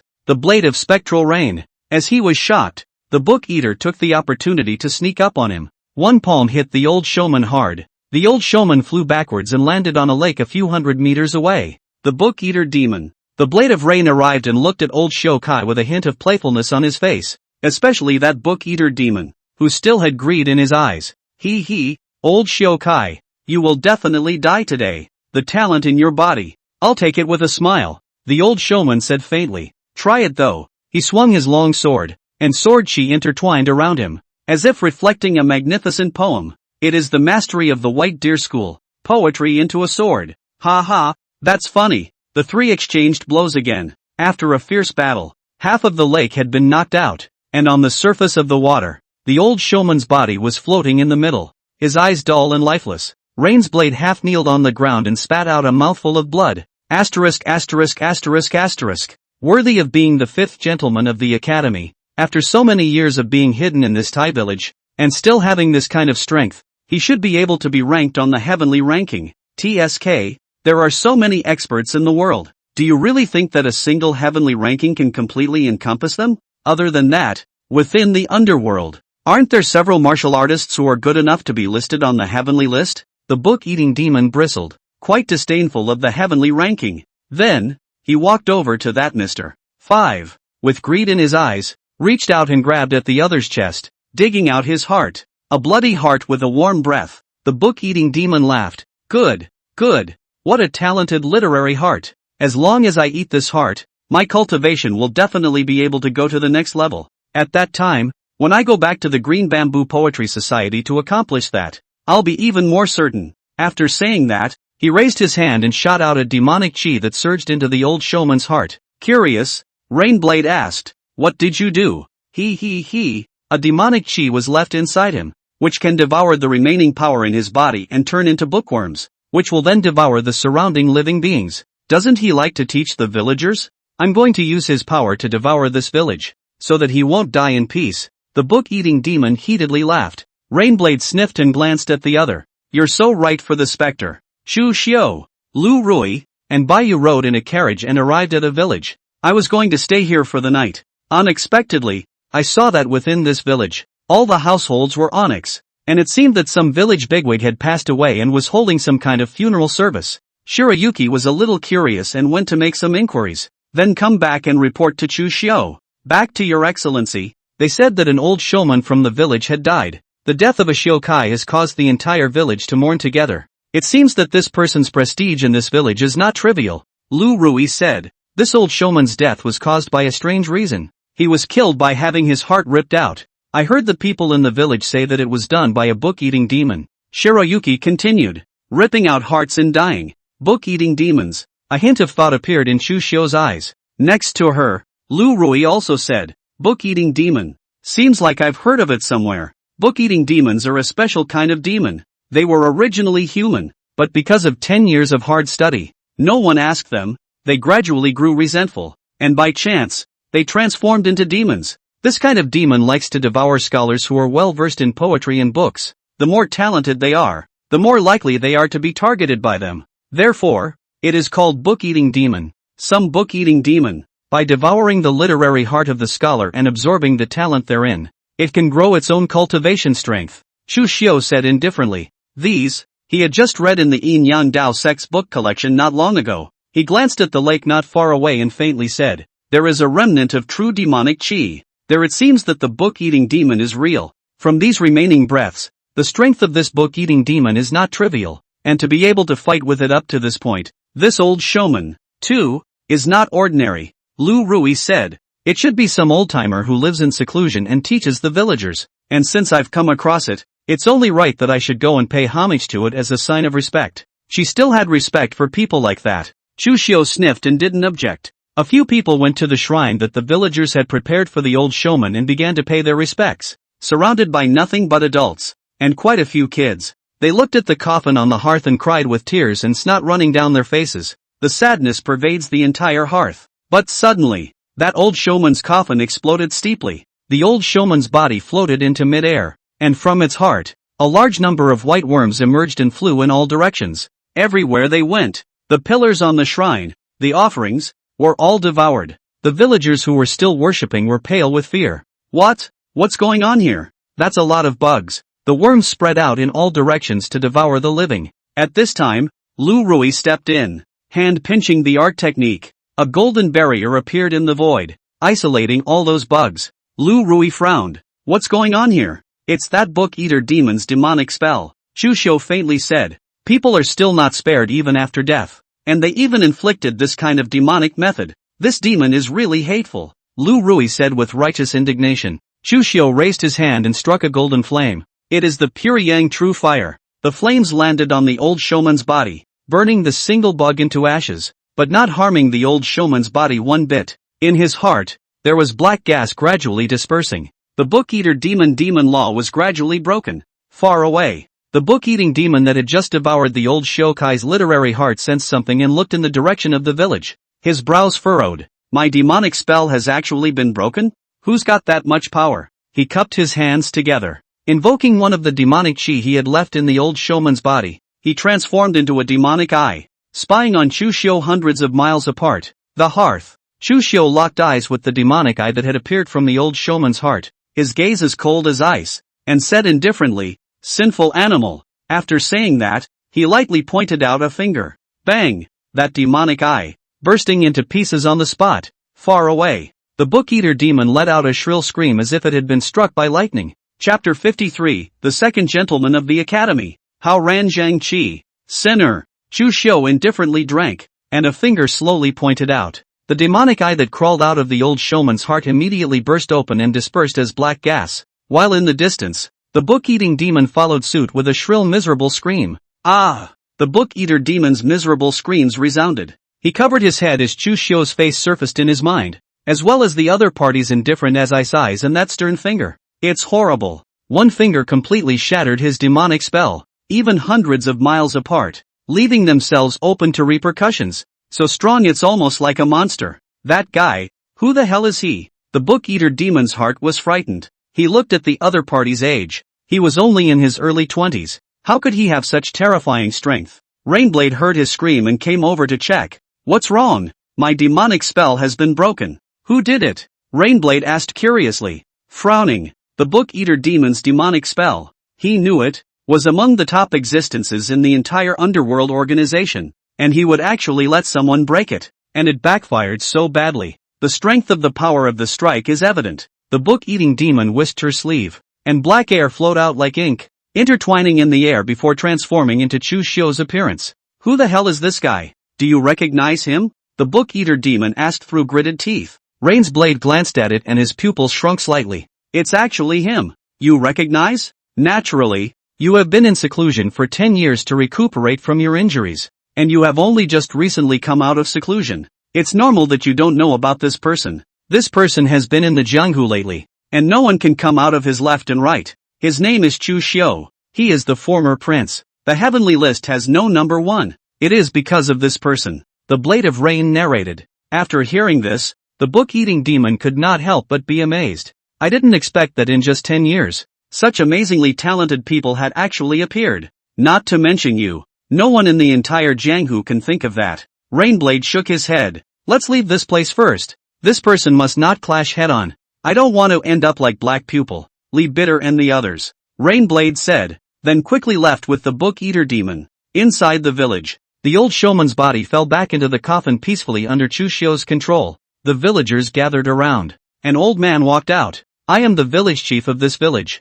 Your Excellency. I wonder what just happened. The old gentleman's body was inflicted with demonic spells by the book-eater demon. But it's fine now, Chu Xiu said indifferently. The village chief and the villagers behind him were beyond grateful. No harm done. Soon after, not far away, villagers came up clustered around a man. The man's sword brows and eyes were long, and his appearance could be described as handsome. He is about 40 years old, and carries an elegant and easygoing air. After the other party came, he took a look at the coffin, and could not help but sigh lightly. Fifth brother, second brother is here. This is to take you home. When he finished speaking, he flipped his hand and closed the coffin. Looking at Chu Xiu again, a trace of color flashed in his eyes as he arched his hand and saluted. My name is Mr. Hua Wuchen, the second Mr. of the White Deer Academy. I've met Mr. Chu. Mr. Bookstore 2 Flowers Without Traces, ranked 7th on the heavenly rankings. Cultivation level, Celestial Middle Realm. On the side, Lu Rui arched her hand and returned the salute. Lu Rui is here to greet the second Mr. The Yin Yang Dao sect has produced a good seedling. You are already a Grand Master at a young age. In less than 2 years, you can impact the celestial realm. Hua Wuhan sighed in admiration, and asked, why are a few of you here? We're here for the Green Bamboo Poetry Festival, Lu Rui said. Then she asked curiously, I wonder what is the relationship between Mr. Chu and this old senior? He's Mr. 5 from my academy. Hua Wuhan sighed helplessly. Many years ago, he went to take part in the imperial examinations, but because his temperament was too upright and he was unwilling to be in the same boat as the other officials, he was suppressed, lost his place, and returned to the academy to decadence for several years.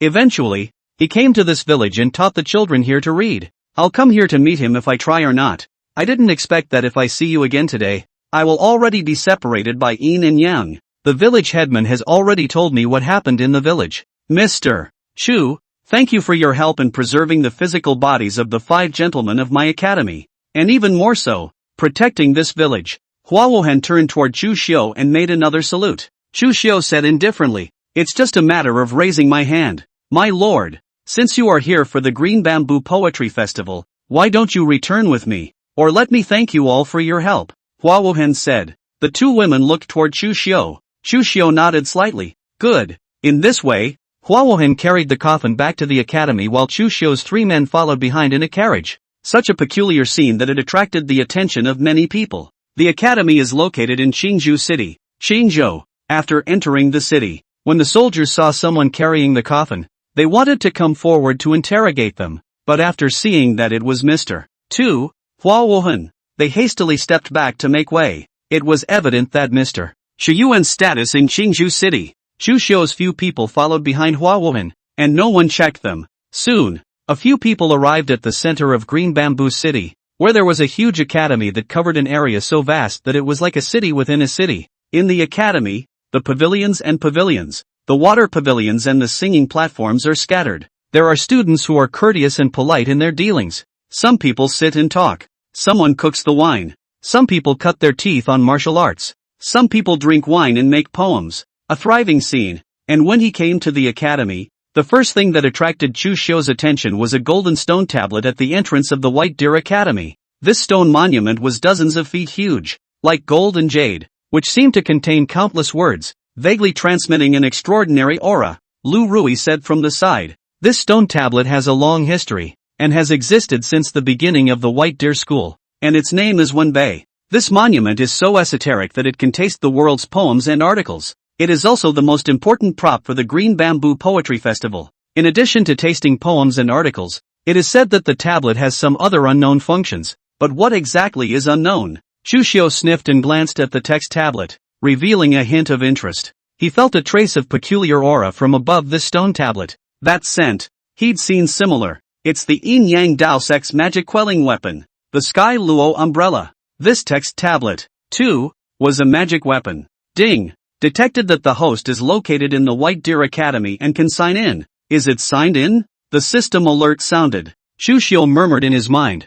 Sign in. Signed in successfully. Congratulations to the host for obtaining the vast spirit. Vastness. Chu Xiu's eyes flashed. Having heard of this power, it is said that a true reader is a man of good character and high integrity, with a heart like a mirror, who reads 10,000 scrolls and writes like a god. Even if you don't know how to do martial arts, you can still cultivate a great deal of energy, make ghosts and demons inviolable. Just the readers who can raise a great deal of energy. Few and far between. I didn't realize it was actually this. Chu Xiu murmured. After signing in, he immediately felt a mysterious power flowing through his body, and in the next second, he had grasped the Haoran Qi, and the text tablet in front of him seemed to sense something and trembled slightly. A flash of golden light, but it quickly faded into nothing, making one wonder if it was an illusion. Chapter 54, Defeated Juaidun. Mr. 7 Muwan Air. Deep in the White Deer Academy, a white-haired man holding an ancient scroll suddenly looked towards the entrance of the academy, a trace of color in his eyes as he murmured, "The Wenbei is moving differently? The Green Bamboo Poetry meeting hasn't even begun yet. How could the Wenbei suddenly move differently?" He got up and took a step and disappeared in the twinkling of an eye. When he came to the entrance of the academy, he saw Chu Xiu's several people. Seeing Chu Xiu for a split second, the color of difference in his eyes grew more and more intense. "I can't believe it's him. Could the movement of the tablet be because of this man?" Then, he looked at Hua Wuhan and saw the coffin he was carrying, and was silent for a moment before sighing. "Send old 5 to the back of the mountain." "Yes, sensei." Hua Wuhan nodded slightly, and to be able to call him a teacher, the identity of the white-haired man in front of him spoke for itself. It is the president of the White Deer Academy, the first person in the Great Zhou today, the second on the heavenly ranking, Celestial Perfection's Nangong Qi. Chu Xiu also curiously glanced at the other party, sensing a strong fluctuation of true qi as well as a hint of Haoran Jingqi from the other party. It is indeed extraordinary to be able to raise a vast amount of qi. However, the Haoran qi on the other party's body was quite a bit different from the Haoran qi that he had just gotten from signing in, like a river flow and an ocean. Nangong Qian walked towards Chu Xiu and lightly smiled. "Your Excellency Chu's great presence in my White Deer Academy really makes the academy shine." "Dean is welcome," Chu Xiu said indifferently. "I came to the academy this time. In addition to seeing the Qingzhou Poetry Festival's grand ceremony, I also wanted to enter the academy's book collection pavilion to take a look. I wonder if the dean will oblige?" Nangong asked, smiling. "Naturally. No one would turn down a request from a suspected land god. Let's not talk about just entering the book depository. Even if Chu Xiu asked them to participate in seizing the throne, they would all consider it." Seeing that Nangong Qian was so good at talking, Chu Xiu was still quite satisfied. Next, Nangong Qian also asked people to prepare a place for Baiyu Lu Rui to stay. Shu Yuan, book depository. After burying Mr. 5 in the back of the academy and paying his respects, Chu Xiu went straight to the book depository, which before him was the largest in Great Zhou. The collection of books in it is as vast as a sea of books. Ding! White Deer Academy book depository detected and available for signing in. Is it signed in? Chu Xiu murmured in his mind. Sign in. Ding! Congratulations to the host for acquiring calligraphy proficiency and the poetry into sword technique. Proficient in calligraphy. This was rather an insignificant ability for Chu Xiu.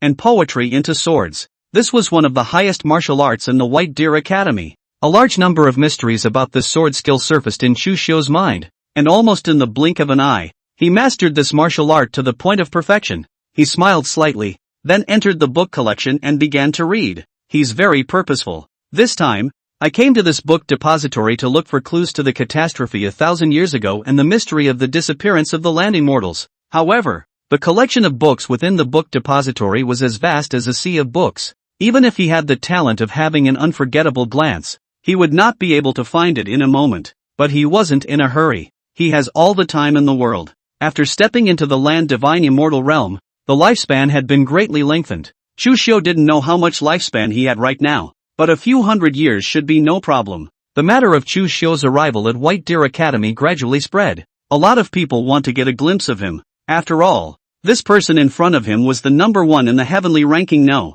1. It's the former prince. It was the brightest and most dazzling rising star in the entire Great Zhou in the past. Even though he is not the crown prince nowadays, he is still the object that makes countless people's hearts yearn for him. Especially for the people of the White Deer Academy. The Song of Songs in Water. To this day, every time I read it, it still makes my heart sigh with admiration.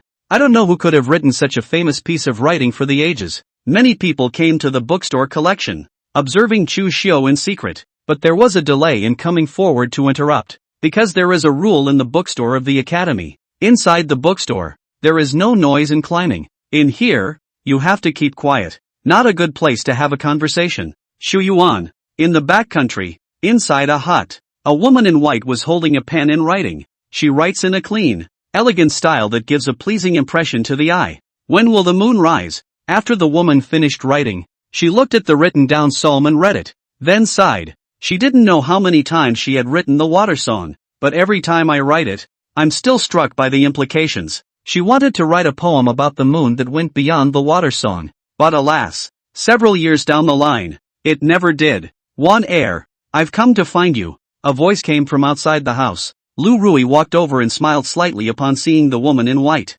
Oh, Rui, you came to the academy without informing me. It's a surprise for you. Lu Rui laughed. I heard that you became the 7th gentleman of the academy. It's really congratulatory. Ha, it took the teacher's love to accept me as a disciple. Mu Wan laughed, and Lu Rui glanced at the psalm in front of her. Her eyes flashed. This is the Song of Water. You are still copying the words. Mu Wan nodded her head slightly. Yes, I don't think it's possible for me to write an aria that surpasses this one in my entire life. I don't really know much about poetry and all that, but I've come this time to bring you a surprise. Lu Rui smiled mysteriously. What surprise? Chu Xiu has come to White Deer Academy. Mu Wan's eyes lit up. Really? Of course. He's in the book depository right now. Mu Wan directly got up and left. The footsteps were eager, revealing a bit of impatience. The academy. The book depository. Among the people secretly spying on Chu Xiu, someone finally broke the deadlock. A young man in a green shirt walked over and looked at Chu Xiu and smiled.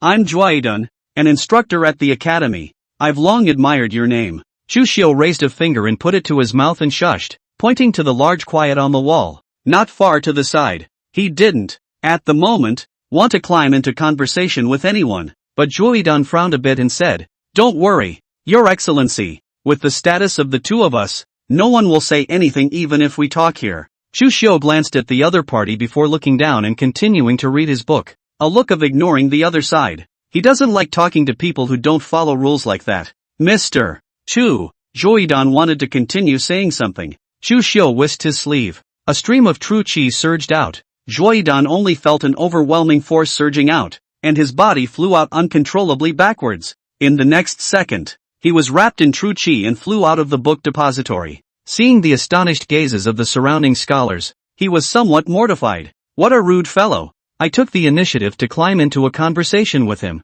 and he actually treated me like this. Suddenly, he saw a glimpse of a silhouette fluttering by. It's manhwaer. A light went on before his eyes. Manhwaer was the 7th gentleman of the academy, the youngest disciple of Nangongqian, with high cultivation, excessive talent, and most crucially, a gentle temperament and a person as beautiful as a flower. It's a dream come true for a lot of scholars teaching and learning. Zhuaidan is no exception. Seeing her, Zhuaidan couldn't help but go up to her to talk to her. Mu. The 3 words Mr. Mu hadn't been uttered yet. Just meet manhwaer, who directly crossed over him and went straight to the book collection pavilion. It seems like a girl in a hurry to meet her lover. Zhuaidan's mouth twitched a little, looking at the surrounding scholars, feeling a little embarrassed. What happened today? Actually eating defeat one after another? Chapter 55 Talking to each other. It's getting interesting. Inside the book depository, Chu Xiu continued reading after sending Zhuaidan away. Suddenly, a scented breeze drifted in.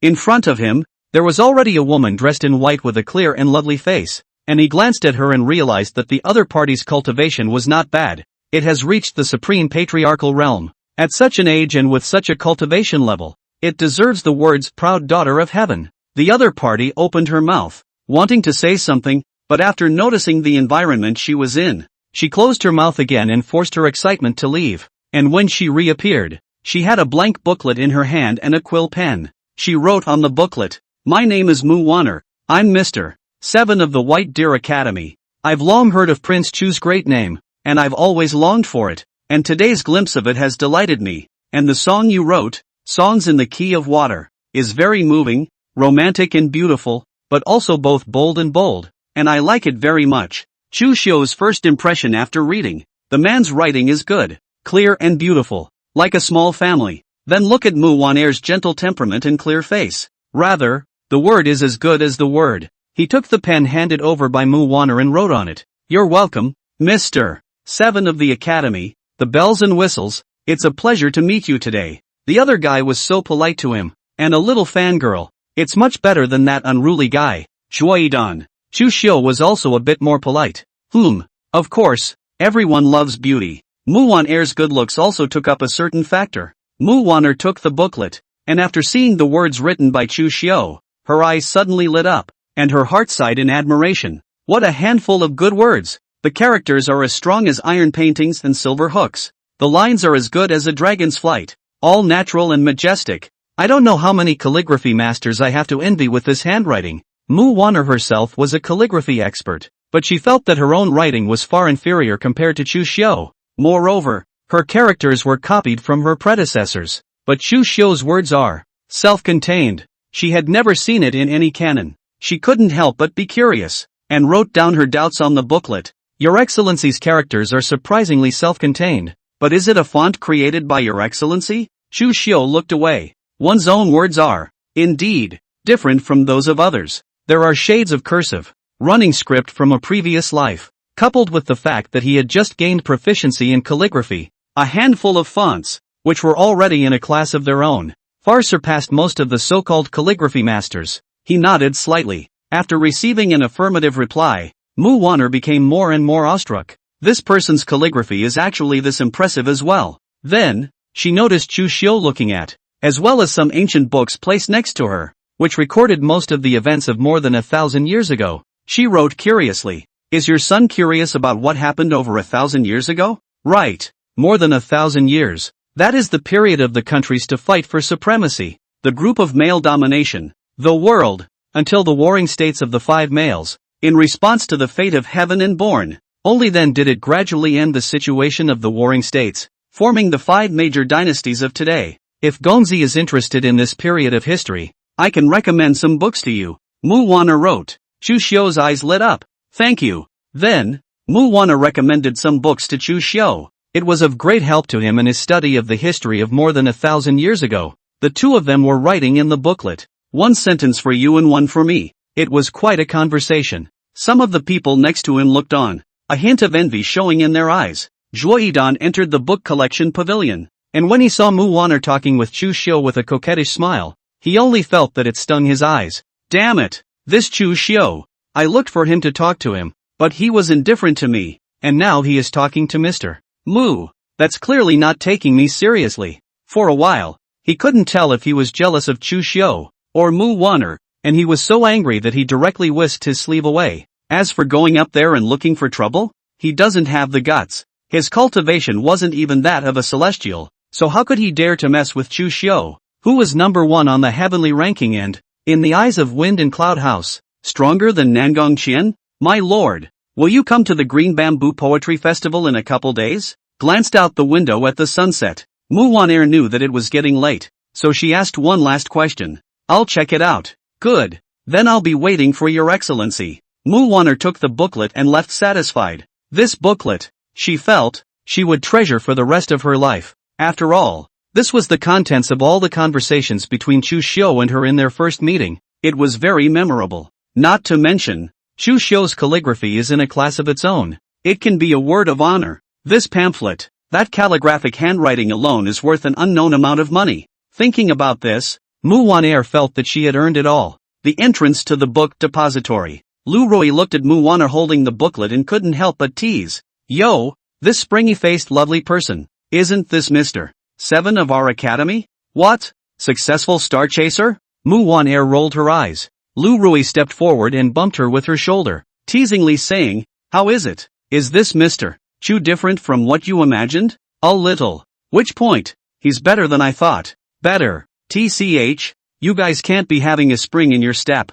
You're the one who's in the throes of spring. I'm just admiring the male. Mu Wan'er said with a blush. The two jostled away. Inside the book depository, Chu Xiu found those canonical books recommended by Mu Wan'er and read them one by one. Big gains. According to the canonical records, 1,000 years ago, the world was in chaos, and thousands of countries existed on this land, conquering each other and fighting fiercely, and the demons are in turmoil and evil spirits abound. In such a situation, there were 5 overlords that came into being, holding heaven-sent holy weapons, suppressing the chaotic world, and creating 5 great dynasties. It is the Great Zhou, the Great Chu, the Great Yu, the Great Liang, and the Great Qian. It has been almost 1,000 years since the establishment of the 5 major dynasties. Over the past 1,000 years, countries other than the 5 great dynasties had either been annexed by them or had been reduced to vassals of the 5 great dynasties. The concept of dragon energy also emerged from that time. It was said that the dragon chi originated from the holy weapons held by the 5 great dynasties,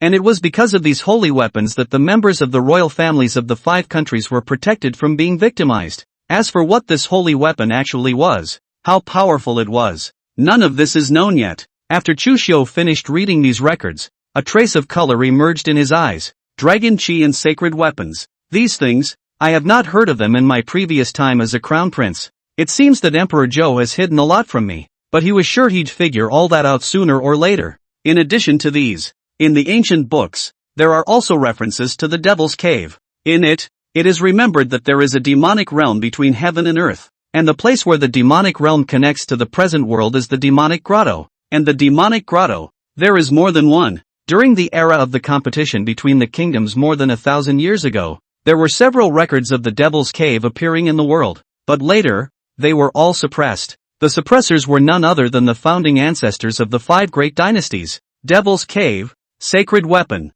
dragon's breath. There seemed to be an invisible thread strung between these things.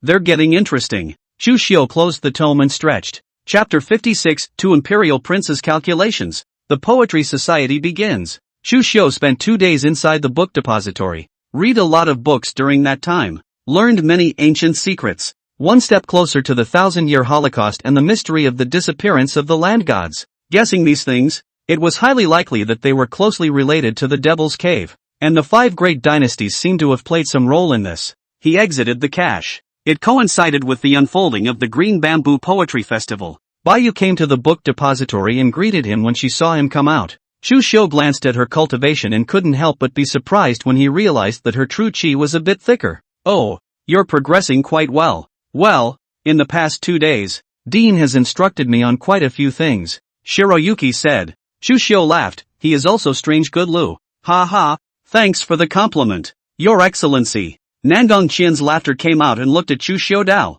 Gongzi has been staying in the book depository for the past few days. Have you found the answer you want? No, but it should be soon. Ha, Is that so? The answer that Your Excellency is looking for is what I want to know as well. And if Your Excellency finds it, I hope you can give me some guidance. Nangong asked, laughing. Having reached a cultivation level like his, he had naturally thought about searching for the existence of the land immortals and had studied the history of 1,000 years ago. Maybe Dean knows more than I do. No more than Your Excellency knows. I will talk with Your Excellency in detail after this poetry meeting.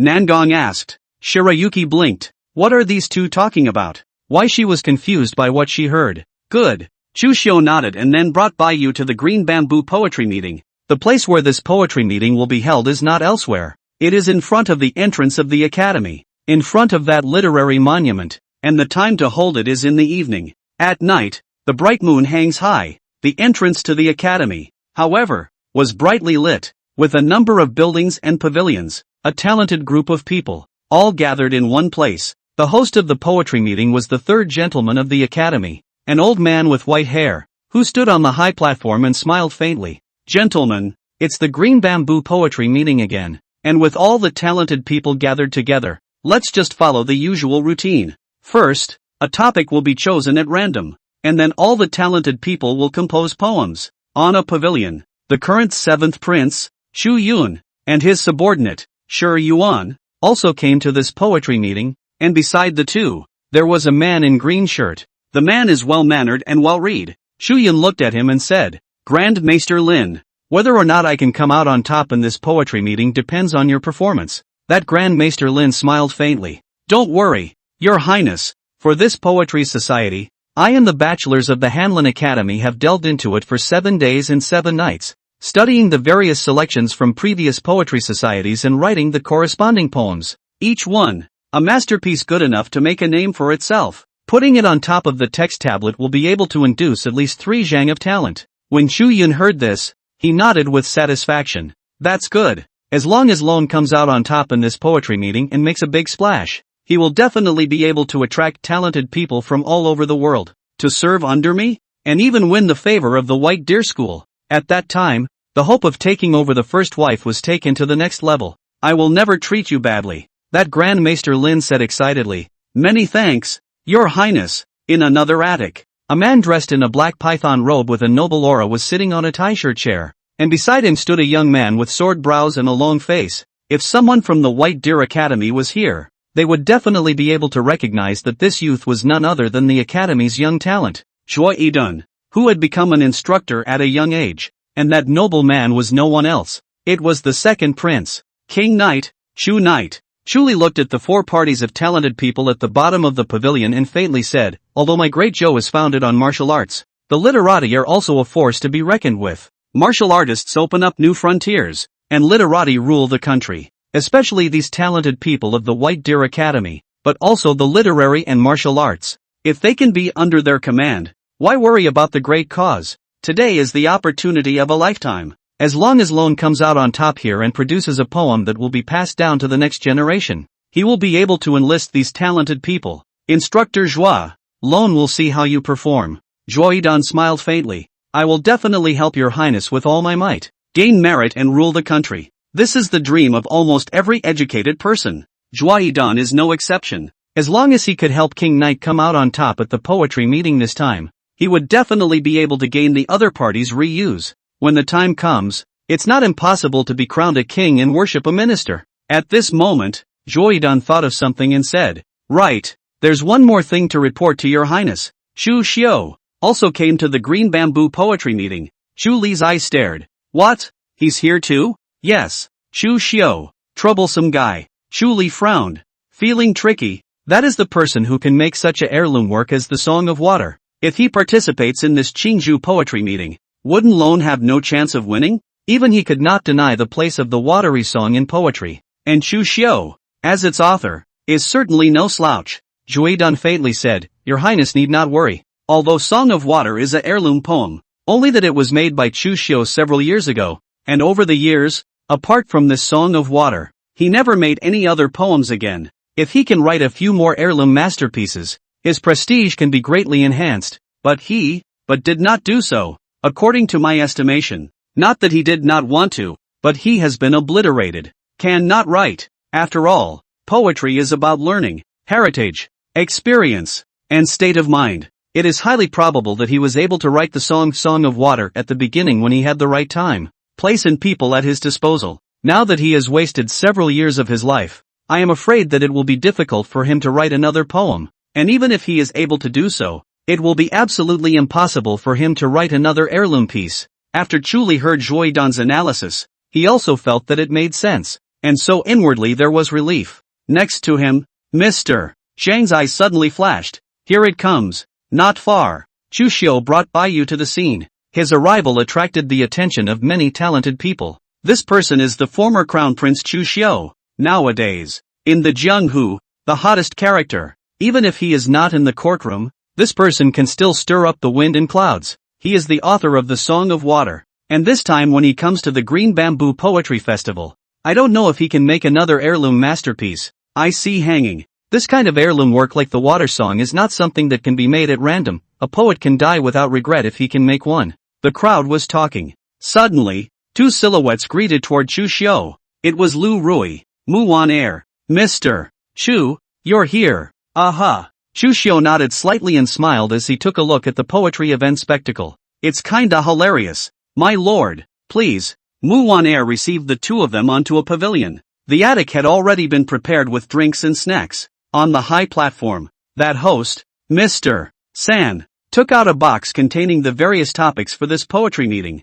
and he reached out and began to draw them. Taking out a slip of paper from inside and opening it, he smiled. The theme of this poetry meeting is the bright moon. Ah, bright moon? He froze. What's with the theme? The crowd sniffed and a silence fell. Chapter 57 Sorrow and Sickness. The crowd writes poetry. The crowd was silent for a while. Akatsuki? Is there a mistake? Who dares to write lyrics about the moon when there is the Song of Water and songs in front of us? Isn't that an insult? Not to mention, the rightful owner is also within the poetry club. And Mr. San, knowing that no one else would dare to write this aria, crushed the note in his hand and then touched a new one. The theme of this poetry meeting is mourning, sickness and suffering. Well, it's quite a special theme, so please compose poems for all the talented people. Mr. 3 smiled faintly. Many talented people heard this and began to meditate on it. Not long after, a talented man walked out and smiled. Gentlemen, I'm not talented,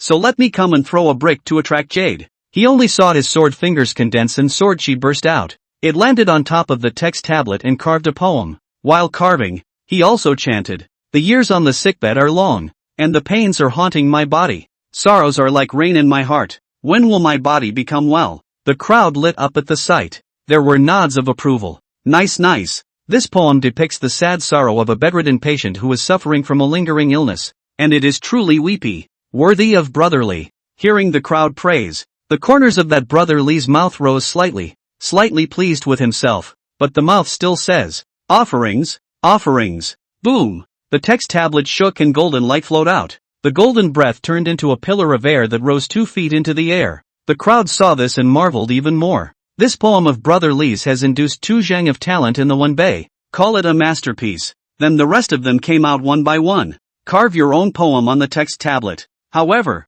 most people's poems landed on the text stele and did not cause much movement. At most, they could only induce a 10 feet of talent. Compared to that brotherly, it is much inferior. This caused that brotherly, the corners of his mouth to rise more and more. Inside the building, Chu Yun glanced at Grand Maester Lin next to him, and the other smiled. Your Highness, I have already prepared the psalm for you. When he finished, he held a pen and wrote a poem on a piece of paper. Chu Yun took it over and glanced at it. His eyes lit up. Not bad. He only saw him memorize the poem and walk out with his head held high. Then he drew the long sword on his waist and leaped to the top of the literary monument, holding the sword to carve the poem. Sighing alone at the setting sun in the late fall. The sorrows are all around my heart. Where can I find my old dreams? It's hard to stop thinking about it. The crowd couldn't help but applaud and marvel at the sight. Yes, great poem. Late sunset and fall. No trace of old dreams. It's wonderful. Who is this man? He seems to be the 7th Prince Chu Yun.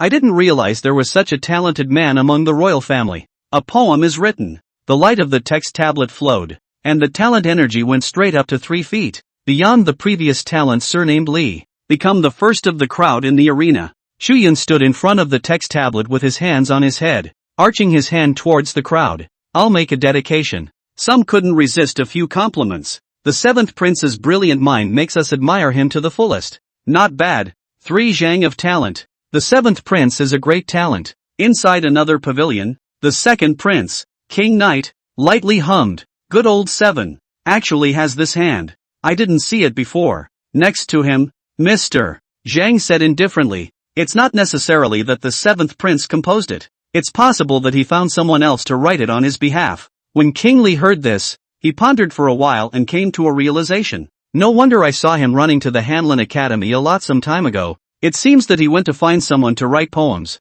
Let's just say that how could he possibly have this talent? It turns out that he is faking it. Just in time, Zhuoidan walked up, holding a freshly written poem in his hand. Your Highness, please take a look. Mr. Zhang was silent beside him. Actually, King Knight wasn't much better. Not also getting Dan Zhuo to ghostwrite. After King Li read the poem written by Zhuoidan, he smiled faintly.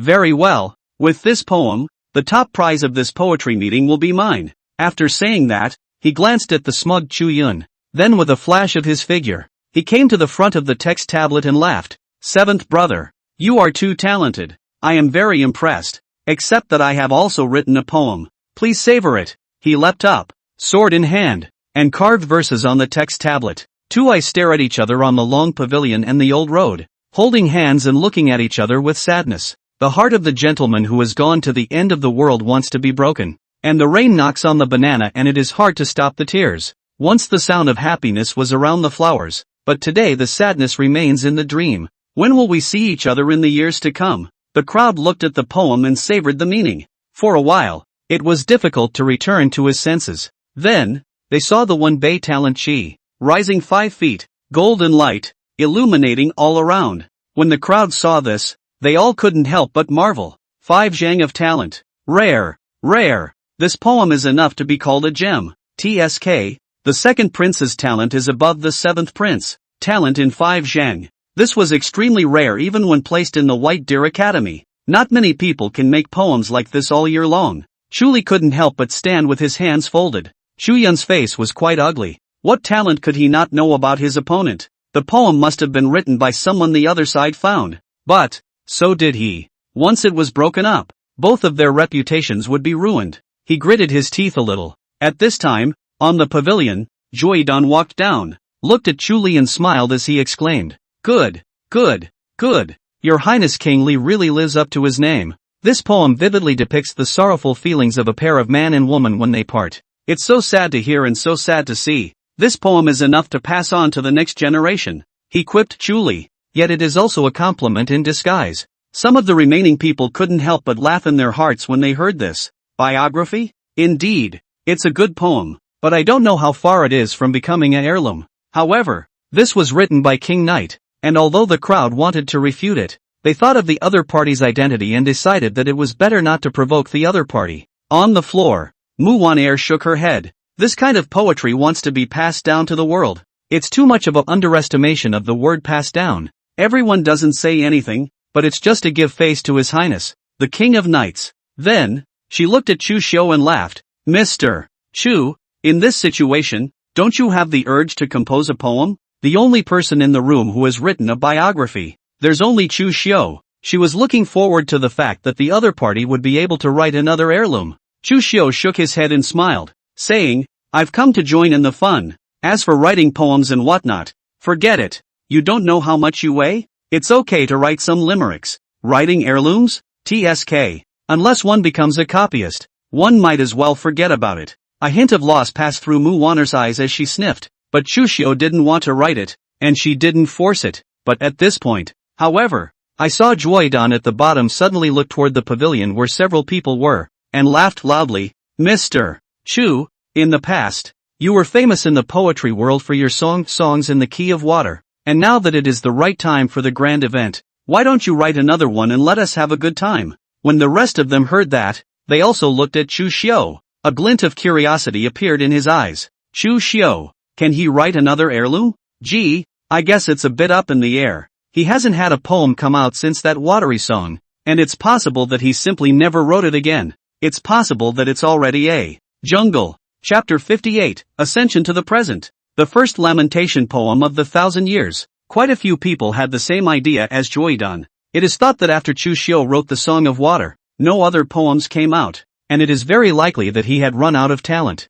But there are still some, with a glimmer of expectation. At this moment, everyone's eyes were all focused on Chu Xiu. Moderator Mr. 3, 2 royals, Idan Jua, all the talent. And under the gaze of the crowd, Chu Xiu spoke indifferently. I'm just here to see the action. Writing poems and whatnot. I'm not as good as all of you, so just forget about it. Hearing him say that Joydon was even more on top of it. He was in hot pursuit. Mr. Chu is so self-effacing. You have a song in the tune of water, which is famous throughout the ages, and can be called the first moon song in the ancient times. How can it be inferior to us? Chu Li also laughed slightly and said, Chu Xiu, are you not looking down on all the talented people present, thinking that they are not worthy of watching you write poetry? Zhang, who was beside him, said, Chu Xiu, as a fellow scholar, it's hard to say that you don't show off a bit at such an event. Yes, Chu Xiu, if you really have talent, why don't you let the people see it?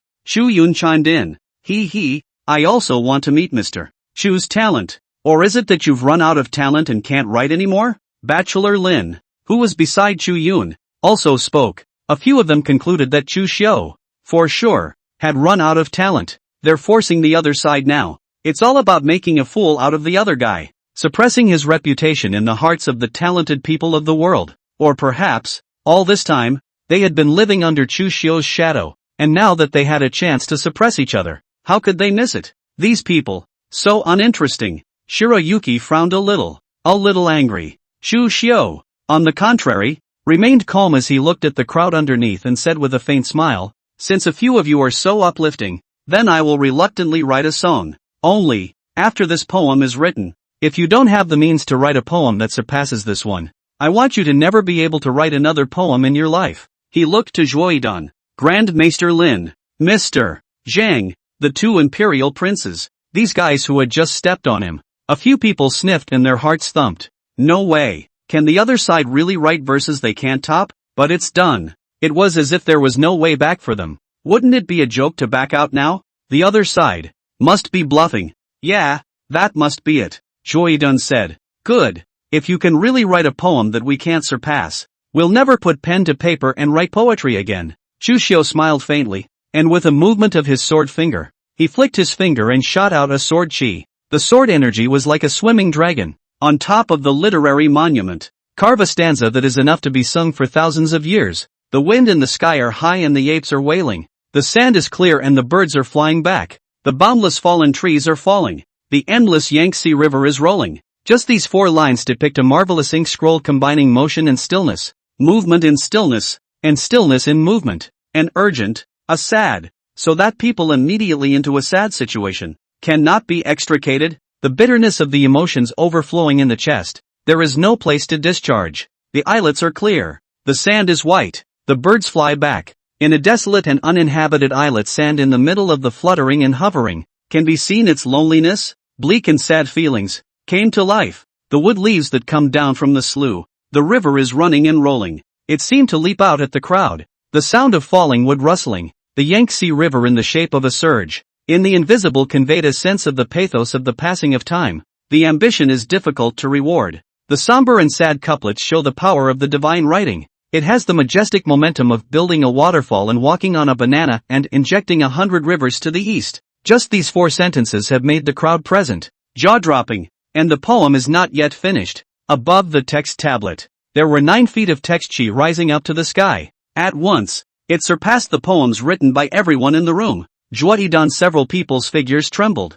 Their hearts steeply gave birth to great sorrow. Just these 4 lines are enough to shatter their future poetic illusions. And as the sword chi wandered around the text tablet, it was clear that it hadn't been written yet. Everyone stared intently. 10,000 miles of sadness are often guests, and 100 years of sickness are alone on the stage. Tough and bitter. I hate the frost on my temples, and I have a new cup of wine. Once these 4 sentences are out, in a flash, heaven and earth were silent. Great feelings of sorrow filled the 4 directions. All could not help but be overwhelmed by the sadness of the poem. Some, moreover, could not help weeping. The sadness of autumn has been eclipsed. Miles of sadness in the fall is even more poignant. Often is the word often to say that miles of sadness in autumn often with me. the sadness of the strong sense of intensity, so that the spirit of silence cannot be dispelled. The 3 words Dantai at the back are a blend of the loneliness and despair of being alone in a foreign land and the bleakness of the late autumn scenery. It is already out of the realm of the gods.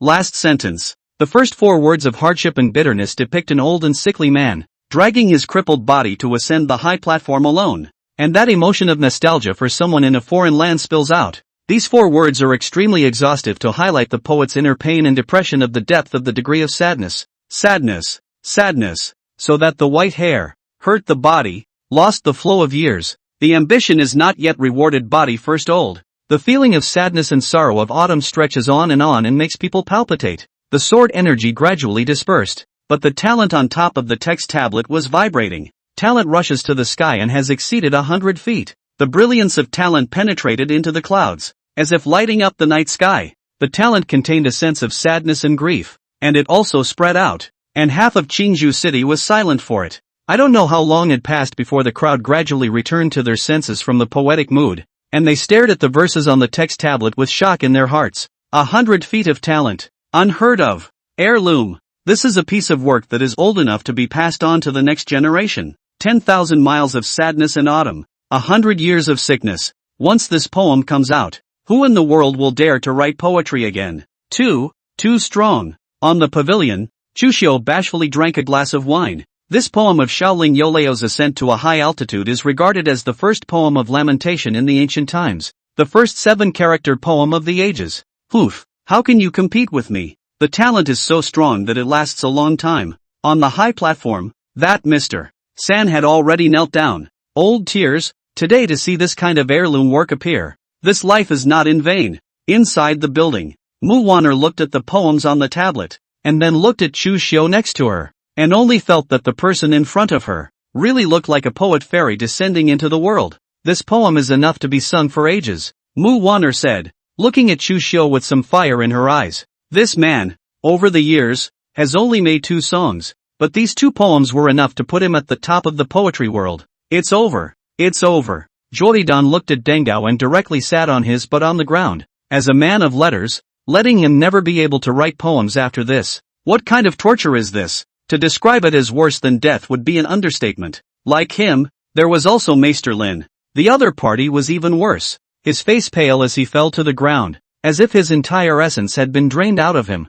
Xu Yun. Xu Li is nothing. Anyway, they're real talent, that's all. It doesn't matter if they write poetry or not. They were shocked and displeased that Chu Xiu actually really was able to make this kind of heirloom again. Thinking of this, their eyes reddened with envy. Why don't they have such talent? Do they really have to live in each other's shadow for the rest of their lives? Chapter 59, The Actions of the Underworld. Poetry turns into a sword to cut through the black clothes. The first dirge of the ages appeared on the heights and drew a shock from the crowd. 100 feet of talent, penetrating the clouds. The night sky seemed as bright as day. In Chu City, on a street, a man dressed in a black robe was greedily looking at the brilliance of the talent that rose up to the sky. A weird suction force emanated from him, hungrily absorbed a great deal of talent. 100 feet of talent, a work of passing on. Good.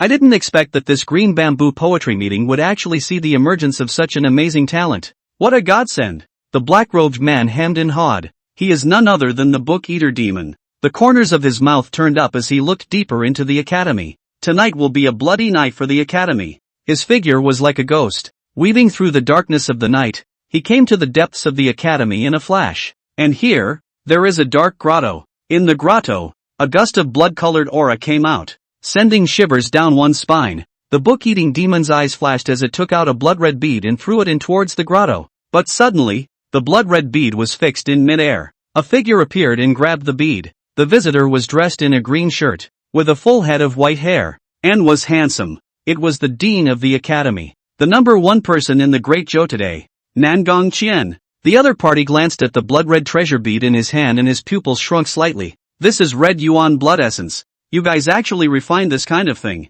The book-eating demon hemmed and hawed. Worthy of being the dean of the academy, he recognized the origin of this item with a single glance. Only, so what? Today, you can't trap the one in the grotto. He finished his sentence. The red yuan blood essence in Nangong Qian's hand abruptly exploded. Blood-red aura gushed out from it. As if it was a miserable evil ghost, it pounced towards Nangong Qian. Nangong Qian's face changed slightly as he threw the blood essence out, but his body was still stained with some blood-colored aura, and his palms became a reddish color, a toxin that spread down his palm towards his heart chakra. This is the poison of the Red Training King Snake, Nangong asked with a glint in his eye and said. Red Training King Snake, ranked third on the demon list. Its poison can be said to be the first of the Great Zhou's strange poisons. Even if a celestial being is hit by it, it is almost certain to die, and there is almost no medicine to cure it. Nangong Qian's true qi was running, and with a high level of cultivation, he suppressed the poison in his body,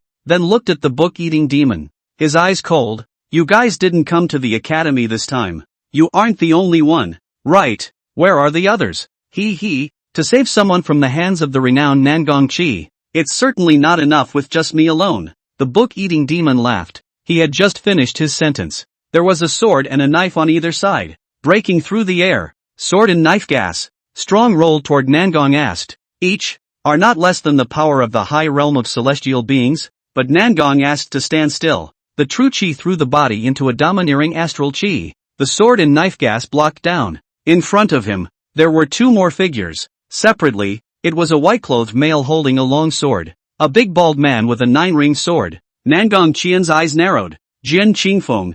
20 years ago, he stole the Lingxiao sword sect's supreme martial art, the Great Sun sword technique, and betrayed the sword sect. Chen Chopshan, the lineage of the Overlord sword, but was expelled from the sect for raping a woman. I didn't realize that you all joined the Underworld. The Underworld is really a gathering place for a bunch of villains. The big bald man heatedly smiled. You are right. Underworld, am indeed a gathering place for a group of bullies. And isn't the one who gathered us together as a group of bullies your most beloved great disciple, the great gentleman of the academy? Speaking of which, you're partly to blame for our Spectre's founding. Hearing this, Nangong Qian burst into a rage. A shocking killing aura erupted from his body. You seek death. True qi flowed around him, transforming into countless poems. The poem was transformed into a stern sword qi and chopped out. It is the supreme martial art of the White Deer School. Poetry into swords. Look out. The three of them didn't dare to be careless when facing Nangong Qian, who was known as the #1 person in the Great Zhou. Join hands and make a move to fend off the poetic sword qi. The book-eater demon's demonic aura surged around his body, and there were countless black characters breaking out of the air. The large sword in Chen Chop Mountain's hand swung out, opening up mountains and cracking the ground. Jian Qingfeng swung his long sword, and his sword qi was like the wind, whistling for 100 miles. The true qi impacted, shaking tens of miles around with its might. Just as Nangong Qian was fiercely battling the three great experts, the red yuan blood essence that he had thrown out was attracted by an invisible force, flying in towards the grotto. In the grotto, a man who was bound by chains and had a shawl spread over his shoulders saw the blood beads that flew in front of him and suddenly raised his head, his eyes glowing. Finally, the red yuan blood essence flew directly into him. In a flash, the aura on his body rapidly increased. Those chains that bound him also began to tremble violently. It seemed like it was going to fall apart at any moment. Green Bamboo Poetry Conference. The crowd gradually returned to their senses from the poem of the ascent. That 100 feet of talent, too, gradually converged. Suddenly, there was a startling blast in the distance. Everyone couldn't help but be alarmed. What a terrifying true qi fluctuation. What happened? This is the White Deer Academy, with the dean in charge. Who dares to be reckless? While the crowd was puzzled, they saw a dark shadow fly out from the streets surrounding Green Bamboo City, all of them wearing pitch-black masks on their faces. The body was murderous. Looking at the many talented people in the arena was like looking at a dead person. Mu Wan'er's pupils shrunk slightly when she saw these people. These people are Black Feather Tower's assassins. How did they appear here? Black Feather House, the #1 assassin organization in the Great Zhou Underworld. In the jungle, it makes people scared. The prestige is second only to the 4 great sects, and the Black Feather House owner is the contemporary king of killers. The prestige of the king of killers directly after 60 years ago. The blood knife absolute love. Kill. With a cold killing word falling, the black shadow killers around them swooped out as if they were ghosts. As for the many talented people present, many of them were disciples of the White Deer Academy, and in addition to their academic knowledge, their own force should not be underestimated. They certainly don't sit around and wait for it to happen. Each of them also took out their own blades and fought furiously with these killers. A killer's figure flashed and pounced towards Chu Xiu. Before they could get close, they were killed by Baiyu, Lu Rui, and Mu Wan'er. Chu Xiu looked at this group of killers who were wreaking havoc at the Green Bamboo Poetry Society. Although he did not have any interactions with these talented people, it was just that he was now a guest at the White Deer Academy. People's collections are still open to him for free. Since I've accepted this favor, of course I can't just sit back and do nothing, only to see him slowly get up. His sword fingers condensed, boundless true chi, spreading out from the sky. These true chi float in the air. It's like a magnificent poem. It actually enveloped a 10-mile radius, forming a world of poetry as it were. Boundless pressure enveloped the hearts of everyone present. Then, the poems turned into sword chi and burst out. One by one, the black-clothed killers, unable to dodge, were struck by the poetic sword chi, and a bloody mist erupted from their bodies, falling on the spot. With such tactics, everyone present was shocked to see it. This is the White Deer Academy's martial art.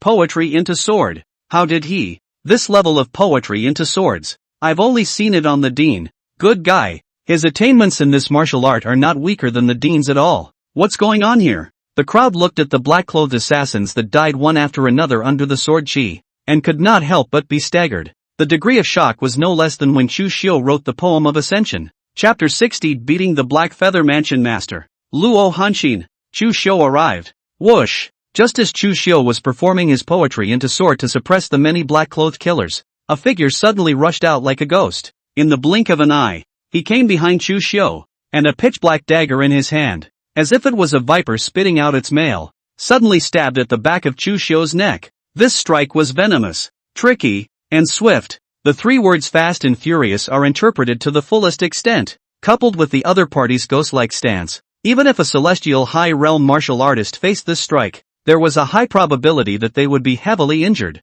The person who struck out was none other than the owner of the Black Feather Tower, the king of contemporary killers. Pity. Before the opponent's strike landed on Chu Xiu's body, it was blocked by a layer of body-shielding astral chi 3 inches away, no longer able to enter a single point. The Black Feather Building Master's pupils shrunk violently, somewhat in disbelief. Just by virtue of his protective astral aura, he was able to block his full-strength strike. This man, what is his strength? He didn't dare to strike again, and his body transformed into a ghostly figure as he tried to retreat. But it was too late. Chu Xiu's sword finger condensed and pointed out slowly, looking at the slow finger, but as if it had penetrated through space and time, it landed on the head of the Black Feather Building Master, a finger that could be called the pinnacle of the sword Dao. Without the slightest resistance at all, the Black Feather Mansion Master was pierced through his head by the fingertip sword chi, and a blood mist burst out from the back of his head. The Black Feather Building Master's eyes gradually lost their expression.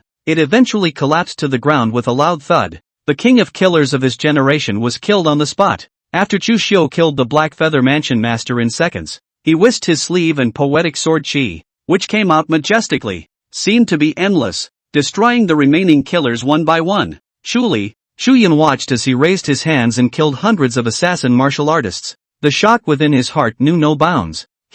He's actually powerful to this extent? Why did he never show it before when he was in the royal family? So scary. They swallowed hard. Looking at Chu Xiu was like looking at some incredible monster. And Chu Xiu didn't pay any attention to the shock of the people present, but instead looked at a short distance away, where he sensed that an amazing battle was taking place. It was Nangong Qian who was fighting someone. He was a little curious. Nangong Qian's strength was not bad. It was celestial perfection. It was the closest to him among the martial artists he had seen. Who could have fought him so fiercely to this point? Interesting. Chu Xiu smiled faintly and headed to check it out. Shu Yuan, Back Mountain, outside the grotto. The battle between Nangong Qian and Book-Eating Demon, Chen Splitting Mountain, and Jin Qingfeng was in full swing. Even though Nangong Qian had been poisoned by the Red Training King snake, his strength was still extraordinary, and he fought 1 against 3 without losing, even injured 2 of them. The 3 were inwardly shocked. Good fellow. It's fortunate that the design was made beforehand so that he was first hit by the poison of the Red Training King snake. Otherwise, the 3 of us would definitely be no match for him. Worthy of being the #1 guy in the heavenly ranking for 20 years. Nangong Qian, truly the closest thing to a land god in today's Jianghu. The 3 marveled inwardly. While Nangong Qian's body was agitated with true qi, poems flowed around him, transforming into roiling sword qi. Just as his mind was completely focused on the 3 people in front of him, a cold aura suddenly attacked from behind. The cold air was like ice, piercing the bones. It was even mixed with an incomparably astonishing might. hitting him on the back after strongly breaking through his protective astral aura, making him unable to resist spitting out a mouthful of blood. He turned to look at the person who had struck, and his pupils shrunk slightly. "It's you, the visitor, dressed in white, had white hair, but it was a crane hair, with a cold aura in his eyes." He gazed at Nangong Chi and said indifferently, "To be able to stand after being hit by one of my slaps is worthy of being the dean." "Luo Hanxin, you are still alive?" Nangong asked, staring at the old man. Luo Hanxin, the former third in the heavenly ranking. However, not long ago, when the heavenly ranking was announced, it was announced that this person fought with the evil demon of the underworld and then fell, but now he appeared in the academy. And, also, with the specter against him. In an instant, Nangong Qian figured everything out. "You deceived the world and faked your death to join the underworld?" Nangong asked in a cold voice. "Good, because I saw the way of immortality in the underworld." A flash of fire surfaced in his eyes. Not far away, a figure quickly rushed over. His face changed greatly upon seeing the heavily injured Nangong Chi. "Teacher, how are you doing?" "Oh, the seventh in the heavenly ranking, Hua Wuhan." Luo Hanxin glanced at the other party, unimpressed. The other party was an unattainable supreme master in the eyes of others. However, the few people present were all celestials, especially Luo Hanxin, who was the third on the heavenly ranking and at the peak of the celestial realm. It was too much stronger than Hua Wuhan, a celestial middle realm. The arrival of the other side, to them, had no effect at all. "It's just one more body," Luo Hanxin said indifferently. Then he raised his hand to condense his true chi, transforming into a sword of cold ice and shooting out. Hua Wuchen executed poetry into sword, and sword chi flew out, but they were shattered one by the cold ice sword chi, and retreated a dozen steps backward. "Traceless, you leave quickly. Don't waste your life," Nangong asked. The sword's fingers condensed and pointed at himself, even sealing several major acupoints of the body, forcibly suppressing the toxins and injuries, trying to fight for his life. Luo Hanxin saw it and coldly grunted. "None of you are going anywhere." He lifted both palms, invoking the aura of heaven and earth, transforming it into a boundless tide of cold, and then he slapped out both palms. The terrifying cold aura intermingled with the palm chi sword strength, freezing everything. It is Luo Hanxin's famous martial art, Cold Ice Excalibur Palm. The other side, the book-eating demon performed a demonic spell, and blood-colored words coalesced in the air, wrapped in a majestic demonic aura, surging towards Nangong Qian and Hua Wuhan. Blood character kill. Chen Shopshan raised the large sword in his hand high and slashed with all his might. Blade Chi opened mountains and cracked the ground. Overlord Chop. Jian Qingfeng rose up in the air. His human sword was united. The surging sword intent seemed to transform into a boundless great sun, and in the great sun, sword chi burst out as if it was a pillar of light. Great sun sword technique. The power of the four great masters, joining forces, could be described as destroying the heavens and destroying the earth. Hua Wuhan, Nangong Qian and the two of them urged their poetic sword chi, but they were shattered one by one. Boom! Smoke and dust. Surging true chi, sweeping the 8 directions, destroying everything around him. "Ha ha, we've killed Nangong Chi," Chen Split Mountain laughed. But suddenly,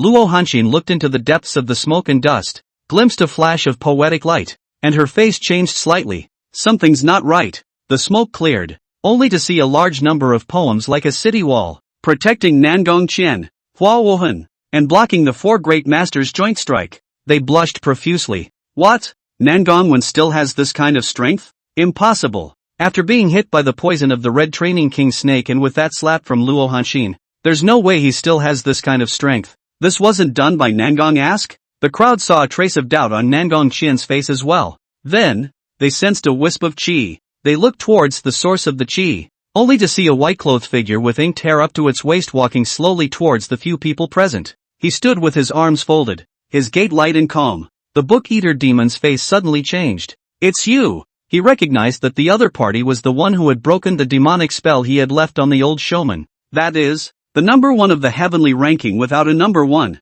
Chu Xiu. His arrival was not expected by the crowd. More so, the crowd, as it were. Chapter 61, Lord of the Underworld. Maniac. Are 10 songs enough? Everyone looked at Chu Xiu as if he was an enemy. Only Nangong asked in relief. Although he hadn't crossed paths with Chu Xiu, he was celestial perfection and was vaguely able to detect that Chu Xiu appeared to have stepped into that realm. Even if he didn't, The other party's strength was definitely not weaker than his. With this strength, it should not be a problem to deal with these few people in front of him. When Chu Xiu arrived, his gaze was like a torch as he looked at the book-eating demon and indifferently said, "Sinful beast, you actually dare to stand in front of me?" After saying that, he condensed his sword fingers. That piece of poetic sword chi that protected Nangong Qian, Hua Wuhan, steeply transformed into a torrent of sword chi, like a torrent of sword chi that surged towards the book-eating demon. The book-eater demon's face changed furiously. Damn it! He sensed the power of this poetic sword chi,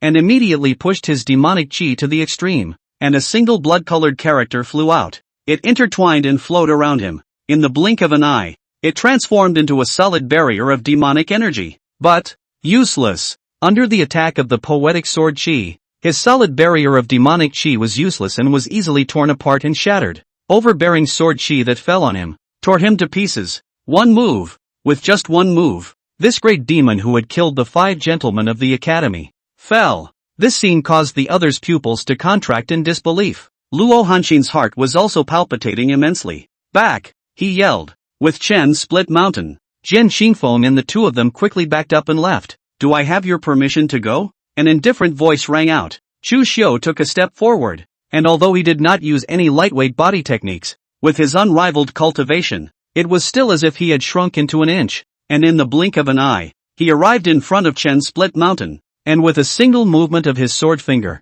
he slowly pointed out. Chen Split Mountain shouted as his body's true chi exploded to the extreme. With a full-strength slash, it felt like splitting a mountain and opening up the sea. But the moment it made contact with Chu Xiu's sword finger, clang! The steel sword, which had been refined by thousands of hammers, instantly shattered into pieces. The sword finger landed unreservedly on Chen Split Mountain's chest. A fist-sized bloody hole exploded in his chest. Chen Chopshan fell. Then, his gaze was like a torch, locking onto Jin Qingfeng, and the other party sensed an unprecedented threat. A pale color sweeping across his face. The whole thing was shaking like a sieve. He roared. His sword fingers condensed, pointing at several key points of his body at extreme speed, stimulating the chi and blood in his body, and catalyzing his true chi to the extreme. Great Sun Sword Technique. He roared, and his human sword united. The entire person shot out, as if transforming into a radiant great sun. "Using a sword in front of me? You're not qualified," Chu Xiu said calmly. With a movement of his sword fingers, a sword chi slashed out with his hand. The powerful sword chi, as if it was a mountain range stretching out across the sky, split that round of radiant great sun directly into two halves. The great sun cracked open and dissipated into sword chi. Looking at that Jin Qingfeng again, the long sword in his hand along with his entire person was split in two. The sword chi that Chu Xiu chopped out, on the other hand, went on and on, landing on the dome of the sky and splitting the clouds that filled the sky directly. This sword was as if it had opened up the sky. Book-eating demon, Chen Chopshan, sword clearance. These three were all celestial strong. However, in front of Chu Xiu, he was easily obliterated without any power to fight back. The opponent's strength was described as deep. Hua Wuhan swallowed his saliva and looked at Nangong and asked, "Teacher, Chu Gongzi's cultivation could it be in contact with?" Nangong Qian nodded slightly, then said, "I now understand why the wind and cloud building ranked him above me.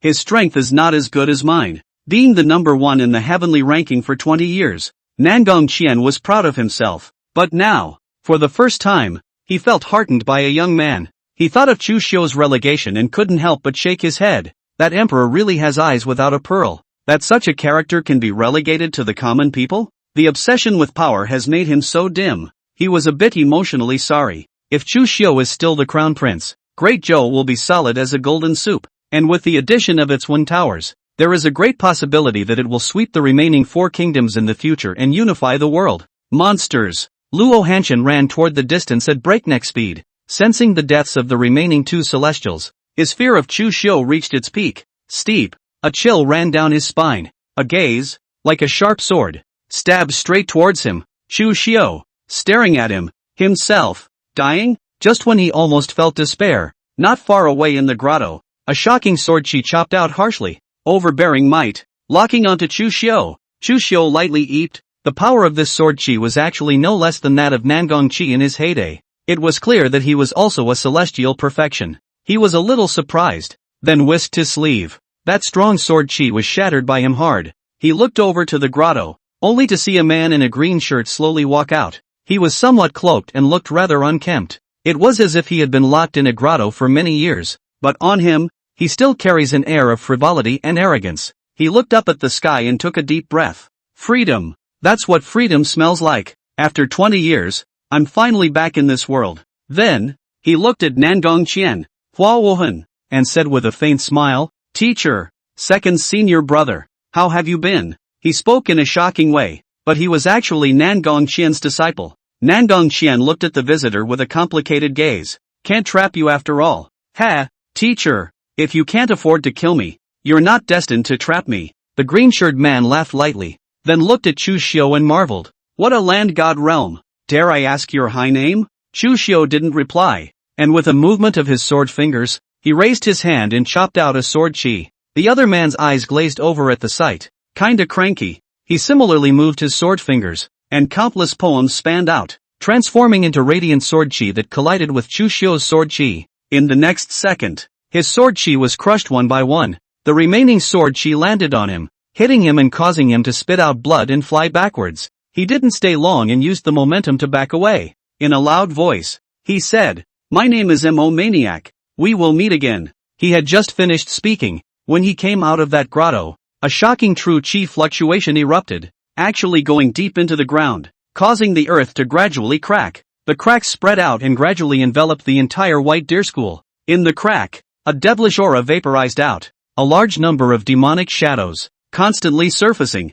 Nangong Qian's face changed drastically. That fellow actually pushed his own true chi into the earth's veins and impacted the seal of the demon cave. Chu Xiu sniffed and murmured, "It's the devil's cave again." Looking around at the demonic shadows that appeared one by one, he whisked his sleeve and the pure young fire spread, burning them one by one into ashes. Nangong Qian then quickly headed towards the entrance of the academy. Chu Xiu, Hua Wuhan followed. Arriving before the tablet, Nangong Qian's sword finger condensed, and his sword chi transformed into poetry, engraving it within the tablet, invoking the tablet's talent chi. The talent chi vibrated and then went deep into the ground to suppress the demonic chi of the devil's cave. However, the demonic energy was rampant, and these talents, completely insufficient. Nangong asked, frowning, "If you want to suppress this devil's cave again, it seems that you must fully invoke the one Bei talent chi out of it, but in order to do a little bit of that, you need at least 10 heirloom poems to be able to do that. And at this time, how do you go about finding so many heirloom poems?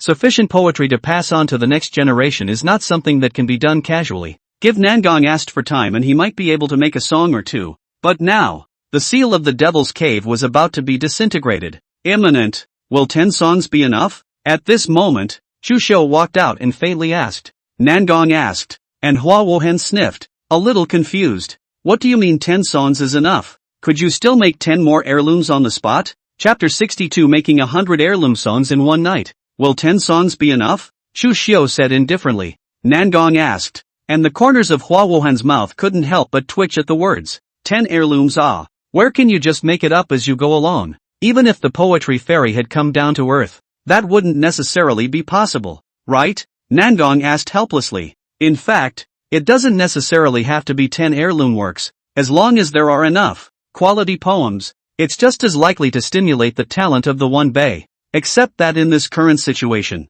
I'm afraid it's too late. It's not too late. A deep suck like poetry. As much as you want. Chu Xiu said indifferently, taking a step forward. The sword finger condensed, and boundless sword chi rose up to the sky. Sword chi transformed into poetry and inscribed on the text tablet. Although the crowd was shocked at Chu Xiu's strength, no one felt that he could make many poems by himself. They weren't doubting Chu Xiu's ability. Rather, Chu Xiu was just a person. As long as one is human, it is impossible to make a large number of poems in such a short time. Otherwise, there would be no profession of poet in the world. Even if you can write 7 or 8 poems in one breath. So what? It's not possible that every one of them is an heirloom, right? Chu Li murmured. Juaidan and the others didn't believe it either. However, when those sword chi of Chu Xiu's were inscribed on top of the text tablet and turned into poems, the faces of everyone present began to change. The tide of the spring river is even with the sea, and the bright moon on the sea is the same as the tide. It's hard to say goodbye when you see each other.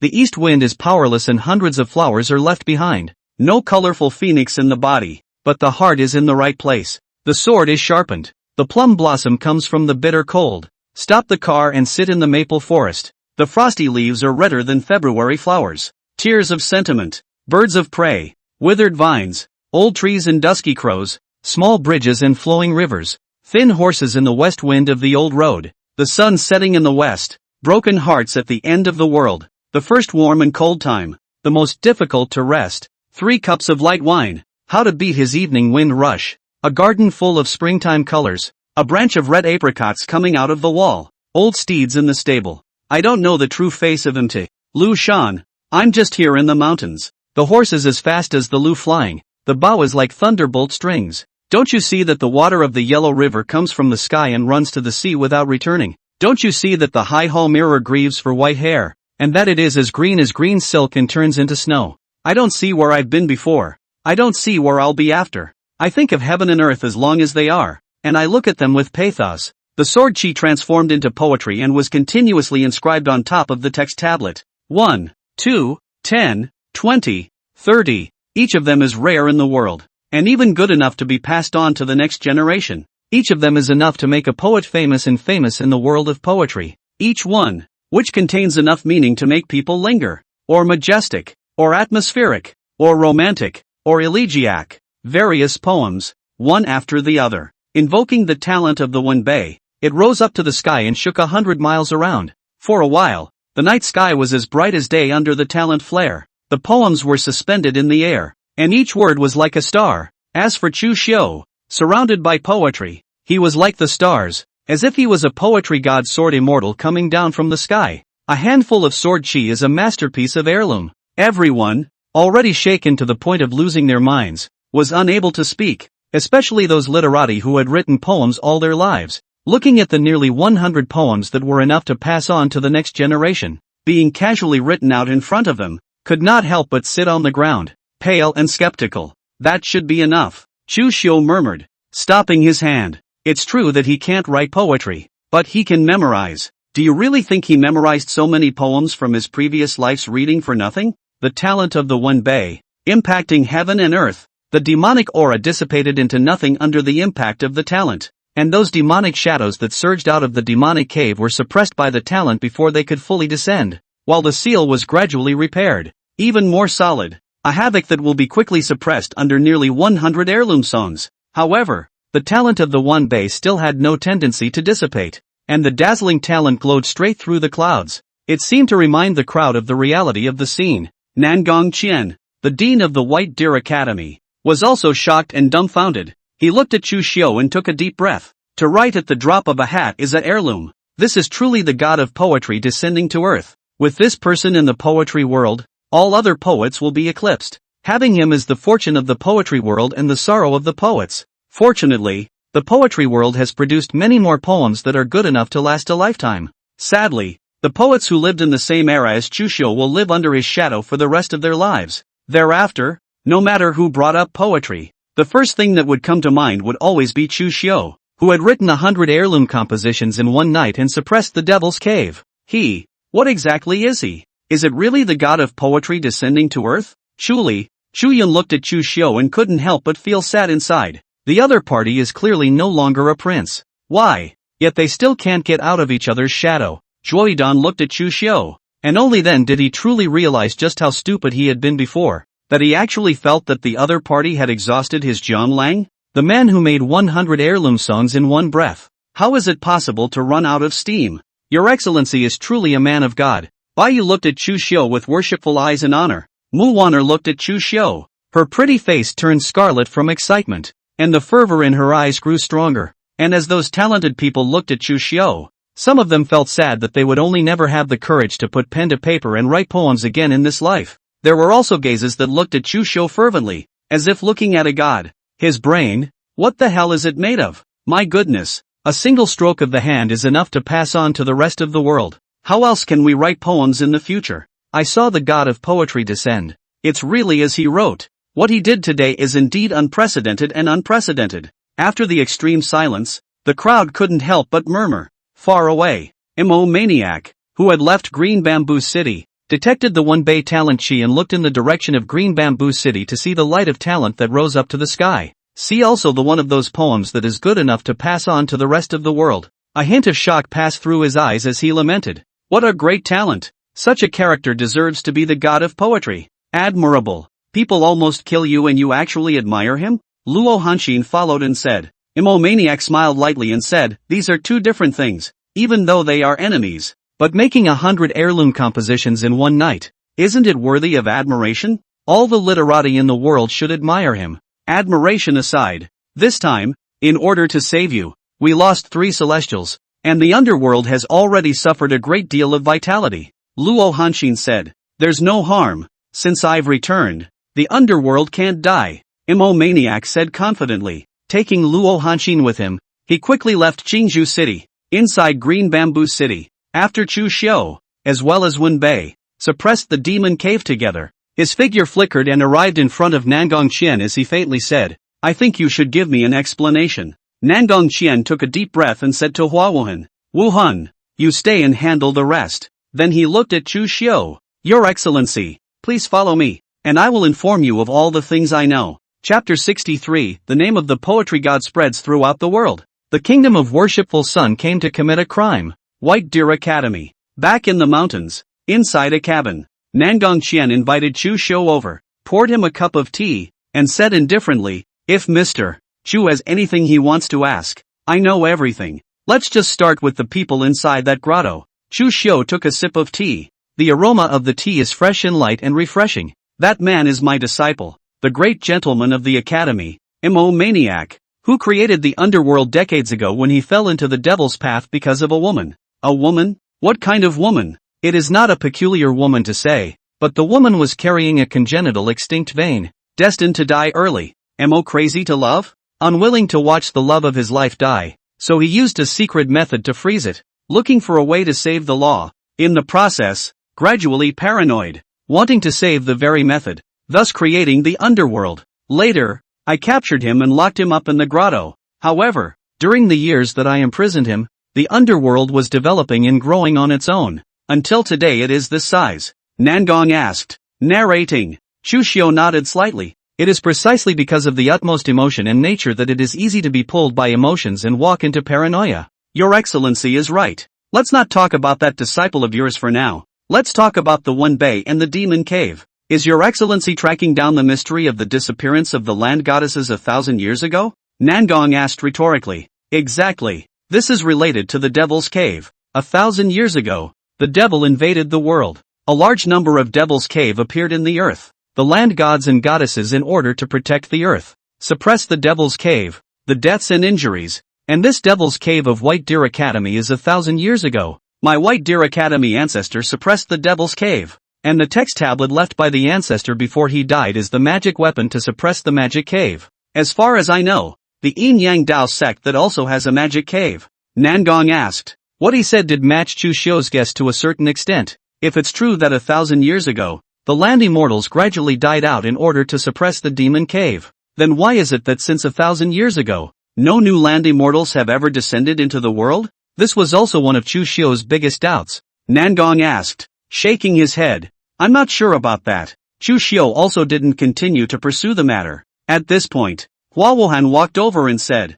Teacher, there is no longer any major problem with the Devil's Cave seal, but from the extent of the previous breakage, I'm afraid that some of the devils have escaped, and now that their whereabouts are unknown, I'm afraid that they will endanger the earth. Well, pass down the order for the scholars to be more on guard, and once any sign of the demon is found, kill without pardon. Nangong asked indifferently. Yes. Hua Wuhan nodded slightly. In the next few days, Chu Xiu continued to stay in the White Deer Academy, often staying inside the book depository to read books, and half of the books in the book depository were finished for him. He has grown a lot in his knowledge and experience. Also, the nearly 100 poems he wrote when he suppressed the Devil's Cave were also compiled and circulated within the Great Zhou. He is also honored as the god of poetry. His status in the literary world rose to an unimaginable level. If he was still in the court at this time, he only needed to raise his arm and call out, and it was estimated that all the talented people in the world, as well as those great scholars,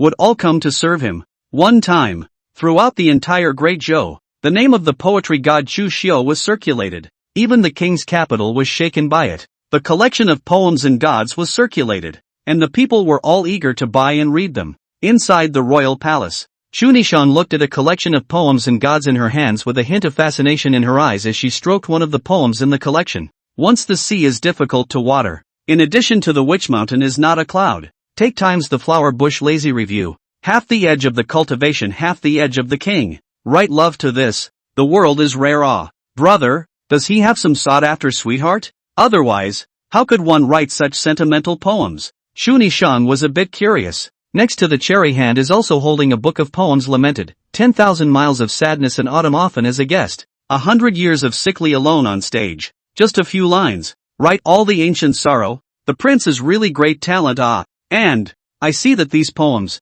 some of the majesty of the atmosphere, some of the romantic aesthetic, and some of the elegance of the touching, doesn't seem like something one could write. Poetry god. Is really the god of poetry. Ah, its talent is very human to reach. Shunishan sniffed, and a trace of pride spread across her face. That's my older brother. The royal palace. Inside a study. Emperor Zhou held the book of poems and his expression was moved by it. Even he had to marvel at Chu Xiu's talent, which was astonishing. Then think of the opponent's high level of force. How could there be such a man of letters and arms in the world? Is this really self-born? In his heart, he vaguely regretted reducing the other party to a commoner. But when he turned the pages of the book of poems in his hand, his face bristled with gloom. What kind of poem did he write this? He flung the book of poems in his hand hard on the table. Dongfang Hate glanced at it, only to see that it was clearly written. When autumn comes on September 8th, 100 flowers will be killed when I blossom. The fragrance that rushes through the sky penetrates Chang'an, and the city is filled with golden armor. Don't know where Chang'an is though, but according to the next description, it should be the name of a certain city. If Chang'an is compared to a king's capital, then this, in context, is a heck of a song. Antiphon, 100 flowers kill me when I blossom, and a city full of golden armor? Yes, this rebellious son, truly treacherous, to have such a revolting heart. Emperor Zhou burst into a rage. Dongfang Hate was non-committal and didn't say anything from the side. Eastern Hate, what do you think? Emperor Zhou suddenly asked. Dongfang Hate's heart thumped. The other party was testing himself? He didn't dare to be careless, and after pondering for a while, he said, Chu Xiu is overly talented, composing 100 poems in one night, and the poems are tailored to different emotions. Although this poem seems to be treasonous, it may not be directed at your majesty. It could be written about other dynasties? Emperor Zhou's eyes narrowed slightly when he heard this. You mean to say that he has the ambition to sweep away the remaining 4 kingdoms and unify the world? The old slave is too stupid to see it. Humph, you can't see it, but I can see it clearly. He clearly hates me. What a rebellious son. Emperor Zhou lightly grunted. He looked at the collection of poems, and the more he looked at it, the angrier he got, trying to order it to be sealed. However, this poetry god collection had already spread in Great Zhou. It's too late to ban it now. Moreover, banning a book of poetry makes it all the more obvious that the royal family is weak-minded. Chu Xiu, why are you so good? Emperor Zhou murmured. If the other party had not been so good, then one would not have reduced him to a commoner because of scruples. And if the other party had not been so good, he would not have made so much noise after being reduced to a commoner. Piece by piece, all of which made the name Chu Xiu's prestige continue to rise within the Great Zhou. Nowadays, it was better than when he was the crown prince. At this point, an official came hurriedly to the study to ask for an audience. When Emperor Zhou saw him, he faintly said, Kai Qingjia, what is the matter that is in such a hurry? Ah, actually in such a hurry to come to see me? Your Majesty, something big has happened. The Beiri Kingdom has raised an army to attack. It's coming in force, and 100,000 troops are already arriving at the border. That Secretary Kai said anxiously. Emperor Zhou sniffed and became furious. What a sun-worshipping country, daring to come and violate Great Zhou, looking for death. Chapter 64, Sunset Cliff. How Ranjiang Qi protects the body. Inside the White Deer School, Chu Xiu put a book down and stretched. After reading this book, the books within the book depository were literally finished by him alone. And this book that regular people spend decades, or even a lifetime to read, was read in full by him in just less than a month's time. When this is rumored, no one will probably believe it. Finish the book. Chu Xiu walked out of the book depository. It's time to walk somewhere else. The book is finished. Poetry club attended. The scenery and whatnot. What to see? Within the White Deer Academy, there was nothing left that was worth his continued stay. Take a walk elsewhere and find a few more places to sign in. My lord, in these few days while you were reading, news came in that the sun-worshipping kingdom had sent out 100,000 troops to violate Great Zhou. Bai Yu came up and said. Chu Xiu was slightly surprised when he heard this. The sun-worshipping kingdom? If I remember correctly, the sun-worshipping kingdom is just a kingdom affiliated with Great Zhou. What are they capable of that they would dare to send an army to Great Zhou? This world. In addition to the 5 major dynasties, there are also large and small countries, only that most of them are affiliated with the 5 major dynasties and exist. Every year, various tributes are paid to the 5 major dynasties. The Kingdom of Worshipful Sun. Is the kingdom affiliated with the Great Zhou? And although it is not bad in terms of strength amongst the group of affiliated dynasties, it is far inferior to the Great Zhou. Where did they get the nerve to send troops? Chu Xiu was a little surprised. I don't know, but in these few days, the matter of who will lead the troops to expel the sun-worshipping kingdom in the imperial court is a matter of endless debate, and it was finally decided that the second prince, Chu Li, will bring 200,000 troops to go. Bai Yu continued. 200,000 to fight 100,000. This is a smooth wind bureau. Only Chu Li seems to have never fought a war before. This is but the first time on the battlefield to lead 200,000 soldiers and horses. Ha! The Emperor of the Weak is also still really trust him. Well, perhaps the Zhou Emperor didn't put the Bairi kingdom at ease at all, thinking that even if the second prince hasn't been on the battlefield, he can easily defeat them, and there are a few generals accompanying him, together with 200,000 soldiers and horses. It should be considered foolproof, right, just to take this opportunity, so that the second prince can build up his political achievements. Shirayuki said thoughtfully. Chu Xiu sniffed and laughed. Not bad, being able to see that. Ha, it's only natural that I've seen more after following the prince for a long time. Shirayuki laughed. In the past she didn't understand these twists and turns in politics. However, he had been with Chu Xiu for a long time during this time and had seen a lot of people. It's natural to understand some of it. Worship the day country. Depends on how this Chu Li plays. Chu Xiu murmured. By all accounts, 200,000 troops versus 100,000, plus a few military generals from the Great Zhou dynasty wasn't bad, and there were even Grand Master level characters among them. Against the sun-worshipping nations, it's almost crushing. However, Chu Xiu felt that things might not be that simple, but he wasn't at the battlefield and had no way of knowing the details. He found Nangong Qian and said goodbye to the other. Learning that Chu Xiu was leaving, many people came to say goodbye. Lu Rui, Mu Wan'er, Hua Wuhan, and some of the talented people who were convinced by Chu Xiu all came, and they gathered at the entrance of the academy to see Chu Xiu off. Watching Chu Xiu's carriage, it drifted away. Where are we going next, my lord? Shirayuki asked curiously. Chu Xiu didn't have any destination at the moment and said, You watch. Bai Yu pondered for a moment and said, Your Excellency, I heard that the sunset at the Sunset Cliffs in the southern state is one of the best in the world, so why don't we go there and meet it? Could be. Chu Xiu didn't refuse. The two of them traveled to the Sunset Cliffs as they wandered around. A few days later, they arrived in Nanzhou, and in an evening, came to the foot of the Sunset Cliffs, and were about to go up when they met a woodcutter. When the other party saw that they were going up the Sunset Cliff, they couldn't help but stop them. Girl, are you going up the Sunset Cliff? Yes. I heard that the scenery of the Sunset Cliffs is one of the best, and I came here in admiration. Alas, you guys better not go. Recently the Sunset Cliff is haunted, especially at night. Almost none of the people who go up can come down, Chopper said. Hearing this, Bai Yu couldn't help but be surprised. Really? Can little old me still lie to you? Chopper said, disgruntled. Inside the carriage, Chu Xiu said indifferently, Thank you for reminding me, old sir. But my generation of martial artists, cutting down demons and eliminating devils, a mere sneak, I don't put it in my eyes yet. Bai Yu also nodded at his words. Not bad, if there really are ghosts, then it's their bad luck to have met my son. After saying that, she drove the carriage onward to the mountains. The woodcutter shook his head. A good word for a ghost looking for death. He stopped paying attention. On the other hand, Chu Xiu, Bai Yu two people went up the mountain, but did not encounter any abnormalities. Ghosts and shadows did not see half. After going up the mountain, it was here that I saw the looming and magnificent sunset. Ding! Detected to be located at Sunset Cliffs. Can sign in. Is it checked in? Yes. Chu Xiu meditated in his heart. Signed in successfully. Congratulations to the host for obtaining the Great Sun Sword Technique.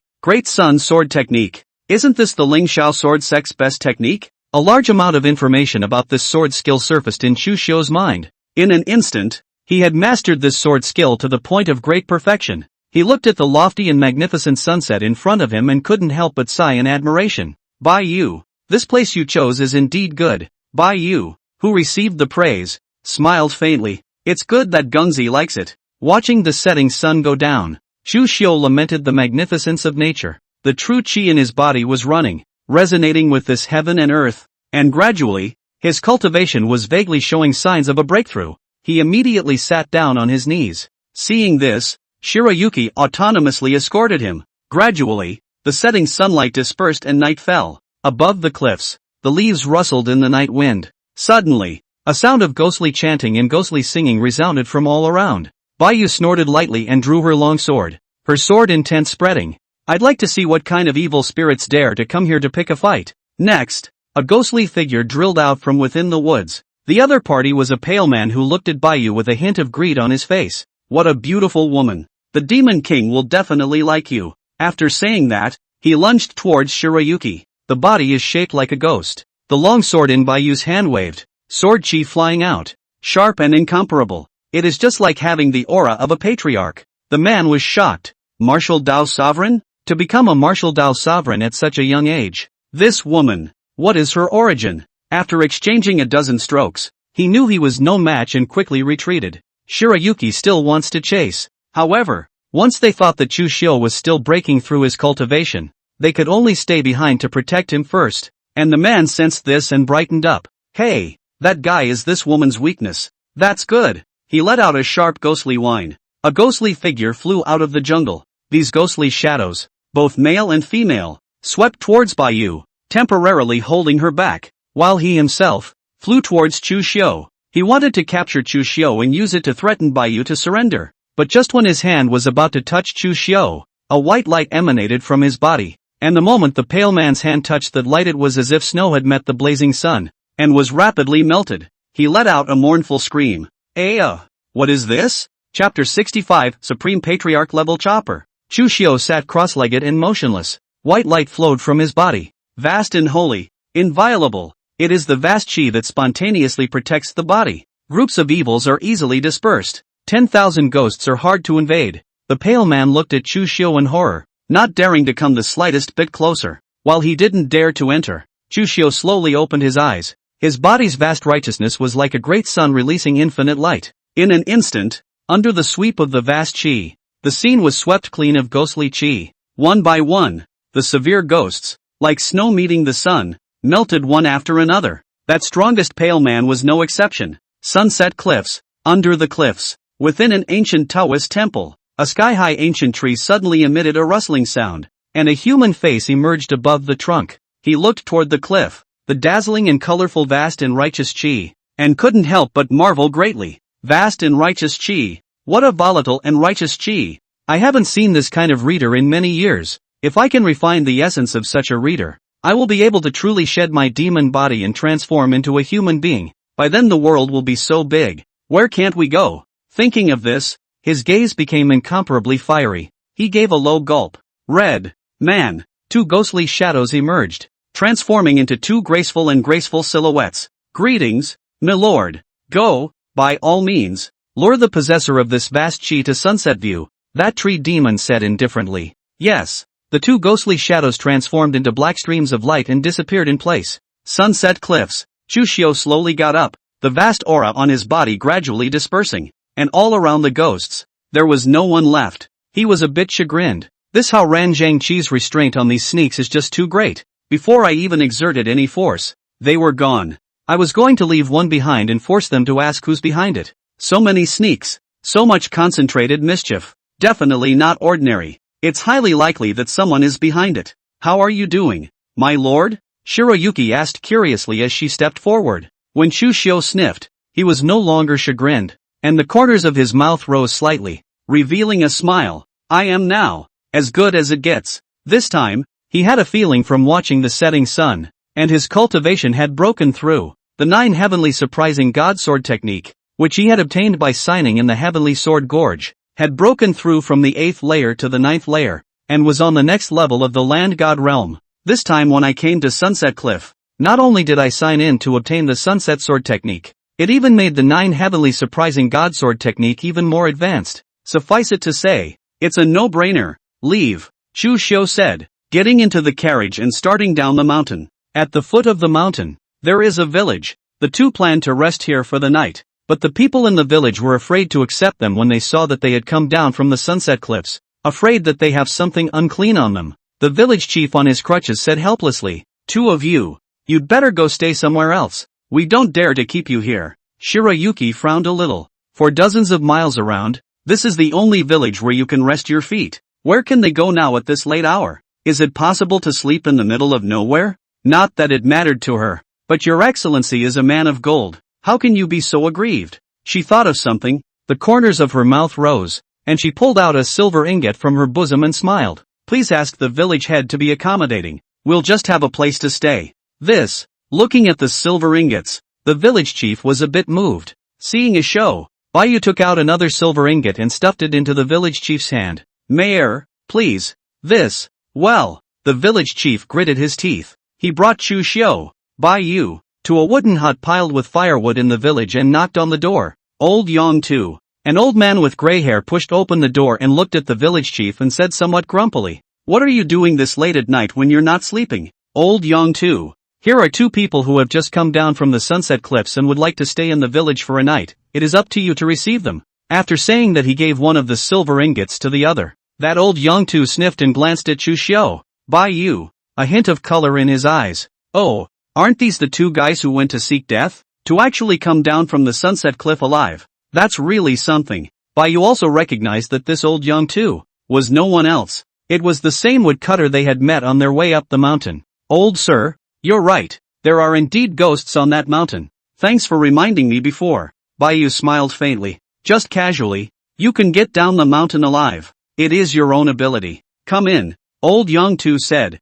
He invited Chu Xiu, Baiyu and the two of them into the house, and that village chief left after sending the two here. Enter the house. The first thing Baiyu noticed was a firewood knife hanging on the wall, 3 feet long with a wide handle. It looked no different from an ordinary wood chopper, but the first time she saw this firewood knife, Baiyu only felt a stern and rigid knife-intent whistling, giving her the feeling of being in a mountain of knives. But in the next second, that blade intent was gone. And look at the machete. It's no different than a regular knife. Shirayuki was a bit surprised. Is it an illusion? Old man Yang, who was on the side, glanced at Baiyu and said indifferently, "Female child, your cultivation is good. You actually managed to notice this knife." And as Baiyu sniffed, she also looked squarely at the unimpressive wood chopper in front of her. With such a knife in her house, she didn't look like an ordinary person in any way. Dare I ask the senior what his name is? What a big name. Everyone here calls me Old Yang Tu. Old Yang Tu said indifferently, then glanced at Chu Xiu. This girl child seems to be dominated by you. You have such a character under your hand to serve you, so you must be extremely extraordinary yourself. Forgive me for my clumsiness, I can't see anything special about you. Chu Xiu's cultivation level was too high. It had long since reached that point where heaven and man were one and the same. As long as he didn't take the initiative to reveal his cultivation, even if a celestial was in his face, it would probably be difficult to tell his cultivation. And although this old Yang Tu was not bad, he was not a celestial. What? Old senior, can't you see what's so special about my son? Shirayuki was taken aback. Old Yang Tu glanced at her. Oh, tell me about it. My son. He's especially handsome. It's obvious from this look. Lao Yang Tu. He grunted softly. Vulgar. Chu Xiu smiled faintly. Elder is right. There is indeed nothing special about me. I am just an ordinary traveler. I'll trouble the old-timer to receive you tonight. Old Yang Tu said faintly.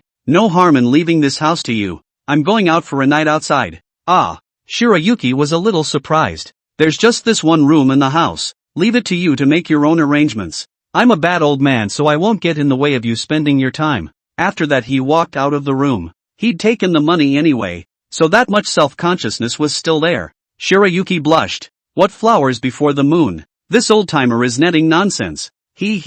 This old senior strength is not simple. Has reached the Supreme Master realm. From the celestial, is only half a step away. Only the chi and blood withered. If there is no chance, this life is afraid that there will be difficult to advance again. Chu Xiu smiled. Baiyu was a bit surprised and puzzled. A Supreme Master is enough to dominate in the Jianghu. Even start a mountain and establish a sect. He actually stays in such a mountain village as a woodchopper. What does he want? Chapter 66, Old Yang Tu and the Sephora Demon. Don't look at the fact that Chu Xiu had encountered quite a few celestials along the way and think that Supreme Master level existences were worthless. In fact, in the Jianghu, a Supreme Master level character was already qualified to be ranked first on the Earth ranking list. In the past, it could even be ranked at the bottom of the heavenly ranking. It is the existence of the Jianghu, which is enough to be the king of the world. But now, such an existence was willing to stay within a small village as a woodchopper. So there might be something fishy in this. But this had nothing to do with Chu Xiu. He didn't mean to go any deeper than that. Baiyu cleaned the house and made an open space for him, laying out clean bedding in the house. Gongzi, you can rest now. Well, and outside the house, two ghostly shadows suddenly arrived. They looked at the wooden house not far away and saw old Yang Tu guarding the outside of the wooden house, and couldn't help but frown. Why is it this old guy? This man is not to be underestimated. Even his lordship must be afraid of him. In this way, you go and help him to draw away, and I will go into seducing that reader. One of the flirtatious women in red dress said. The other female ghost sniffed and thought for a moment. It was reasonable to say that a scholar, even if he was protected by the vast chi, could not help a sneak of their caliber. But not this old Yang Tu, Supreme Patriarch, with an overwhelming sword intent. When they went up against each other, they would all be decapitated if they weren't careful. Drawing him away is extremely risky. The other party had obviously left the difficult task to her, and had gone to seduce the bookworm herself, and once she succeeded, she would be rewarded with a commendation from his lordship. But she nodded and agreed. If they were delayed and the master blamed them, both of them would be chastised, and she was confident that she would be able to maneuver under old Yang Tu's hand. So she flew out and exhaled a mouthful of eerie ghostly air towards old Yang Tu outside the door, who only felt a wisp of cold air drifting in. His gaze condensed and coldness flowed. Good guts. He stood up steeply, his seemingly withered body erupting with monstrous aura in an instant, chasing after him in the direction of the ghostly aura. Inside the house, Baiyu also noticed the movement outside the house and exchanged a glance with Chu Xiu. Gongzi, I'll go out and take a look. Well, be careful. Yes. Baiyu carried her sword and went out to check. She wasn't worried about Chu Xiu's safety. After all, the other party could be many times stronger than her. Shortly after Shirayuki left the house, there was a sudden muffled thunderclap outside the door, followed by a crashing downpour and a knock on the door. Anyone? A dainty voice appeared. Chu Xiu raised his eyes to the outside of the house, whisked his sleeve and the door opened automatically. Into the eyes. Is wearing a red dress, wet by the rain of the beautiful woman. The woman's hair pasted on the face. The red dress because of the rain has become translucent up. A large area of snow-white skin hidden. Her presence added some spring color to the humble hut. She curtsied towards Chu Xiu in a graceful manner. Greetings, sir. The little woman got lost in the mountains and encountered heavy rain, so she wants to borrow a night here. Saying that, she took the initiative to walk into the house and approach Chu Xiu. The aroma of his body, if any, drilled towards Chu Xiu's nose, coupled with the fact that her eyes were flowing with a natural seductive intent. It was even more so that people couldn't refuse and felt compassion. But Chu Xiu just looked at the other party blandly, his eyes ancient. Just as the other guy posted up, the vast aura on his body flowed on its own. The woman let out a sharp, miserable howl the moment she touched it. Ah! She was forced back 2 steps, by the Hao Ran Qi. The whole person was paralyzed under the suppression of the vast Qi. To her death, she had never imagined that in this world, there were actually people who could possess such a powerful Hao Ran Qi. The general vastness of the spirit, although it is suppressed against the ghosts and spirits, but she's not normally sneaky. She was a sneak who had practiced for 200 years and had a high level of Taoism, but she was actually easily suppressed by this vast Qi. Even those great scholars do not necessarily have such a lofty and righteous spirit. This young reader in front of me, it was like a walking saint on earth. The other side, old Yang Tu was chasing the sneak when he suddenly heard sharp screams coming from inside his own wooden house and frowned. Tuning the tiger away from the mountain? They are targeting those two inside my house. Humph, cunning sneaks. He returned in a hurry. The mind wondered. These sneaks, why would they target the two Chu Xiu? On the way back, he met Baiyu who was following him, and he was a bit surprised to see the other party. Why are you here? He thought that the woman's miserable scream just now was from Shirayuki.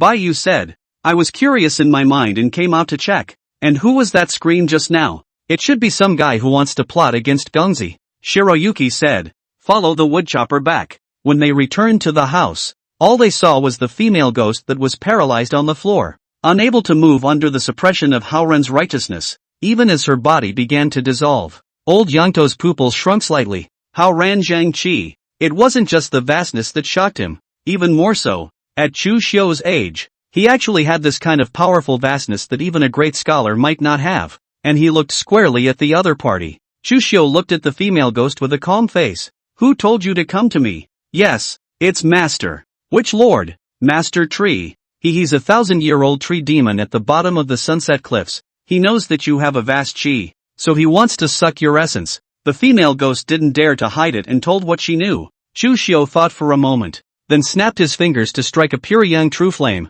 The flames fell on the female ghost. The other party didn't even have time to let out a single scream, and his soul flew away on the spot. The other party didn't know how many bad things they had done under the hands of that tree demon, how many innocent people they had killed, and how much they deserved to die. Old Yangtu looked at Chu Xiu and became more and more astonished. The moment that pure young true flame appeared just now, he actually felt a great threat. Unlike the Haoren Jingxi, which was a special power that specialized in restraining ghosts and spirits and was harmless to people, the pure young true flame was able to kill people. It seems that the old me really did have the eyes to recognize MT. Tai, Your Excellency's profound power is only above that of a grandmaster, right? Old Yangtu said as he looked at Chu Xiu. There was a hint of scorn in his eyes. Chu Xiu smiled faintly and didn't deny it, but only asked curiously, does Senior know what the tree demon in this female ghost's mouth is? No. Old Yangtu nodded, hatred as sharp as a knife bursting from his eyes.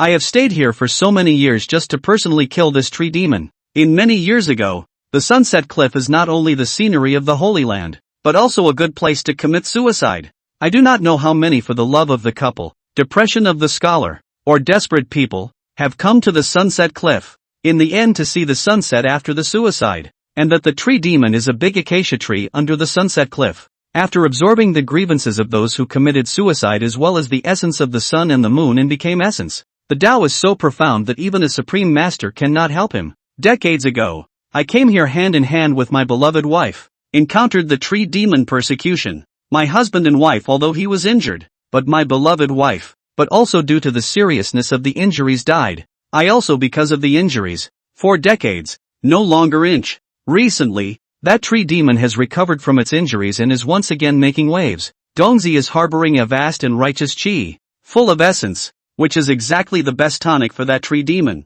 And I think it is precisely because of that he has sent the female ghost to try to capture you back. Chapter 67, Haochi breaks the ghostly atmosphere, drawing the sword and chopping. On the other side, the female ghost who was responsible for luring away old Yangtu also heard her companion's screams, and understood in her heart that the other party must be in dire straits. What the hell is that guy's deal? I can't believe that even Little Red isn't an opponent. Plus that woodcutter. If I want to bring them to the master's side, I'm afraid I can't do it with just me. She found it troubling and couldn't help but frown. At that moment, not far away was a woman carrying firewood on her back as she headed for home. The woman was plainly dressed and had a clean face. It should be someone from the village. The female ghost lit up before her eyes and flew forward. A ghostly chi struck out and landed on the other party, knocking them out. Some villagers heard the commotion and came out to check. There was some surprise when the woman was seen to fall to the ground. What happened to Spring Flower? Someone tried to go forward to check, but they were lifted off by the female ghost's sleeve, and she grabbed Spring Flower and left as a black smoke. If you want this girl to live, throw the scholar who just entered your village to the Sunset Cliffs, or else, not only will this girl die, but so will you. The female ghost's voice echoed out over the village. The crowd's faces changed drastically. They all looked at the village chief who had arrived. Mayor, what's going to happen now? I told you I shouldn't have taken those two in. Now woe is me. The village chief also had some regrets. I'll go find old Yangtu. Not much longer. Old Yangtu then heard about what happened in the village and faintly said, you go back first. Chuanhua's matter. Leave it to whoever will solve it. The village chief sniffed and knew that old Yangtu was a man with real skills in his body. Nodding, good. Then I'll trouble you. After that, he left. Chu Xiu inside the room heard what happened and his eyes flashed. Ha, just want my essence so badly? In his heart, that acacia demon had already been sentenced to death. And old Yangtu walked over to the wall and reached down and took down the hanging, plain-looking machete. The moment he gripped the sword, old Yangtu's aura skyrocketed by a fraction, and he said in a cold voice, It's about time that there was a result between me and that tree demon. Early the next morning, old Yangtu carried his firewood knife and headed towards Sunset Cliff. Chu Xiu and Bai Yu followed along. The bottom of Sunset Cliffs. Obviously it was broad daylight, but here was a gloomy ghostly atmosphere. The sunlight could not come in, and vaguely, there was the sound of ghosts howling. Old Yangtu snorted coldly. This place is still as disgusting as ever. He carried his wood chipper and walked ahead with his head held high. The astral aura of his body erupted, and his sword intent flowed, stern and fierce, as if a sword god had descended to the earth. And it was difficult for 100 ghosts to invade him, and they didn't dare to come close at all. Soon, they came to the depths of the bottom of the landing cliff, where they saw a huge acacia tree dozens of feet high. The other side was full of branches and leaves, with a thick trunk that was encircled by several people, and countless vines spreading over half of the bottom of the cliff. And on top of the acacia tree, a woman was suspended in midair by vines. It was the villager who was taken away. There's a female ghost watching over it. Seeing Chu Xiu's several people arrive, she said with a smile on her face, "Sure enough, you self-proclaimed righteous people won't leave this girl alone." Next to her, a withered human face emerged steeply from the trunk of a tree. The other party stared at the old Yangtu, Chu Xiu, and hemmed and hawed. "Good all have come together old man, so many years have passed. You actually haven't died yet, but it doesn't matter. Today, it's the time for you to die. And you, scholar, it's not often that you see a scholar with a great deal of righteousness, and your essence is just the perfect tonic to help me transform into my form. Master." It was far more difficult for an elf like a tree demon to transform into a form than it was for a walking beast. As the saying goes, people move to live, trees move to die. It was difficult for a tree demon to transform into a form, and it even had to undergo a thunderbolt to quench it. Of course, although it was difficult, but once it succeeded in transforming into a form, its strength was not comparable to that of an ordinary demonic beast. Chu Xiu looked at the Sephora tree demon and said indifferently, "You want my essence chi?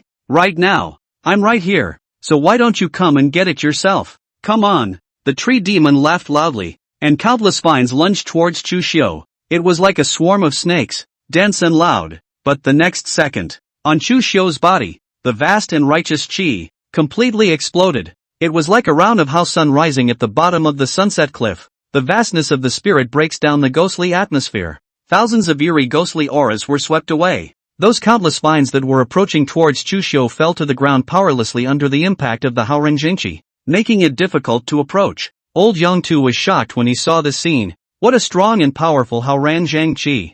This male, could it be a Confucian saint? Above the great scholar, only those who are qualified to be called the supreme sage. Such figures were bright and dazzling stars in history, and their status was much more honorable than most emperors and generals. They created their own doctrines and taught the living beings. Such existences may not have cultivation in their bodies, but even the land deities, they have to respect them, because you can't guarantee that there are no terrestrial deities among their disciples. No, it can't be. The acacia demon was alarmed. Such a horrifyingly righteous chi, general demons and evil spirits, once close to all to ashes, even though he has 1,000 years of Taoism, but also cannot afford. As he was shocked, Chu Xiu was already taking a step forward. It came to him in the twinkling of an eye. With a casual sword finger, he saved the woman who was hanging in mid-air, and old Yangtu lit up at the sight. "Okay, please step aside. My lord, leave it to me next." Chu Xiu, who had wanted to casually throw a pure yang true flame and burn the Sephora demon,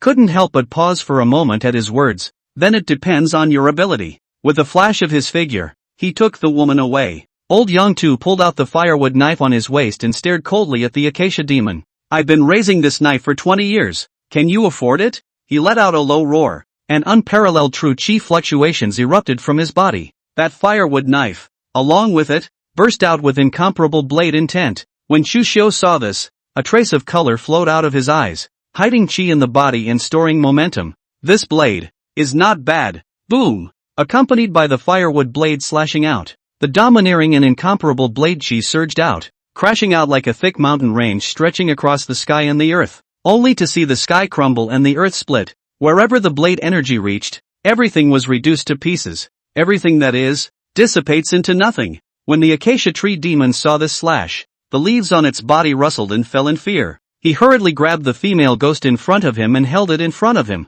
The female ghost screamed and had to explode all her strength to resist, but not very useful. Her strength was weak before this blade, easily torn apart. The Acacia demon summoned the many ghosts and spirits he had enslaved and transformed into a wall of ghosts to block in front of him, but he still couldn't completely block the blade. 100 ghosts died out. This blade, which slashed heavily on him, almost completely severed his thick tree trunk, causing him to let out a miserable scream. After the knife energy dissipated, the firewood knife in old Yangto's hand had been reduced to pieces, and with that, his straight body became hunched over, as if all his essence had been drained away in an instant. Bai Yu watched from the sidelines, her face changing slightly. How could this happen? Chu Xiu said faintly from the side. Battling knife chop. This is a peculiar martial art. The practitioner continuously uses his own essence to raise the knife, and even more in the body to build up the knife chi, and then explode out in one breath. The longer the time of building up, the stronger the power is. Of course, this is also a great burden on oneself. He was already injured and practiced this martial art. After this blade is out, his days are numbered. Chapter 68, Signing on to the Rohypnol organization. Take it in for yourself. As a matter of fact, even if Chu Xiu stopped old Yang Tu from using his knife, the other party would also have the same days left. The drawing knife chop is a kind of horrible knife method that has no return, and can even be said to have no life without death. Not out of the knife. The knife chi is accumulating in the body, and it will also explode on a certain day, causing people to be shattered to the bone. Old Yang Tu had been saving up for 20 years and had reached his limit. This knife must come out. It's out. And there's a silver lining. If you don't come out, you will die. He looked at the sunset cliff, which was in a mess because of his knife, and laughed. I've lived long enough to be able to avenge my beloved wife at the last moment, so I have no regrets. I have no regrets. His face was full of quick relief. Bai Yu saw this from the side, and a trace of admiration spread across her face. To avenge his wife's death, he has been storing up his sword energy for 20 years. You even have to suffer from the pain of knife gas torture often. It's not something that just anyone can do. Ah, asshole, I'll kill you. At this moment, inside the valley, those vines waved steeply, and among the ruins, the acacia demon that had been cut in half screamed. Old Yangto's face changed slightly. This isn't even dead? It should be those sneaks under his hands that resisted most of the sword chi for him, which allowed him to survive. Bai Yu said. Damn it! Old Yangtu gritted his teeth. After sending out that slash, he was no longer capable of striking again. He looked toward Chu Xiu. Now, one could only pin all hopes on the young man in front of him, hoping that the other party had some way to save the day. Chu Xiu slowly walked out under old Yangto's gaze. Then he raised his hand and flung out a pure young true flame. The flames fell on the acacia tree. Wow! As if pouring oil on a blazing fire, the flame that was but the size of a palm instantly erupted with a terrifying might, instantly spreading to the entire acacia tree demon's body. The other party's screams became more and more dismal. Aha! This? What the hell is this? Asterisk asterisk asterisk asterisk. He screamed miserably, but the flames were getting fiercer and fiercer. In a short while, his whole body was covered with flames, and he gradually turned into ashes in the fire. Old Yang-tu looked a little jaw-dropped. Just burned to a crisp? He had spent 20 years raising his sword before he was able to seriously injure this old acacia tree, and the other party just lightly burned it to ashes with a single flame? That's a little bit too outrageous. Celestials? Celestial perfection? Old Yangto's eyes grew more and more scornful as he looked at Chu Xiu. It was a pity that he had lived in a mountain village for a long time and did not receive timely information about the outside world. Otherwise he would definitely be able to guess Chu Xiu's identity. After exterminating the old acacia demon, Chu Xiu took the unconscious woman back to the village. Then he and Shirayuki were going to leave Gongzi, this time, eradicating the acacia tree demon, thanks to you, has fulfilled a wish of mine, old Yang-tu said. Then his face changed slightly and he coughed a few times. A mouthful of blood was coughed out. After that stabbing, his body was deteriorating. There were no more years to live. Seeing this, Chu Xiu whisked his sleeve. A true chi was born out of thin air and surged into old Yangto's body, and he faintly said, "This true chi can keep you alive for a few more years." Old Yangtu sniffed and did notice that his injuries were improving at a rate visible to the naked eye, and he became more and more amazed. A single piece of true chi can prolong his life for years. This tactic is nothing less than divine. I can't repay you for your great kindness. This is my life's work. I know you may not be able to look at it, but it's the only thing I can give you. Old Yangtu took out two ancient tomes from inside the wooden house. A book named Divine Blade Technique. One book is called Batu Sai Chop. All of them are the first-class swordsmanship of the world. Chu Xiu glanced at it, took it in, and then left in the carriage. Wind in Cloud City, the premier heavy city in the southern state of the Great Zhou. And this city, the most famous place is in this city. There is a famous Jianghu power, Wind in Cloud House, ranked on the major lists of Jianghu's Wind in Cloud building. Wind in Cloud House, known for its intelligence in the world. Various scouts, distributed all over the country, so it can arrange a variety of lists. Especially in this Wind in Cloud City, there are eyeballs of Wind in Cloud House everywhere. It was accompanied by a carriage that gradually traveled into the city. On the street, the pupils of a man who was selling firewood shrunk slightly before he immediately packed up his things and left, arriving at the Wind in Cloud building. This man was none other than Wind in Cloud House's eyes. He knelt in front of the Wind Cloud building master and respectfully said, "Master of the building, I'm absolutely not mistaken. That carriage is indeed the carriage that Chu Xiu sat in, and the person who drove the carriage is the White Jiao Dragon.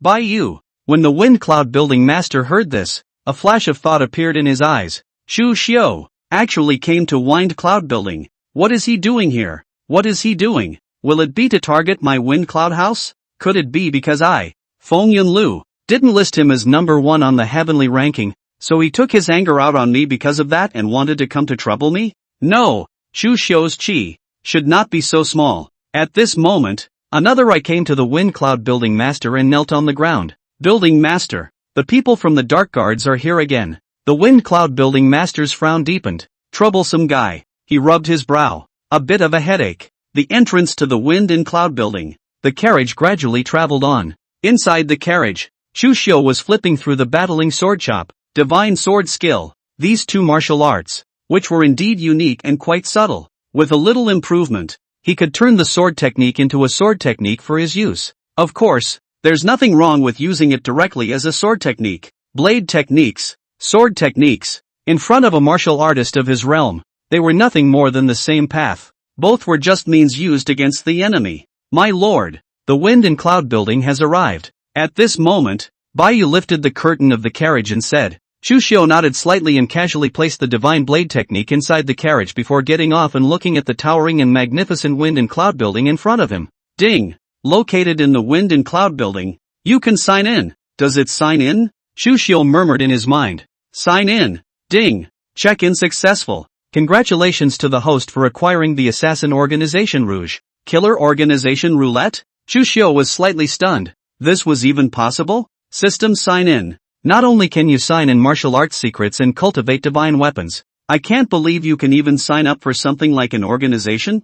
Fruity is truly magical. The system, the Lawn Organization. How do I move it? Is the Rognet implanted in that world? The system reminded. Chu Xiu thought for a moment. Yes, Rohannet has been implanted on that world. There are a total of 3,000 Luo net killers, including 1,500 first-grade killers, 808 killers, 300 of the Grandmaster level killers, 150 assassins at the Grandmaster as well as Supreme Master level each. There are 100 Celestial level assassins. These include 50 at the beginning of the Celestial realm, 30 at the middle of the Celestial realm, 10 at the High Celestial realm, and 9 at the peak of the Celestial realm. 1 Celestial perfection. All sorts of information about the Luonet killer surfaced in Chu Xiu's mind. A flash of eyes. What a powerful force. Just those 3,000 Rowan assassins might be enough to change the dynasty. The corners of Chu Xiu's mouth rose slightly. It seems like coming to Wind and Cloud House is the right thing to do.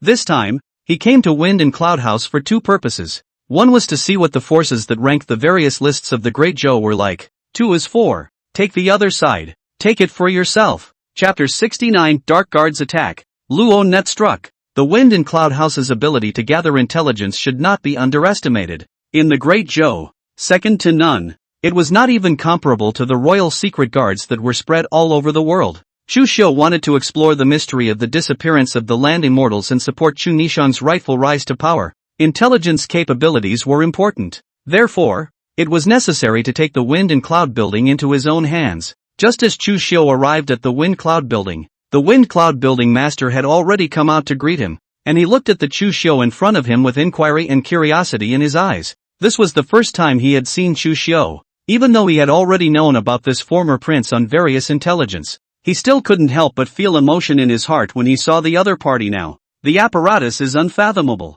Simply standing there, he had the feeling that he couldn't watch. It's really alarming. The world-famous poetry god has come to visit, so I've been remiss in welcoming you, the wind cloud building master said with a faint smile. A polite word with Chu Xiu. Chu Xiu glanced at him and smiled. Your Excellency is the wind and cloud floor master who arranges the lists and single-handedly manipulates the wind and clouds, isn't he? And indeed his name lives up to his reputation. Nowhere, compared to Prince Chu who composed 100 poems in one night, I am really insignificant. The wind cloud floor master laughed. The two men commercially blew each other off. Then, the owner of the wind cloud building welcomed him into the building. Then with a solemn expression, he opened the door. I don't know what the gentleman came to my wind cloud building for. Chu Xiu also didn't make false pretenses with the other party, and said indifferently, I came to find you, wind and cloud house. For one thing only, I want you all to be used for me. He had just finished his sentence.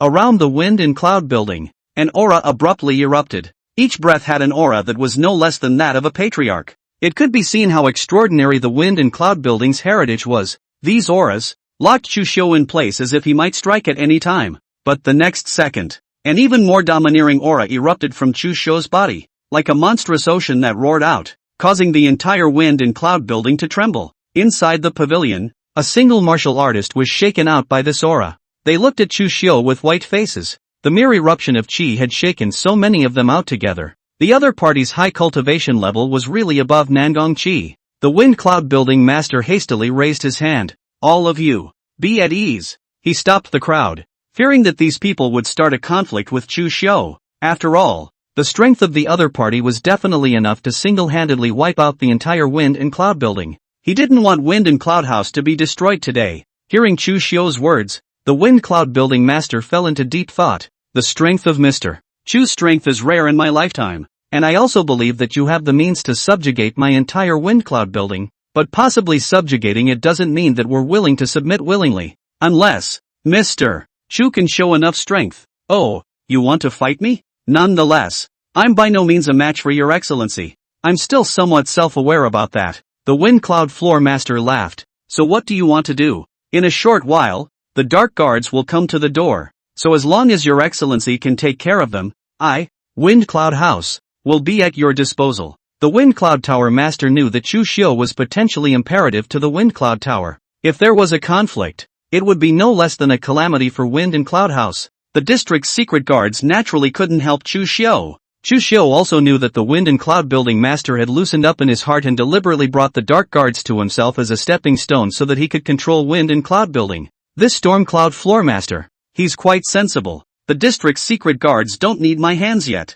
Chu Xiu indifferently said. Hearing this, a trace of color passed through the eyes of the Wind Cloud Building master. The Dark Guards, but directly under the royal family of a force. Their strength is incomparably powerful. Jianghu major forces are to be afraid of. Unexpectedly, Chu Xiu actually said that it wasn't worth his hand? Then, in his hands, is there any other power that can rival the Dark Guard? The Wind Cloud Floor master only felt that the Chu Xiu in front of him was becoming more and more mysterious. I'm curious. How did you Wind Cloud House provoke the Dark Guards? Chu Xiu asked curiously. Speaking of which, this matter has something to do with the mail. The Wind Cloud Tower master let out a bitter smile and said, some time ago, my Wind Cloud Tower ranked my son as the number 1 on the heavenly ranking, and this matter caused the royal family to be dissatisfied. They came to suppress it, and even though I erased the dupe from the first seed of the heavenly ranking, they still don't intend to let us go. He laughed on the surface, but secretly, he kept sending dark guards to suppress it. Chu Xiu sniffed and realized, one thing to the face, one thing behind the back. This is in line with Emperor Zhou's style. That night, he stayed within the Wind and Cloud Building, temporarily. The night is hazy. A group of martial artists dressed in black weaved through the darkness of the night and gradually drew closer towards the Wind and Cloud Building. The worst of them had the cultivation of a second-grade martial artist, especially the one who was the leader of them, with a blood-colored robe. Holding a blood-colored long knife in his hand, his body exuded an overwhelming killing aura. It made heaven and earth tremble. This person is the king of assassins 60 years ago, the Blood Dagger Jedi. He stared in the direction of the Wind and Cloud Building, his eyes flowing, a cold aura emanating from his eyes. Today, the Wind and Cloud Building will be in the Jianghu, and cease to exist. Inside the Wind and Cloud Building, The Wind Cloud Building Master opened his eyes and personally ascended the tall building. Looking into the distance and sensing the chi fluctuation of the Bloodblade Jedi, a trace of gravity appeared in his eyes. It's this fellow again. I didn't expect him to personally take action. It seems that he doesn't want to give me Wind Cloud House a chance to live. He looked towards a courtyard in the Wind and Cloud Building. That's where Chu Xiu is. Only the other party was sitting within the courtyard, blandly drinking wine and enjoying the moon, with Baiyu serving beside him in a leisurely manner. Even the Wind Cloud Floor Master was able to feel the Dark Guard's killing intent. There's no reason why the other guy can't feel it. The other party, however, was indifferent. This filled the Wind Cloud Building Master's heart with astonishment. What cards does the other side have in their hands? Suddenly, he sensed something and looked towards Feng Yanchang. Wait, a new aura has appeared. Could it still be someone from the Dark Guards? Inside Wind Cloud City, on the streets, at an unknown time, there was a group of people, wearing long black shirts with spiderweb patterns on them, and they wore bucket hats on their heads, while underneath the bucket hats was a black and white mask that also had spiderweb patterns on it. They came stepping on the moonlight,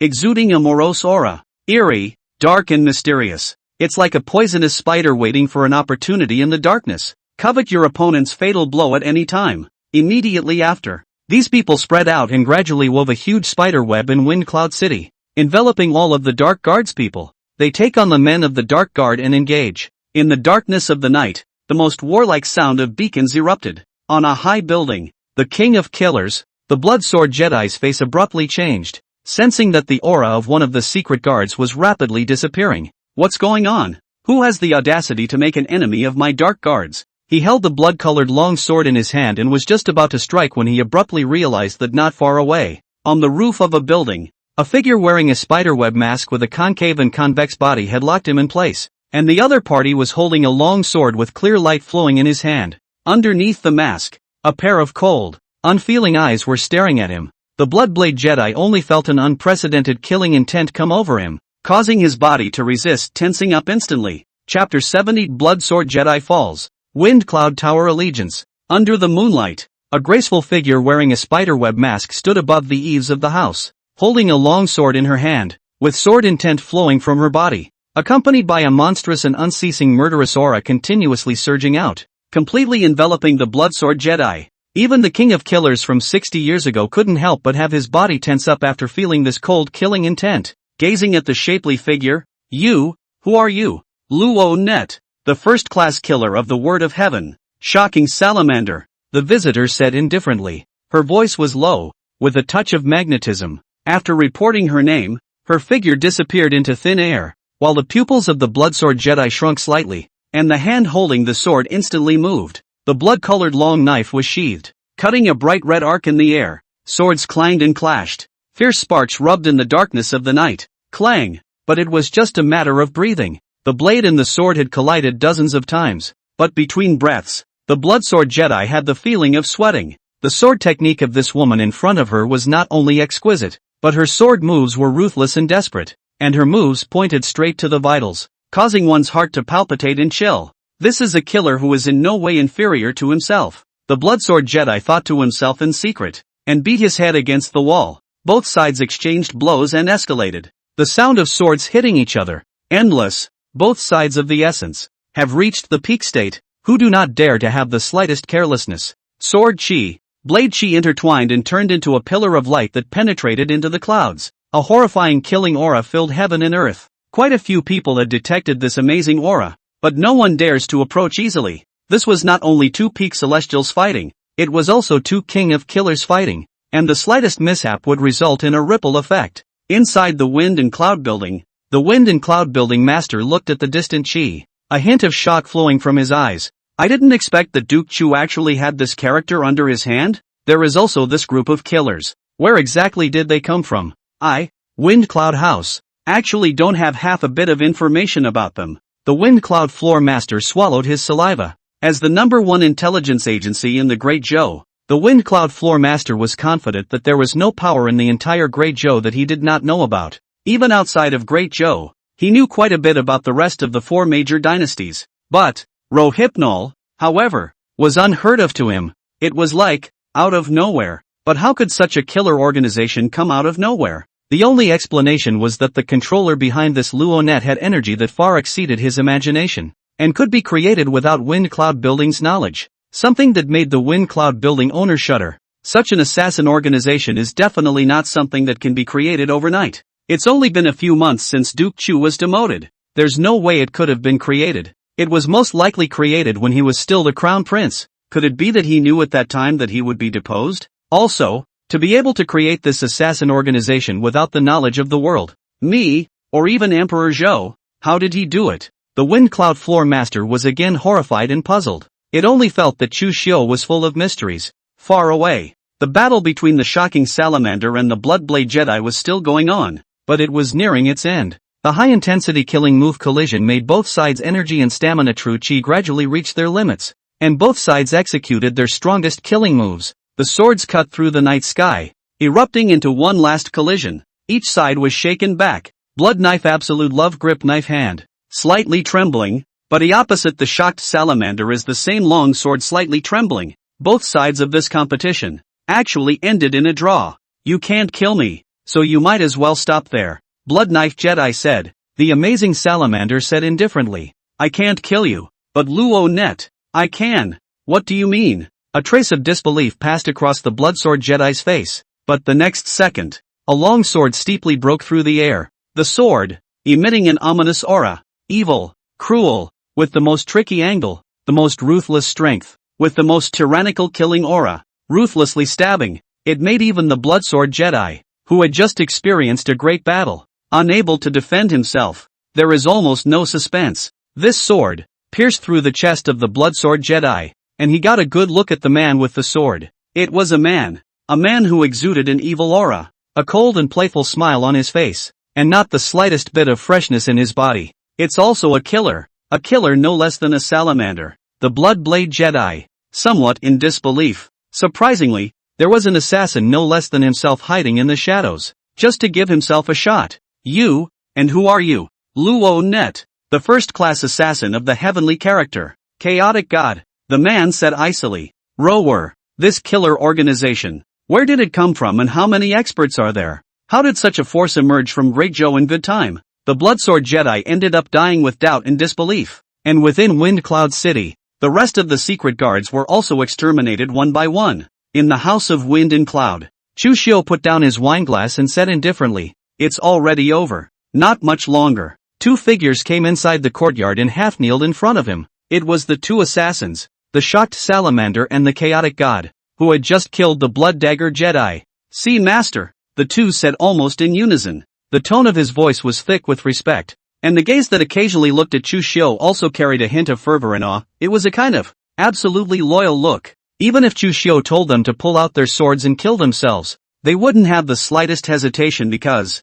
they were Chu Xiu's murderous weapons, and the key thing about a sharp weapon is that it follows orders. Well, get up. Well done, Chu Xiu said indifferently. The two of them got up and stood aside respectfully, seemingly waiting for the next instruction. While soon, the Wind and Cloud Building Master walked in. He glanced at shocking salamander, chaotic god with scorn in his eyes. Blood Knife Jedi, the king of assassins 60 years ago, a strength that is unfathomable. Even if it was a character in the top 3 of the heavenly ranking, it wouldn't be easy to kill the other party. But these two killers in front of us, each one of them was no less than the Blood Dagger Jedi. The point is, both of these men are still part of the Lan. Is there another killer of this caliber in the Rowan network? No one knows. Your Excellency Chu has great powers. I admire you. From now on, Wind Cloud House is willing to follow your orders and drive for you, the Wind Cloud Building Master said respectfully, and behind him, a figure then stood out. Then, took a knee.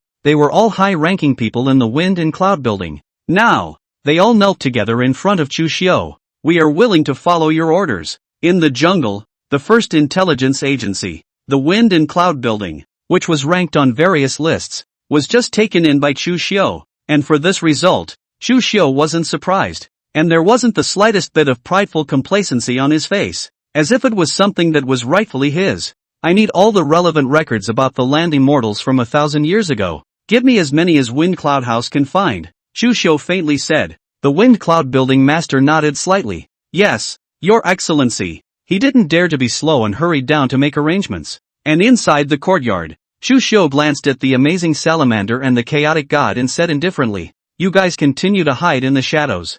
I'll call you if something happens." Yes. Startled by the salamander, the chaotic god's figure flickered and disappeared into the night. And in Wind Cloud City, those Luo net killers also disappeared one by one, as if they had never appeared. If not for the corpses of those secret guards on the ground, the Wind Cloud building owner and others even doubt that this so-called Luo net is not an illusion. Chapter 71, The Human King Empire of the Ancient Era. The front line was defeated. Wind and Cloud House. Inside the courtyard, Chu Xiu was holding an ancient book in his hands and reading it. This is these days, the Wind and Cloud House for him to collect. There is about 1,000 years ago land gods recorded in the ancient books. It is recorded in it. 1,000 years ago, land gods, although not many, but occasionally still appear in front of the people to show their strength, or move mountains, or call the wind and the rain. For example, the Heavenly Sword Gorge, a canyon that was more than 10 miles long, was split open by a land god-level martial artist with a single sword. Chu Xiu had learned quite a few things related to the land immortals from the ancient books.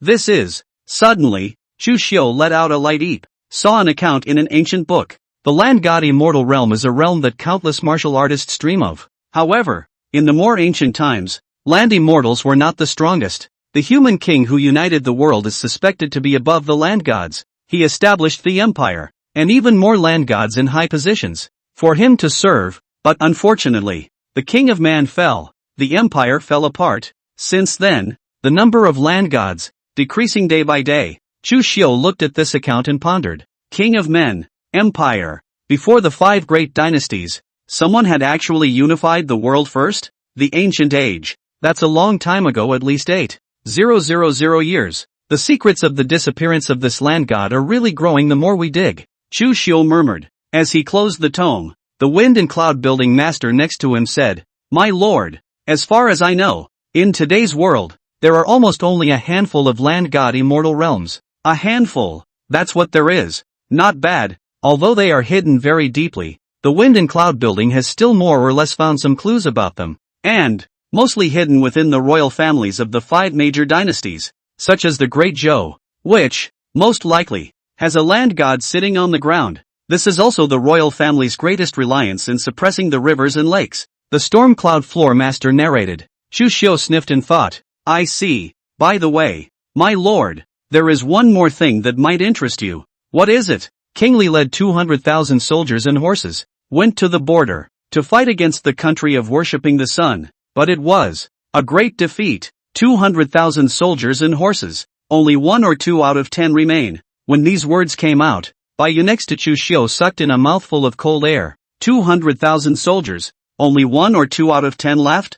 I can't believe I've been killed by over 100,000 people? Doesn't the Byzantine kingdom only have 100,000 troops? With twice the number of troops, how could they fight like this? Bai said in shock. The wind cloud building master shook his head. The specific reason is still under investigation. The king's capital. As Emperor Zhou listened to the report from one of the secret guards, his face brushed and became incomparably gloomy. The Blood Dagger Jedi is dead. The king of killers actually died just like that? That Luo net, is it really that powerful? Yes, based on the traces of the battle that remained that night, there are at least 2 assassins in the Luo net that are no less than the leader. And the strength of the rest of the Luo net assassins is also at least above the first rank. And even above the Dark Guards. Emperor Zhou sniffed and clenched his fists. Luo net. Such a force has actually emerged from the Jianghu for good reason. I've actually never heard of it. A wave of unease grew in him. This uneasiness stemmed from a sense of powerlessness that he could not control the situation.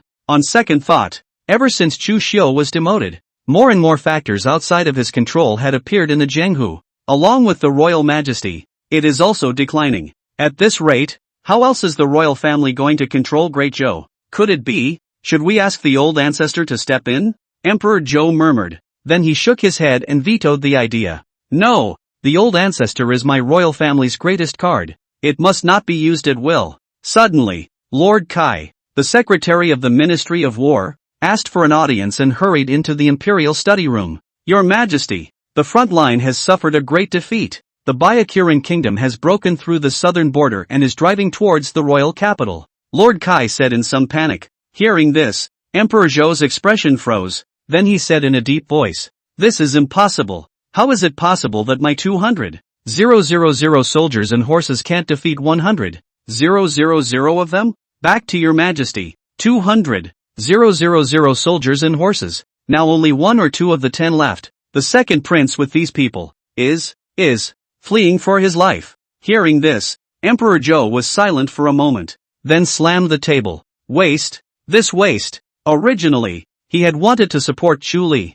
but no matter whether it is disaster relief or this time to lead the army to go out, surprisingly, none of them worked, and they've all gone to hell in a handbasket. Especially this time, 200,000 soldiers and horses were actually exterminated by most of them. It definitely counted as a heavy blow to Big Zhou. He was disappointed in Chu Li, thinking the other side simply sucks. "Summon the ministers to discuss this immediately," Emperor Zhou said in a cold voice. Soon, the ministers have gathered in the Golden Palace. All of them have already gotten the news of the great defeat on the front line, and one of them can't help but talk about it. How could this happen? 200,000 troops were defeated just like that? How could the Bayani kingdom be so strong? King Li went on this expedition, but he brought a lot of generals with him. Even old General Wan was among them. Even if King Li didn't know anything about military affairs, with several generals guiding him, how could he have lost so badly? What exactly happened? Many people are worried. Only the 7th Prince Chu Yun bloated. The corners of his mouth couldn't even help but float into a smile. Chu Li's failure to provide disaster relief, coupled with this major defeat on the front line, the Zhou Emperor's perception of him must have dropped to the freezing point. The other side is estimated to be, there's no hope of becoming the crown prince. This is a really good thing for him. And Chu Nishang noticed the smile on Chu Yun's face, and couldn't help but feel a trace of sadness within her heart. At the moment of national crisis, this person is actually still complacent for his own selfishness, completely disregarding the survival of the country. If such a person becomes emperor, how can there be any hope for Great Zhou to speak of? Think about it. She was even more determined to take that seat herself, not only for Chu Xiu, but also for the people of Great Zhou. His Majesty has arrived. Emperor Zhou came. The murmuring group of ministers hurriedly saluted. Emperor Zhou waved his hand. All the ministers don't need to be courteous. Now is the time of national crisis. All of you. What is the good plan? At these words, the crowd looked at each other in disbelief, and none of them replied. 200,000 troops were defeated. What can they do? General Li, do you have an idea? Emperor Zhou looked to a veteran general. The other party hurriedly said, "Back to your majesty. The Beiri kingdom is coming on strong, while the micro-minister is old. Even if he hangs up his command and goes to war, I'm afraid it won't be of any help." General Zhang, what about you? Emperor Zhou looked to a young general. The other side said, "The humble minister is still too junior to speak out." Good. The older ones say they are old. The younger ones say they are not yet senior. One and all are afraid to go out on the battlefield. Emperor Zhou was furious and laughed. Can't the huge Great Zhou find a general who can go on an expedition? What the hell are you guys doing? Your Majesty, General Wang and the others went on the expedition with second brother him, and they were defeated. So I'm only afraid that it would be the same if the others went. Chu Yun opened his mouth. The implication is that so many generals following Chu Li can fight like this, which shows how incompetent Chu Li is. Secretly, he suppressed Chu Li again. Emperor Zhou looked at him. Your second brother is incompetent. So are you willing to go on the expedition? Chu Yun's complexion stiffened. Lone is only afraid that I am not competent. Just kidding. The 200,000 strong army was defeated. He, like Chu Li, had never fought in a war. How dare you? Who will inherit the throne if we have to die on the battlefield? Waste. Emperor Zhou was so angry that he let out a low gulp. At this moment, he couldn't help but think of Chu Xiu, the former prince who could fight well and was known to use his army like a god. If he was there, he might have a solution, right? It's not just him. The rest of them, too, thought of Chu Xiu unanimously. Chapter 72, Chu Nishang goes on a journey. Where did the sun-worshipping kingdom get its masters? Thinking of Chu Xiu, a hint of regret vaguely arose within Emperor Zhou. This time, the twinge of regret couldn't be suppressed. But soon, he calmed his mind. Things have come to this point. It has long been irreversible. He looked at the court full of civil servants, his mind pondering what people to send to deal with the country of the worship of the sun. But there was no one available in the whole court. In his heart, he couldn't help but feel a trace of sadness. Is it possible that you want to go on a royal expedition yourself? The question is, Will you be able to achieve victory if you go on a royal expedition? If it fails, what kind of situation will Great Zhou be in? Emperor Zhou was a little afraid to think about it. At this point, a silhouette stood out and said in a loud voice, "Father, Nishang is willing to take command of the army and share the worries for father." Seeing Chu Nishang stand out, the entire court could not help but be surprised. A girl going to war? What is this? Xu Yun said. Nishang, don't mess up. Letting a girl like you lead an army into battle. Won't this be a joke to the world? Chu Nishang looked at him and faintly said, "Then you go?" The other man was speechless. She hummed lightly and continued, "Back to father. I have read a lot of military books in my spare time, and I have also seen a lot of classic battles, and I ask myself that my ability to lead the army is no less than any of the generals in the dynasty, so I would like to go and have a try." Emperor Zhou was silent for a while, looked deeply at Chu Nishang and said, "Nishang, leading an army into battle is not child's play. The military books you read in your spare time are nothing more than talk on paper, and are worlds apart from the real battlefield. My son understands. My son is willing to make a military order. If I fail to expel the Byzantine kingdom, my son is willing to carry his head." When these words came out, the whole court was in an uproar. Those generals who still wanted to speak out to stop them were suddenly all speechless. All of them looked at Chu Nishang in shock. Even Xu Yun could not help but have his pupils shrink. This woman, crazy? How dare you make a military order? All 200,000 troops were defeated. How dare she? Isn't this a death wish? Why on earth is the other party doing this? Is it really to give Emperor Zhou a break? Or is she also coveting that position? But she, after all, is a woman. Emperor Zhou stood up. Nishang, are you serious? There are no words before the king. My son speaks from the bottom of his heart. Good. Worthy of being my daughter. A woman of honor. Your previous disaster relief efforts have won my heart. I hope you won't let me down this time either. Emperor Zhou even said two good words. I'll give you 100,000 soldiers and horses, and we'll set out in 3 days to meet the kingdom of the worshipful sun. Do you have any objections? No. 200,000 soldiers were defeated. Can you win with just this 100,000? Everyone thought darkly. Only that the 100,000 soldiers and horses were quite a lot, and were already the largest number of soldiers and horses that the royal capital could take out under the premise of maintaining law and order everywhere. If these 100,000 soldiers and horses are also defeated, it's about to shake the foundation of Great Zhou. Wind in Cloud House. Chu Xiu had a sandbox in front of him. He was projecting the situation where the Beiri kingdom fought the 200,000 troops of Great Zhou, and with each projection, he was able to easily defeat the Beiri kingdom. To be able to lose so badly, Chuli is also a talent. Chu Xiu skimmed his mouth, withdrew the sand table, pondering, only if Chuli alone was defeated and returned. It is normal, but those famous generals he accompanied should not also be so inept. Could it be that Chuli ignored these famous generals? He won't be stupid enough to do this, right? In this case, there should be some hidden agenda, and this hidden agenda is the key to winning or losing this war. Soon, the Wind Cloud Floor Master arrived. My lord, I've checked it out clearly. There are 3 key points in this great defeat of the Great Zhou army. For one thing, King Li didn't understand military affairs, was greedy for success, and was caught in a trap. Secondly, the famous generals accompanying King Li were all assassinated, so that King Li had no generals to guide him and his military discipline was in chaos. Thirdly, within the country of Worshipful Day, in addition to 100,000 soldiers and horses, there are quite a few Jianghu experts accompanying them, which even include peak celestial human powerhouses. Chu Xiu sniffed and exuded a trace of realization. So that's how it is. It turns out there was a celestial being who struck the peak of the celestial being. No wonder Chuli lost so miserably. Chuli also had Jianghu forces behind him, or the Ling Shao Sword Pavilion, one of the 4 great clans of the Great Week. It was a pity that the Ling Shao Sword Pavilion's pavilion master, Ling Barbarian, was only at the celestial high realm, and there was still a gap between the peak of the celestial realm and the peak of the celestial realm. However, it was rare for a single sun-worshipping kingdom to produce a celestial peak.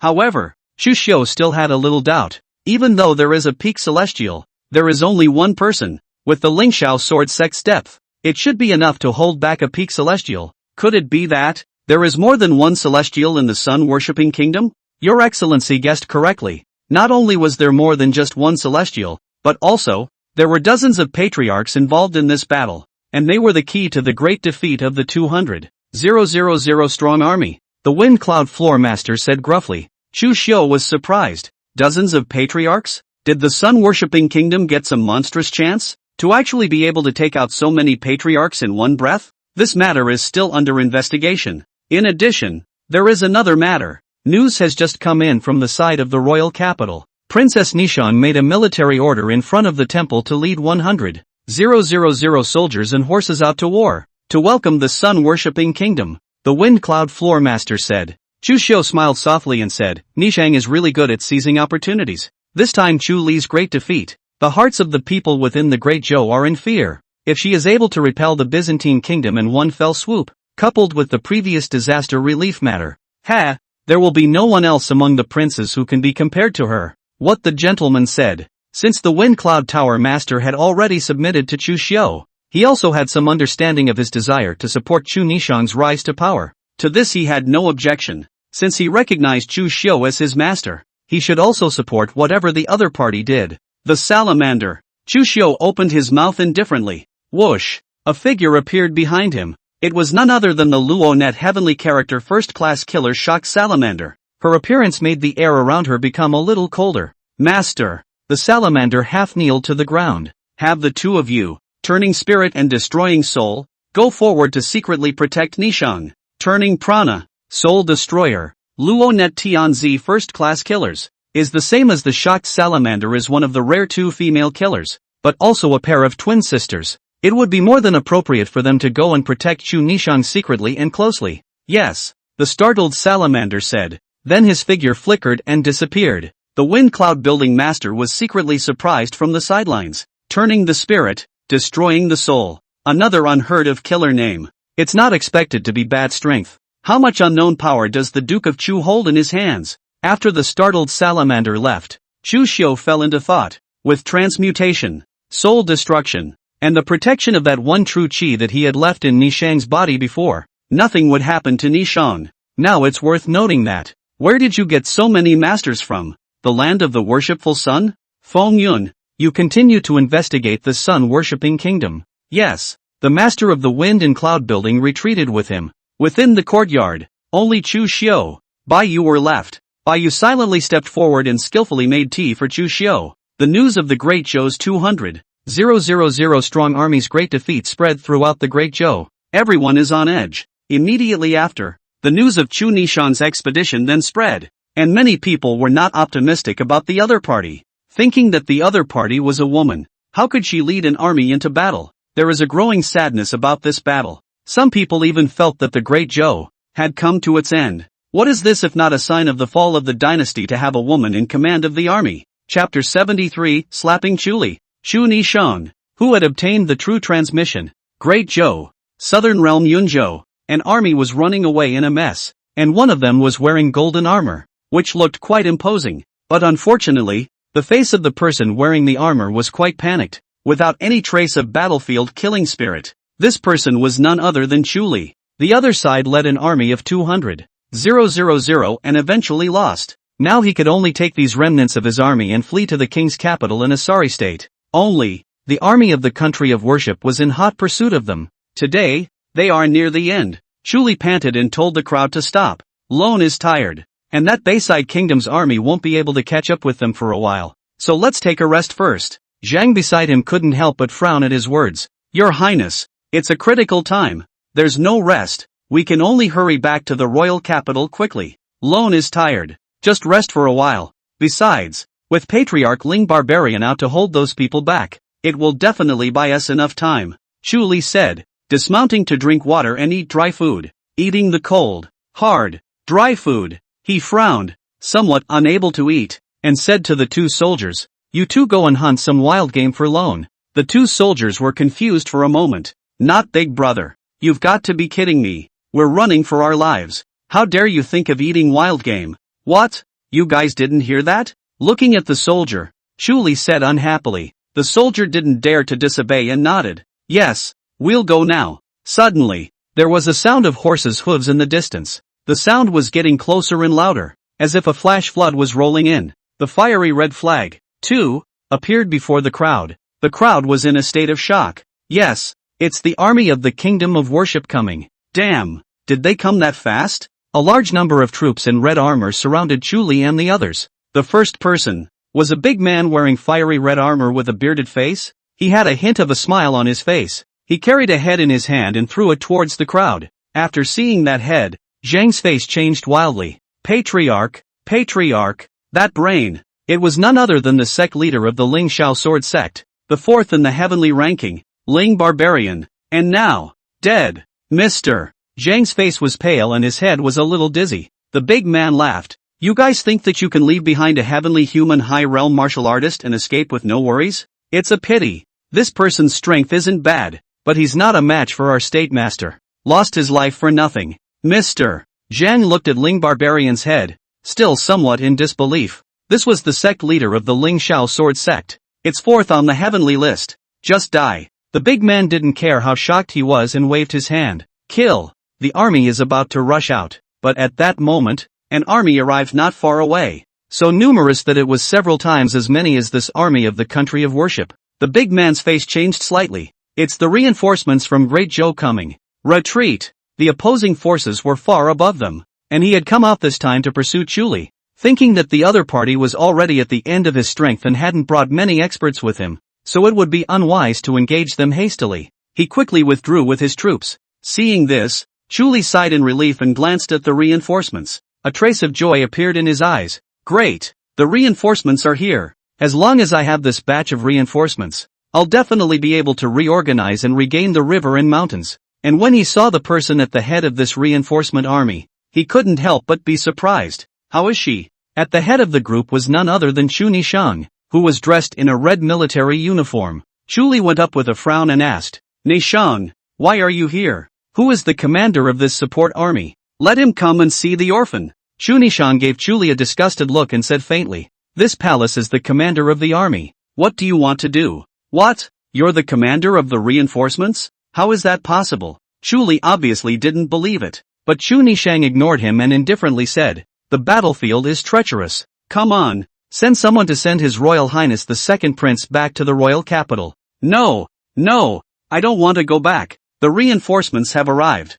I want to kill my way back to wipe out the previous shame. Chu Li said loudly. If it was before, in order to save his life, he naturally wanted to return to the royal capital, but he also knew clearly that if he went back in such a sorry state, he was afraid that he would never have anything to do with the crown prince position in the future. Now that he has reinforcements, he certainly wants to revitalize and fight again. Unfortunately, Chu Nishang didn't give him this chance at all. You've buried 200,000 troops. Now, how many more do you want to bury? Chu Li, you are nothing but a defeated general. I hope you recognize this fact for yourself and quickly return to this palace. Reflect properly. Chu Nishang, you dare to speak to Lone like that. Lone is. He hadn't finished his sentence. Chu Nishang had then dismounted and slapped him in the face. A bright red slap mark instantly surfaced on his cheek. Chu Nishang said in a cold voice, sobered up a bit? You what you? Be honest and go back to the royal capital. Don't get in the way here. Chu Nishang said. Chu Li noticed that those soldiers behind Chu Nishang were all looking at him indifferently, as if they were looking at a bereaved dog. If not in the way of his status as a prince, these people probably had the guts to go up and kick his ass a few times. Buried 200,000 troops. Such a battle record was enough to nail him to the Great Zhou's pillar of shame. These soldiers had been restrained enough by not cursing him and beating him. Realizing this, Chu Li clenched his fists in death, unable to speak, and finally stared at Chu Nishang. Good. Chu Nishang, I have underestimated you. I would like to see how you are going to beat the army of the sun-worshipping kingdom back. He whisked his sleeve away. Chu Nishang ignored him, turned on her horse, and continued to rush to the front line.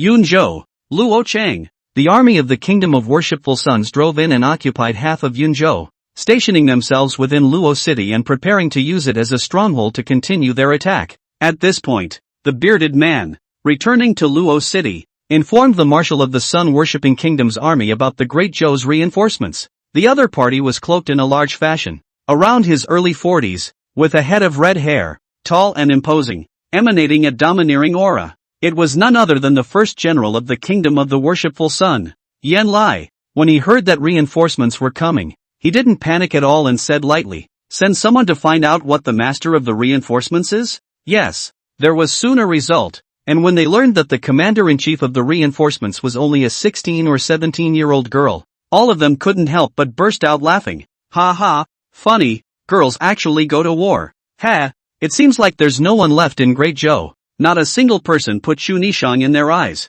The same goes for Yan Lai. He's been in a lot of battles and has seen a lot of teenage generals, but it was the first time I had seen one like Chu Nishang. One of the generals under his command volunteered to lead the troops to go ahead and kill Chu Nishang, and Yan Lai didn't refuse, giving the other party 5,000 troops. Let the other side go for the jugular first. But the next day, the 5,000 soldiers and horses that he sent out had no survivors. Only then did Yanlan Island Expressway square up slightly to Chu Nishang. Interesting. It seems that it was not without reason that Great Zhou sent this person. Then, before Chu Nishang arrived at Luo City, he continued to strike, trying to bury Chu Nishang's 100,000 strong army halfway. But, 2 days passed. Only a few of the soldiers and horses he sent out returned alive. Of them, some were ambushed, some were surrounded and annihilated, some were attacked by fire. It was only then that Yan Lai reacted to the fact that the opponent he was facing at the moment was a young general who was experienced and had the demeanor of a famous general.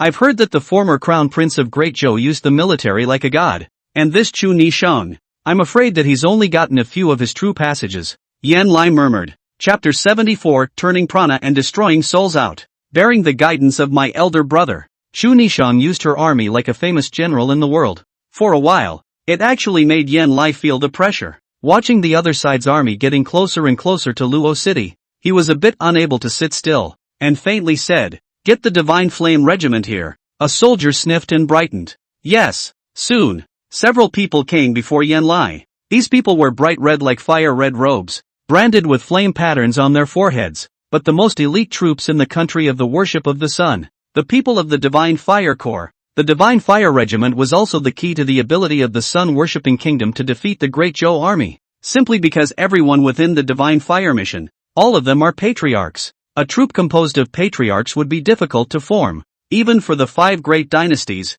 but the sun-worshipping kingdom had done it. Yan Lai felt that with the Divine Flame Corps, they would even be able to unify the world. Greetings, Marshal. One of the Divine Flame Regiment's soldiers at the head saluted slightly. He did not show much respect. As a member of the Divine Flame Regiment, although they followed Yan Lai's command, the other party was not their leader. Their real leaders were the king of the Sun Worship Kingdom and the master of the kingdom. Well, this time, Chu Nishang is coming on strong. This person's tactics with the army are far above that Chu Li. This marshal needs you guys to make a move to assassinate this person. Once this person dies, the Great Zhou army will be leaderless. I will annihilate them. A few people sniffed and looked at each other. The leader nodded slightly. I will not let the marshal down. They leave and go forward to prepare for action. Marshal, will it work? One of the generals beside Yan Lai was a bit worried. This Chu Nishang isn't like Chu Li. She's afraid that she's already prepared for this, and she must have experts around her to protect her. Don't worry. If you know this, the people of the Divine Flame Corps must be clear about it as well. They will send out their strongest experts to fight. Also, even if the people from the Divine Flame Corps fail, in the end, don't we still have the State Master? At the mention of the State Master, Yan Lai smiled slightly. There is great confidence in the words. It was as if the State Master he spoke of was an irresistible god. To assassinate Chu Nishang, the Divine Fire Corps sent out 5 men. 4 of them were masters at the Zhongshu level. The one in the lead had even reached the Celestial Realm. They came to Chu Nishang's army at great speed and soon found Chu Nishang inside the main tent.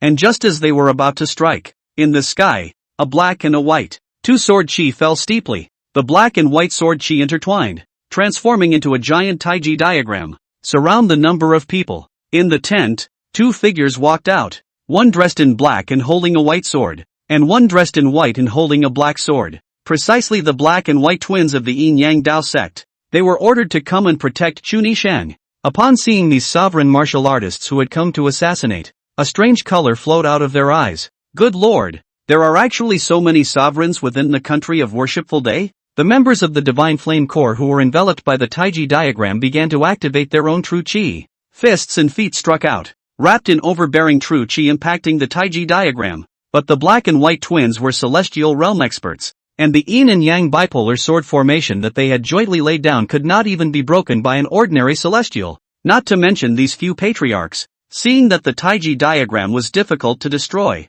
the several patriarchs of the Divine Flame Corps glanced at each other, and a hint of determination appeared in their eyes. Taking a red bead out of his arms, he popped it into his mouth. Shasta! Their breath climbed rapidly. His body was enveloped in red tyrannical true chi, and his eyes became crimson, accompanied by a roar. The tyrannical true chi tore a hole in the Taiji diagram, while the one leading celestial in the Divine Flame cluster rushed out at breakneck speed. The black and white duo's face changed slightly. Not good. What have these guys eaten? How did the power suddenly increase so much? They didn't dare to be careless and killed with their swords, forcing that man back. But then, those sect masters whose strength had skyrocketed rushed out at breakneck speed, disregarding everything and attacking towards the black and white twins like ferocious beasts. Every move, every style, all of them were harsh and fierce, and it's as if you don't want to die. Faced with this kind of fight, the black and white couldn't help but be tripped up. That Divine Flame Regiment's celestial, taking advantage of this opportunity,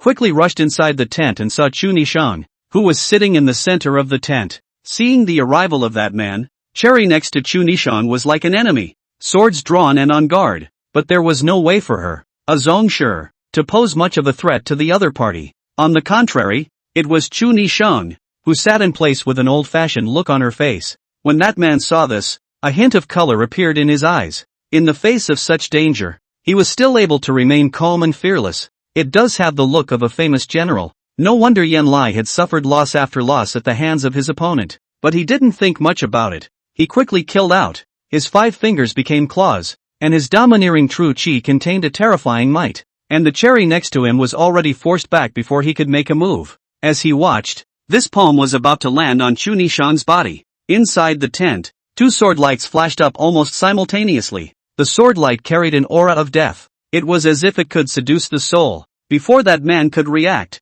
he felt a coldness in his neck, and then a spinning of the sky, and saw a headless body. That is, his body, himself. He was actually decapitated without even realizing it. How is that possible? Within the last few seconds of consciousness of being completely dead, he looked to the man who had decapitated him, and what met his eyes were 2 swords, 2 cold, death-tinged swords, as well as the faces of 2 women wearing spiderweb masks, and their indifferent and unfeeling, icy eyes that looked like killing machines. When the black and white twins resolved the outside patriarchs and entered the tent, they only felt their hearts palpitate when they saw the 2 women. The unprecedented threat of death loomed over the entire body. The intuition of the High Masters told them not to make a move against these 2. Otherwise, it will die. What's going on? Are these 2 men here to assassinate the princess as well? The 2 women glanced at the black and white twins, then turned to Chu Xiu and said, "The 2 of us have been ordered by our master to come and protect the princess." "Who is your master?"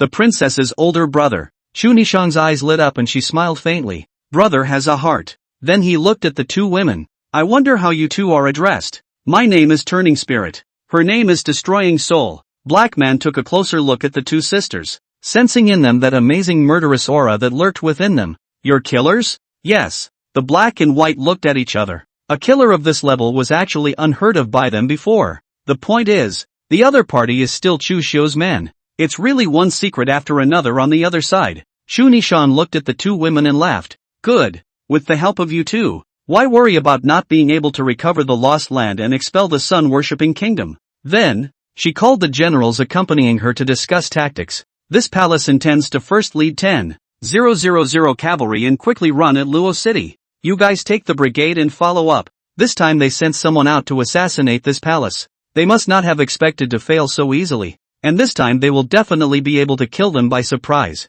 A few of the rest of the group also felt some sense. A general looked at the waving Chu Xiu. In a trance, he saw the shadow of a person in the other party. He hesitated for a moment and asked curiously, "The princess uses the army. It doesn't seem like she's a novice. Have you been on the battlefield before?" "No, only that in the past, when I was idle, I had practiced with Elder Brother, and I am indebted to Elder Brother's guidance," Chu Xiu faintly said. The crowd also understood who the older brother was that she was talking about. Can't help but feel a little sorry for them. If that person is still around, what's the point of a mere sun-worshipping country? Chapter 75, The Source of the Patriarch of the Sun-Worshipping Country. It's the specter screwing up again. Chu Xiu took 10 000 cavalry and raced to Luo City. And at this moment within Luo City, Yan Lai was still unaware of the failed assassination attempt by the Divine Flame Regiment and was still immersed in the beautiful phantasmagorical dream of continuing to attack and pillage the city after killing Chu Nishang, or even occupying the Great Zhou and making an unparalleled success. Steep. He sensed something strange. The surrounding area suddenly became incredibly quiet. The silence was a little eerie. He violently walked out of the house, and found that the soldiers who were guarding the house, all fell to the ground and died. And there was not a single living person in the large general's mansion at this moment. His pupils shrunk slightly, and among the fallen people, he found a few sect masters from the Divine Flame Regiment, who were actually dead as well. And since the beginning, not a single movement has been made. What's going on? Are these people haunted? That's not true. It's broad daylight. Even if you're encountering a ghost, you should make some noise. A large amount of cold sweat could not help but break out on Yan Lai's forehead and down his spine. It's so weird. What the hell is going on here? He looked around warily, and the true chi in his body worked at full strength. Suddenly, a figure came into view. The other stood on the roof, tall, with a ponytail and a spiderweb mask on the lower half of her face, holding an ancient sword. Yan Lai's pupils shrank. He hadn't realized when the other party had appeared at all. He gripped the long sword in his hand tightly. Who are you? The man who took your life. Behind Yan Lai, a cold voice came. He jerked around to see a similar figure in his eyes. You guys. Before he could finish, he suddenly felt the sky spinning. The head was cut right off. From start to finish, there was no resistance. Soul Destruction said faintly, leave. The turning spirit was just about to leave together when he suddenly sensed something, and the ancient sword in his hand chopped towards the back of the Soul Destroyer, colliding with a searing sword chi. The huge impact instantly made the entire general's residence shake. The buildings around the two women collapsed and shattered one by one. The two of them, Soul Destruction and Turning Spirit, retreated a few steps backward and looked towards the source of the sword chi. A red-haired man walked out slowly from the ruins, dressed in red, about 50 years old, his true chi flowing, scorching and overbearing. The whole thing was like a giant fireplace. Because of his appearance, the temperature around him rose extremely fast, turning Prana's eyes condensed. Celestial peak. The red-haired man looked at the two women and said in a cold voice, I didn't expect that there would actually be two celestial realm assassins like you within the Great Zhou reinforcements. It amazes people. After saying that, flames flowed in his hand, condensing a flaming red longsword. The longsword chopped towards the two women. The two women met them, disintegrating the sword chi while striking out to counterattack. The two worked together seamlessly, as one, turning prana, destroying soul. The two ancient swords instantly erupted with amazing killing power. As strong as this red-haired man was, he couldn't help but be momentarily frustrated. What? It's actually two celestial peak slayers. The red-haired man was steeped in shock, knowing that these two people were not to be underestimated, and that if he was not careful, he would only die here. He immediately took out a red bead and crushed it. Instantly, a burst of blood-red energy surged out from within the bead and entered his body. It caused his aura,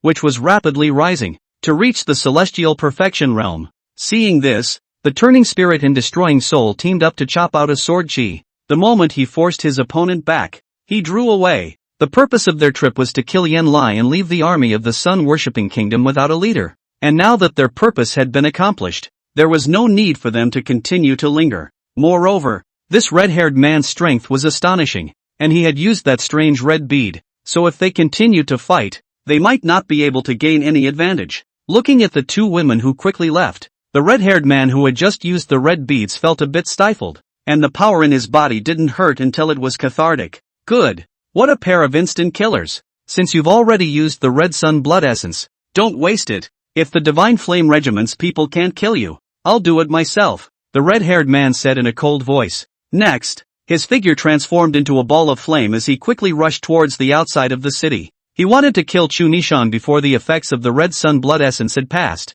As for Luo City, the remaining martial artists of the godly flame regiment of the sun-worshipping kingdom were surprised to see the red-haired man out, and then followed them out of the city. It's the State Master who has struck. The aura on the State Master's body. That's the effect of using red sun blood essence. What kind of person actually forced the State Master to use the red sun blood essence? In the past, when the State Master beheaded that Ling Xiao sword sect leader Ling Barbarian, he also didn't use this item, and now he actually used it. That direction. State Master is going to kill Chu Nishang. Inside the wind and cloud building, Chu Fix was reading a book within the compound. Shirayuki was practicing his sword. At this moment, the wind cloud building master walked up and said, "My lord, the matter regarding the recent sudden appearance of a large number of patriarchs in the sun-worshipping country has been investigated clearly." "Oh, tell me about it." Chu Xiu came to some interest. Only a red bead was seen to be taken out from the sleeve of the wind cloud building master. "Does the gentleman recognize this object?" Chu Xiu's eyes flashed. Red sun blood essence. He had read extensively and had seen records about this item. This item is condensed from human blood, a red yang blood essence, which requires at least 1,000 people's blood to condense, can significantly enhance a martial artist's cultivation. The more essence and blood you have, the stronger the blood essence effect will be. It's just that due to the fact that this item is detrimental to heavenly harmony, the method of refining it has long since been destroyed by the 4 major sects in a joint effort. So how did it end up on the side of the sun-worshipping kingdom? The moment he saw the red sun blood essence, he knew where the patriarchs of the sun-worshipping kingdom had come from, but he was still a bit puzzled. And the wind cloud floor master continued. "Regarding this, I have also investigated clearly. The source of the blood essence comes from the state master of the sun-worshipping kingdom. This person's name is Xiao Xinhua. 20 years ago, with a hand of divine fire going across the Great Zhou, only this person's tyrannical temperament, arson into sects, was suppressed by all the major sects and factions of the joint suppression. Since then disappeared without a trace. There are rumors that this person was suppressed, joined the Underworld, and now in the Jianghu. The only force that still dared to blatantly use the red sun blood essence was the Underworld. This time, Xiao Xinhua appeared in the sun-worshipping country with the red sun blood essence, and also became the state master of the sun-worshipping country, setting off a war between the two countries. It was possible that it was in retaliation for the revenge of the suppression back in the day. Or, perhaps, it was the Underworld that was leading the charge behind the scenes, attempting to utilize the war to refine more red sun blood essence. After all, when war breaks out, the more people die, the more convenient it is for the Underworld to collect the essence blood to refine this item. Chu Xiu sniffed thoughtfully. The Underworld. Some time ago, the Lord of the Underworld Mad just escaped from the academy, and now there is such a big mess. These people, really a day does not engage in things to hold back the panic. Gongzi, Xiao Xinhua's strength is powerful. 20 years ago was the cultivation of the high realm of celestial beings. 20 years have passed. It is estimated to be the peak of the celestial beings, coupled with the red sun blood essence to help. Only, not to be underestimated. On Princess Nozumi's side, is there no problem? The wind cloud floor master was a bit worried. Chu Xiu faintly said, "Don't worry, she'll be fine." He had left a backhand on Chu Nishan. Unless a land god made a move, no one could hurt the other. And how many land gods are there in this world now? Chapter 76, A Sword Chopping Sha Divine Flame. Recovering Luo City. The infighting has begun again. Outside L.A. City, Chu Nishan brought 10,000 cavalry to run at Luo City. The two of them, Soul Destroyer and Turning Spirit, returned after successfully assassinating Yan Lai and told Chu Nishan about the Shao Divine Flame. Learning that there was a peak celestial sitting within Luo City, the black and white twins' faces changed slightly. No wonder Ling Ban died here, as he was surprised. In the distance, an astonishing aura had already arrived. In particular, the aura that was at the head of it was like a huge furnace blazing, causing the temperature between heaven and earth to climb extremely fast. What met everyone's eyes was the Shao Divine Flame with a tyrannical burning aura flowing all over his body, and the other party walked towards them step by step. Everywhere, the ground was turned into scorched earth, streams dried up to reveal riverbeds, and grass and trees were burned to ashes, as if the fire god had descended to earth, domineering to the extreme. Behind him, there was a single sectarian from the Divine Flame Regiment. They couldn't help but look at Xiao Xinhua's aura with glowing eyes. What a powerful, domineering aura, worthy of being a state master. If the state master makes a move, this mere Chu Nishan will not be captured handily? Not bad. The mere Chu Nishan is no match at all. Even if all the experts around her are out, it won't matter. They had absolute confidence in the Shao Divine Flame, and Xiao Xinhua felt the true chi in his body that had been stimulated by the red yang blood essence and skyrocketed, feeling the unprecedented power, and his expression gradually became open-mouthed. So strong, this red yang blood essence refined with the blood of 10,000 people is truly extraordinary. If 10,000 people are this strong, then what if it's 100,000? A million? A hint of longing passed through Xiao Xinhua's eyes. He was, now, tempted to start a larger war. Collect more essence blood and refine stronger red yang blood essence. Looking at Chu Nishang again, there was disdain in his eyes, and after he arrived in the air above the other party, the crimson longsword in his hand was raised and suddenly fell. With this sword, he had no reservations at all. Terrifying flames rose up to the sky and condensed into a 1,000-foot giant sword. The giant sword fell as if it was going to open up the sky and burn the four seas. It's also your honor to die under this burning sky sword of mine, Xiao Shenhua said, the long sword in his hand, already chopping out. The giant sword was vast. The black and white twin warriors, soul destroyer turning spirit struck almost simultaneously, each chopping out a sword chi. But in front of this 1,000-foot flame giant sword, it was still somewhat inadequate. The sword chi was vast, forcing them back. The giant sword was in the air, and just at the moment it was about to touch Chu Nishang, an angsty sword intent abruptly erupted from her body. Sword intent rushed to the sky, and sword chi gushed out like a tide. In an instant, that flaming giant sword was instantly disintegrated. Above Chu Nishang's head, countless sword chi coalesced and transformed into a gigantic sword shadow of thousands of feet, so vast that it covered the sky. The clouds above the dome of the sky were all churned up and split in half. Compared to this giant sword, the flame giant sword that Xiao Shenhua had just executed was like a small child. Not worth mentioning at all. The giant sword fell, locking onto the Xiao divine flame. The other party's pupils trembled madly in disbelief. Impossible. Impossible. How can you have this power inside you? No. He pushed his true chi with all his might, and the flames transformed into sword shadows again. But the moment it came into contact with the giant sword, it collapsed and disintegrated on the spot. The giant sword landed on him almost unhindered, and Xiao divine flame was torn apart by the sword chi on the spot, exploding into a cloud of blood mist. Along with the dozen or so divine flame regiment patriarchs behind him, they were destroyed. When the sword chi dispersed, what remained in place was only a huge sword scar that stretched out for 10 miles, and the residual sword intent on it was mind-blowing beyond compare. What a terrifying sword chi! The black and white swallowed hard. Looking at each other, they both saw the fear in each other's eyes. Then they looked at Chu Nishang, who had sent out this sword chi, only to see that Chu Nishang's face also wore a touch of dismay, but then smiled slightly. It's the same true chi that my elder brother left in my body in the past. Just one true chi has such power. The crowd could hardly imagine how terrifying Chu Xiu's own strength was. Everyone, Luo City is just around the corner. Follow me forward to take it down, Trinity said. Lead the crowd to continue the run to L.A. Once Yen Lai, Xiao Shenhua died, and half of the Divine Flame Regiment's men were killed or wounded. The remaining fortifications in Luo City were not worth mentioning at all. The black and white warriors, the Soul Destroyer and Turner struck, easily opening the gates to the city. The army drove on, easily recaptured L.A.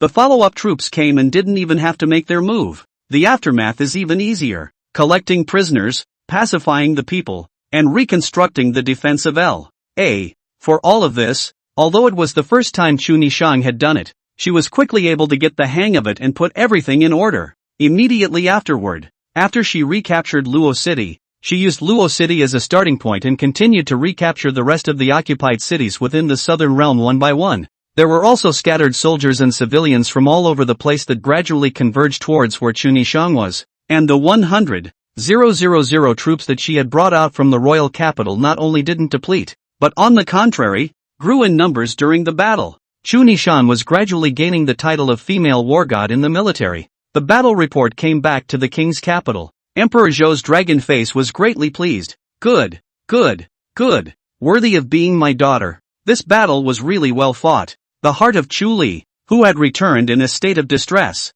sank when he heard the battle report. How is that possible? He had the Ling Xiao sword sect to help him, and they all fought to a standstill. Chu Nishang, how can she be so strong? Could it be that the Yin Yang Dao sect was so much stronger than the Ling Xiao sword sect? That's not possible. And in the court hall, the civil and military officials also praised Chu Nishang. Those who were not optimistic about Chu Nishang, at this moment, they have switched camps, and the praises were endless. These voices were incomparably harsh to Chu Li's ears. The better Chu Nishang fights, the more remarkable the battle. Doesn't it just show how incompetent he was before? But even so, he still had to force out a smile and said, truly the heavens have blessed my great Zhou.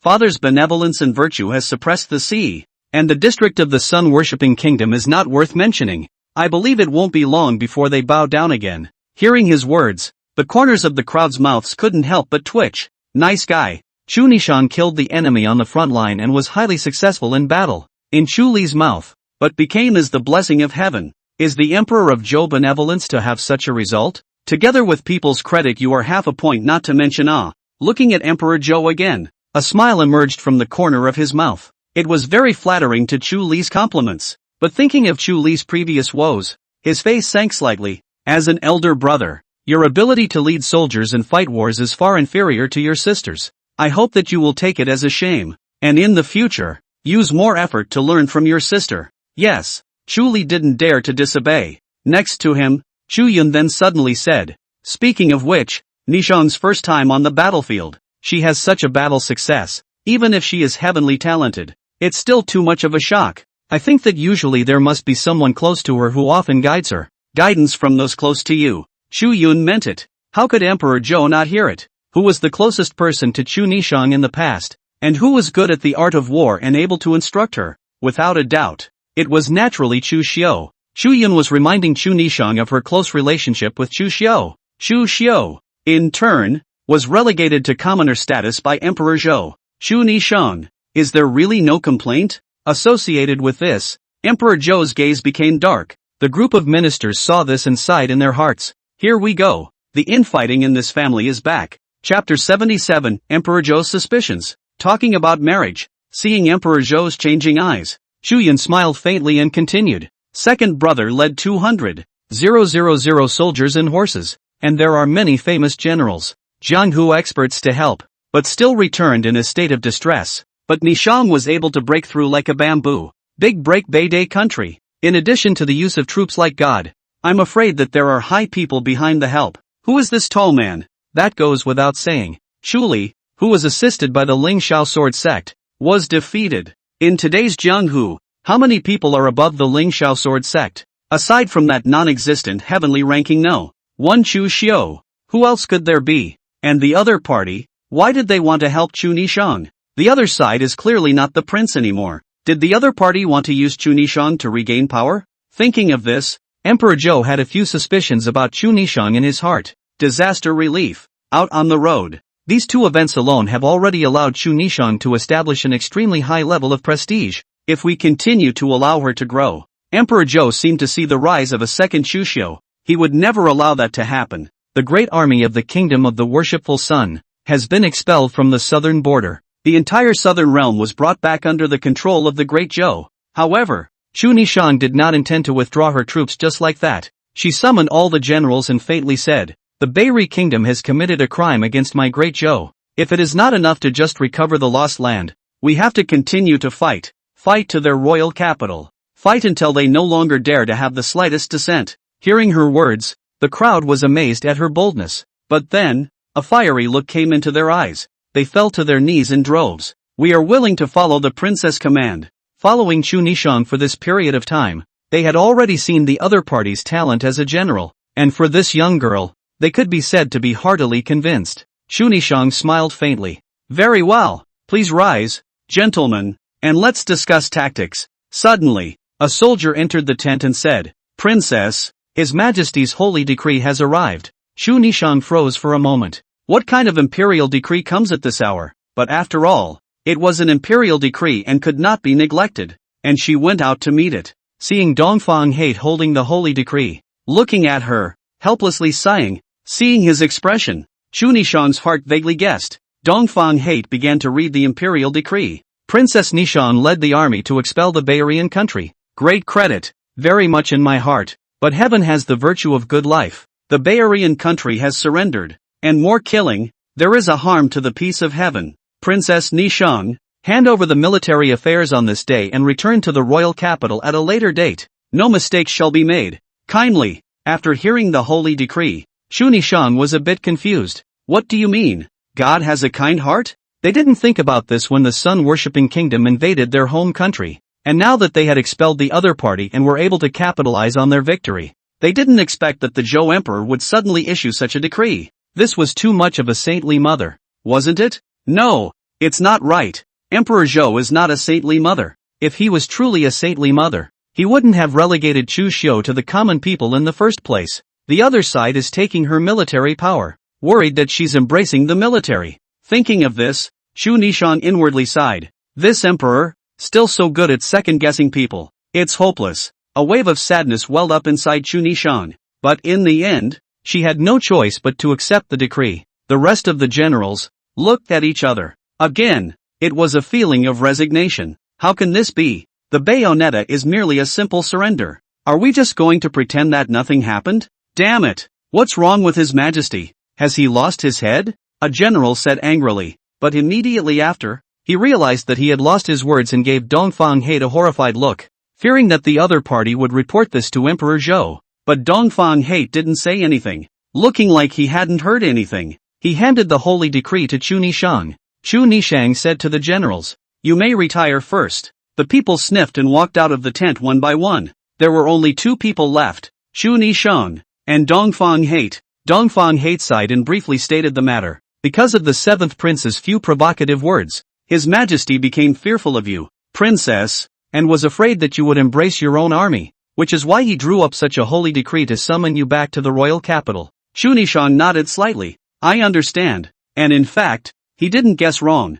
My elder brother and I are, indeed, in cahoots. What are you going to do next, princess? What else can I do? Go back, but after this battle, my prestige in the courtroom is even higher. Even if my father no longer wants to see it, he can't ignore the fact that the other emperors can't be compared to me at all. Chu Nishang said faintly. Eastern Hate nodded. I'm just worried that His Majesty will come up with other ways to contain you, princess. Let's see what he comes up with then. Inside the Wind and Cloud building, Chu Xiu also learned about Chu Nishang being recalled to the royal capital, and the corners of his mouth rose slightly as if in mockery. Unexpected. Now that the princess's prestige in the court is growing, I'm only afraid that His Majesty won't continue to sit back and watch. Even if the princess is a daughter's body, he'll still find a way to curb it. The Wind Cloud floor master worried from the side. Chu Xiu felt that there were a few things that made sense and faintly said, Shocking Salamander, pass the order to Transmutation Soul Destruction. Tell them not to come back for now. Go into the palace with Nishang. Stay by her side, and protect her well. Yes. With a slight nod of his head, Amazing Salamander went forward to make the arrangements. The Wind Cloud floor master said, Your Excellency is worried that His Majesty will be unfavorable to the princess? It's just an insurance policy. I hope he doesn't do anything to make me angry. Or, I'll have to make a trip to the royal capital. Chu Xiu said quietly. In the past, he was relegated to the status of a commoner and was forbidden to set foot in the royal capital for the rest of his life. It was also true that he hadn't gone back after leaving the royal capital. But that doesn't mean he's afraid to go back. To him, this one decree is optional. Under the sky, no one has been able to restrict his movements. He can go wherever he wants. The reason why I didn't go back to the royal capital is that I just didn't want to. But Chu Nishan was in the royal capital. And if Emperor Zhou really did something bad to the other party, he would definitely have to make a trip. When the time comes, I'll see what kind of depths the royal family is hiding. Chu Xiu's eyes flashed, quite interested in the possible existence of that land god in the royal family. The king's capital. Inside the palace, Emperor Zhou leaned on the bed, his expression cold. At this moment, a secret guard appeared behind him. Back to your majesty. Princess Nishang has returned to the royal capital. What's the situation? The people greeted each other. Even Taifuli Shohan brought his own students personally out of the city to meet. For it's, hold the horse executive stirrups. Emperor Zhou sniffed. His eyes flashed. This old man, really quite good at creating momentum. The hall of the imperial master to go and lead the horse to execute the stirrups, really aggrieved him. But this was also a side note to Chu Nishang's reputation today. Not a moment too soon. The East hates to return to the palace, and the secret guards left with them.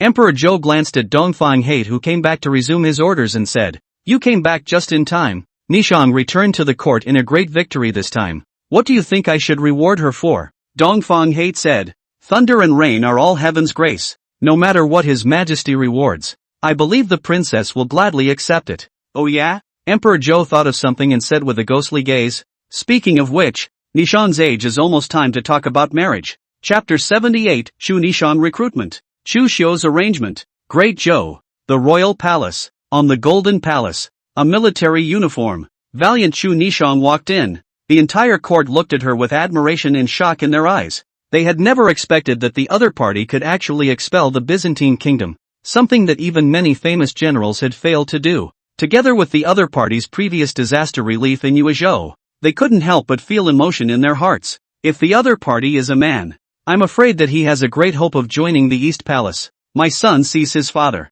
Chu Nishang came to kneel in front of Emperor Zhou and respectfully said, and Emperor Zhou also looked at this daughter of his with a complicated gaze, then faintly said, Nishang, this time, expelling the sun-worshipping kingdom and preserving my rivers and mountains. It's hard work for you. I'll give you 10,000 taels of gold and a princess mansion. This is what Nishang should do. The gold 10,000 taels. I do not dare to accept. Please Father Emperor will bring it to reward the 3 armies. This time the expulsion of the country of the worship of the sun. The generals and soldiers killed the enemy valiantly. They are the biggest merit. Trinity said. The crowd gave her an unexpected look. I didn't expect her to say something like that, and my heart grew more and more admiring. Emperor Zhou was the only one with a haunted gaze. The other side, still taking the opportunity to boost their prestige? Don't even want your own reward. Emperor Zhou was already wary of Chu Nishang, so he looked at each of the other party's actions and interpreted them in a different way. In short,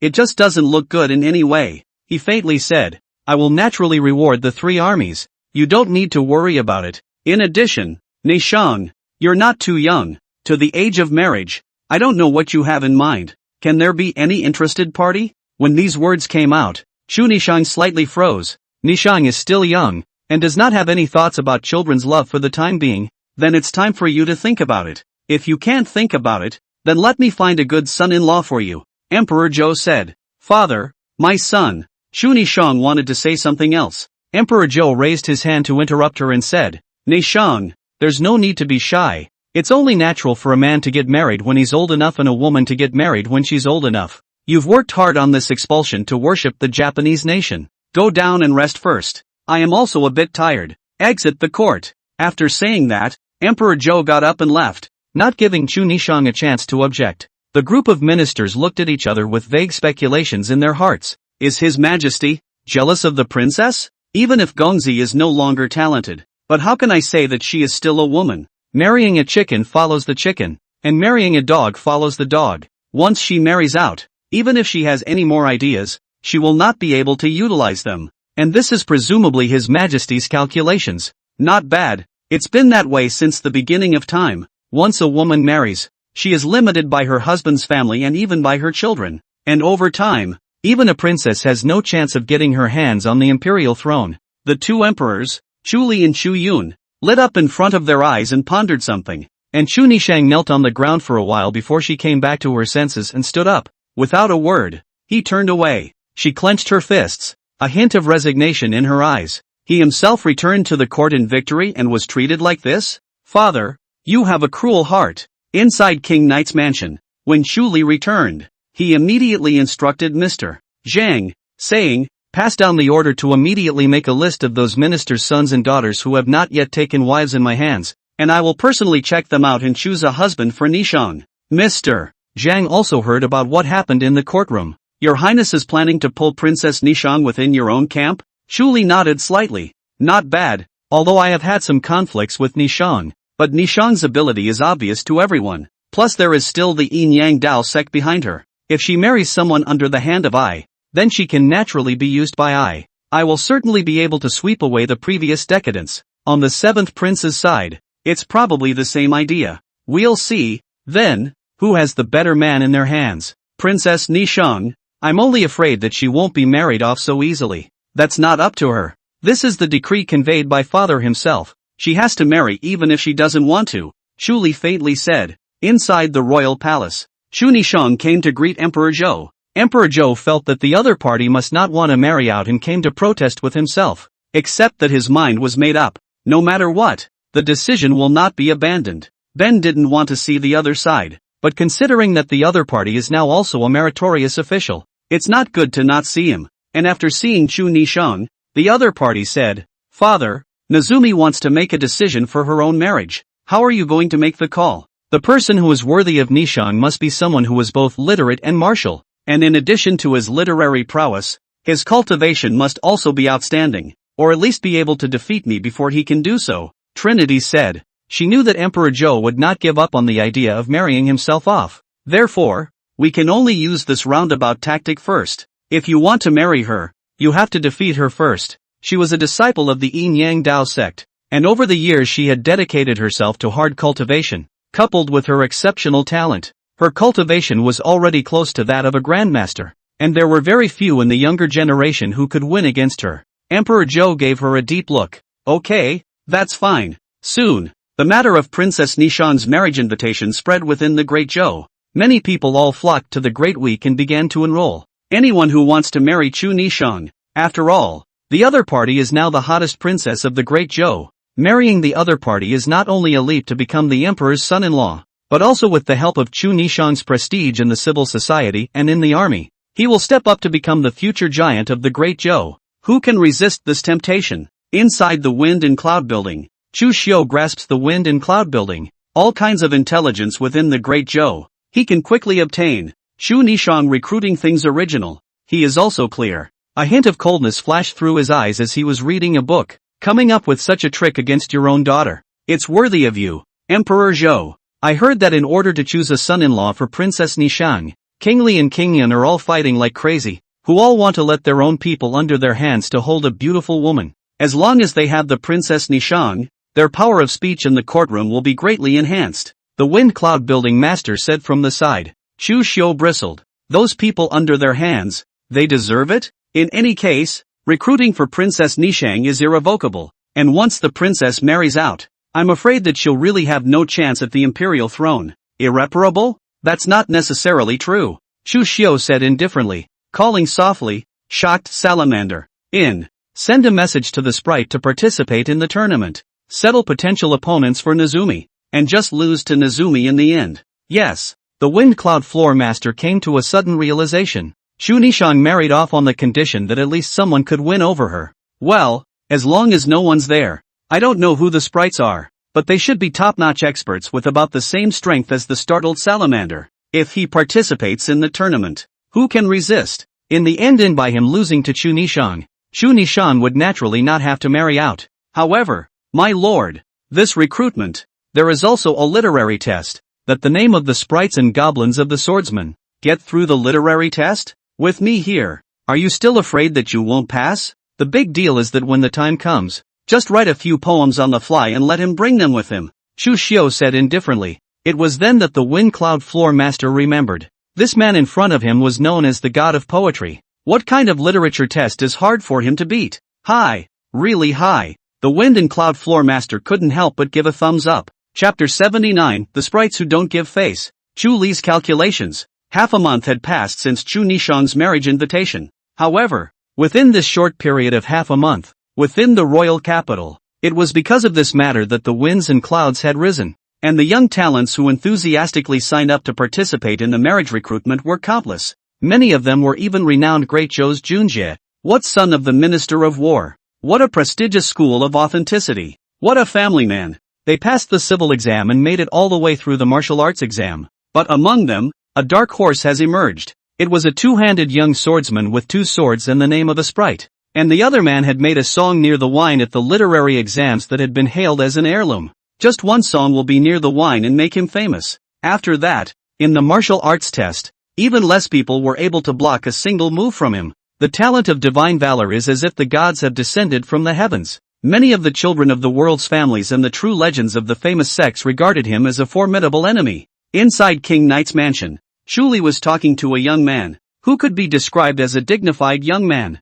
with a long sword hanging from his waist in a graceful manner. This person was none other than the number one person of the younger generation of the Ling Xiao sword sect, Luo Jianfeng. Cultivation has reached the realm of the sovereign. It was the person with the highest cultivation level in this martial arts test, except for the sprites. Chu Li looked at Luo Jianfeng and asked gruffly, "How sure are you against that sprite?" Luo Jianfeng shook his head as he sniffed and stretched out a finger. Chu Li's heart sank. 1 point of certainty? How is that possible? You are a Zhongshe expert. How could you be so inept? I mean, not a cent. Luo Jianfeng let out a bitter smile. That sprite's strength is unfathomable. The cultivation he's showing right now is only less than a tenth of what he is. I suspect that he is, at the very least, a Grand Master level existence. Not to mention me. Even if the elders within my sword sect were to go up against him, not many of them would be able to win. When Chu Li heard that, his heart sank, and his mind was filled with doubts. When did such a young powerhouse appear in the Jianghu?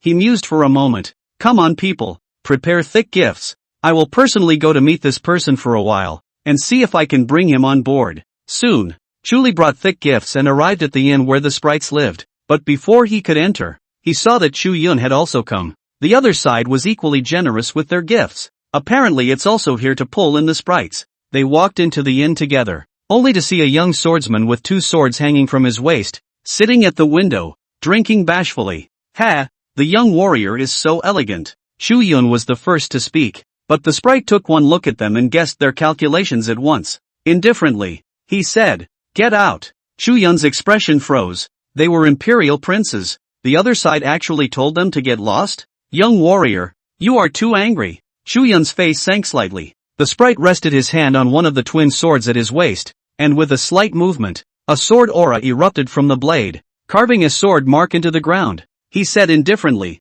crossing the sword mark, "There is no mercy under the sword." His icy eyes were devoid of the slightest emotion. A cold, murderous aura gradually filled the inn. Chu Yun, Chu Li instantly understood that this was not an object that they could pull together. This person was a mad swordsman with no law. Though they were protected by their dragon energy and felt that the sprite shouldn't dare to kill them. But who dares to bet? What if the other guy is really crazy? The 2 men left grimly, looking at their departing backs. The sprites smiled disdainfully. Compared to their masters, these 2 guys, they are complete straw men. Back to the Night King's mansion. Chu Li gritted his teeth in anger. This sprite is just too unbridled. If we let him marry Nishang, he can't be used for us at all. Luo Jianfeng, who was beside him, smiled slightly as he thought of something. Your Highness Kingly, I do have an idea. Say, the truth is, we don't need to take care of the sprites. There's only one person we need to take care of from start to finish, and that's Princess Niji. What do you mean? Chu Li frowned. Princess Nishang, no matter what, is only a woman, and what is the most important thing for a woman? Naturally, it is chastity. As long as we are able to cook rice with Princess Nishang raw, why worry about her not marrying? Hearing this, Chu Li's eyes flashed, feeling that the other party had a point. That's a bit too bold. How can a man who achieves great things not even have that kind of vigor? Luo Jianfeng said. Chu Li glanced at him and sked. You are at least a famous young warrior of the Jianghu. I didn't expect that you could actually come up with this kind of idea. Well dressed, but it's all gold and jade. I'm doing this all for your highness. Luo Jianfeng laughed. Well. Chu Li smiled as he stroked his palm, and then asked, but what would it take to make Nishang obediently bind her hands? Your highness, please look at this. Luo Jianfeng took out a medicine bottle and smiled faintly. This item is wind flow incense. Even if a grandmaster is hit by this substance, he will still be weak,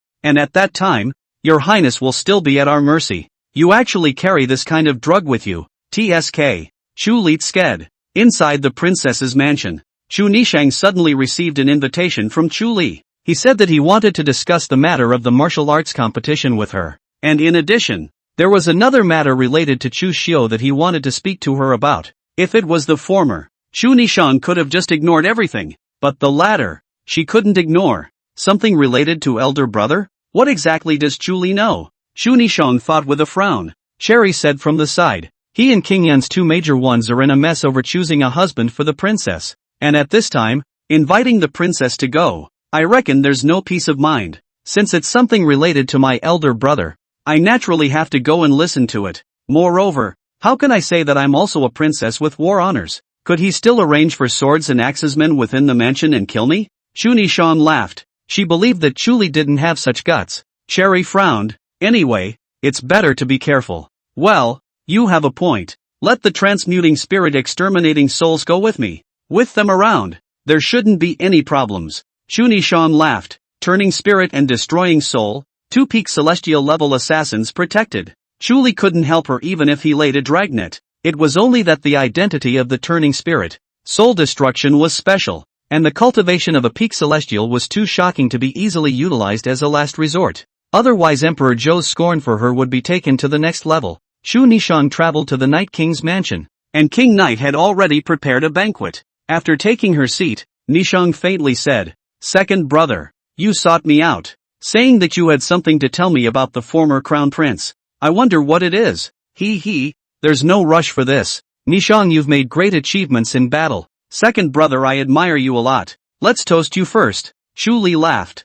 Chu Nishang glanced at the wine glass, her eyes flickering for a moment. Then pick it up and drink it too, she said lightly. The wine's been drunk, so it's time to get down to business. She really didn't want to continue with Chu Li. King Knight clapped his hands, only to see a man walk out with a painting, which was a landscape painting that was exquisite. Chu Li laughed. This painting was made by the former prince in the palace and later given to me. Nishang has the best relationship with him, so I want to pass this painting on to you. Don't worry, I won't say anything about this to Father Emperor. A hint of disappointment appeared in Chu Nishang's eyes. Turns out it's just a painting. When Chu Xiu was in the palace, he had indeed painted quite a few paintings, and some of his siblings had also received gifts from him, as had Chu Nishang. She took the painting in, with Chu Li casually climbed a few words, and drank a few glasses of wine, and then was about to take the painting to leave. But suddenly, she got up instantly but a burst of weakness. Chapter 80, Going for Justice?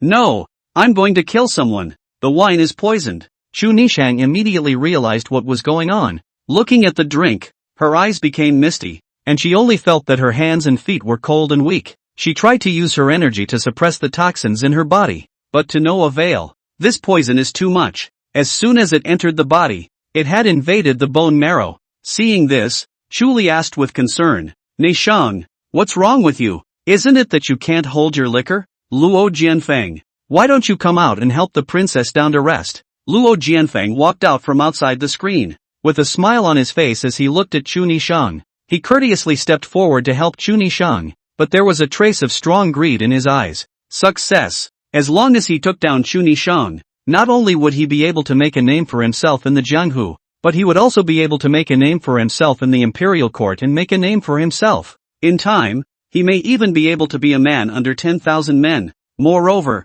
Chu Nishang herself was a rare beauty. His heart couldn't help but dry up. As for the drugged Chu Nishang, she was still conscious for a few moments, and naturally guessed Chu Li, Luo Jianfeng's calculations. How could she not expect that the other party would actually be despicable and shameless to this extent? I can't believe I drugged my own sister. She used her last strength to push Luo Jianfeng away, toward the outside of the lobby, but Chu Li looks like he doesn't care. In his opinion, in this King Li's mansion, the drugged Chu Nishang can't walk out at all. The other side is already a caged bird. But suddenly, two more figures appeared by Chu Nishang's side. Those were two tall figures with spiderweb masks on their faces, each with an ancient sword hanging from their waists, one of them holding Chu Nishang in place, the other resting his hand on top of the ancient sword, his austere aura spreading out, locking down the crowd. Shasta. Chu Li only felt that he had fallen into a mountain of swords in purgatory. It's as if they're going to be in pieces the next second. This breath. It's horrible.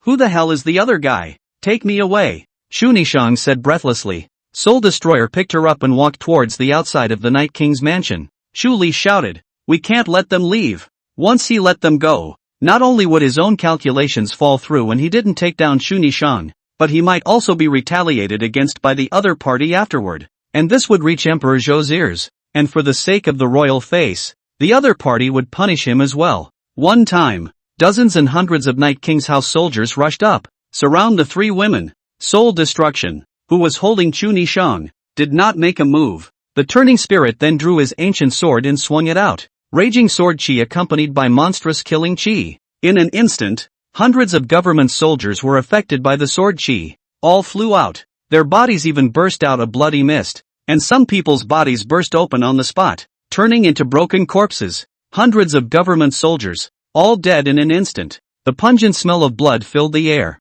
The Li Wang mansion, as if it had been transformed into a purgatory. Chu Li's pupils shrunk and his face turned white with fear. Luo Jianfeng next to him wasn't much better. Heavenly beings. Beside Princess Nishang, there are actually celestials accompanying her for protection, turning the spirit and destroying the soul. He took Chu Nishang and left as if no one else was there. No one in the entire Night King's mansion could stop it. Back to the princess's house. Soul Destruction had someone find cold water and soak Chu Nishang in it. The other party gradually disintegrated the medicinal pressure in the cold water. Cherry asked worriedly from the sidelines. What happened? Soul Destruction briefly explained the matter and turned to Turning Spirit. Send a message about this matter to the master. Chu Li attempts to let outsiders defile Chu Nishang. It's a big deal. It had to be told to Chu Xiu. Soon, the poison in Chu Nishang was gradually suppressed and disintegrated. She returned to normal and said coldly, I'm going to go into the palace and report this to father. I'll accompany you, princess, Cherry said. The two women went into the palace together and met Emperor Zhou. Chu Nishang directly knelt down. Please Father Emperor, do it for me. She related the story. Emperor Zhou's face was as gloomy as water when he heard this. Rebellious son. This rebellious son. Men, go get King Knight for me. Soon, Chu Li arrived in the royal palace. Without saying a word, Emperor Zhou picked up a cup and smashed it towards Chu Li. Chu Li didn't dodge and let the cup hit his head. There was blood running down his forehead. Emperor Zhou said angrily, rebellious son, look at what you've done, actually laying hands on your own sister. Are you still a human being? Chu Li said, Father, my son doesn't know what you're talking about? Still trying to weasel your way out of this? Nazumi, say it. Yes. Chu Nishang told the whole story of how Chu Li drugged herself. Chu Li was still innocent. Father, I'm innocent. Today, I invited Nishang to my home for a banquet to discuss the matter of marriage. But who knows? Nishang, her side of the people, suddenly rose up and mutilated the soldiers of my home. As for the drugging thing, it's totally false. My son has never done that before. I don't know where my son has offended Nishang. And she actually had to fabricate such lies to frame me. Chu Nishang looked at the innocent-faced Chu Li, her eyes icy cold to the extreme. How can a person be so shameless? If father doesn't believe me, he can send someone to check, Chu Li said. In short, he just bit the bullet. Anyway, the drugs have been destroyed by him and there's no physical evidence. What can Chu Nishang do to him? When he thought about it, the Zhou Emperor always valued the royal face, and without real evidence, he would never let this matter spread. Thinking of this, Chu Li felt that his situation wasn't too bad. Sure enough, after hearing his sophistry, Emperor Zhou was silent for a while, seemingly pondering whether or not to send someone to investigate. Once he really decreed to send someone, then this matter will definitely be spread out. And then the royal majesty vanished. Chu Nishang's heart thumped when she saw the silent Emperor Zhou. Had vaguely guessed what was going on. I only heard Emperor Zhou faintly say, Nishang, in this matter, you have indeed been wronged. Don't worry, I will compensate you. As for the Night King, Humph, you are punished by being grounded for 3 months and not allowed to leave the house. Chu Li smiled in his heart when he heard that. With an innocent look still on his face, he said, no matter what, it's always me who slacked off on Nazumi. I'm willing to take the punishment. Chu Nishang felt sad as she listened on the sidelines. For the sake of so-called royal face, the other side just doesn't care about herself as a daughter. She's the one who almost got her virginity broken. Royal. What a filthy place. Nazumi, do you have any more comments? Emperor Zhou looked at Chu Nishang and said. Chu Nishang knew that she wouldn't get anywhere if she dwelled on it any longer, and got up and said, my son understands. My son will retire. When she finished, she got up and left. The figure looked a little forlorn and sad, but Emperor Zhou didn't care. His gaze was ghostly. He told Chu Li to leave as well. Then let the secret guards go to secretly investigate.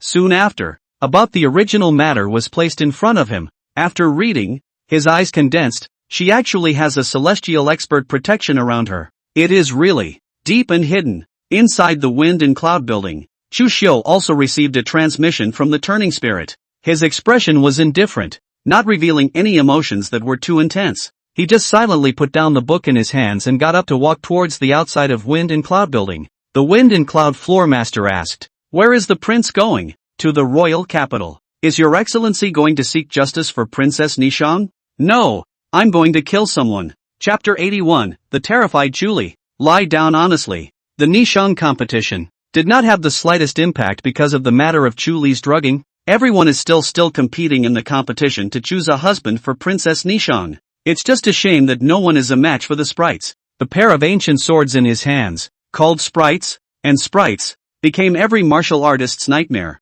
and no one was able to walk through 2 moves in front of that pair of swords. Basically all of them were defeated by 1 move. Soon, sprites win by a landslide, gained the opportunity to fight directly against Princess Nazumi. As long as he wins Chu Nishang, he will be the emperor's son-in-law. Everyone who had seen the sprite's strength thought he would win. Those 2 swords in his hands were so terrifying that they were almost unbeatable. Niji, how can you win? The result, however, was dazzling. The sprites lost, and it was an extremely clean defeat. Without even injuring Chu Nishang, he was defeated after a dozen moves. Was Princess Nazumi's strength so terrifying? Only the discerning can see that the sprite does not want to fight Chu Nishang at all.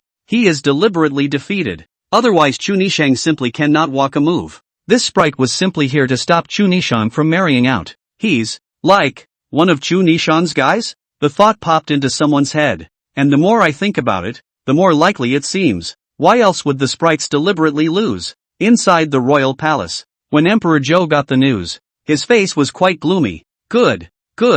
I personally organized a marriage call for her, and she actually didn't look at any of them, and made some kind of sprite to sabotage the recruiting process. Ungrateful. Only he still had doubts in his mind. Where on earth did Chu Nishang get so many experts around her? Even if she had the Yin Yang Dao sect behind her, it was still a bit of an exaggeration. Whoosh! A secret guard came to Emperor Zhou's side and said, "Back to your majesty. We just received news that Chu Xiu has come to the royal capital." At these words, Emperor Zhou's pupils shrunk slightly. What? In the past, he had relegated Chu Xiu to the status of a commoner, causing the other party not to set foot in the king's capital for half a step in this life. And the other party? How could he suddenly come to the king's capital? What does he want? If it was the previous Chu Xiu, he didn't put it in his eyes. However, none of the current Chu Xiu dared to belittle him. Manon is known as the god of poetry. Martial energy can easily suppress celestial perfection. Suspicious of a land god, if such a person came to the royal capital, how could Emperor Zhou have peace of mind? Not only did Emperor Zhou get the news, Chu Xiu traveled to the royal capital, and didn't hide it along the way. All the forces, all of them, knew about it. Everyone knew that Emperor Zhou did not allow Chu Xiu to set foot in the royal capital, but now he's gone. This is a provocation to Emperor Zhou. It was his challenge to the supreme imperial power. Emperor Zhou would never sit back and do nothing. Inside King Knight's mansion, although Chu Li was grounded, his contact with the outside world was not broken, and he soon got the news that Chu Xiu was coming to the royal capital. He's all shocked. He actually dares to come to the royal capital? Is he really not afraid of father dealing with him? With his strength, should not be much to fear. Mr. Zhang said. Chu Li guessed that possibility and swallowed. What? Could it be that the rumors are true? That Chu Xiu is really a land god? It's possible. But who knows if it's true or not? Maybe this time we'll be able to see. Mr.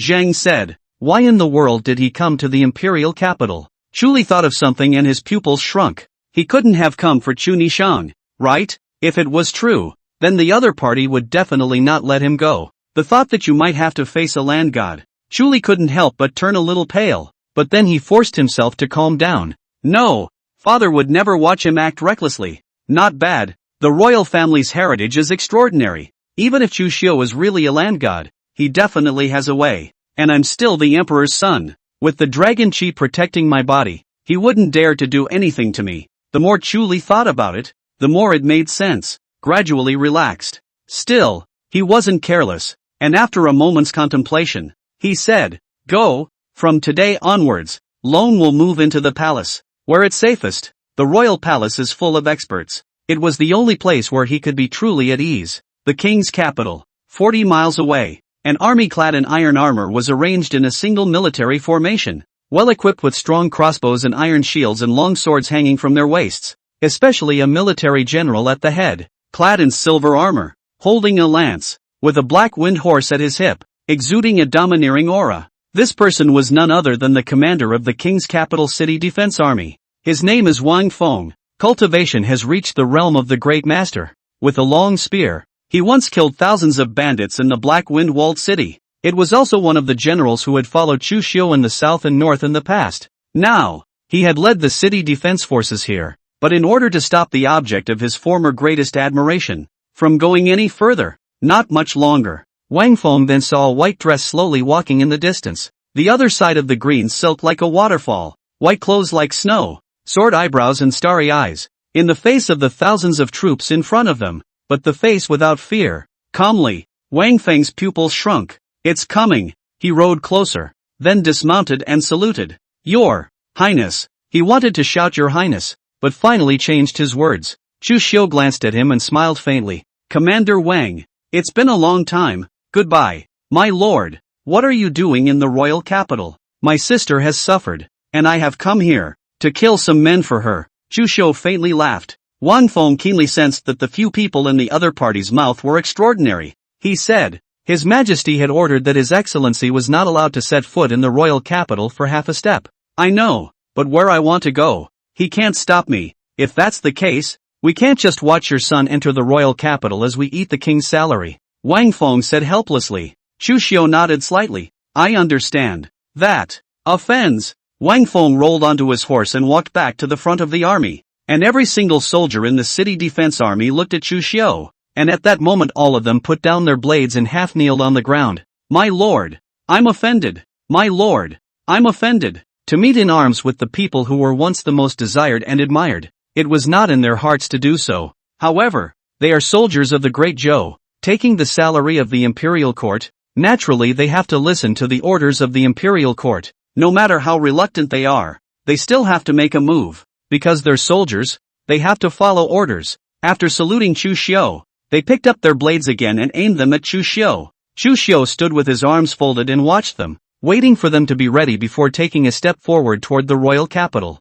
Charge! Wang Feng shouted and led his army to charge. Chu Xiu's steps were unceasing and he stood with his arms folded. The invisible astral energy penetrated through his body, and wherever he passed through, one soldier was lifted off. Even a great master like Wang Feng did not have the slightest ability to resist. One time, the battle formation became chaotic, with people falling over. The soldiers were lying on the ground in a heap as they fell to the east and west. Looking at Chu Xiu again, he passed through the army unharmed and like nobody's business. Thousands of troops were actually unable to stop him for even an instant. Wang Feng, who was lying on the ground, looked at the distant Chu Xiu, and his pupils trembled slightly before he couldn't help but sigh. Your Excellency, truly a god. Looking again at one of the soldiers who had fallen to the ground but were not dead, he breathed a sigh of relief and then simply lay down on the ground and sat up. Commander, aren't we going after them? A soldier asked. Wang Feng rolled his eyes. What can I do by going after them? I'll stop the person anyway. What can I do if I can't? Let everyone lie down honestly. Chapter 82, Stepping into the Royal Capital. State Master White Dragonchild, Great Zhou, the Royal Capital. Because of Chu Xiu's imminent arrival, the entire king's capital was put on alert, and on top of the city wall, a single soldier lined up in formation, holding a bow and arrow and a strong crossbow. Not long after, a figure came into view. The visitor walked calmly, with a white dress that was snowy and ink hair like a waterfall. He glanced at the royal capital and didn't feel much of a stranger.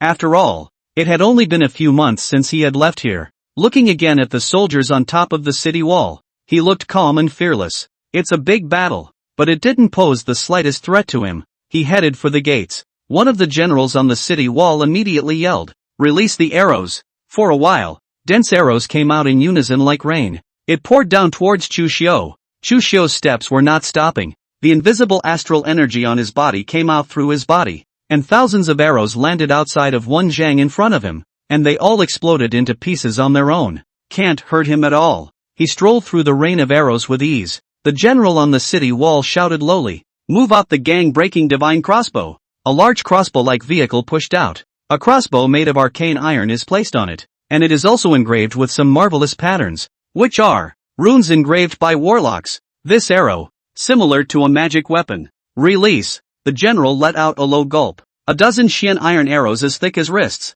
flickering with the shimmering light of runes, shot toward Chu Xiu, emitting violent air-breaking sounds. When Chu Xiu saw this, a hint of color passed through his eyes. Gang-breaking divine crossbow, an organ runic weapon specialized in breaking the astral deities of Zhongshi. The court is able to suppress the Jianghu. In addition to that, the royal family to cultivate all kinds of experts. There are some powerful armament cannot be ignored. This Big Dipper crossbow is one of them. This object was made by the most highly skilled organ masters of Great Zhou, together with the joint efforts of warlocks, and is so powerful that a single crossbow shot can break the astral energy of a great master. A dozen or so broken astral divine crossbows fired together. Existences at the level of supreme patriarchs were about to fall, but it's a pity that these powerful broken astral divine crossbows, in Chu Xiu's view, are not different from other ordinary bows and arrows. One by one, the gang-breaking divine crossbows burst into pieces when they landed a foot in front of him, just like the other bows and arrows. What? When the general above the city wall saw this, his pupils shrank. This divine crossbow that can break the astral aura of a grandmaster actually has no effect on him. The rumors are indeed true. He really is a celestial being, and not just any celestial being. With just us, I'm afraid we'll only be able to hold him back. But they wouldn't dare do nothing. Keep firing arrows. Chu Xiu, on the other hand, arrived in front of the closed city gate and slowly raised his hand. Then, a punch was thrown. Bang! With one punch, the gates burst open. Chu Xiu stepped in front of the crowd and stepped into the royal capital. On the streets of the royal capital, countless people watched him walk back into the royal capital, each with fervor, awe, and delight in their eyes. Chu Xiu swept a glance and couldn't help but feel emotional, not realizing that he had left for a few months. The people of the royal capital actually thought about him so much. Then, he walked towards the royal palace. He didn't go to the Night King's house, because he knew that Chu Li could only be in the royal capital.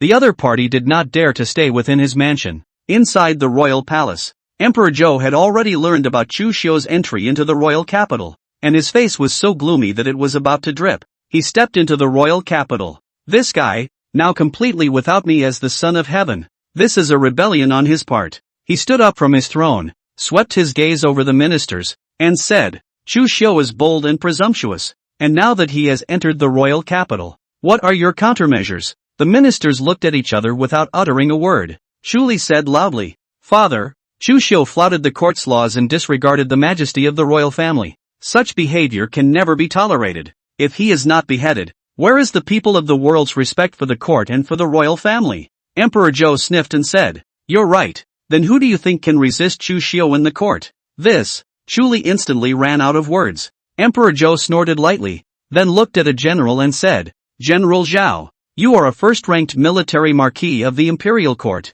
You've been through hundreds of battles, and your cultivation has already reached the supreme Sect master realm. How many troops do you need to be able to fend off Chu Xiu? That general shook his head. Chu Xiu's strength is so high that even a celestial like eunuch Dongfang is no match. Let alone me. Emperor Zhou frowned. A whole dynasty full of civil and military personnel, and there's actually not a single person who can stop Chu Xiu? The crowd looked at each other. Emperor Zhou took a deep breath and said, Men, go to the Qintian supervisor and invite the state master. At these words, a hint of color passed through the eyes of the crowd. The state master of the Qintian supervisor was one of the most mysterious figures in the Great Zhou. This person's origin is a mystery, but the means is profound and unpredictable. Once with a hand of gathering gas into a dragon art, the power to suppress the last Yin-Yang Taoist sect's master, become the #1 warlock in the Great Zhou. He even jumped to become the national teacher of the current dynasty. In the court, it can be said to be one person,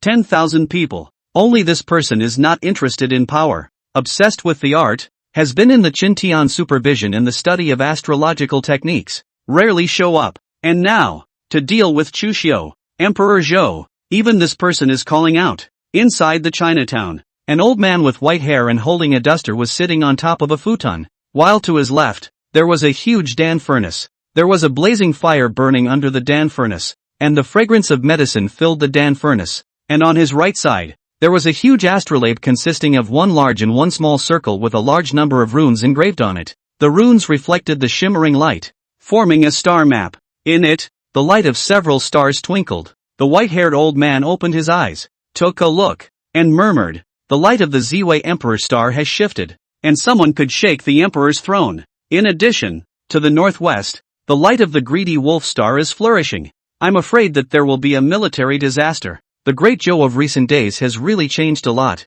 The white-haired old man's name was White Dragon Sun. It was the current state master of Great Zhou. In the Great Zhou, can rely on an astrological map, can understand the Great Zhou within the occurrence of various major events, but in recent days, the astrological map, the Qi confusion, even he, cannot accurately foretell the Great Zhou things. State Master, His Majesty invites you to go forward and strike against Chu Xiu. At that moment, an official from the Qintian supervision came to report. The White Dragon Sun's eyes flashed as he heard, Chu Xiu's former prince, the one whose imperial star was so high that he even outshone Emperor Zhou. He had seen the other party once when Chu Xiu was the crown prince. The other party's imperial star shone high. His might was overpowering the sea, and his nobility was overwhelming. It wasn't the son of heaven, but the dragon's energy was no less than the son of heaven. It's just a shame that what goes around comes around. Chu Xiu was so young and had such an aura that he happened to enter into the destiny of a hyperactive dragon,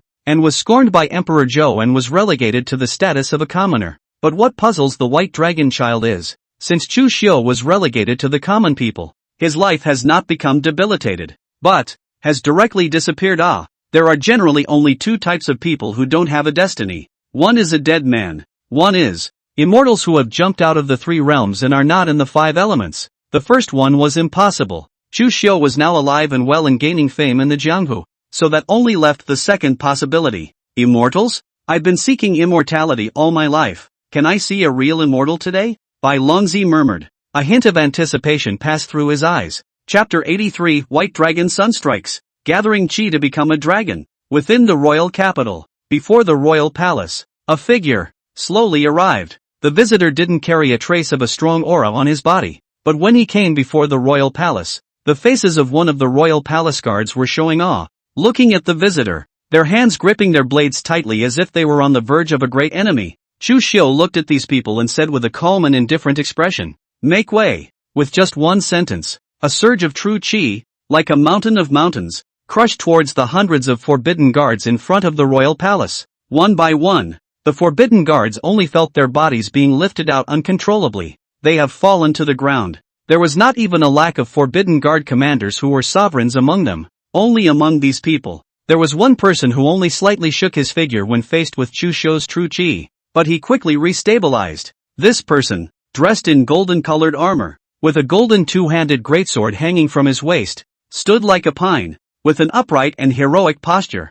This person is none other than the Grand Commander of the Forbidden Guard. The official position is first class. He was the highest in the rank of the Great Zhou's military generals. Even those first-grade military marquis were slightly inferior to him. This person bears the heavy responsibility of guarding the palace wall, is the strongest general who protects the Zhou Emperor, and is one of the most trusted people of the Zhou Emperor. This person had been on the heavenly ranking above the mingling of the jungle. At one point it was ranked in the top 3. Known as Golden Sword, Wang Jinlong. Chu Xiu had met with this person a few times when he was in the royal palace, and had seen the other party kill an incoming grandmaster from an enemy country with a single sword strike. The elegance of that style is vaguely visible. For Chu Xiu, who was not yet a land god at that time, it caused no small shock. But today, Chu Xiu looked at Wang Jinlong and faintly said, "Commander Wang, you are no match for me. Stand down." Wang Jinlong tightly gripped the two-handed sword in his hand and indifferently said, "I take the salary of the court. When I share the worries of the court, I am the commander of the Forbidden Army. Guarding the palace wall is my duty. Even if I am not an opponent, I can't take half a step back." A hint of appreciation appeared in Chu Xiu's eyes. Not bad. After saying that, a sword appeared in his hand. That sword. Extremely short. It's a short sword. It was glowing with bronze luster and flowing with a biting killing aura. The moment this sword appeared, the air around it became austere. Wang Jinlong's pupils shrank and he only felt chills all over his body. Then, he slowly drew the golden two-handed greatsword at his waist and held it tightly in his hand, the aura on his body gradually climbing to the extreme. Behind him, invisible sword chi intertwined and transformed into tangible golden flames, attached to his greatsword that looked like it was poured out of gold. Wang Jinlong took a deep breath, and his eyes similarly exploded with a boundless murderous aura. Golden sword. Chopping reincarnation. A sword slashed out, and the golden yellow sword chi was vast. One way or another, it was as if they wanted to cut off the cycle of reincarnation and life and death. This sword chi was definitely more powerful than 99% of the swordsmen in the Jianghu, and even the second most famous sword list in the past, Ling Barbarian, might not be able to match it. Seeing this, Chu Xiu casually flung that short sword in his hand. The short sword stabbed out at great speed like a flash of lightning. It is also wrapped in the same spirit of unrelenting courage and determination. The moment it touched the golden sword chi, the sword chi collapsed, and the short sword stabbed on top of that golden greatsword with a clanging sound and sparks erupted. The piercing and eye-catching sword light illuminated the crowd, making it difficult for them to see straight. The crowd narrowed their eyes, and when the sword light dispersed, when they looked at the battlefield, they only saw Wang Jinlong standing in place, the impenetrable golden greatsword in his hand stabbed out with a hole. In his chest, a bloody hole also appeared. Blood gushed out like a spring. Wang Jinlong stared dead center at the short sword that was back in Chu Xiu's hands,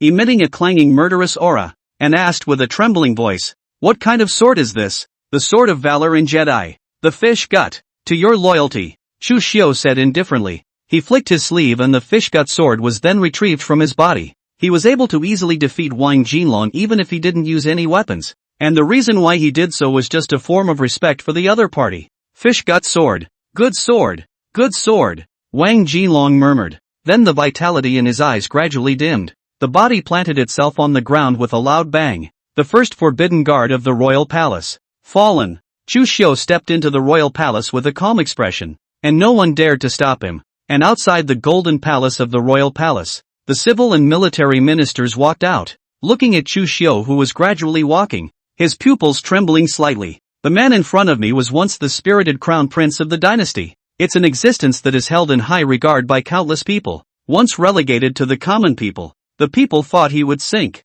and with the passage of time, gradually disappeared from the public's view, and could not turn over the wind in waves. But it didn't occur to me. In just a few short months, the other party had gone from a ruined prince to the number one person in the great Zhou, and had even easily killed his way back to the royal palace. No one in the great royal capital could resist. He's back. He's back. Emperor Zhou looked at Chu Xiu, his pupils trembling slightly. This was the first time he had seen the other party since he had reduced him to a commoner, and as he looked at Chu Xiu, who had easily decapitated Wang Jinlong, he couldn't help but feel a hint of fear welling up in his heart. Yes, the noble son of heaven would be daunted. Chu, who was next to Emperor Zhou, was even worse, and when he saw Chu Xiu's gaze that looked over, he turned pale with fear. Even his feet went limp and he sat down directly on the ground. He looked at Chu Xiu in shock.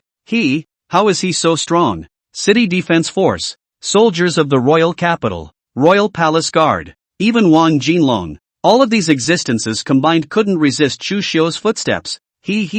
I didn't expect that Duke Chu would actually have this level of cultivation. The great Zhou Jianghu, I'm afraid that you will only be honored. A light laughter rang out. A white-haired old man slowly walked up to Chu Xiu. The other party did not have the slightest fluctuation of true qi on his body, yet he was able to stand in front of Chu Xiu and face the other party's pressure without any fear. The person who came was none other than the state master of the Qintian supervisor, the White Dragon's son. Chu Xiu glanced at the other party and his eyes flashed. Celestial perfection. He had only seen one celestial perfection so far. That was Nangong Qian, the headmaster of the White Deer Academy. But now, one more. The state master is here. Emperor Zhou's eyes lit up when he saw the White Dragon's son. Many years ago, he had seen the other party strike and was very convinced of the other party's methods, thinking that apart from the one in the depths of the royal palace, no one under the sky is a match for this state master. In his heart, a lot of energy was born. The White Dragon's son looked at Chu Xiu and laughed.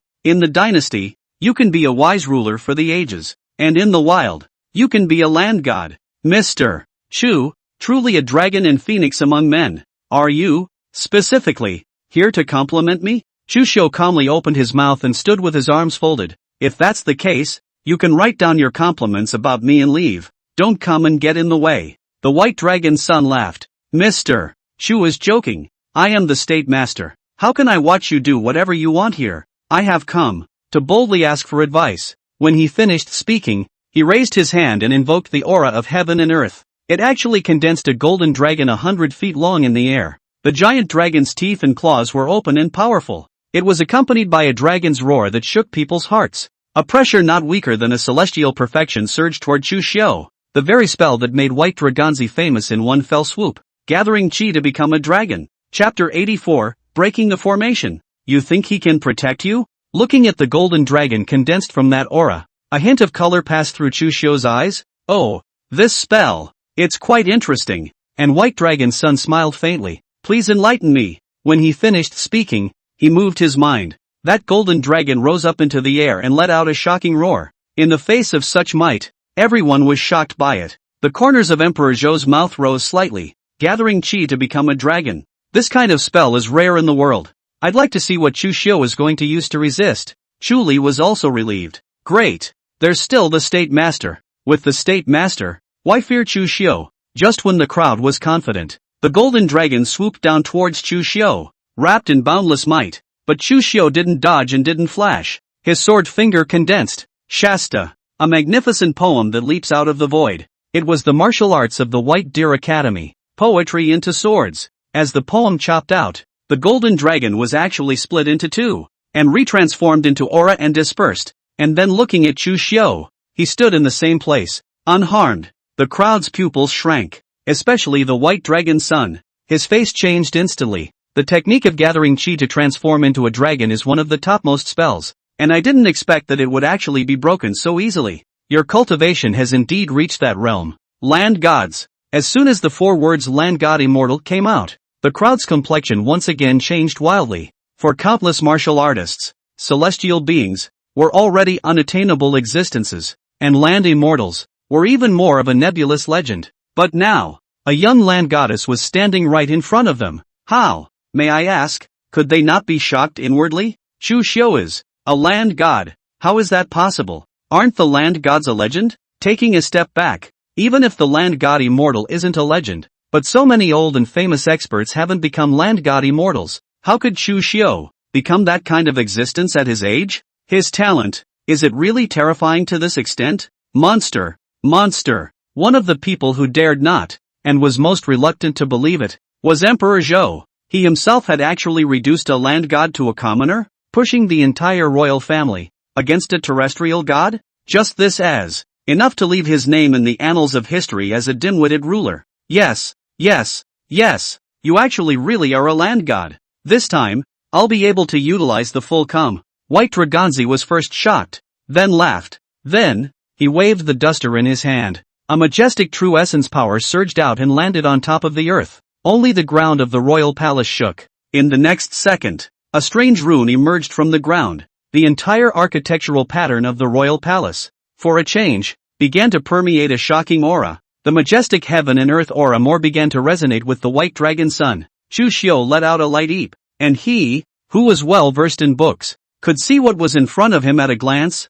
You've set up a formation within the royal palace. A formation is a unique means. There are military battle formations and sword formations for fighting among martial artists. However, it is more commonly used by warlocks to induce spirit formations of heaven and earth auras. Formations are profound. Often it allows one to be weak and outnumbered. A burst of extraordinary power. White Dragonchild smiled faintly. Not bad. Long ago when I was the state master of Great Zhou, I had already begun to set up this formation. This formation, the name is 9 Dragons Exterminating Immortal Formation. As the name suggests, even a land god can be killed. He was immensely proud of himself. Not far away, Emperor Zhou was slightly stunned when he saw the formation, then suddenly realized, I almost forgot that the state master had such a formation. White Dragon's son shouted, borrow your majesty's sword. After saying that, he raised his hand and made a move. A sword from Emperor Zhou's waist instantly flew out. It's none other than the number 1 ranked sword on the Great Zhou famous sword record.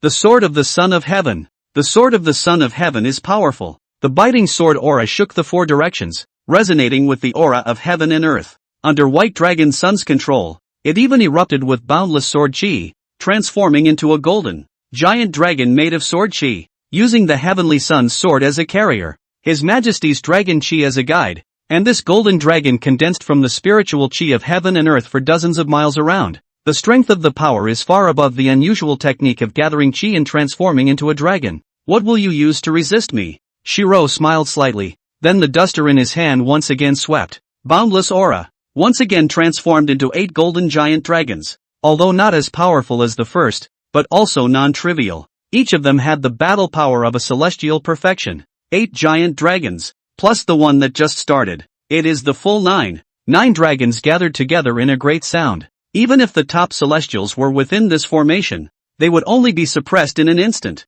This is the true power of this formation. However, even though it was the white dragon son who had manipulated the power of the 9 dragons, he still didn't dare to be the slightest bit careless when looking at Chu Xiu, because what was staying in front of him now was a land god. Come on, let me see the land god. The true strength, White Dragonchild said expectantly. The 9 dragons came out in unison as the duster swung in his hand, facing the 9 dragons that came from the strong suppression. Chu Xiu's expression was calm and lofty, and with a condensation of his sword fingers, a long sword flew out from his sleeve. That sword was adorned with 7 colored beads, 9 hued jade, and a blade like frost and snow, dignified, towering above the rest, like an emperor among swords. It's none other than one of the 10 most famous swords. Red Sky. Sword chi was like a rainbow, rising up to the sky. It dyed the dome of the sky a crimson color. The long sword flew out, weaving in and out of the void, and in the blink of an eye, the 8 dragon shadows condensed from the boundless aura shattered one by one.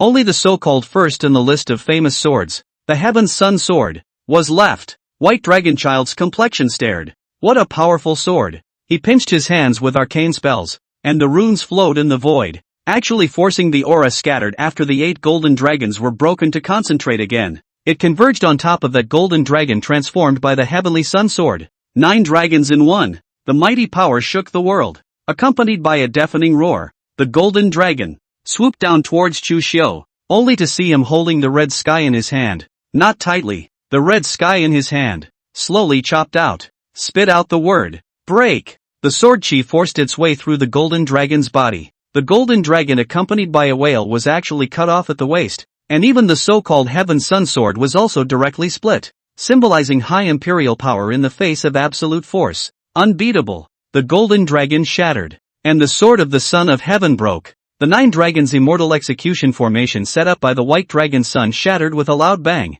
and the entire royal palace was affected, shaking violently for it. White Dragonchild suffered a backlash and spat out a mouthful of blood. He looked at Chu Xiu with a pale face. Good. Good. What a land god. Such strength. Truly a champion of the ancient world. Chu Xiu didn't talk nonsense with him and swung the long sword in his hand. The red sky sword chi, like a sun-breaking mad dragon, roared out. However, at this moment, deep within the king's palace, another white palm energy, like a white rainbow, flew out and collided with Chu Xiu's sword chi. For a while, sword chi, palm chi impacted, and the ground crazily exploded. The corner of the white dragon's son's mouth rose slightly. Your strength, indeed amazing, but unfortunately, within the royal palace, there is still a prime pillar stone.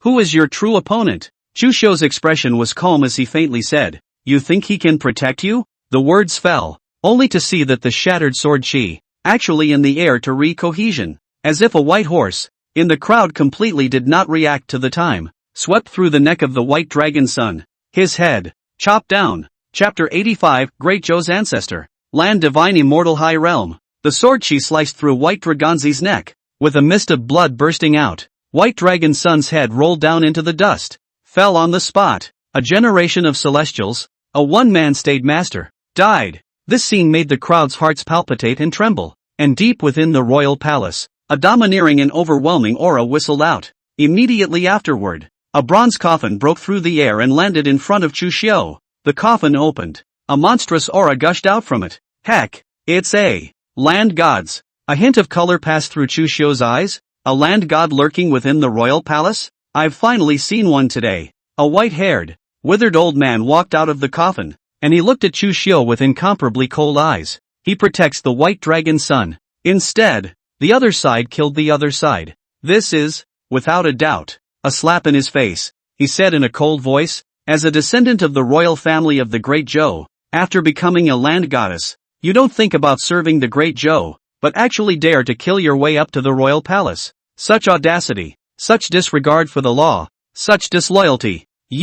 What kind of face is there to stand on in the world? Chu Xiu sniffed and did not utter a word, but his face was directly hooked up with an icy smile. He had done his best for the Great Zhou, but because of the Zhou Emperor's own unwarranted suspicion, he was relegated to the status of a commoner. Now, it's being called disloyal and unfaithful? When he thought of this, the anger in his heart could no longer be suppressed, and the land god's breath poured out, like a mountain torrent and sea, shaking heaven and earth. Even that land god in the king's palace couldn't help but sway his body for a moment. His eyes narrowed. This cultivation is truly extraordinary. Emperor Zhou asked somewhat apprehensively from the side. Old ancestor, can you handle it? The Great Zhou old ancestor stood with his arms folded. I've been recuperating for decades. Although I haven't restored my essence to the peak of my youth, I still don't have a problem with dealing with a junior. Great Zhou has me. It can't fall. After saying that, he took a step forward. The breath on his body climbed with it. The breaths of the two land immortals impacted together head-on,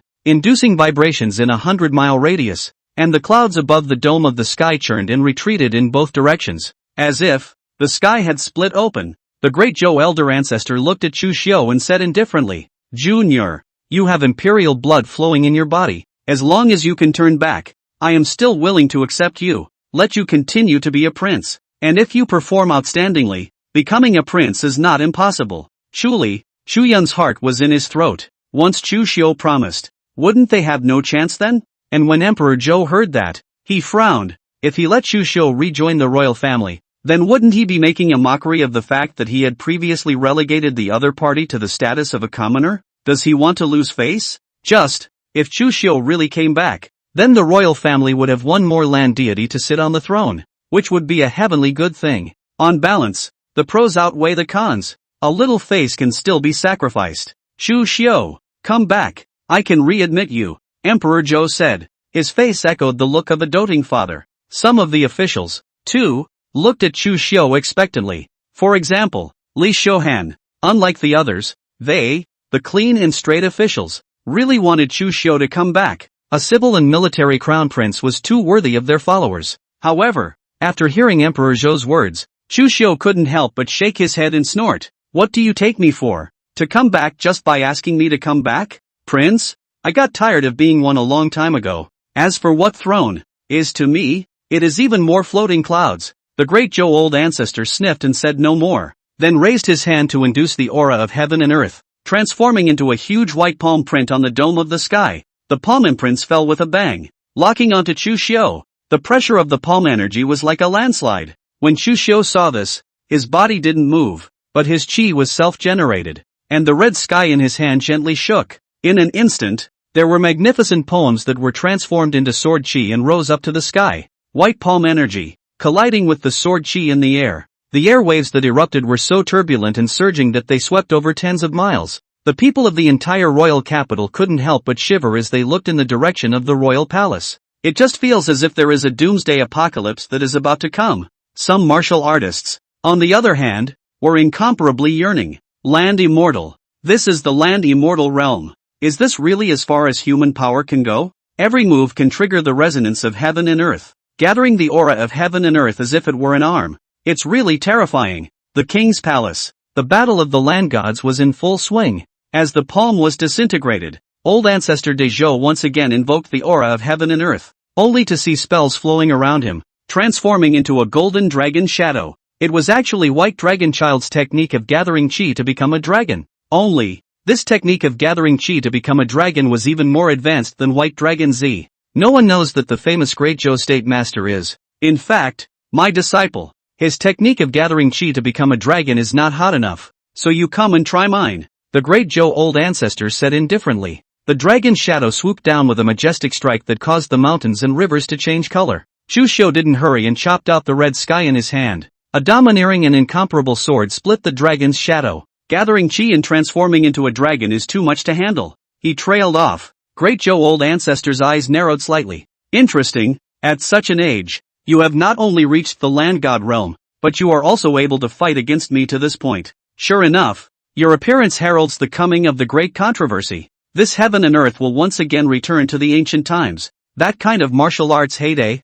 Unfortunately, you won't be able to see it. He cupped his hand in an arcane technique, and his aura transformed into a dragon once again. Only this time, his target was not Chu Xiu. Rather, it's himself. One could only see the shadow of the dragon that came out of the aura pouring into old ancestor Da Zhou's body. The aura of the great Zhou ancestor climbed upward. It actually goes to the next level. The land god immortal realm.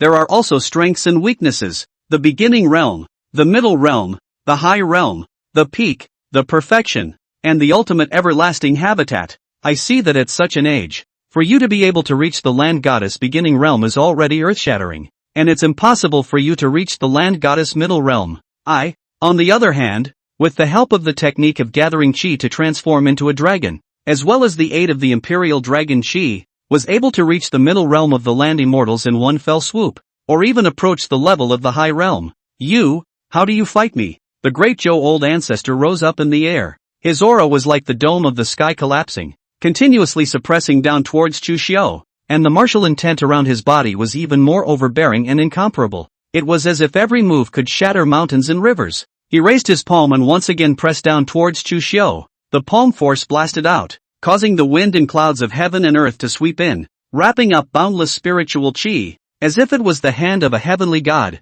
capable of suppressing everything. When Chu Xiu saw this, his body's sword intent flowed out. One time, within the royal capital, countless longswords in the hands of swordsmen were trembling more than once. The long sword in Chu Xiu's hand, raised upwards, a sword chi rushed out of the sky, as if it had transformed into a terrifying great sun. It was the great sun sword technique that he had obtained by signing in at Sunset Cliff. It is also the Ling Xiao sword sect, the highest sword technique, and when it was unleashed in Chu Xiu's hands, The might was even stronger than the successive generations of ancestors of the Lingxiao sword sect, even surpassing the creator of the sword skill. Boom! The great sun formed by the sword chi directly shattered old ancestor Dazhou's palm force. Feeling the searing sword intent that came to his face, the pupils of the great Zhou old ancestor shrunk slightly in disbelief. This is the Land Divine Immortal High Realm? Chapter 86, Beheading the Old Ancestor. Control Zhou Emperor. Land Immortal High Realm? Old Ancestor de Zhou couldn't believe it.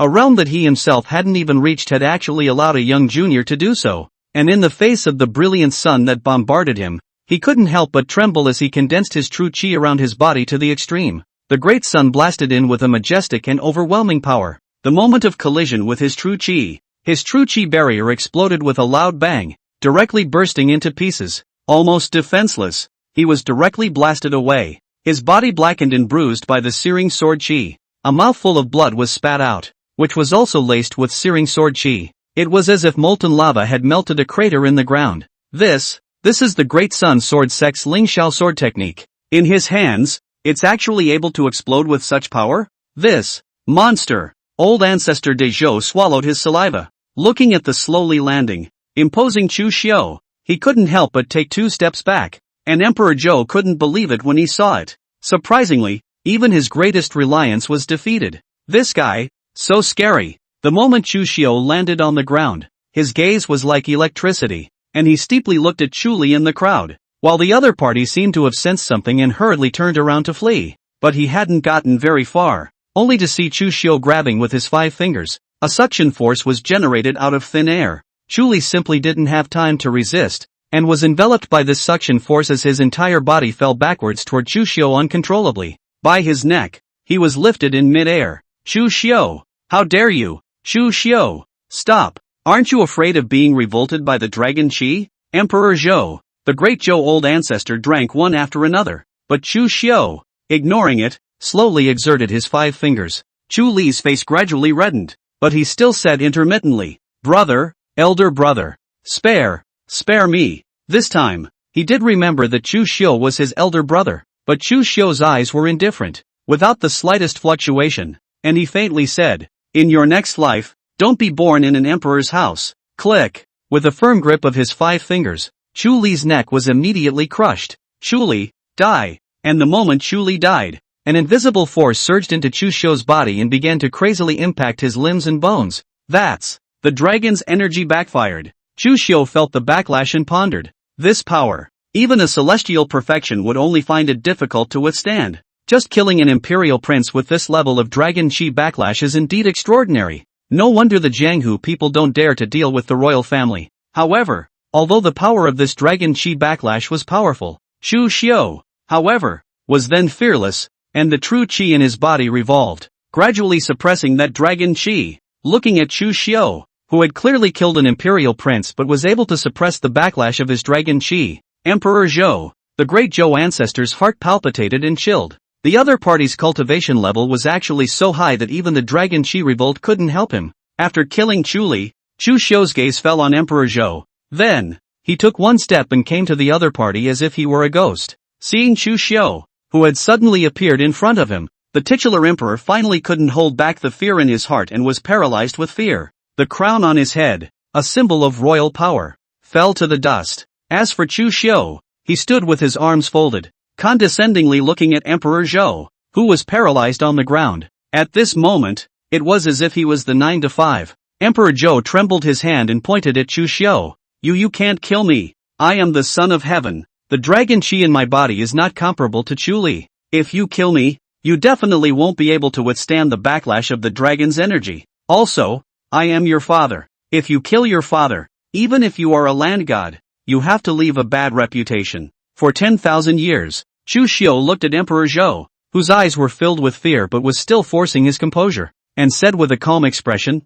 "Yes, it's true that I can't kill you right now. Dragon's rebellion, patricide, as well as killing the other party, Chu Nishang would not be able to ascend the throne in name only." None of this was beneficial to Chu Xiu. Only by keeping Emperor Zhou alive would he be able to maximize his value. Hearing Chu Xiu's words, Emperor Zhou inwardly let out a sigh of relief. But the next second, Chu Xiu's words made his face redden with anger. "I can't kill you, but I can control you." Emperor Zhou was enraged at his words. What do you mean? Control yourself? As an emperor, one should be high and unrestrained. But Chu Xiu, however, said he wanted to control him. Wouldn't he, the emperor, then become a puppet? Only to see Chu Xiu's sword finger move. A sword chi swept out from his fingertip and entered Emperor Zhou's body, lingering between his heart veins. Emperor Zhou was also a great master. He tried to use his own true chi to expel this true chi, but the moment he made contact, he was violently struck by a throbbing pain in his heart. He was shocked and furious. You, what have you done? It's just a matter of leaving a piece of true chi in your body. Only, as long as I want to, I can use this piece of true chi at any time to take your life. Chu Xiu calmly said. The crowd sucked in a cold breath. With this one true chi, it was equivalent to putting a shackle on Emperor Zhou, which was simply the greatest punishment for an emperor. This hand of Chu Xiu's was just too ruthless. Sure enough, Emperor Zhou was so angry that his body twitched, but was, however, clueless. Then, he looked at the nearby old man of the great Zhou, and his eyes lit up. Right, he couldn't expel this true chi of Chu Xiu, but old man Dazhou is a land god. He must be able to. As long as they waited for Chu Xiu to leave, they could then have the great Zhou ancestor make his move. Yeah, that's right, just do it. Emperor Zhou looked at the great Zhou ancestor with a hint of hope in his eyes, and as Chu Xiu sensed his gaze, the red sky sword in his hand made a steep movement, and the sword energy was like lightning as it flew towards the great Zhou old ancestor. The great Zhou old ancestor looked horrified and frantically retreated. He was so angry at the moment that he wanted to curse, wanted to slap Emperor Zhou a dozen times. As an emperor, he should be happy and angry. What do you say you? Nothing to look at me for? Let Chu Xiu perceive your true intentions. Great Zhou old ancestor's figure retreated violently, but he still could not be faster than the red sky sword chi, and was caught up by the sword chi, and he, who was already heavily injured, could not block the sword. The chest was penetrated by the sword chi, and the 5 viscera and 6 bowels were almost completely torn apart. The great Zhou ancestor collapsed to the ground with a loud bang. Chu Xiu indifferently looked at Emperor Zhou and faintly said, Now, no one can help you. Emperor Zhou, in utter despair. From now on, he could only become Chu Xiu's puppet on strings, and if the other party told him to go east, he couldn't go west. The only reason he's sitting on the throne right now is because of one. That is, obediently waiting for Chu Nishang to replace him. For him, an emperor who highly valued power, this was no different from waiting for death. And thinking of this gave rise to great sorrow in his heart. Instead of that, it's better to die. But, the thought of dying means nothing. He'd be even less able to be honest about it. Chu Xiu swept his gaze over the crowd and murmured, One person is missing, although Chu Li is dead. However, the Ling Shao sword sect's Mr. Zhang, Luo Jianfeng, who had conspired with Chu Li, was not within the royal palace, and thought that he had learned that he had come to the royal capital, and had run back to the Ling Shao sword sect early on. It seemed that he still had to make a trip to the Ling Shao sword sect. Chapter 87, A handful of prime Chu Xiu. Did Chu's actions. Inside the royal palace, Chu Xiu sat cross-legged, his body's true chi running, and the loss of true chi caused by the battle with the land god in the royal palace gradually recovered. Not only that, but it's vaguely elevated. The 9 heavens surprising god sword technique is a heavenly ranked technique, and I have already cultivated it to the 9th layer, which is the land divine immortal high realm. But that's not enough. I need to be stronger, Chu Xiu murmured. During the battle with the great Zhou ancestor, the other party had said, the great controversy is coming. Although he didn't know what kind of era it was, he thought that martial arts experts would appear one after another. Perhaps even the land gods are no longer a rumored presence. He has only been courageous and ahead of the crowd. It's the only way to stand. It's the only way to suppress everything. It is only then that you can get away with heaven and earth. The 10th layer of the 9 heavens surprising god sword technique.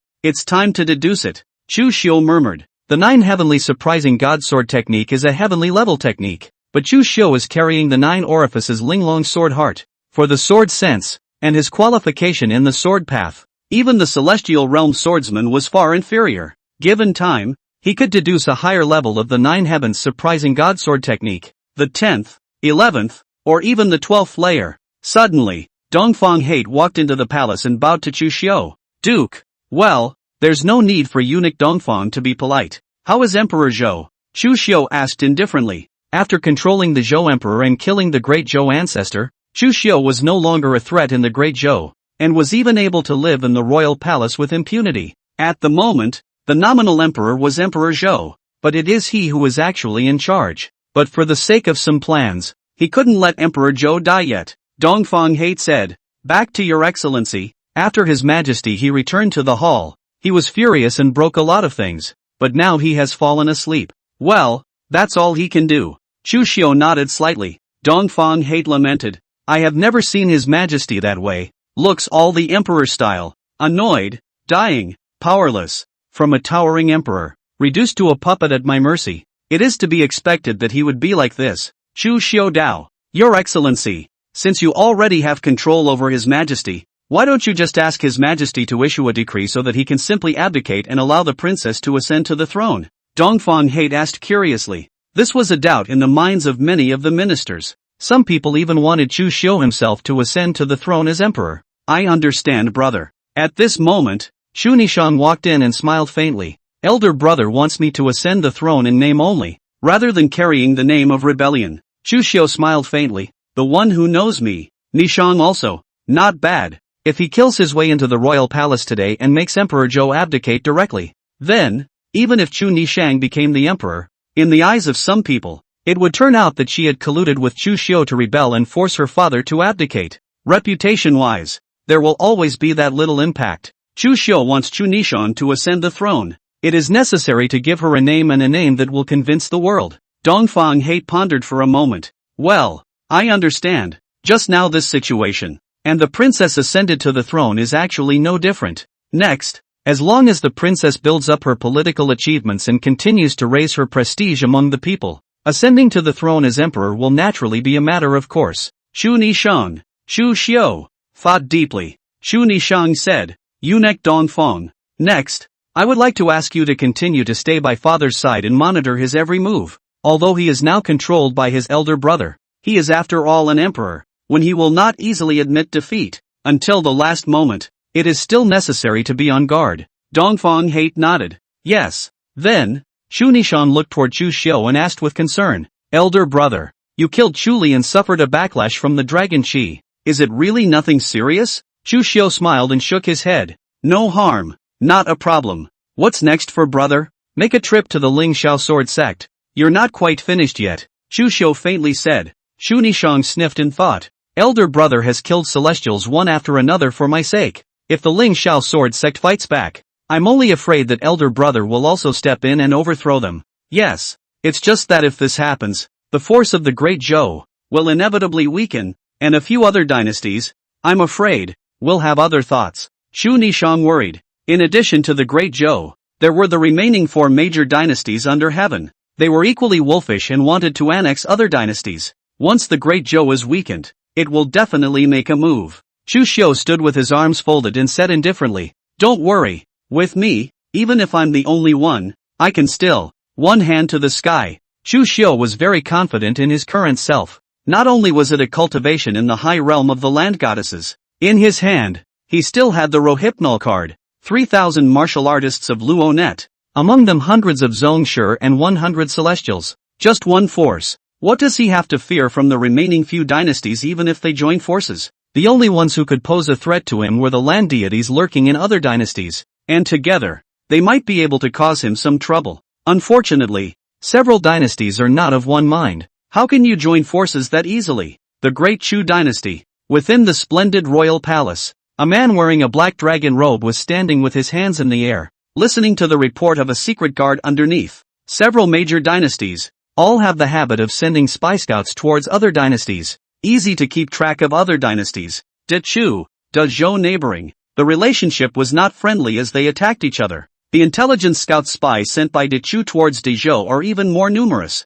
and the Chu emperor is naturally aware of what is happening within De Zhou. Land gods. Chu Xiu, the great commander of the Forbidden Guards, the state master of Great Zhou. Even the Great Zhou ancestor was killed by this person. This person is truly terrifying. Emperor Zhou has really made a bad move by relegating such a brilliant person to the common people. Emperor Chu murmured. Then, his eyes glowed. Great Zhou has lost experts one after another, and some time ago, they fought against the sun-worshipping kingdom, which resulted in a great depletion of their troops. This is the opportunity of a lifetime. As long as I send out my troops, I will be able to take them down. May not. Behind Emperor Chu, A calm voice rang out. Emperor Chu sniffed and asked, "Old ancestor, why?" With Chu Xiu around, it's never easy to take down Great Zhou, but Chu Xiu has been relegated to the status of a commoner. Will he help Great Zhou? You're underestimating the heart of a land god, and judging from some of this person's previous accomplishments, he will never sit back and watch us invade Great Zhou. If you want to take Great Zhou, you have to find a way to take this person down first. Does the old ancestor have any good advice? There is no good strategy, but there is a plan that can be tried. What scheme? The beauty plan. Emperor Chu frowned. The other party doesn't look like a person who was lost in color. Didn't Emperor Zhou say that Chu Xiu colluded with our great Chu holy maiden, and that's why he relegated him to the common people? Since that's the case, then send the saint daughter to Great Zhou to make contact with this person once again. See if we can bring him close. And even if we can't, if we can try to find out some details, it's still a good thing for us. The great Chu old ancestor faintly said. Emperor Chu's eyes lit up at his words. Good. Chapter 88 Traveling to the Ling Xiao Sword Sect. Ling Xiao Sword Monument. The matter of Chu Xiu causing havoc in the royal palace of the Great Zhou and beheading the land immortals was like a hurricane sweeping through the entire Jianghu, and countless people were shocked by it. I didn't realize that the rumored land immortals actually existed. For a while, Chu Xiu had almost become a myth in the Jianghu. Everyone who brought up the name Chu Xiu would sincerely feel admiration and emotion, and compared to these admiring, emotional martial artists, there are some people who are on edge, such as the Ling Xiao Sword Sect. After all, their Ling Xiao Sword Sect had once supported Chu Li. Now, Chu Li is dead. Chu Xiu, there was no guarantee that he wouldn't go after them. Inside the Great Hall of the Ling Xiao Sword Sect, due to the fact that the sect master of the Ling Xiao Sword Sect had died at the hands of the kingdom master of the sun-worshipping kingdom some time ago, the current sect master was replaced by the Grand Elder of the Ling Xiao Sword Sect. The Grand Elder called for Mr. Zhang, Luo Jianfeng, took a deep breath, and asked gruffly, "You guys just came back from the royal capital. Tell me, did you do anything extra in the royal capital to provoke Chu Xiu?" Luo Jianfeng hurriedly said, "No, we were just supporting King Li normally, and when we heard that Chu Xiu was heading to the royal capital, we left." Mr. Zhang, who was on the side, opened his mouth, but didn't say anything. The Grand Elder pondered for a moment and said, "That's good. If we only failed to support Chu Li, Chu Xiu should not be able to lay hands on us." Throughout the ages, there have been party disputes. Being on the wrong side of the fence is a common occurrence. As long as you pull out in time, there's still a chance of survival. Besides, their Ling Xiao Sword Sect was a Jianghu power, and although they secretly supported Chu Li, they had never confronted Chu Xia. The other side might be able to net them. Thinking of this, the Grand Elder inwardly let out a slight sigh of relief. "You guys go ahead and go down." "Yes." Luo Jianfeng. Mr. Zhang walked out of the Great Hall. After walking away, the two of them glanced at each other, and Zhang frowned. "Are you sure you won't tell the truth about Chu Nishang?" The key to Chu Xiu killing Chu Li was that Chu Li wanted to possess the other party by having Luo Jianfeng defile Chu Nishang, and this ploy was proposed by Luo Jianfeng himself, only because of the failure of the two women of the Turning Spirit and Soul Destroyer to make a move. The Zhou Emperor did not publicize this matter for the sake of the royal face. It was the Ling Xiao Sword Sect and the others who didn't know the hidden meaning. Luo Jianfeng looked at Mr. Zhang and said gruffly, "If you speak up, the Ling Xiao Sword Sect will definitely not protect the two of us. Then we will truly be dead." But so many experts in the king's capital, even the land immortals couldn't stop Chu Xiu. How could the Ling Xiao Sword Sect? How could they possibly do it? The Ling Xiao Sword Sect can't do it, but at least it can delay some time for us so that we can prepare to escape, Luo Jianfeng said. Mr. Zhang pondered for a while, then gritted his teeth. If a man doesn't do it for himself, the heavens will kill him. This is the only way. Go back and pack up. The two left quickly. Not much longer. The two of them had then packed up all the wealth, treasures they had accumulated over the years, and were ready to leave the Ling Xiao Sword Sect and find another way to make a living. But just as they were about to leave, outside the Ling Xiao Sword Sect, a monstrous aura suddenly erupted. For a time, the entire Ling Xiao Sword Sect was like an enemy. Outside the Ling Xiao Sword Sect, the main entrance, a white-clothed figure that slowly arrived was none other than Chu Xiu. He looked at the main entrance, the plaque with the word Ling Xiao, which revealed an extraordinary sword intent, and slightly marveled. Not bad. The person who inscribed this plaque was at least a celestial perfection. It may even reach the land god realm. It should be the same founder of the Ling Xiao Sword Sect. Ding! Detected to be located in the Ling Xiao Sword Sect. Can sign in. Do you sign in? The system alert sounded. Chu Xiu murmured in his mind. Sign in. Ding. Congratulations to the host for obtaining a piece of the Lingxiao sword tablet. Within Chu Xiu's system space, a stone tablet suddenly appeared. There were countless sword marks on the stone tablet, crisscrossing and densely packed, as if there were countless top swordsmen, carving words and leaving moves on this stone tablet. Chu Xiu just took a glance, and a large amount of information on sword techniques involuntarily surfaced within his mind, and he instantly understood something. Within this sword steel, the sword techniques of countless swordsmen remain. Interesting. This item can be considered a supreme treasure for swordsmen. Even for me, it helps. Chu Xiu smiled faintly. He wanted to deduce the 10th and 11th levels of the Nine Heavens' surprising god sword technique. This sword tablet, it just helps. It would allow him to take the strengths of all families and coalesce them within the Gong method, creating a brand new Nine Heavenly surprising god sword technique. At this point, within the Lingxiao sword sect, each and every swordsman rushed out, drawing their long swords from their waists and gazing at Chu Xiu with incomparable vigilance. Seeing this, Chu Xiu indifferently said, holding a sword in front of me. You guys don't deserve it. The words fell. Sword intent flowed out. Only the swords in the hands of the crowd buzzed and trembled. A handful of swords, out of their hands, flew out and inserted themselves in front of Chu Xiu, their bodies bent by the pressure of the sword intent. Actually in a groveling manner, all the swords submit to it, for the common respect. Chu Xiu, like an emperor among swords.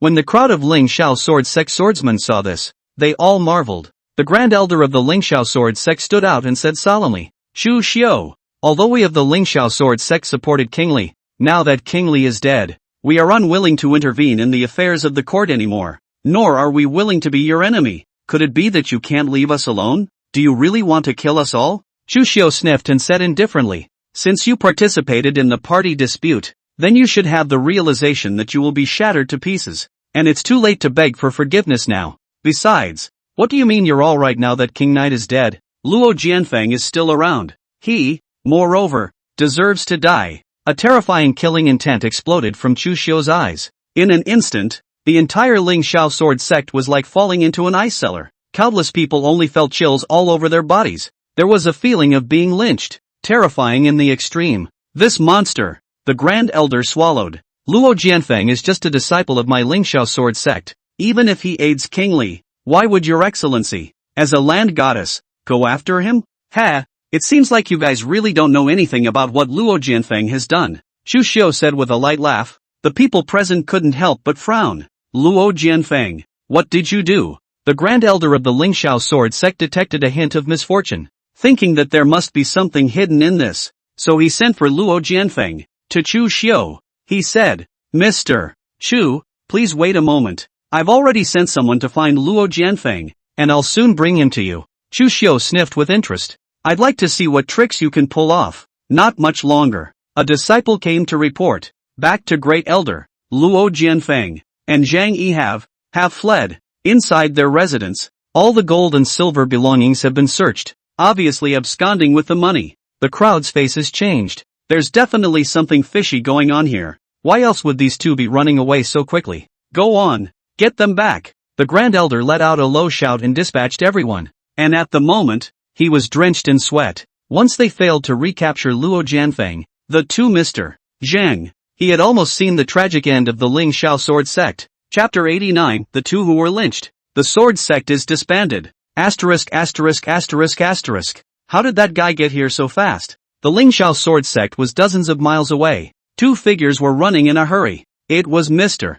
Zhang, Luo Jianfeng. They were filled with horror. Being chased by a land god. I'm sure any individual would be so terrified. With their own cultivation, after running out hundreds of miles with all their might, the two of them looked at the empty mountains and forests behind them, and couldn't help but let out a sigh of relief. Phew, doesn't look like he's catching up, Luo Jianfeng said. As a land god, perhaps, he doesn't care to chase us. Mr. Zhang mused. Just when the two thought they had escaped, several figures suddenly arrived and surrounded the two. At the head of the group was none other than the Grand Elder of the Lingxiao sword sect. Him, personally. He looked at the two with icy eyes, saying nothing, packing up and fleeing. What exactly are you two hiding from us? Luo Jianfeng's heart felt a hint of despair when he saw the Grand Elder coming. With a plop, he fell to his knees. Great Elder, please spare us. we can't go back or we'll die. Luo Jianfeng said. Say, what have you guys done? To actually provoke the killing power of a land god immortal,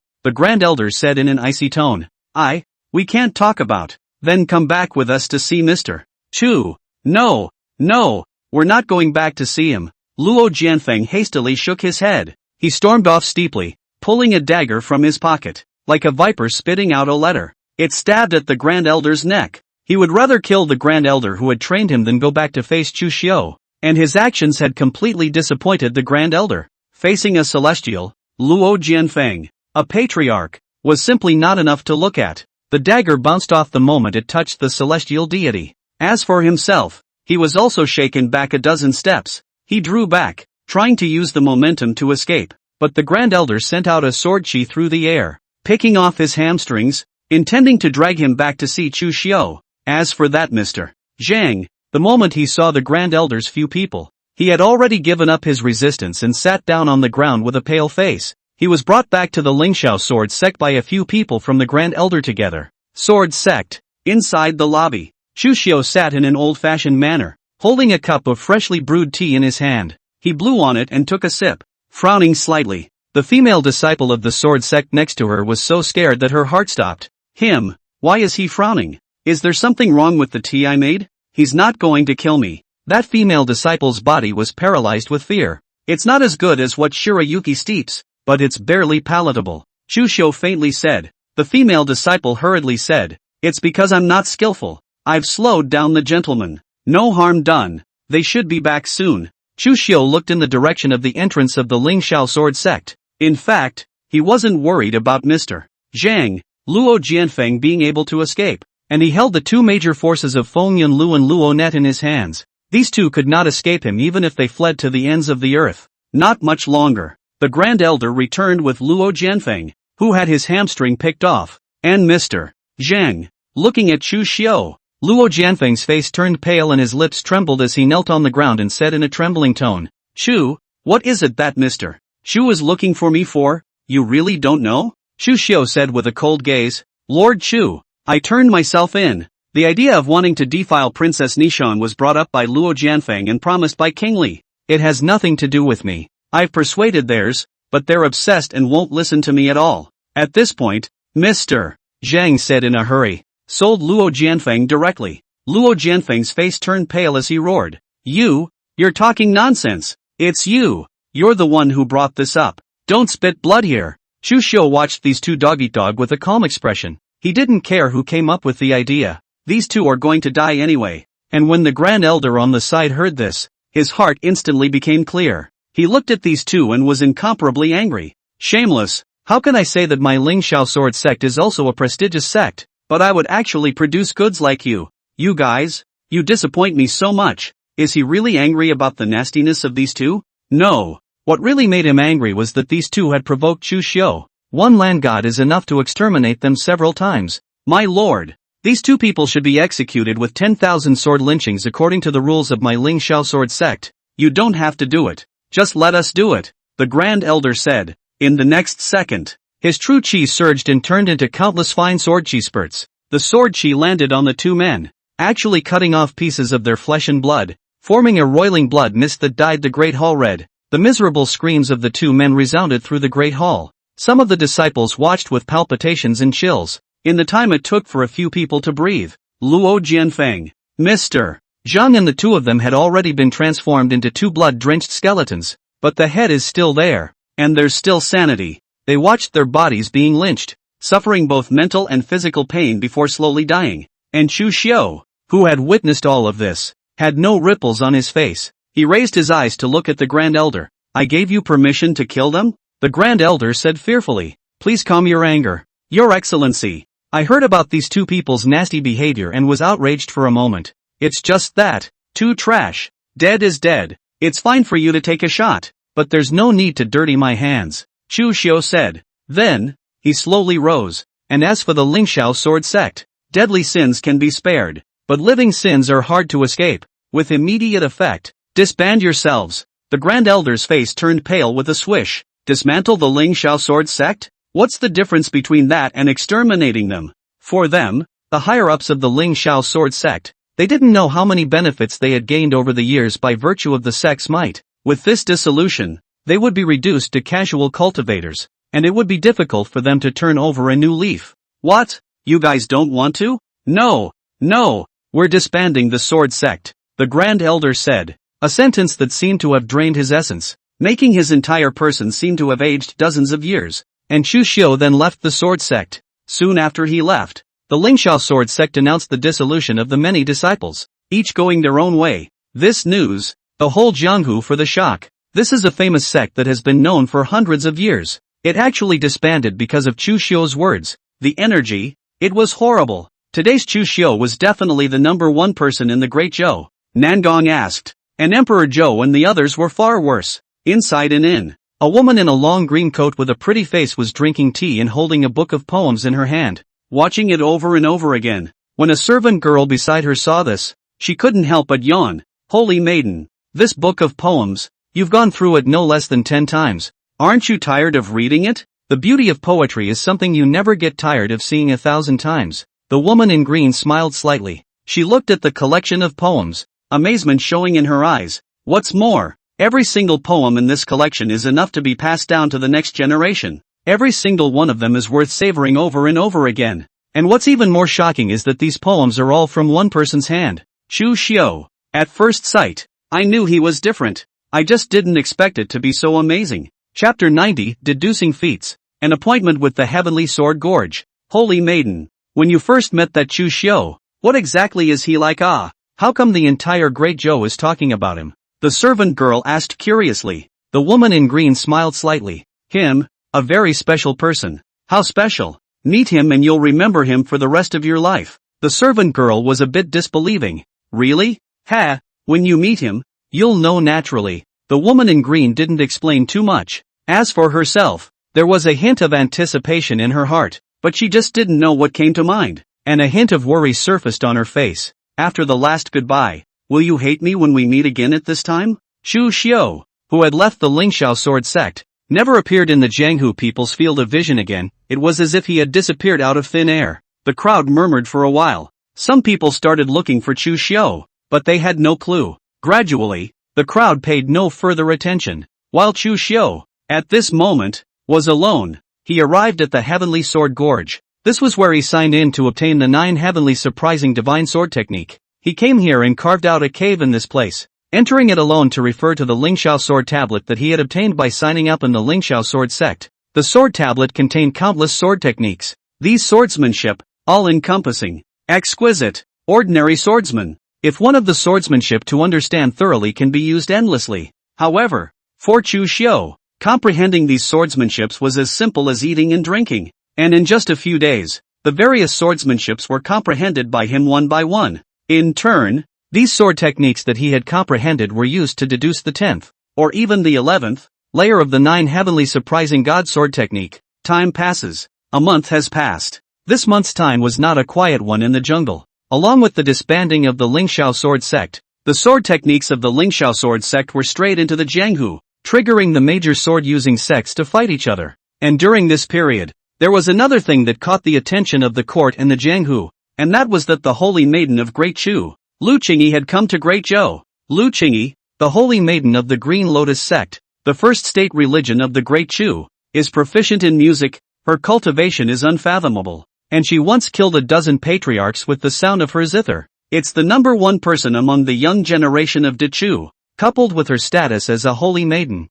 the moment she came to Great Zhou, she attracted the attention of all parties, all thinking that she would make some big moves when she came to Great Zhou. But what was strange was that the other party, after entering the Great Zhou, had traveled all the way to the mountains and did not do anything to cross the border. Inside the royal palace, Chu Nishang also learned about Lu Qingyi's arrival in Great Zhou. She slapped a table into pieces. How dare this guy come to Great Zhou? It was because of this person that elder brother was relegated to commoner status in the first place. Your Highness, may we take any action? Cherry said from the sidelines, making a neck-wiping motion. When Chu Nishang heard this, she rolled her eyes and said, this is also the Holy Maiden of Great Chu. If we let her die in the Great Zhou territory, Great Chu will definitely not give up, and we will have to fight each other at that time. And with the military strength of Great Zhou nowadays, a head-to-head battle with Great Chu, it's still too risky. She mused for a moment. First, have someone keep an eye on her whereabouts, where she's been, who she's met,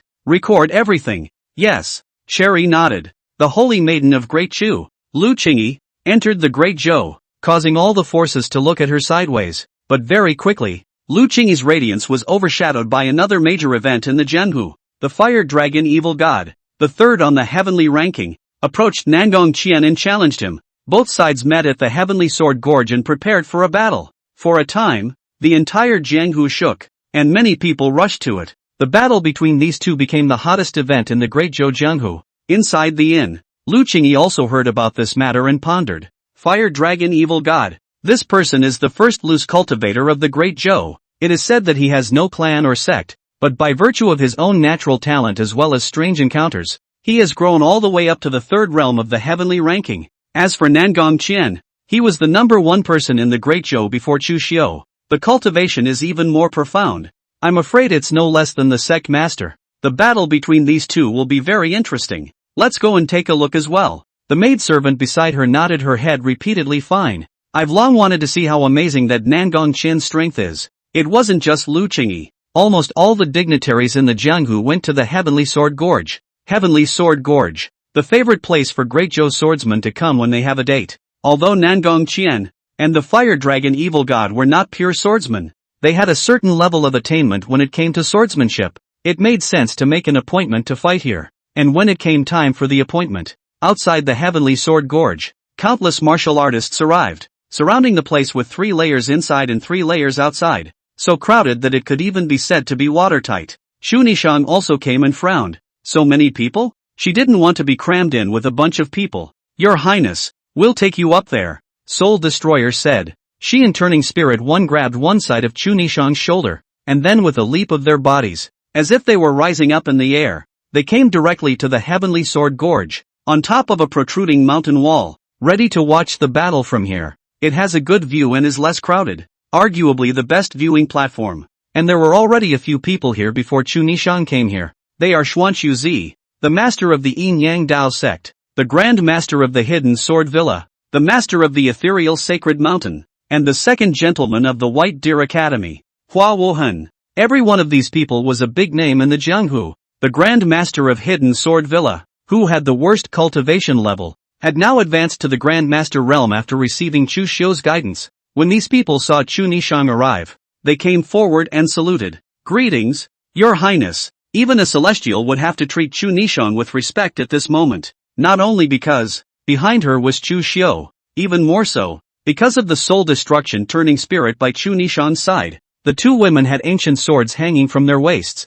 They didn't utter a word, and there wasn't the slightest bit of breath coming out of their bodies. But because of this, it made people scornful. The people present were all experts. They, however, did not feel the slightest bit of chi from the two women. It was as if the two women were two lifeless cold stones. That's certainly not possible. There was only one reason for this. The two women's cultivation was so profound that they hid their own chi extremely perfectly. Even if they were celestials, it would be difficult for them to detect it. How is that not scary? With such two swordsmen guarding Chu Nishang, how could the crowd not dare to be respectful? What a terrible two! Such a means of hiding the breath is only possible for the best killers. These two women are terrifying, the crowd thought inwardly. At this moment, 2 more figures arrived on top of the mountain wall. The person who came was dressed in green, with a pretty face in green silk like a waterfall, giving people a sense of elegance and gentleness. She was carrying a rectangular parcel, which seemed to be holding an ancient zither. The arrival of this person caused a hint of a different color to appear in the eyes of the crowd. It's her, the first holy maiden of Great Chu, Lu Qingyi. Chu Nishang's eyes narrowed slightly as she looked at the visitor, while the two people behind her, the Turning Spirit and Destroying Soul, also put their hands on top of the ancient swords at their waists. In that instant, the people present only felt the temperature plummet. Lu Qingyi, who had just ascended the mountain wall, also felt cold all over her body, like falling into an ice cellar. Chapter 91, Bayou Battles Lu Qingyi, Fire Dragon Fighting Psalms. Lu Qingyi had seen quite a few martial artists since she came to the Great Zhou. The young and famous, the old and the deep. But most of these martial artists were not in her eyes. These people, more often than not, couldn't even catch 3 moves from her. But now, in this instant of ascending the mountain wall, In the very moment when the turning soul destroyer put her hand on the ancient sword, she knew in her heart that once these two men made a move to kill themselves, she definitely did not have any semblance of a chance of survival. She will die here. Although she was clear about this, she quickly calmed down and slowly saluted towards Chu Nishang. I believe you are Princess Nishang. I am Lu Qingyi. I am here to meet the princess. Chu Nishang looked at the unassuming her. Her eyes narrowed slightly. A bit interesting. Aren't you afraid that I'll kill you here? Lu Qingyi smiled and shook her head. The princess wouldn't do that. Why? Because the princess is a smart person. A smart person who cares about the people of the world. You know that killing me here will not do any good to Great Zhou. On the contrary, it will plunge Great Zhou into an endless war. Do you think this princess will be afraid of war? The princess does not fear battle, but there is no need to engage in meaningless fighting. Is there? Lu Qingyi laughed. Chu Nishang's eyes flashed and she couldn't help but clap her hands in praise. Good. What a great Chu Saintess. Not being humble and not being overbearing, making people look sideways. You're right. It's true that I won't kill you, but just because I won't kill you doesn't mean I won't do nothing to you. After saying that, she drew the long sword at her waist and said indifferently, I heard that you, the holy maiden of Great Chu, have a high level of cultivation, so why don't you let me try? Whoosh! The words fell. Chu Nishang's figure was like electricity as she shot out. The person and the sword in his hand seemed to combine together as he stabbed at Lu Qingyi. The human sword was united in a subtle and exquisite sword, which made Lu Qingyi unable to resist praising. Good swordsmanship. If the princess has such an elegant pleasure, how can I not accompany her? She condensed her sword fingers and substituted her fingers for the sword, clashing with Chu Nishang's long sword. Sword chi stirred out. Both sides exchanged a dozen moves. Sword chi flew, and if someone was next to them, they would definitely be affected. However, those who stood on top of this mountain wall were all extraordinary experts, and when these sword chi fell in front of them, they were dispersed by their protective astral body chi. Watching the battle between the two women, Xuan Zi said indifferently, this Lu Qingyi's strength is indeed extraordinary, and is already close to being a grandmaster. At such a young age and with such a cultivation level, within the Great Zhou, other than Duke Chu, it is estimated that there are not many people who can be compared to him. Princess Nishang's cultivation is extraordinary, yet she is no match. Hua Wuhan nodded from the side. Indeed, and the princess's sword technique is powerful and rigid, but it is only attacking and not defending, and it is riddled with flaws. This is exactly where the princess is brilliant. She knows that her cultivation can't hurt Lu Qingyi, but she also believes that Lu Qingyi would definitely not dare to do anything to her. That's why she can be so reckless. Xian Suzi faintly laughed. Sure enough, although Lu Qingyi's cultivation was far above Chu Nishang's, he could only passively defend in the face of Chu Nishang's attacking and unprotective style of play. Don't even dare to hurt each other. After all, next to him was the soul destroyer Turner, his hand on his sword leering at him. Once she let Chu Nishang have the slightest damage, these two would be able to subdue her in an instant, and she wouldn't even have the chance to move her weapon. What? A princess of the hall? So disruptive? Lu Qingyi said with a bit of fire even as she fought. Chu Nishang bristled. So what if it is? She was, today, all about power over people, to make Lu Qingyi suffer a little. Princess, if we keep fighting like this, you and I won't be able to distinguish a winner in a day and a night, so why bother? Lu Qingyi forced down her anger and said, well, why don't you let me? Whoosh! A sword light, as if it was a white dragon, broke through the air. Lu Qingyi's eyes condensed, her sword fingers moved, and she stabbed out, only to see the auger shatter, and she was forced to withdraw a few steps away. Only then did he realize that the white dragon was actually made of sword intent. Her eyes glazed over and she exclaimed in admiration, what a powerful sword intent! Like a dragon soaring through the 9 heavens, pretentious and proud. The crowd couldn't help but look sideways as well, but a white silhouette was seen, holding a sword and coming above the mountain wall. Chu Nishang's eyes lit up when she saw the visitor. Oh, Miss Bai Yu. The person who came was the white auger dragon, Bai Yu, Chu Xiu's sidekick's maid. Only compared to what Chu Nishang had seen in the past, the current Bai Yu's aura was many times stronger than before, and she had already stepped into the realm of a Zongshi. She's improving so fast. Hua Wuhan marveled. Bai Yu slightly saluted towards Chu Nishang before saying, Princess, how about handing her over to me? Chu Nishang nodded. Yes. Bai Yu looked towards Lu Qingyi. I was in seclusion for a month. And after I came out of seclusion, I heard that the holy maiden of Great Chu had arrived, and was able to forcefully suppress the great anniversary green generation, so I have come here to seek advice. of the younger generation. You are the most outstanding swordsman I have ever seen. Lu Qingyi looked at Baiyu, and a strange color flowed out of her beautiful eyes. Then she removed the package she was carrying, opened it up to reveal a black guqin. She laughed and said, "This zither is made of 1,000-year-old sycamore wood, named Spring Rain. Since I came outside of Great Zhou, I have not played it yet. Today, please listen to it, please." Baiyu nodded and sheathed the long sword on her waist, clear and bright sword light, like a swimming dragon circling around, the sword chanting high as a dragon, vibrating for 10 miles around. She stabbed at Lu Qingyi with her sword, swimming dragon-like sword chi, breaking through the air. Lu Qingyi's fingers picked the strings of the zither, and there was a clang, and the sound of the zither was like thunder. The sound of the zither and the sword impacted and took over the people's ears. The crowd watching the battle was deafening. Good swordsmanship, good zither sound, nice, only to see Lu Qingyi continue to pluck the strings of the zither. The sound of the zither played by the slender 10 fingers changed abruptly, from a high-pitched atmosphere to a dense and deep. It was like a spring rain that filled heaven and earth and was pervasive. Looking at Baiyu again, her sword finger moved and struck on top of the sword body of the traveling dragon sword,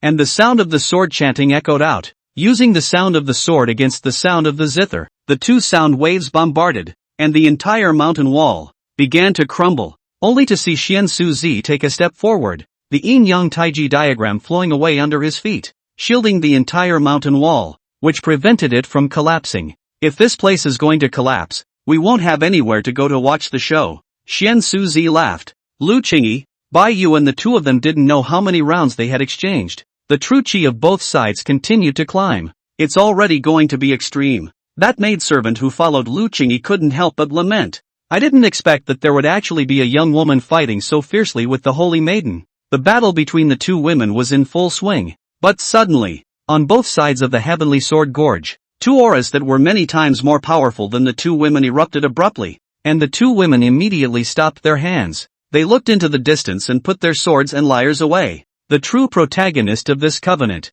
arrives. On both sides of the heavenly sword gorge, two streams of chi erupted, one with brilliant sword intent, like a blazing fire, spewing up into the sky, transforming into a 100-foot fire dragon with teeth and claws. The other wave of sword intent was also majestic, rising up to the heavens, transformed into a magnificent poem. The psalmist enveloped the 100-foot fire dragon, creating a fierce exchange in the void. Two vastly different sword intentions blasted the heavens and struck the earth, shaking the world. A vision of a fiery dragon fighting psalms. The crowd couldn't help but look sideways in amazement. Chapter 92 Battle of the Strong. Who was it that said he wanted to become a demon? Fire dragon fighting psalms. Majestic and incomparable. The two streams of sword chi impacted each other, and the heavenly dome shook endlessly. With that, the fire dragon, the psalm, dissipated together. The crowd was amazed at what they saw. Is it a tie? No, there shouldn't be a winner so soon. The crowd was in disbelief. Only a voice could be heard from the distance. Ha ha ha, Nangong Q, you're as powerful as ever. The crowd looked on. Only a few miles away, a man dressed in a fiery red robe, about 40 years old, and exuding a rigid and domineering aura walked towards the heavenly sword gorge. This person was none other than the fire dragon evil god. The crowd was amazed. That fire dragon just now was majestic. However, he had never thought that the fire dragon evil god was actually miles away, and that fire dragon was actually just a manifestation of the other party's sword intent. Just see the fire dragon evil god pace is robust. Often every step out has been in dozens of hundreds of feet away. Everywhere, the fire burning, the earth is scorched black and the grass is ash. It was like a fire dragon traveling, forming a fiery hell road. Not long after, the fire dragon evil god arrived at the heavenly sword gorge, and opposite him, there was likewise a man who came before the crowd even realized it, dressed in a white robe. Outstanding. It was Nangong who asked. He looked at the fire dragon evil god whose breath was overbearing, and a hint of color passed through his eyes as he said, "Oh, after many years of not seeing you, you've broken through to celestial perfection." Exactly. No wonder I have the confidence to challenge me. Nangong asked as realization dawned on him. He had fought against the fire dragon evil god a few times, and every time, he had won. The fire dragon evil god had also made a karmic connection with him as a result. His opponent will not rest until he defeats him. Nangong asked, "How many times have we fought?" The fire dragon evil god asked. Nangong asked, shaking his head, "I don't remember." "You don't remember it? but I remember it perfectly. The 5th time. The previous 4 times, I lost to you within 10 moves, but this time, I will defeat you. From now on, I will be the number 1 person in Great Zhou, the fire dragon evil god said proudly. Nangong Qian shook his head helplessly. The number 1 person in the Great Zhou? You won't be able to become the number 1 person in the Great Zhou even if you defeat me. I know you're talking about Chu Xiu. Don't worry, after defeating you, I'll naturally go find him again, the fire dragon evil god said. Nangong Qian sked. You're so bold. As a martial artist, one should keep advancing to the top and challenge the stronger ones. After defeating you, I'll naturally look for someone stronger. I hope that Chu Xiu won't let me down, the fire dragon evil god said. Then he said no more. His sword fingers condensed, and fiery sword chi gulped out. Sword chi erupted and transformed into a flaming long sword. The sword shot towards Nangong Qian. However, he saw Nangong Qian not retreating or avoiding, and the poem turned into a sword to cast. A verse was sharp and majestic, shattering the flaming longsword. Immediately after that, the fire dragon evil god's sword finger drew a false line in the air, and the scorching and domineering sword chi was like a blazing fire, as if it was going to burn the sky and boil the sea. Nangong Qian's poetry turned into a sword, just like a poetry city wall. The boundless blazing fire will be blocked in its entirety. Then, with a movement of his sword fingers and a flow of poems, he actually reversed the process and wrapped the incomparably majestic fiery sword strength, rolling it towards the fire dragon evil god. When the fire dragon evil god saw this majestic strike, he laughed. Good. His sword chi gulped out. Fire dragon swallows the sky. The fire dragon impacted the poetic sword energy. In a roar, the heavenly sword gorge shook crazily. The mountain walls on both sides actually moved another tens of feet to the left and right. The two fought and were actually able to change the landscape. The crowd looked shocked. What a terrifying exchange. Simply not mortal. Of course they are not mortals. They are celestials, and the top celestials at that. Every move they make is able to invoke the aura of heaven and earth. I now believe that this heavenly sword gorge was artificially cleaved out. Celestial perfection is capable of doing this, and it doesn't seem incomprehensible that a land god would be able to cleave out a huge sword mark of more than a dozen miles with a single sword. Sword chi impacted and sword intent spread. In the rolling smoke, the two figures were each shaken back.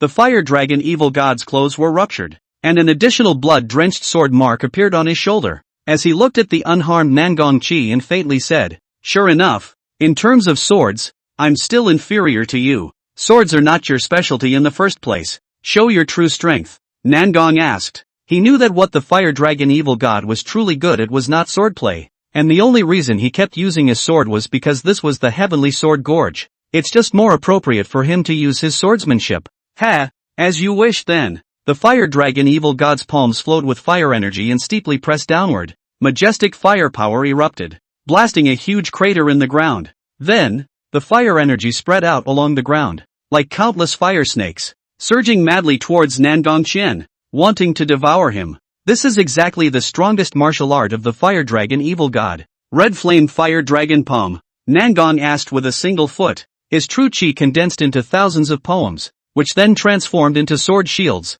isolating the fire energy one by one. But his face didn't ease. On the contrary, it became more and more grave. What a terrifying fire energy. It's more than twice as powerful as it was a few years ago. This is still only the first stance of the fire dragon palm. There are 3 more styles behind it, and for each of them, the power will be doubled. The 4th style, fire dragon burning sky, is even more powerful in destroying the sky and the earth. Nangong asked, secretly thinking. Sure enough, when the fire dragon evil god saw that his first palm didn't work, he wasn't surprised and laughed. Come, take this palm from me again. Fire dragon scorching sun. He blasted out with a palm in the air. The fire energy transformed into a ferocious, fiery dragon with a fiery sun in its mouth. Everywhere, the void seemed to distort. A long sword appeared in Nangong Qian's hand as he took a step forward. Skywalking sacred wind. A sword chopped out, and the sword chi swept out like a hurricane. It was just another of the White Deer School's masterpieces.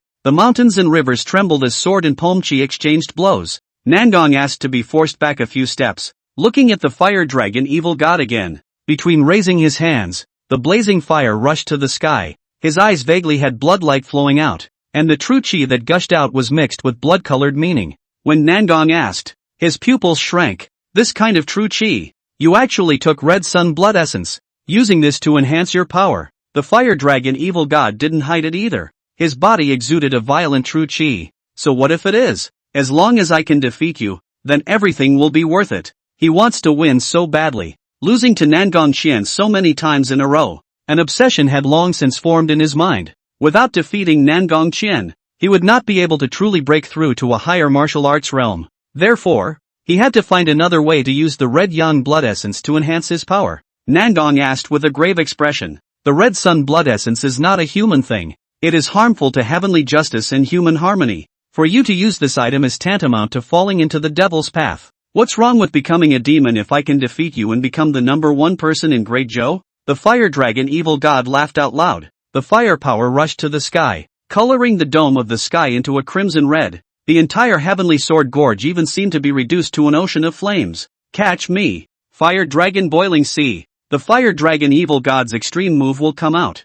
Even Nangong Qian felt unrivaled pressure sweeping over him. There was no certainty about being able to take this move. The onlookers, moreover, looked at the heavenly sword gorge, which had turned into a sea of fire, and were shocked. But suddenly, in the midst of a sea of fire, an out-of-place aura filled the air, and would be the one to open up a whole new world in the sea of fire. A figure stood with his arms folded and walked out slowly. Everywhere he went, the blazing fire automatically isolated itself, unable to encroach on him one iota. Who is it? Who speaks of becoming a demon in front of me? Chu Xiu asked indifferently. Chapter 93, Sword-Chopping Fire Dragon Evil God. Just like a heavenly god, just as the fire dragon evil god, Nangong Qian were fighting. Their chi attracted the attention of Chu Xiu, who was in seclusion at the heavenly sword gorge. Chu Xiu's participation in the 100 Swords tablet brought together the strengths of all parties, and then combined with his own 9 orifices Linglong sword heart, he finally deduced the 9 heavens surprising god sword technique to the 10th layer.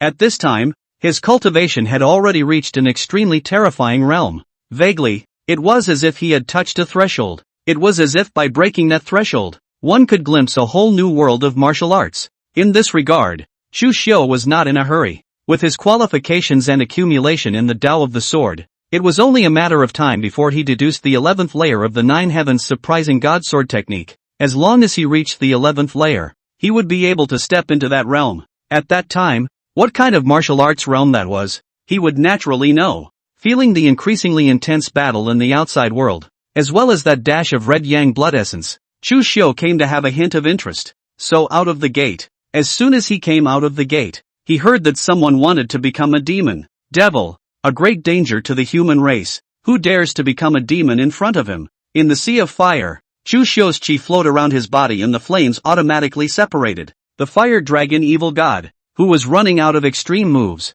also felt an unprecedented sense of oppression the moment he saw Chu Xiu, and his pupils shrunk slightly. This kind of breath. You are Chu Xiu? Although the fire dragon evil god hadn't met with Chu Xiu, he had already guessed the other party's identity at just the first glance. Today's Great Zhou can enter the range of his battle with the Nangong Ask unharmed? There are not many, and not be discovered by them. Only Chu Xiu of the land god immortal realm. You're the one who's going to become a demon in front of me, aren't you? Chu Xiu asked indifferently. The fire dragon evil god laughed. Yes, you are right. Not only do I want to become a devil and defeat Nangong Qi, but I also want to defeat you. Take that. He pushed out with one hand. The long simmering extreme move instantly exploded. The monstrous fire energy was like an endless ocean of fire. However, Chu Xiu stood in place. His body did not move. His sword finger condensed, and a seemingly random finger pointing out, but it contained an unspeakably sharp sword intent. The sword came out and the sea of fire separated.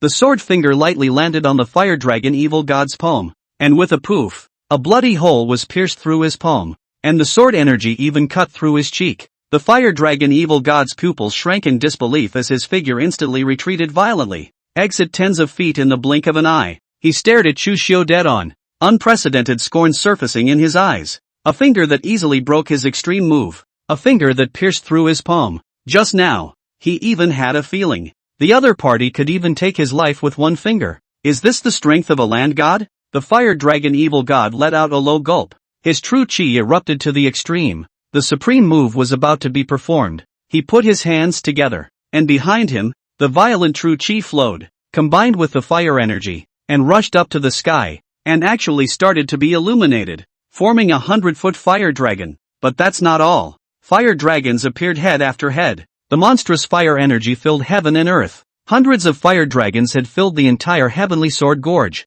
as if it was going to burn heaven and earth to ashes. So what if you're a land god? Take this move from me. Fire dragon burning sky. The strongest move of the fire dragon palm. Hundreds of fire dragons, with the momentum of pouring the sky, blasted toward Chu Xiu. Chu Xiu smiled blandly, and immediately afterward, stood with his hands in the air, facing the monstrous fire dragon. If you want to use fire, I'll accompany you to use fire. He raised one hand. The moment induced the aura of heaven and earth to roar. A golden flame rose up in his palm. It is the pure yang true fire. A pure yang true flame, floating out, landed on top of the 100 fire dragons, and compared to it, it seemed extremely insignificant. However, the moment both sides came into contact, with a crash, the pure yang true flame quickly spread out, like a blazing fire meeting oil, igniting the aura in a 10-mile radius. Those 100 fire dragons were covered by pure yang true flame, transformation from red to gold. With that, they surrounded Chu Xiu, actually clustering around him as the main one in turn. At this moment, he was like that fire god descending, controlling all the fires in the world. The fire dragon evil god looked at the 100 golden fire dragons, and for a moment, he only felt his head buzzing, feeling unprecedentedly shocked. The strongest move of the fire dragon palm that he had cast was actually disintegrated so easily. If it was just blocked by Chu Xiu, or broken or good, the other side favored, converting his power to his own use. His most proud, the power to control the flame. In front of the other party actually so worthless, the other party is too terrible. The fire dragon evil god stared at Chu Xiu in death. Impossible, impossible. My fire dragon palm has been drilled for decades, and in the world, no one can break it. How could you possibly do that? His mind almost collapsed. Chu Xiu indifferently said, the reason why you were able to traverse the Jianghu before, and the reason why the fire dragon palm is unbreakable, is simply because you haven't met me yet. No way. The fire dragon evil god roared, still unwilling to believe it. He mobilized all his true chi completely. He even took out a red sun blood essence and swallowed it into his mouth. The aura of his body, for that matter, skyrocketed. Only this sudden surge of power seemed to be too much for him to bear on his own, and his body gradually surfaced with trails of blood. Blood mixed with fire power burst out. The fire dragon evil god's body swelled up by a large circle, and flames burned on his body. Even his gorgeous red robe was burned to ashes. A low, inhuman growl escaped from his throat, as if a beast had crawled out of a fiery inferno. When Chu Xiu saw this, a hint of contempt appeared in his eyes. You can't even fully control your own power. Such a you are worthy of calling yourself an evil god? Chu Xiu, meet this move of mine. When the fire dragon evil god heard Chu Xiu's taunts, he became enraged and recklessly pushed his power to the extreme. The outburst causing the heavenly sword gorge to crazily vibrate, and even begin to explode,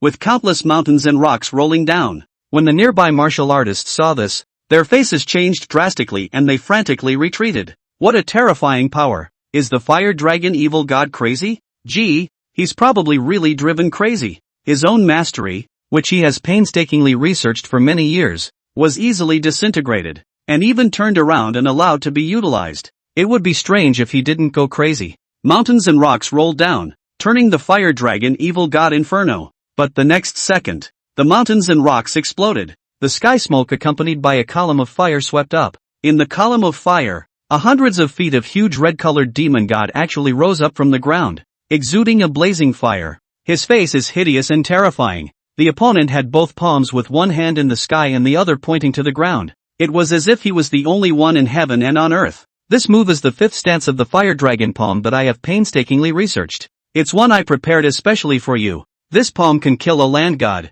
Chu Xiu, suffer death. The red demon god's two palms, one on the left and one on the right, slammed down toward Chu Xiu's merge. The overbearing demonic might caused heaven and earth to lose color. The people present were all stupefied. Seeing this, Chu Xiu's sword fingers condensed, and the incomparable sword intent spread out, inducing 100 miles in a radius, 10,000 swords resonating, and countless long swords flying towards him. Above his head, a giant sword formed. The giant sword formed by 10,000 swords was like a heavenly sword, chopping down across the sky. Before that red-colored demon god's double palms could touch Chu Xiu, it was hardened and chopped in half, turning into boundless fire energy that dispersed away. Looking at Chu Xiu again, he stood with his hands behind his back, his clothes flying and his sword aura lingering. It was like the posture of a heavenly god. Looking at the crowd's hearts and minds stirred. Chapter 94, Preparing to Annihilate the Underworld. The Luo network was out in force. On the mountain wall, several great celestials joined hands to urge their true chi. It blocked the escaping fire energy. They looked at the battlefield where the dust had settled, and looked at Chu Xiu, who stood with his hands on his head, his sword aura spreading out like a heavenly god, and couldn't help but feel their hearts and minds stirring. So did Lu Qingyi. She had seen Chu Xiu before, when the other party was still the crown prince. At that time, she knew that the other party was a dragon and phoenix among men, and that great Zhou, under the leadership of the other party, would only be unstoppable like the sun. Now that she saw her again, the other gave her an even bigger shock. She never thought about it. It turned out that a person's force could be powerful to such an extent. It was as if it made heaven and earth tremble. The maidservant next to Lu Qingyi, looking at Chu Xiu, also looked dumbfounded as she said, "Holy maiden, I now understand why you said that you would realize how special he is after meeting him. This kind of force that crowns the world is not special. If you've seen it once, how can you forget it?" Inside the heavenly sword gorge, which was already about to fall apart, the fire dragon evil god knelt on the ground with his cape spread out and looked at Chu Xiu on the opposite side, and under the agitation of his heart and soul, he couldn't help but spit out a mouthful of blood furiously. He looked at Chu Xiu almost in horror. Earthly force to this point is almost the peak. I've exhausted tens and hundreds of years, but I've yet to step into the land god immortal realm. Why? Why are you able to do it at such a young age? Why? God is unjust. After giving you a lofty royal status, why did you allow you to have such amazing martial arts qualifications? He's bowing to heaven and earth. What was said also made some people feel bad inside. Yeah, at this age, Chu Xiu has this cultivation level. It's too easy to be jealous. However, Chu Xiu turned a blind eye to the surrounding gazes and walked straight to the fire dragon evil god and calmly asked, "Where are all the people of the underworld?" Red sun blood essence. Only the underworld can make it. The opponent's red sun blood essence must have been obtained from the other party. The fire dragon evil god didn't reply as he looked at Chu Xiu and suddenly laughed out loud. "The winner is the king, and the loser is the bandit. Chu Xiu, losing to you, I have nothing to say, except that you will never want to learn about the underworld from me. It won't be long before the underworld will sweep through Great Zhou.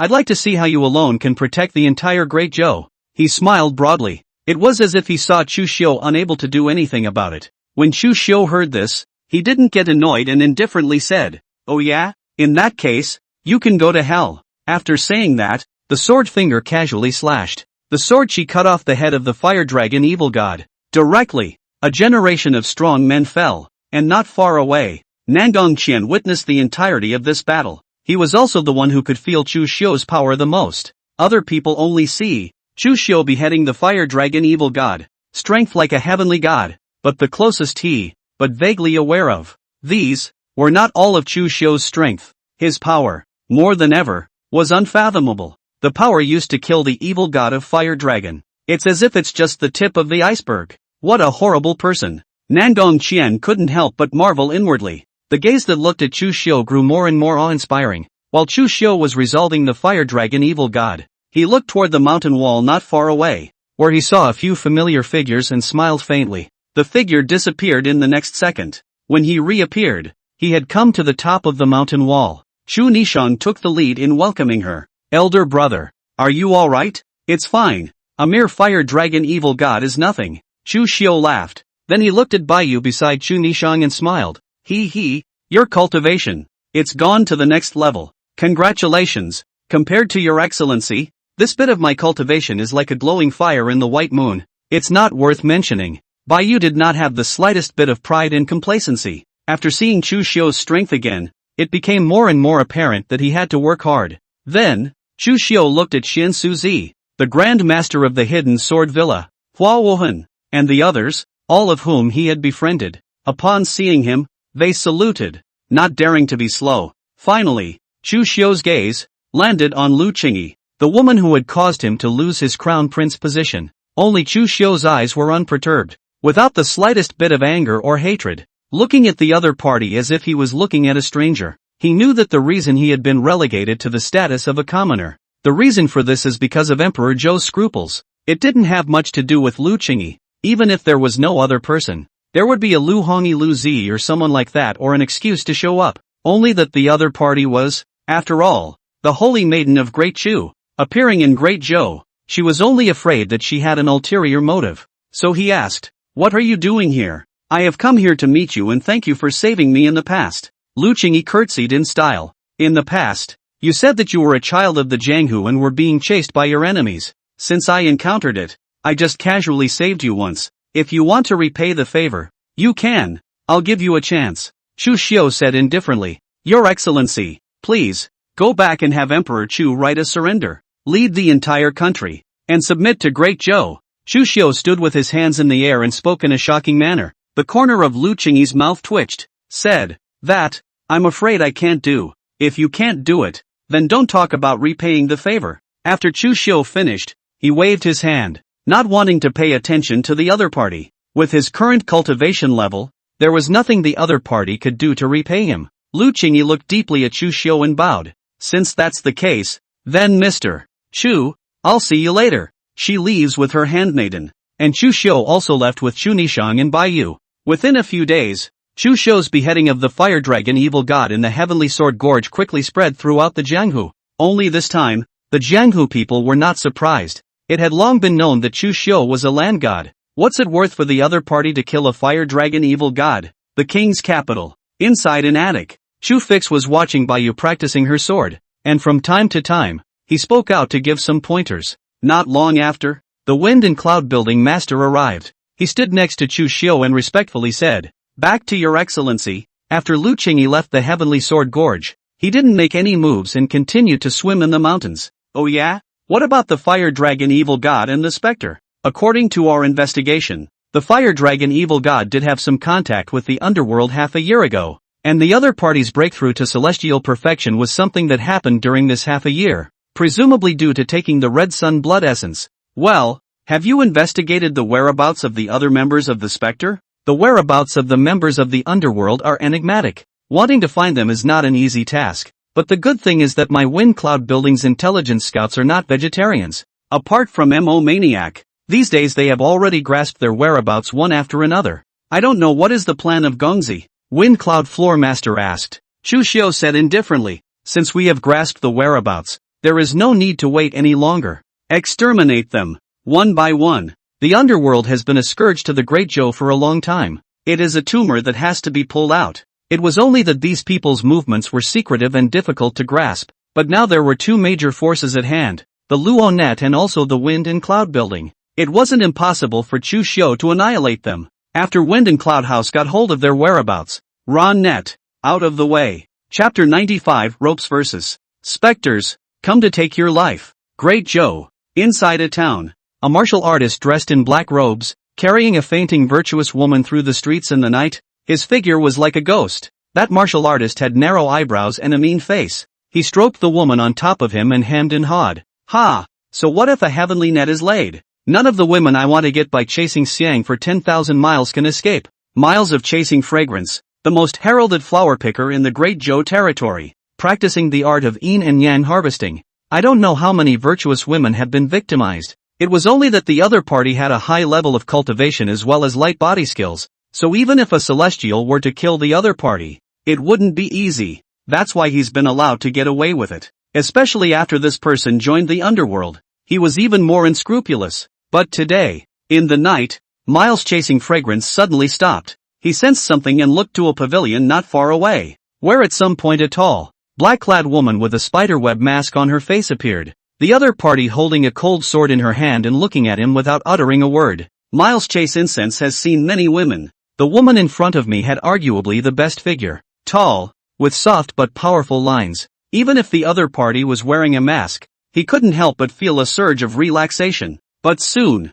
he reacted. The killing aura that filled the other party's body was extremely strong. The other party was clearly an unrivaled killer. Wanli chasing fragrance asked, "Beauty, we have no grievances or enmity." Stopping the road in the middle of the night. "I don't know what for. Is it possible that you want to spend time with me?" "Those of the Underworld kill without mercy," the salamander said indifferently. The killing intent skyrocketed. This side of heaven and earth seemed to be transformed into a moral purgatory. Miles chasing incense pupils shrinking, horrified. Subconsciously toward the stunning salamander shot a palm. Palm foreseen soft and poisonous. Straight to the stunning salamander. However, he saw that the shocked salamander looked indifferent and dodged with a flash of his body. Miles chasing Fragrance knew that she was no match for him, and placed her hand on the neck of the woman on her back, saying indifferently, "If you dare to touch me, I'll kill her." He could only gamble now. Bet the other guy is a killer, but has a good heart. It will be subject to itself. Though, the probability of this is minuscule. Whoosh! The sword she lunged out and went straight for Miles of chasing Fragrance. The salamander didn't even bring half a moment's hesitation. She didn't know the woman, and the orders she got were to drive the people of the Underworld to extinction. And as for the others, what did they have to do with her? Asterisk asterisk asterisk asterisk. Miles chasing Xiang cursed and threw the woman out, trying to use the other party as a meat shield to block the sword chi. However, he still underestimated the startled salamander. When the sword chi was about to land on the woman, it made a flexible turn in the air and continued to pounce on Wanli chasing Xiang like a viper. The opponent did not expect this and his face changed wildly. He frantically stormed back, but it's still a step too slow. The sword chi passed through his throat, destroying him easily. A generation of notorious flower pickers died in the streets after chasing incense for miles, and the woman who was taken by the other party fell to the ground, woke up, looked at the dead Miles chasing Fragrance, and couldn't help but scream, then looked over at the startled salamander and took several steps back in horror. The salamander was unimpressed and turned away. The woman responded as well, calling out behind her, "Thank you." The startled salamander didn't look back. Big week, cold rainy night. In the rain, a big man with a heavy sword in his hand was being surrounded by several Luo net killers, but he was waving his heavy sword in his hand in a dominating manner. The fierce sword diameters that were swept out made it difficult for some killers to get close. His cultivation level was close to that of a celestial being. This man is one of the key members of the Pantheon. Heavy sword. Lu Chong. This person has a heavy sword in his hand, and has been running the Jianghu for dozens of years by using his power to overwhelm people. But just like the heavy sword in his hand, this person likes to bully the weak and oppress the people, taking pleasure in abusing and killing martial artists who are inferior to him, listed as wanted by all the major sects. The person then joined the Spectre in desperation. Lu Chong, who was surrounded by several Zhongshan killers, frowned. "When did such an assassin organization like you guys come out in the Jianghu?" None of them answered his question. A cold, murderous aura still emanated from each and every one of them. The murderous aura fills the cold rainy night. Even every drop of rain seemed to turn into a sharp blade. Seeing this, Lu Chong lightly hummed, "Although your means are extraordinary, but to try to kill me like this is too much of an underestimation of me." Lu Chong. The words fell. Only Lu Chong smiled coldly and then took out a red yang blood essence. After eating the blood essence, his aura steeply skyrocketed. It had actually broken through the threshold of the Sovereign Master in one fell swoop, reaching the realm of the Celestials. The eruption of true chi gushed out, shattering the rain that filled the sky. One by one, the killers were also forced back. Lu Chong looked at the crowd with a cold smile. "Today, it is not you who will kill me, but I who will kill you." "Oh yeah?" The moment Lu Chang's words fell, a cold word came from the rainy night, only to see a man walking with black and white double swords. He was lean, his hair loose and falling. Wherever he passed through, the rain that filled the sky was actually enveloped by a terrifying true chi, frozen in midair as if time had stood still. The other Luo net killers saw the visitor and backed away, looking at the other man with respect in his eyes. And Lu Chong also felt a terrifying pressure from his opponent. "You, who?" "Luo net. Black and white Xianjian." Xianjian said faintly. Lu Chong let out a low gulp and took the lead. Wanting to strike first, the heavy sword slashed out. The domineering astral energy gushed out, and the domineering sword intent was like a mountain torrent pouring out. But Xianjian stood still. With that, the two swords in his hands intersected and chopped out. Clang! The heavy sword was chopped away hard. Lu Chang's chest also had a cross-shaped sword mark, from which blood gushed out wildly, and the sword force completely shattered his internal organs. Xianjian put away his twin swords and said indifferently, "Your swords aren't heavy enough." The words fell. Lu Chong fell to the ground and fell. "My lord, according to the intelligence, Luo Hanshin is nearby. Should we rush over?" A Luo net killer faintly said. Xianjian glanced at a short distance away. Luo Hanshin, top expert in the Underworld, second only to Mo Maniac, has let him pick a good opponent. But, Luo Hanshin, it's not enough to look at, he's enough to deal with it. On top of a mountain peak, snow flew and the cold air was aggressive. A white figure stood in the wind and snow, as if merging with heaven and earth. This person was none other than Luo Hanxin. In pursuit of immortality, he joined the Underworld. After rescuing Imo Maniac, the other party separated from him and went forward to deal with other matters. And Luo Hanxin, too, returned to the Luo family in secret. But now, he felt a palpitation and came to this mountain peak to meditate. Just as his heart was settling down, on the peak of the mountain, a streak of black sword light flowed from afar, even obscuring the sun in the sky, causing the dome of the sky to be dim. In the black sword light, a figure stepped forward. The astonishing killing intent combined with the dim sword light around him surged towards Luo Hanxin in a pervasive manner, causing his palpitations to grow stronger and stronger. What a terrifying killing intent! Who are you? Luo Hanxin stared at the visitor dead on. The visitor wore a long black robe and a mask,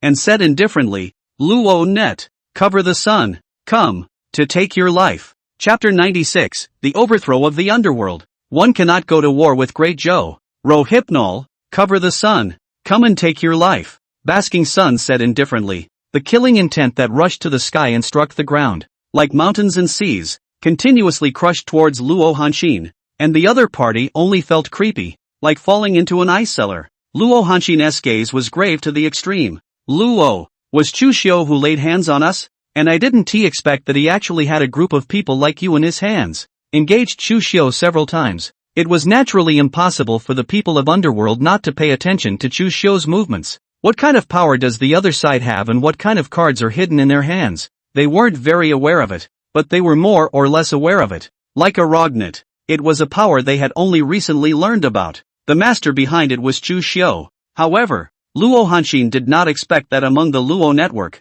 there was actually a peak celestial level killer like Covering Sun, and the other party's cultivation was not inferior to his own. Together, its battle power may be stronger. How can the master's means be something you can pry into? Basking Sun faded. He stopped talking and the ancient sword in his hand suddenly came out of its sheath. In an instant, the sword chi that covered the daylight lunged towards Luo Hanxin. Luo Hanxin naturally didn't dare to be careless, and with a low gulp, his palms joined together and violently launched out. The overbearing cold air surging, sword chi chills impacted and enveloped the mountain peaks. The peaks were frozen first. Then it was torn apart by the sword chi and turned into dozens of pieces. An entire mountain peak fell apart just because of a single encounter. The two people who had fallen from the mountain peak were still exchanging blows at extreme speed in the air. Palm swords collide with each other, each not giving way. Cold sword chi, sweeping the void. The surrounding mountains and rocks have burst into pieces. The two sides exchanged hands, and dozens of rounds had passed in the blink of an eye.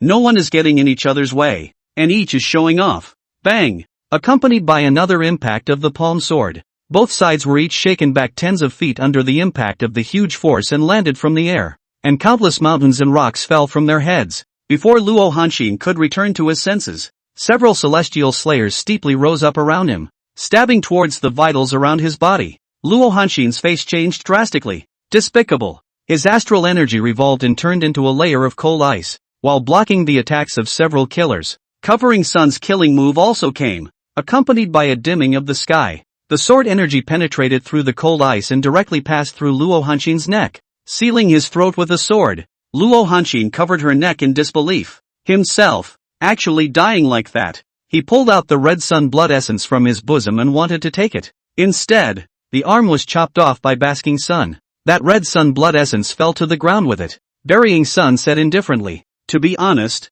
I would also like to split the difference with you openly and honestly. But unfortunately, killing you is a task given by the master himself. And we are assassins who can do anything in order to fulfill our mission." Despicable? That's the best compliment a killer can get. The luster in Luo Hanxin's eyes gradually dimmed and she fell headfirst to the ground. A generation of celestials fell. All over the Great Week, the Rowan killers came out one after the other. One by one, members of the Underworld were rounded up and killed. This overlord that had been entrenched in the dark world of the Great Zhou for many years had been wiped out clean as if overnight. It's impossible to cover up such a big commotion. All the major powers were frightened and terrified. The fact that the members of the Underworld had been rounded up was naturally a good thing for most people. But, when one thought that such a terrifying organization as the Underworld had been swept away in one night, how terrifying would the force that did such a thing have to be? A dark force more terrifying than the Spectre. Will it be a threat to them? They all shuddered at the thought. It was as if he felt that there was a sharp blade hanging over his head. It could fall at any time. Gradually, the word Rohan also appeared in some people's vision, replaced the underworld and became the first overlord in the dark realm. Inside a pavilion, Immomaniac pinched the letter in his hand into a ball, and under the burst of true chi, it caused the letter to instantly burst into pieces. His face was so terribly grim that it was almost dripping. Good.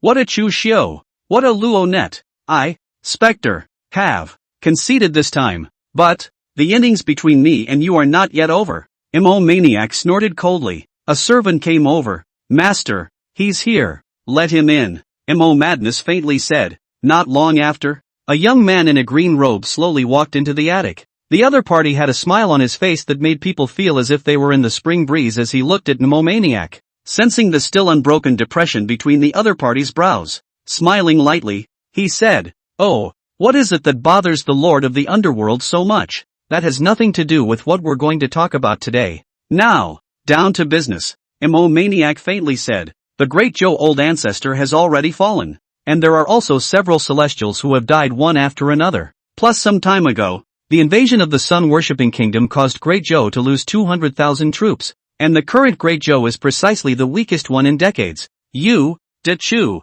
are you really not going to seize the opportunity? Mad. Although the Great Zhou old ancestor is dead, there is one more Chu Xiu. This person was able to kill the Great Zhou old ancestor. Do you think we'll go easy on him?" The youth said faintly. "Chu Xiu is no longer strong, but he is only one person. He can't protect the entire Great Zhou. And, if he has this thing, will you still be afraid of him?" Immomaniac flipped his hand and took out a red young blood essence. This blood essence is the size of a thumb. However, the power of essence and blood contained within it caused the youth's pupils to shrink slightly. What a strong chi and blood essence! Just how many people's essence and blood have you absorbed to be able to refine such a red sun blood essence? It wasn't that the youth hadn't seen the red sun blood essence before, but this one that Immomaniac took out far exceeded the blood essence he had seen by many times, and this one topped 100 unusual blood essences. When the sun-worshipping kingdom invaded Great Zhou, there were countless deaths and injuries in that battle, and this blood essence was extracted from that battle. You will give this item to your great Chu ancestor, and with this item to help him, why would he need to fear Chu Xiu? Think about it. Once we swallow Great Zhou, Chu will spend another 10 years or so digesting it, and by then, unification of the world will not be a dream. Mad's words carried a compulsion. A hint of fire passed through the youth's eyes. He pondered for a moment and took the blood essence. Your words, I will bring them. Great Chu cannot go to war with Great Zhou. Inside the inn, Lu Qingyi was writing a letter and preparing to bring it to Emperor Chu. The maidservant on the side sniffed. Holy maiden, is Great Zhou really that powerful? It's not that Great Zhou is powerful. It's that Great Zhou is Chu Xiu that's scary. But no matter how strong Chu Xiu is, he is only one person. How can he protect the entire Great Zhou? The servant girl asked curiously, recognizing that Chu Xiu was strong. But there is a limit to human strength. How can one man, divided as he is, protect 10,000 miles of territory? Lu Qingyi faintly said, yes, Chu Xiu is only one person. He may not be able to protect the entire Great Zhou, but he can protect himself, and that is enough. A land god so young, who could imagine what kind of ground he would reach in the future? In order to destroy Great Zhou, we must first destroy Chu Xiu. Without killing Chu Xiu, even if Great Chu gained Great Zhou, it would not last long. Instead, it will bring about the end of the world. However, I can't see De Chu having the strength to kill Chu Xiu, so the best thing to do is not to go to war with Great Zhou.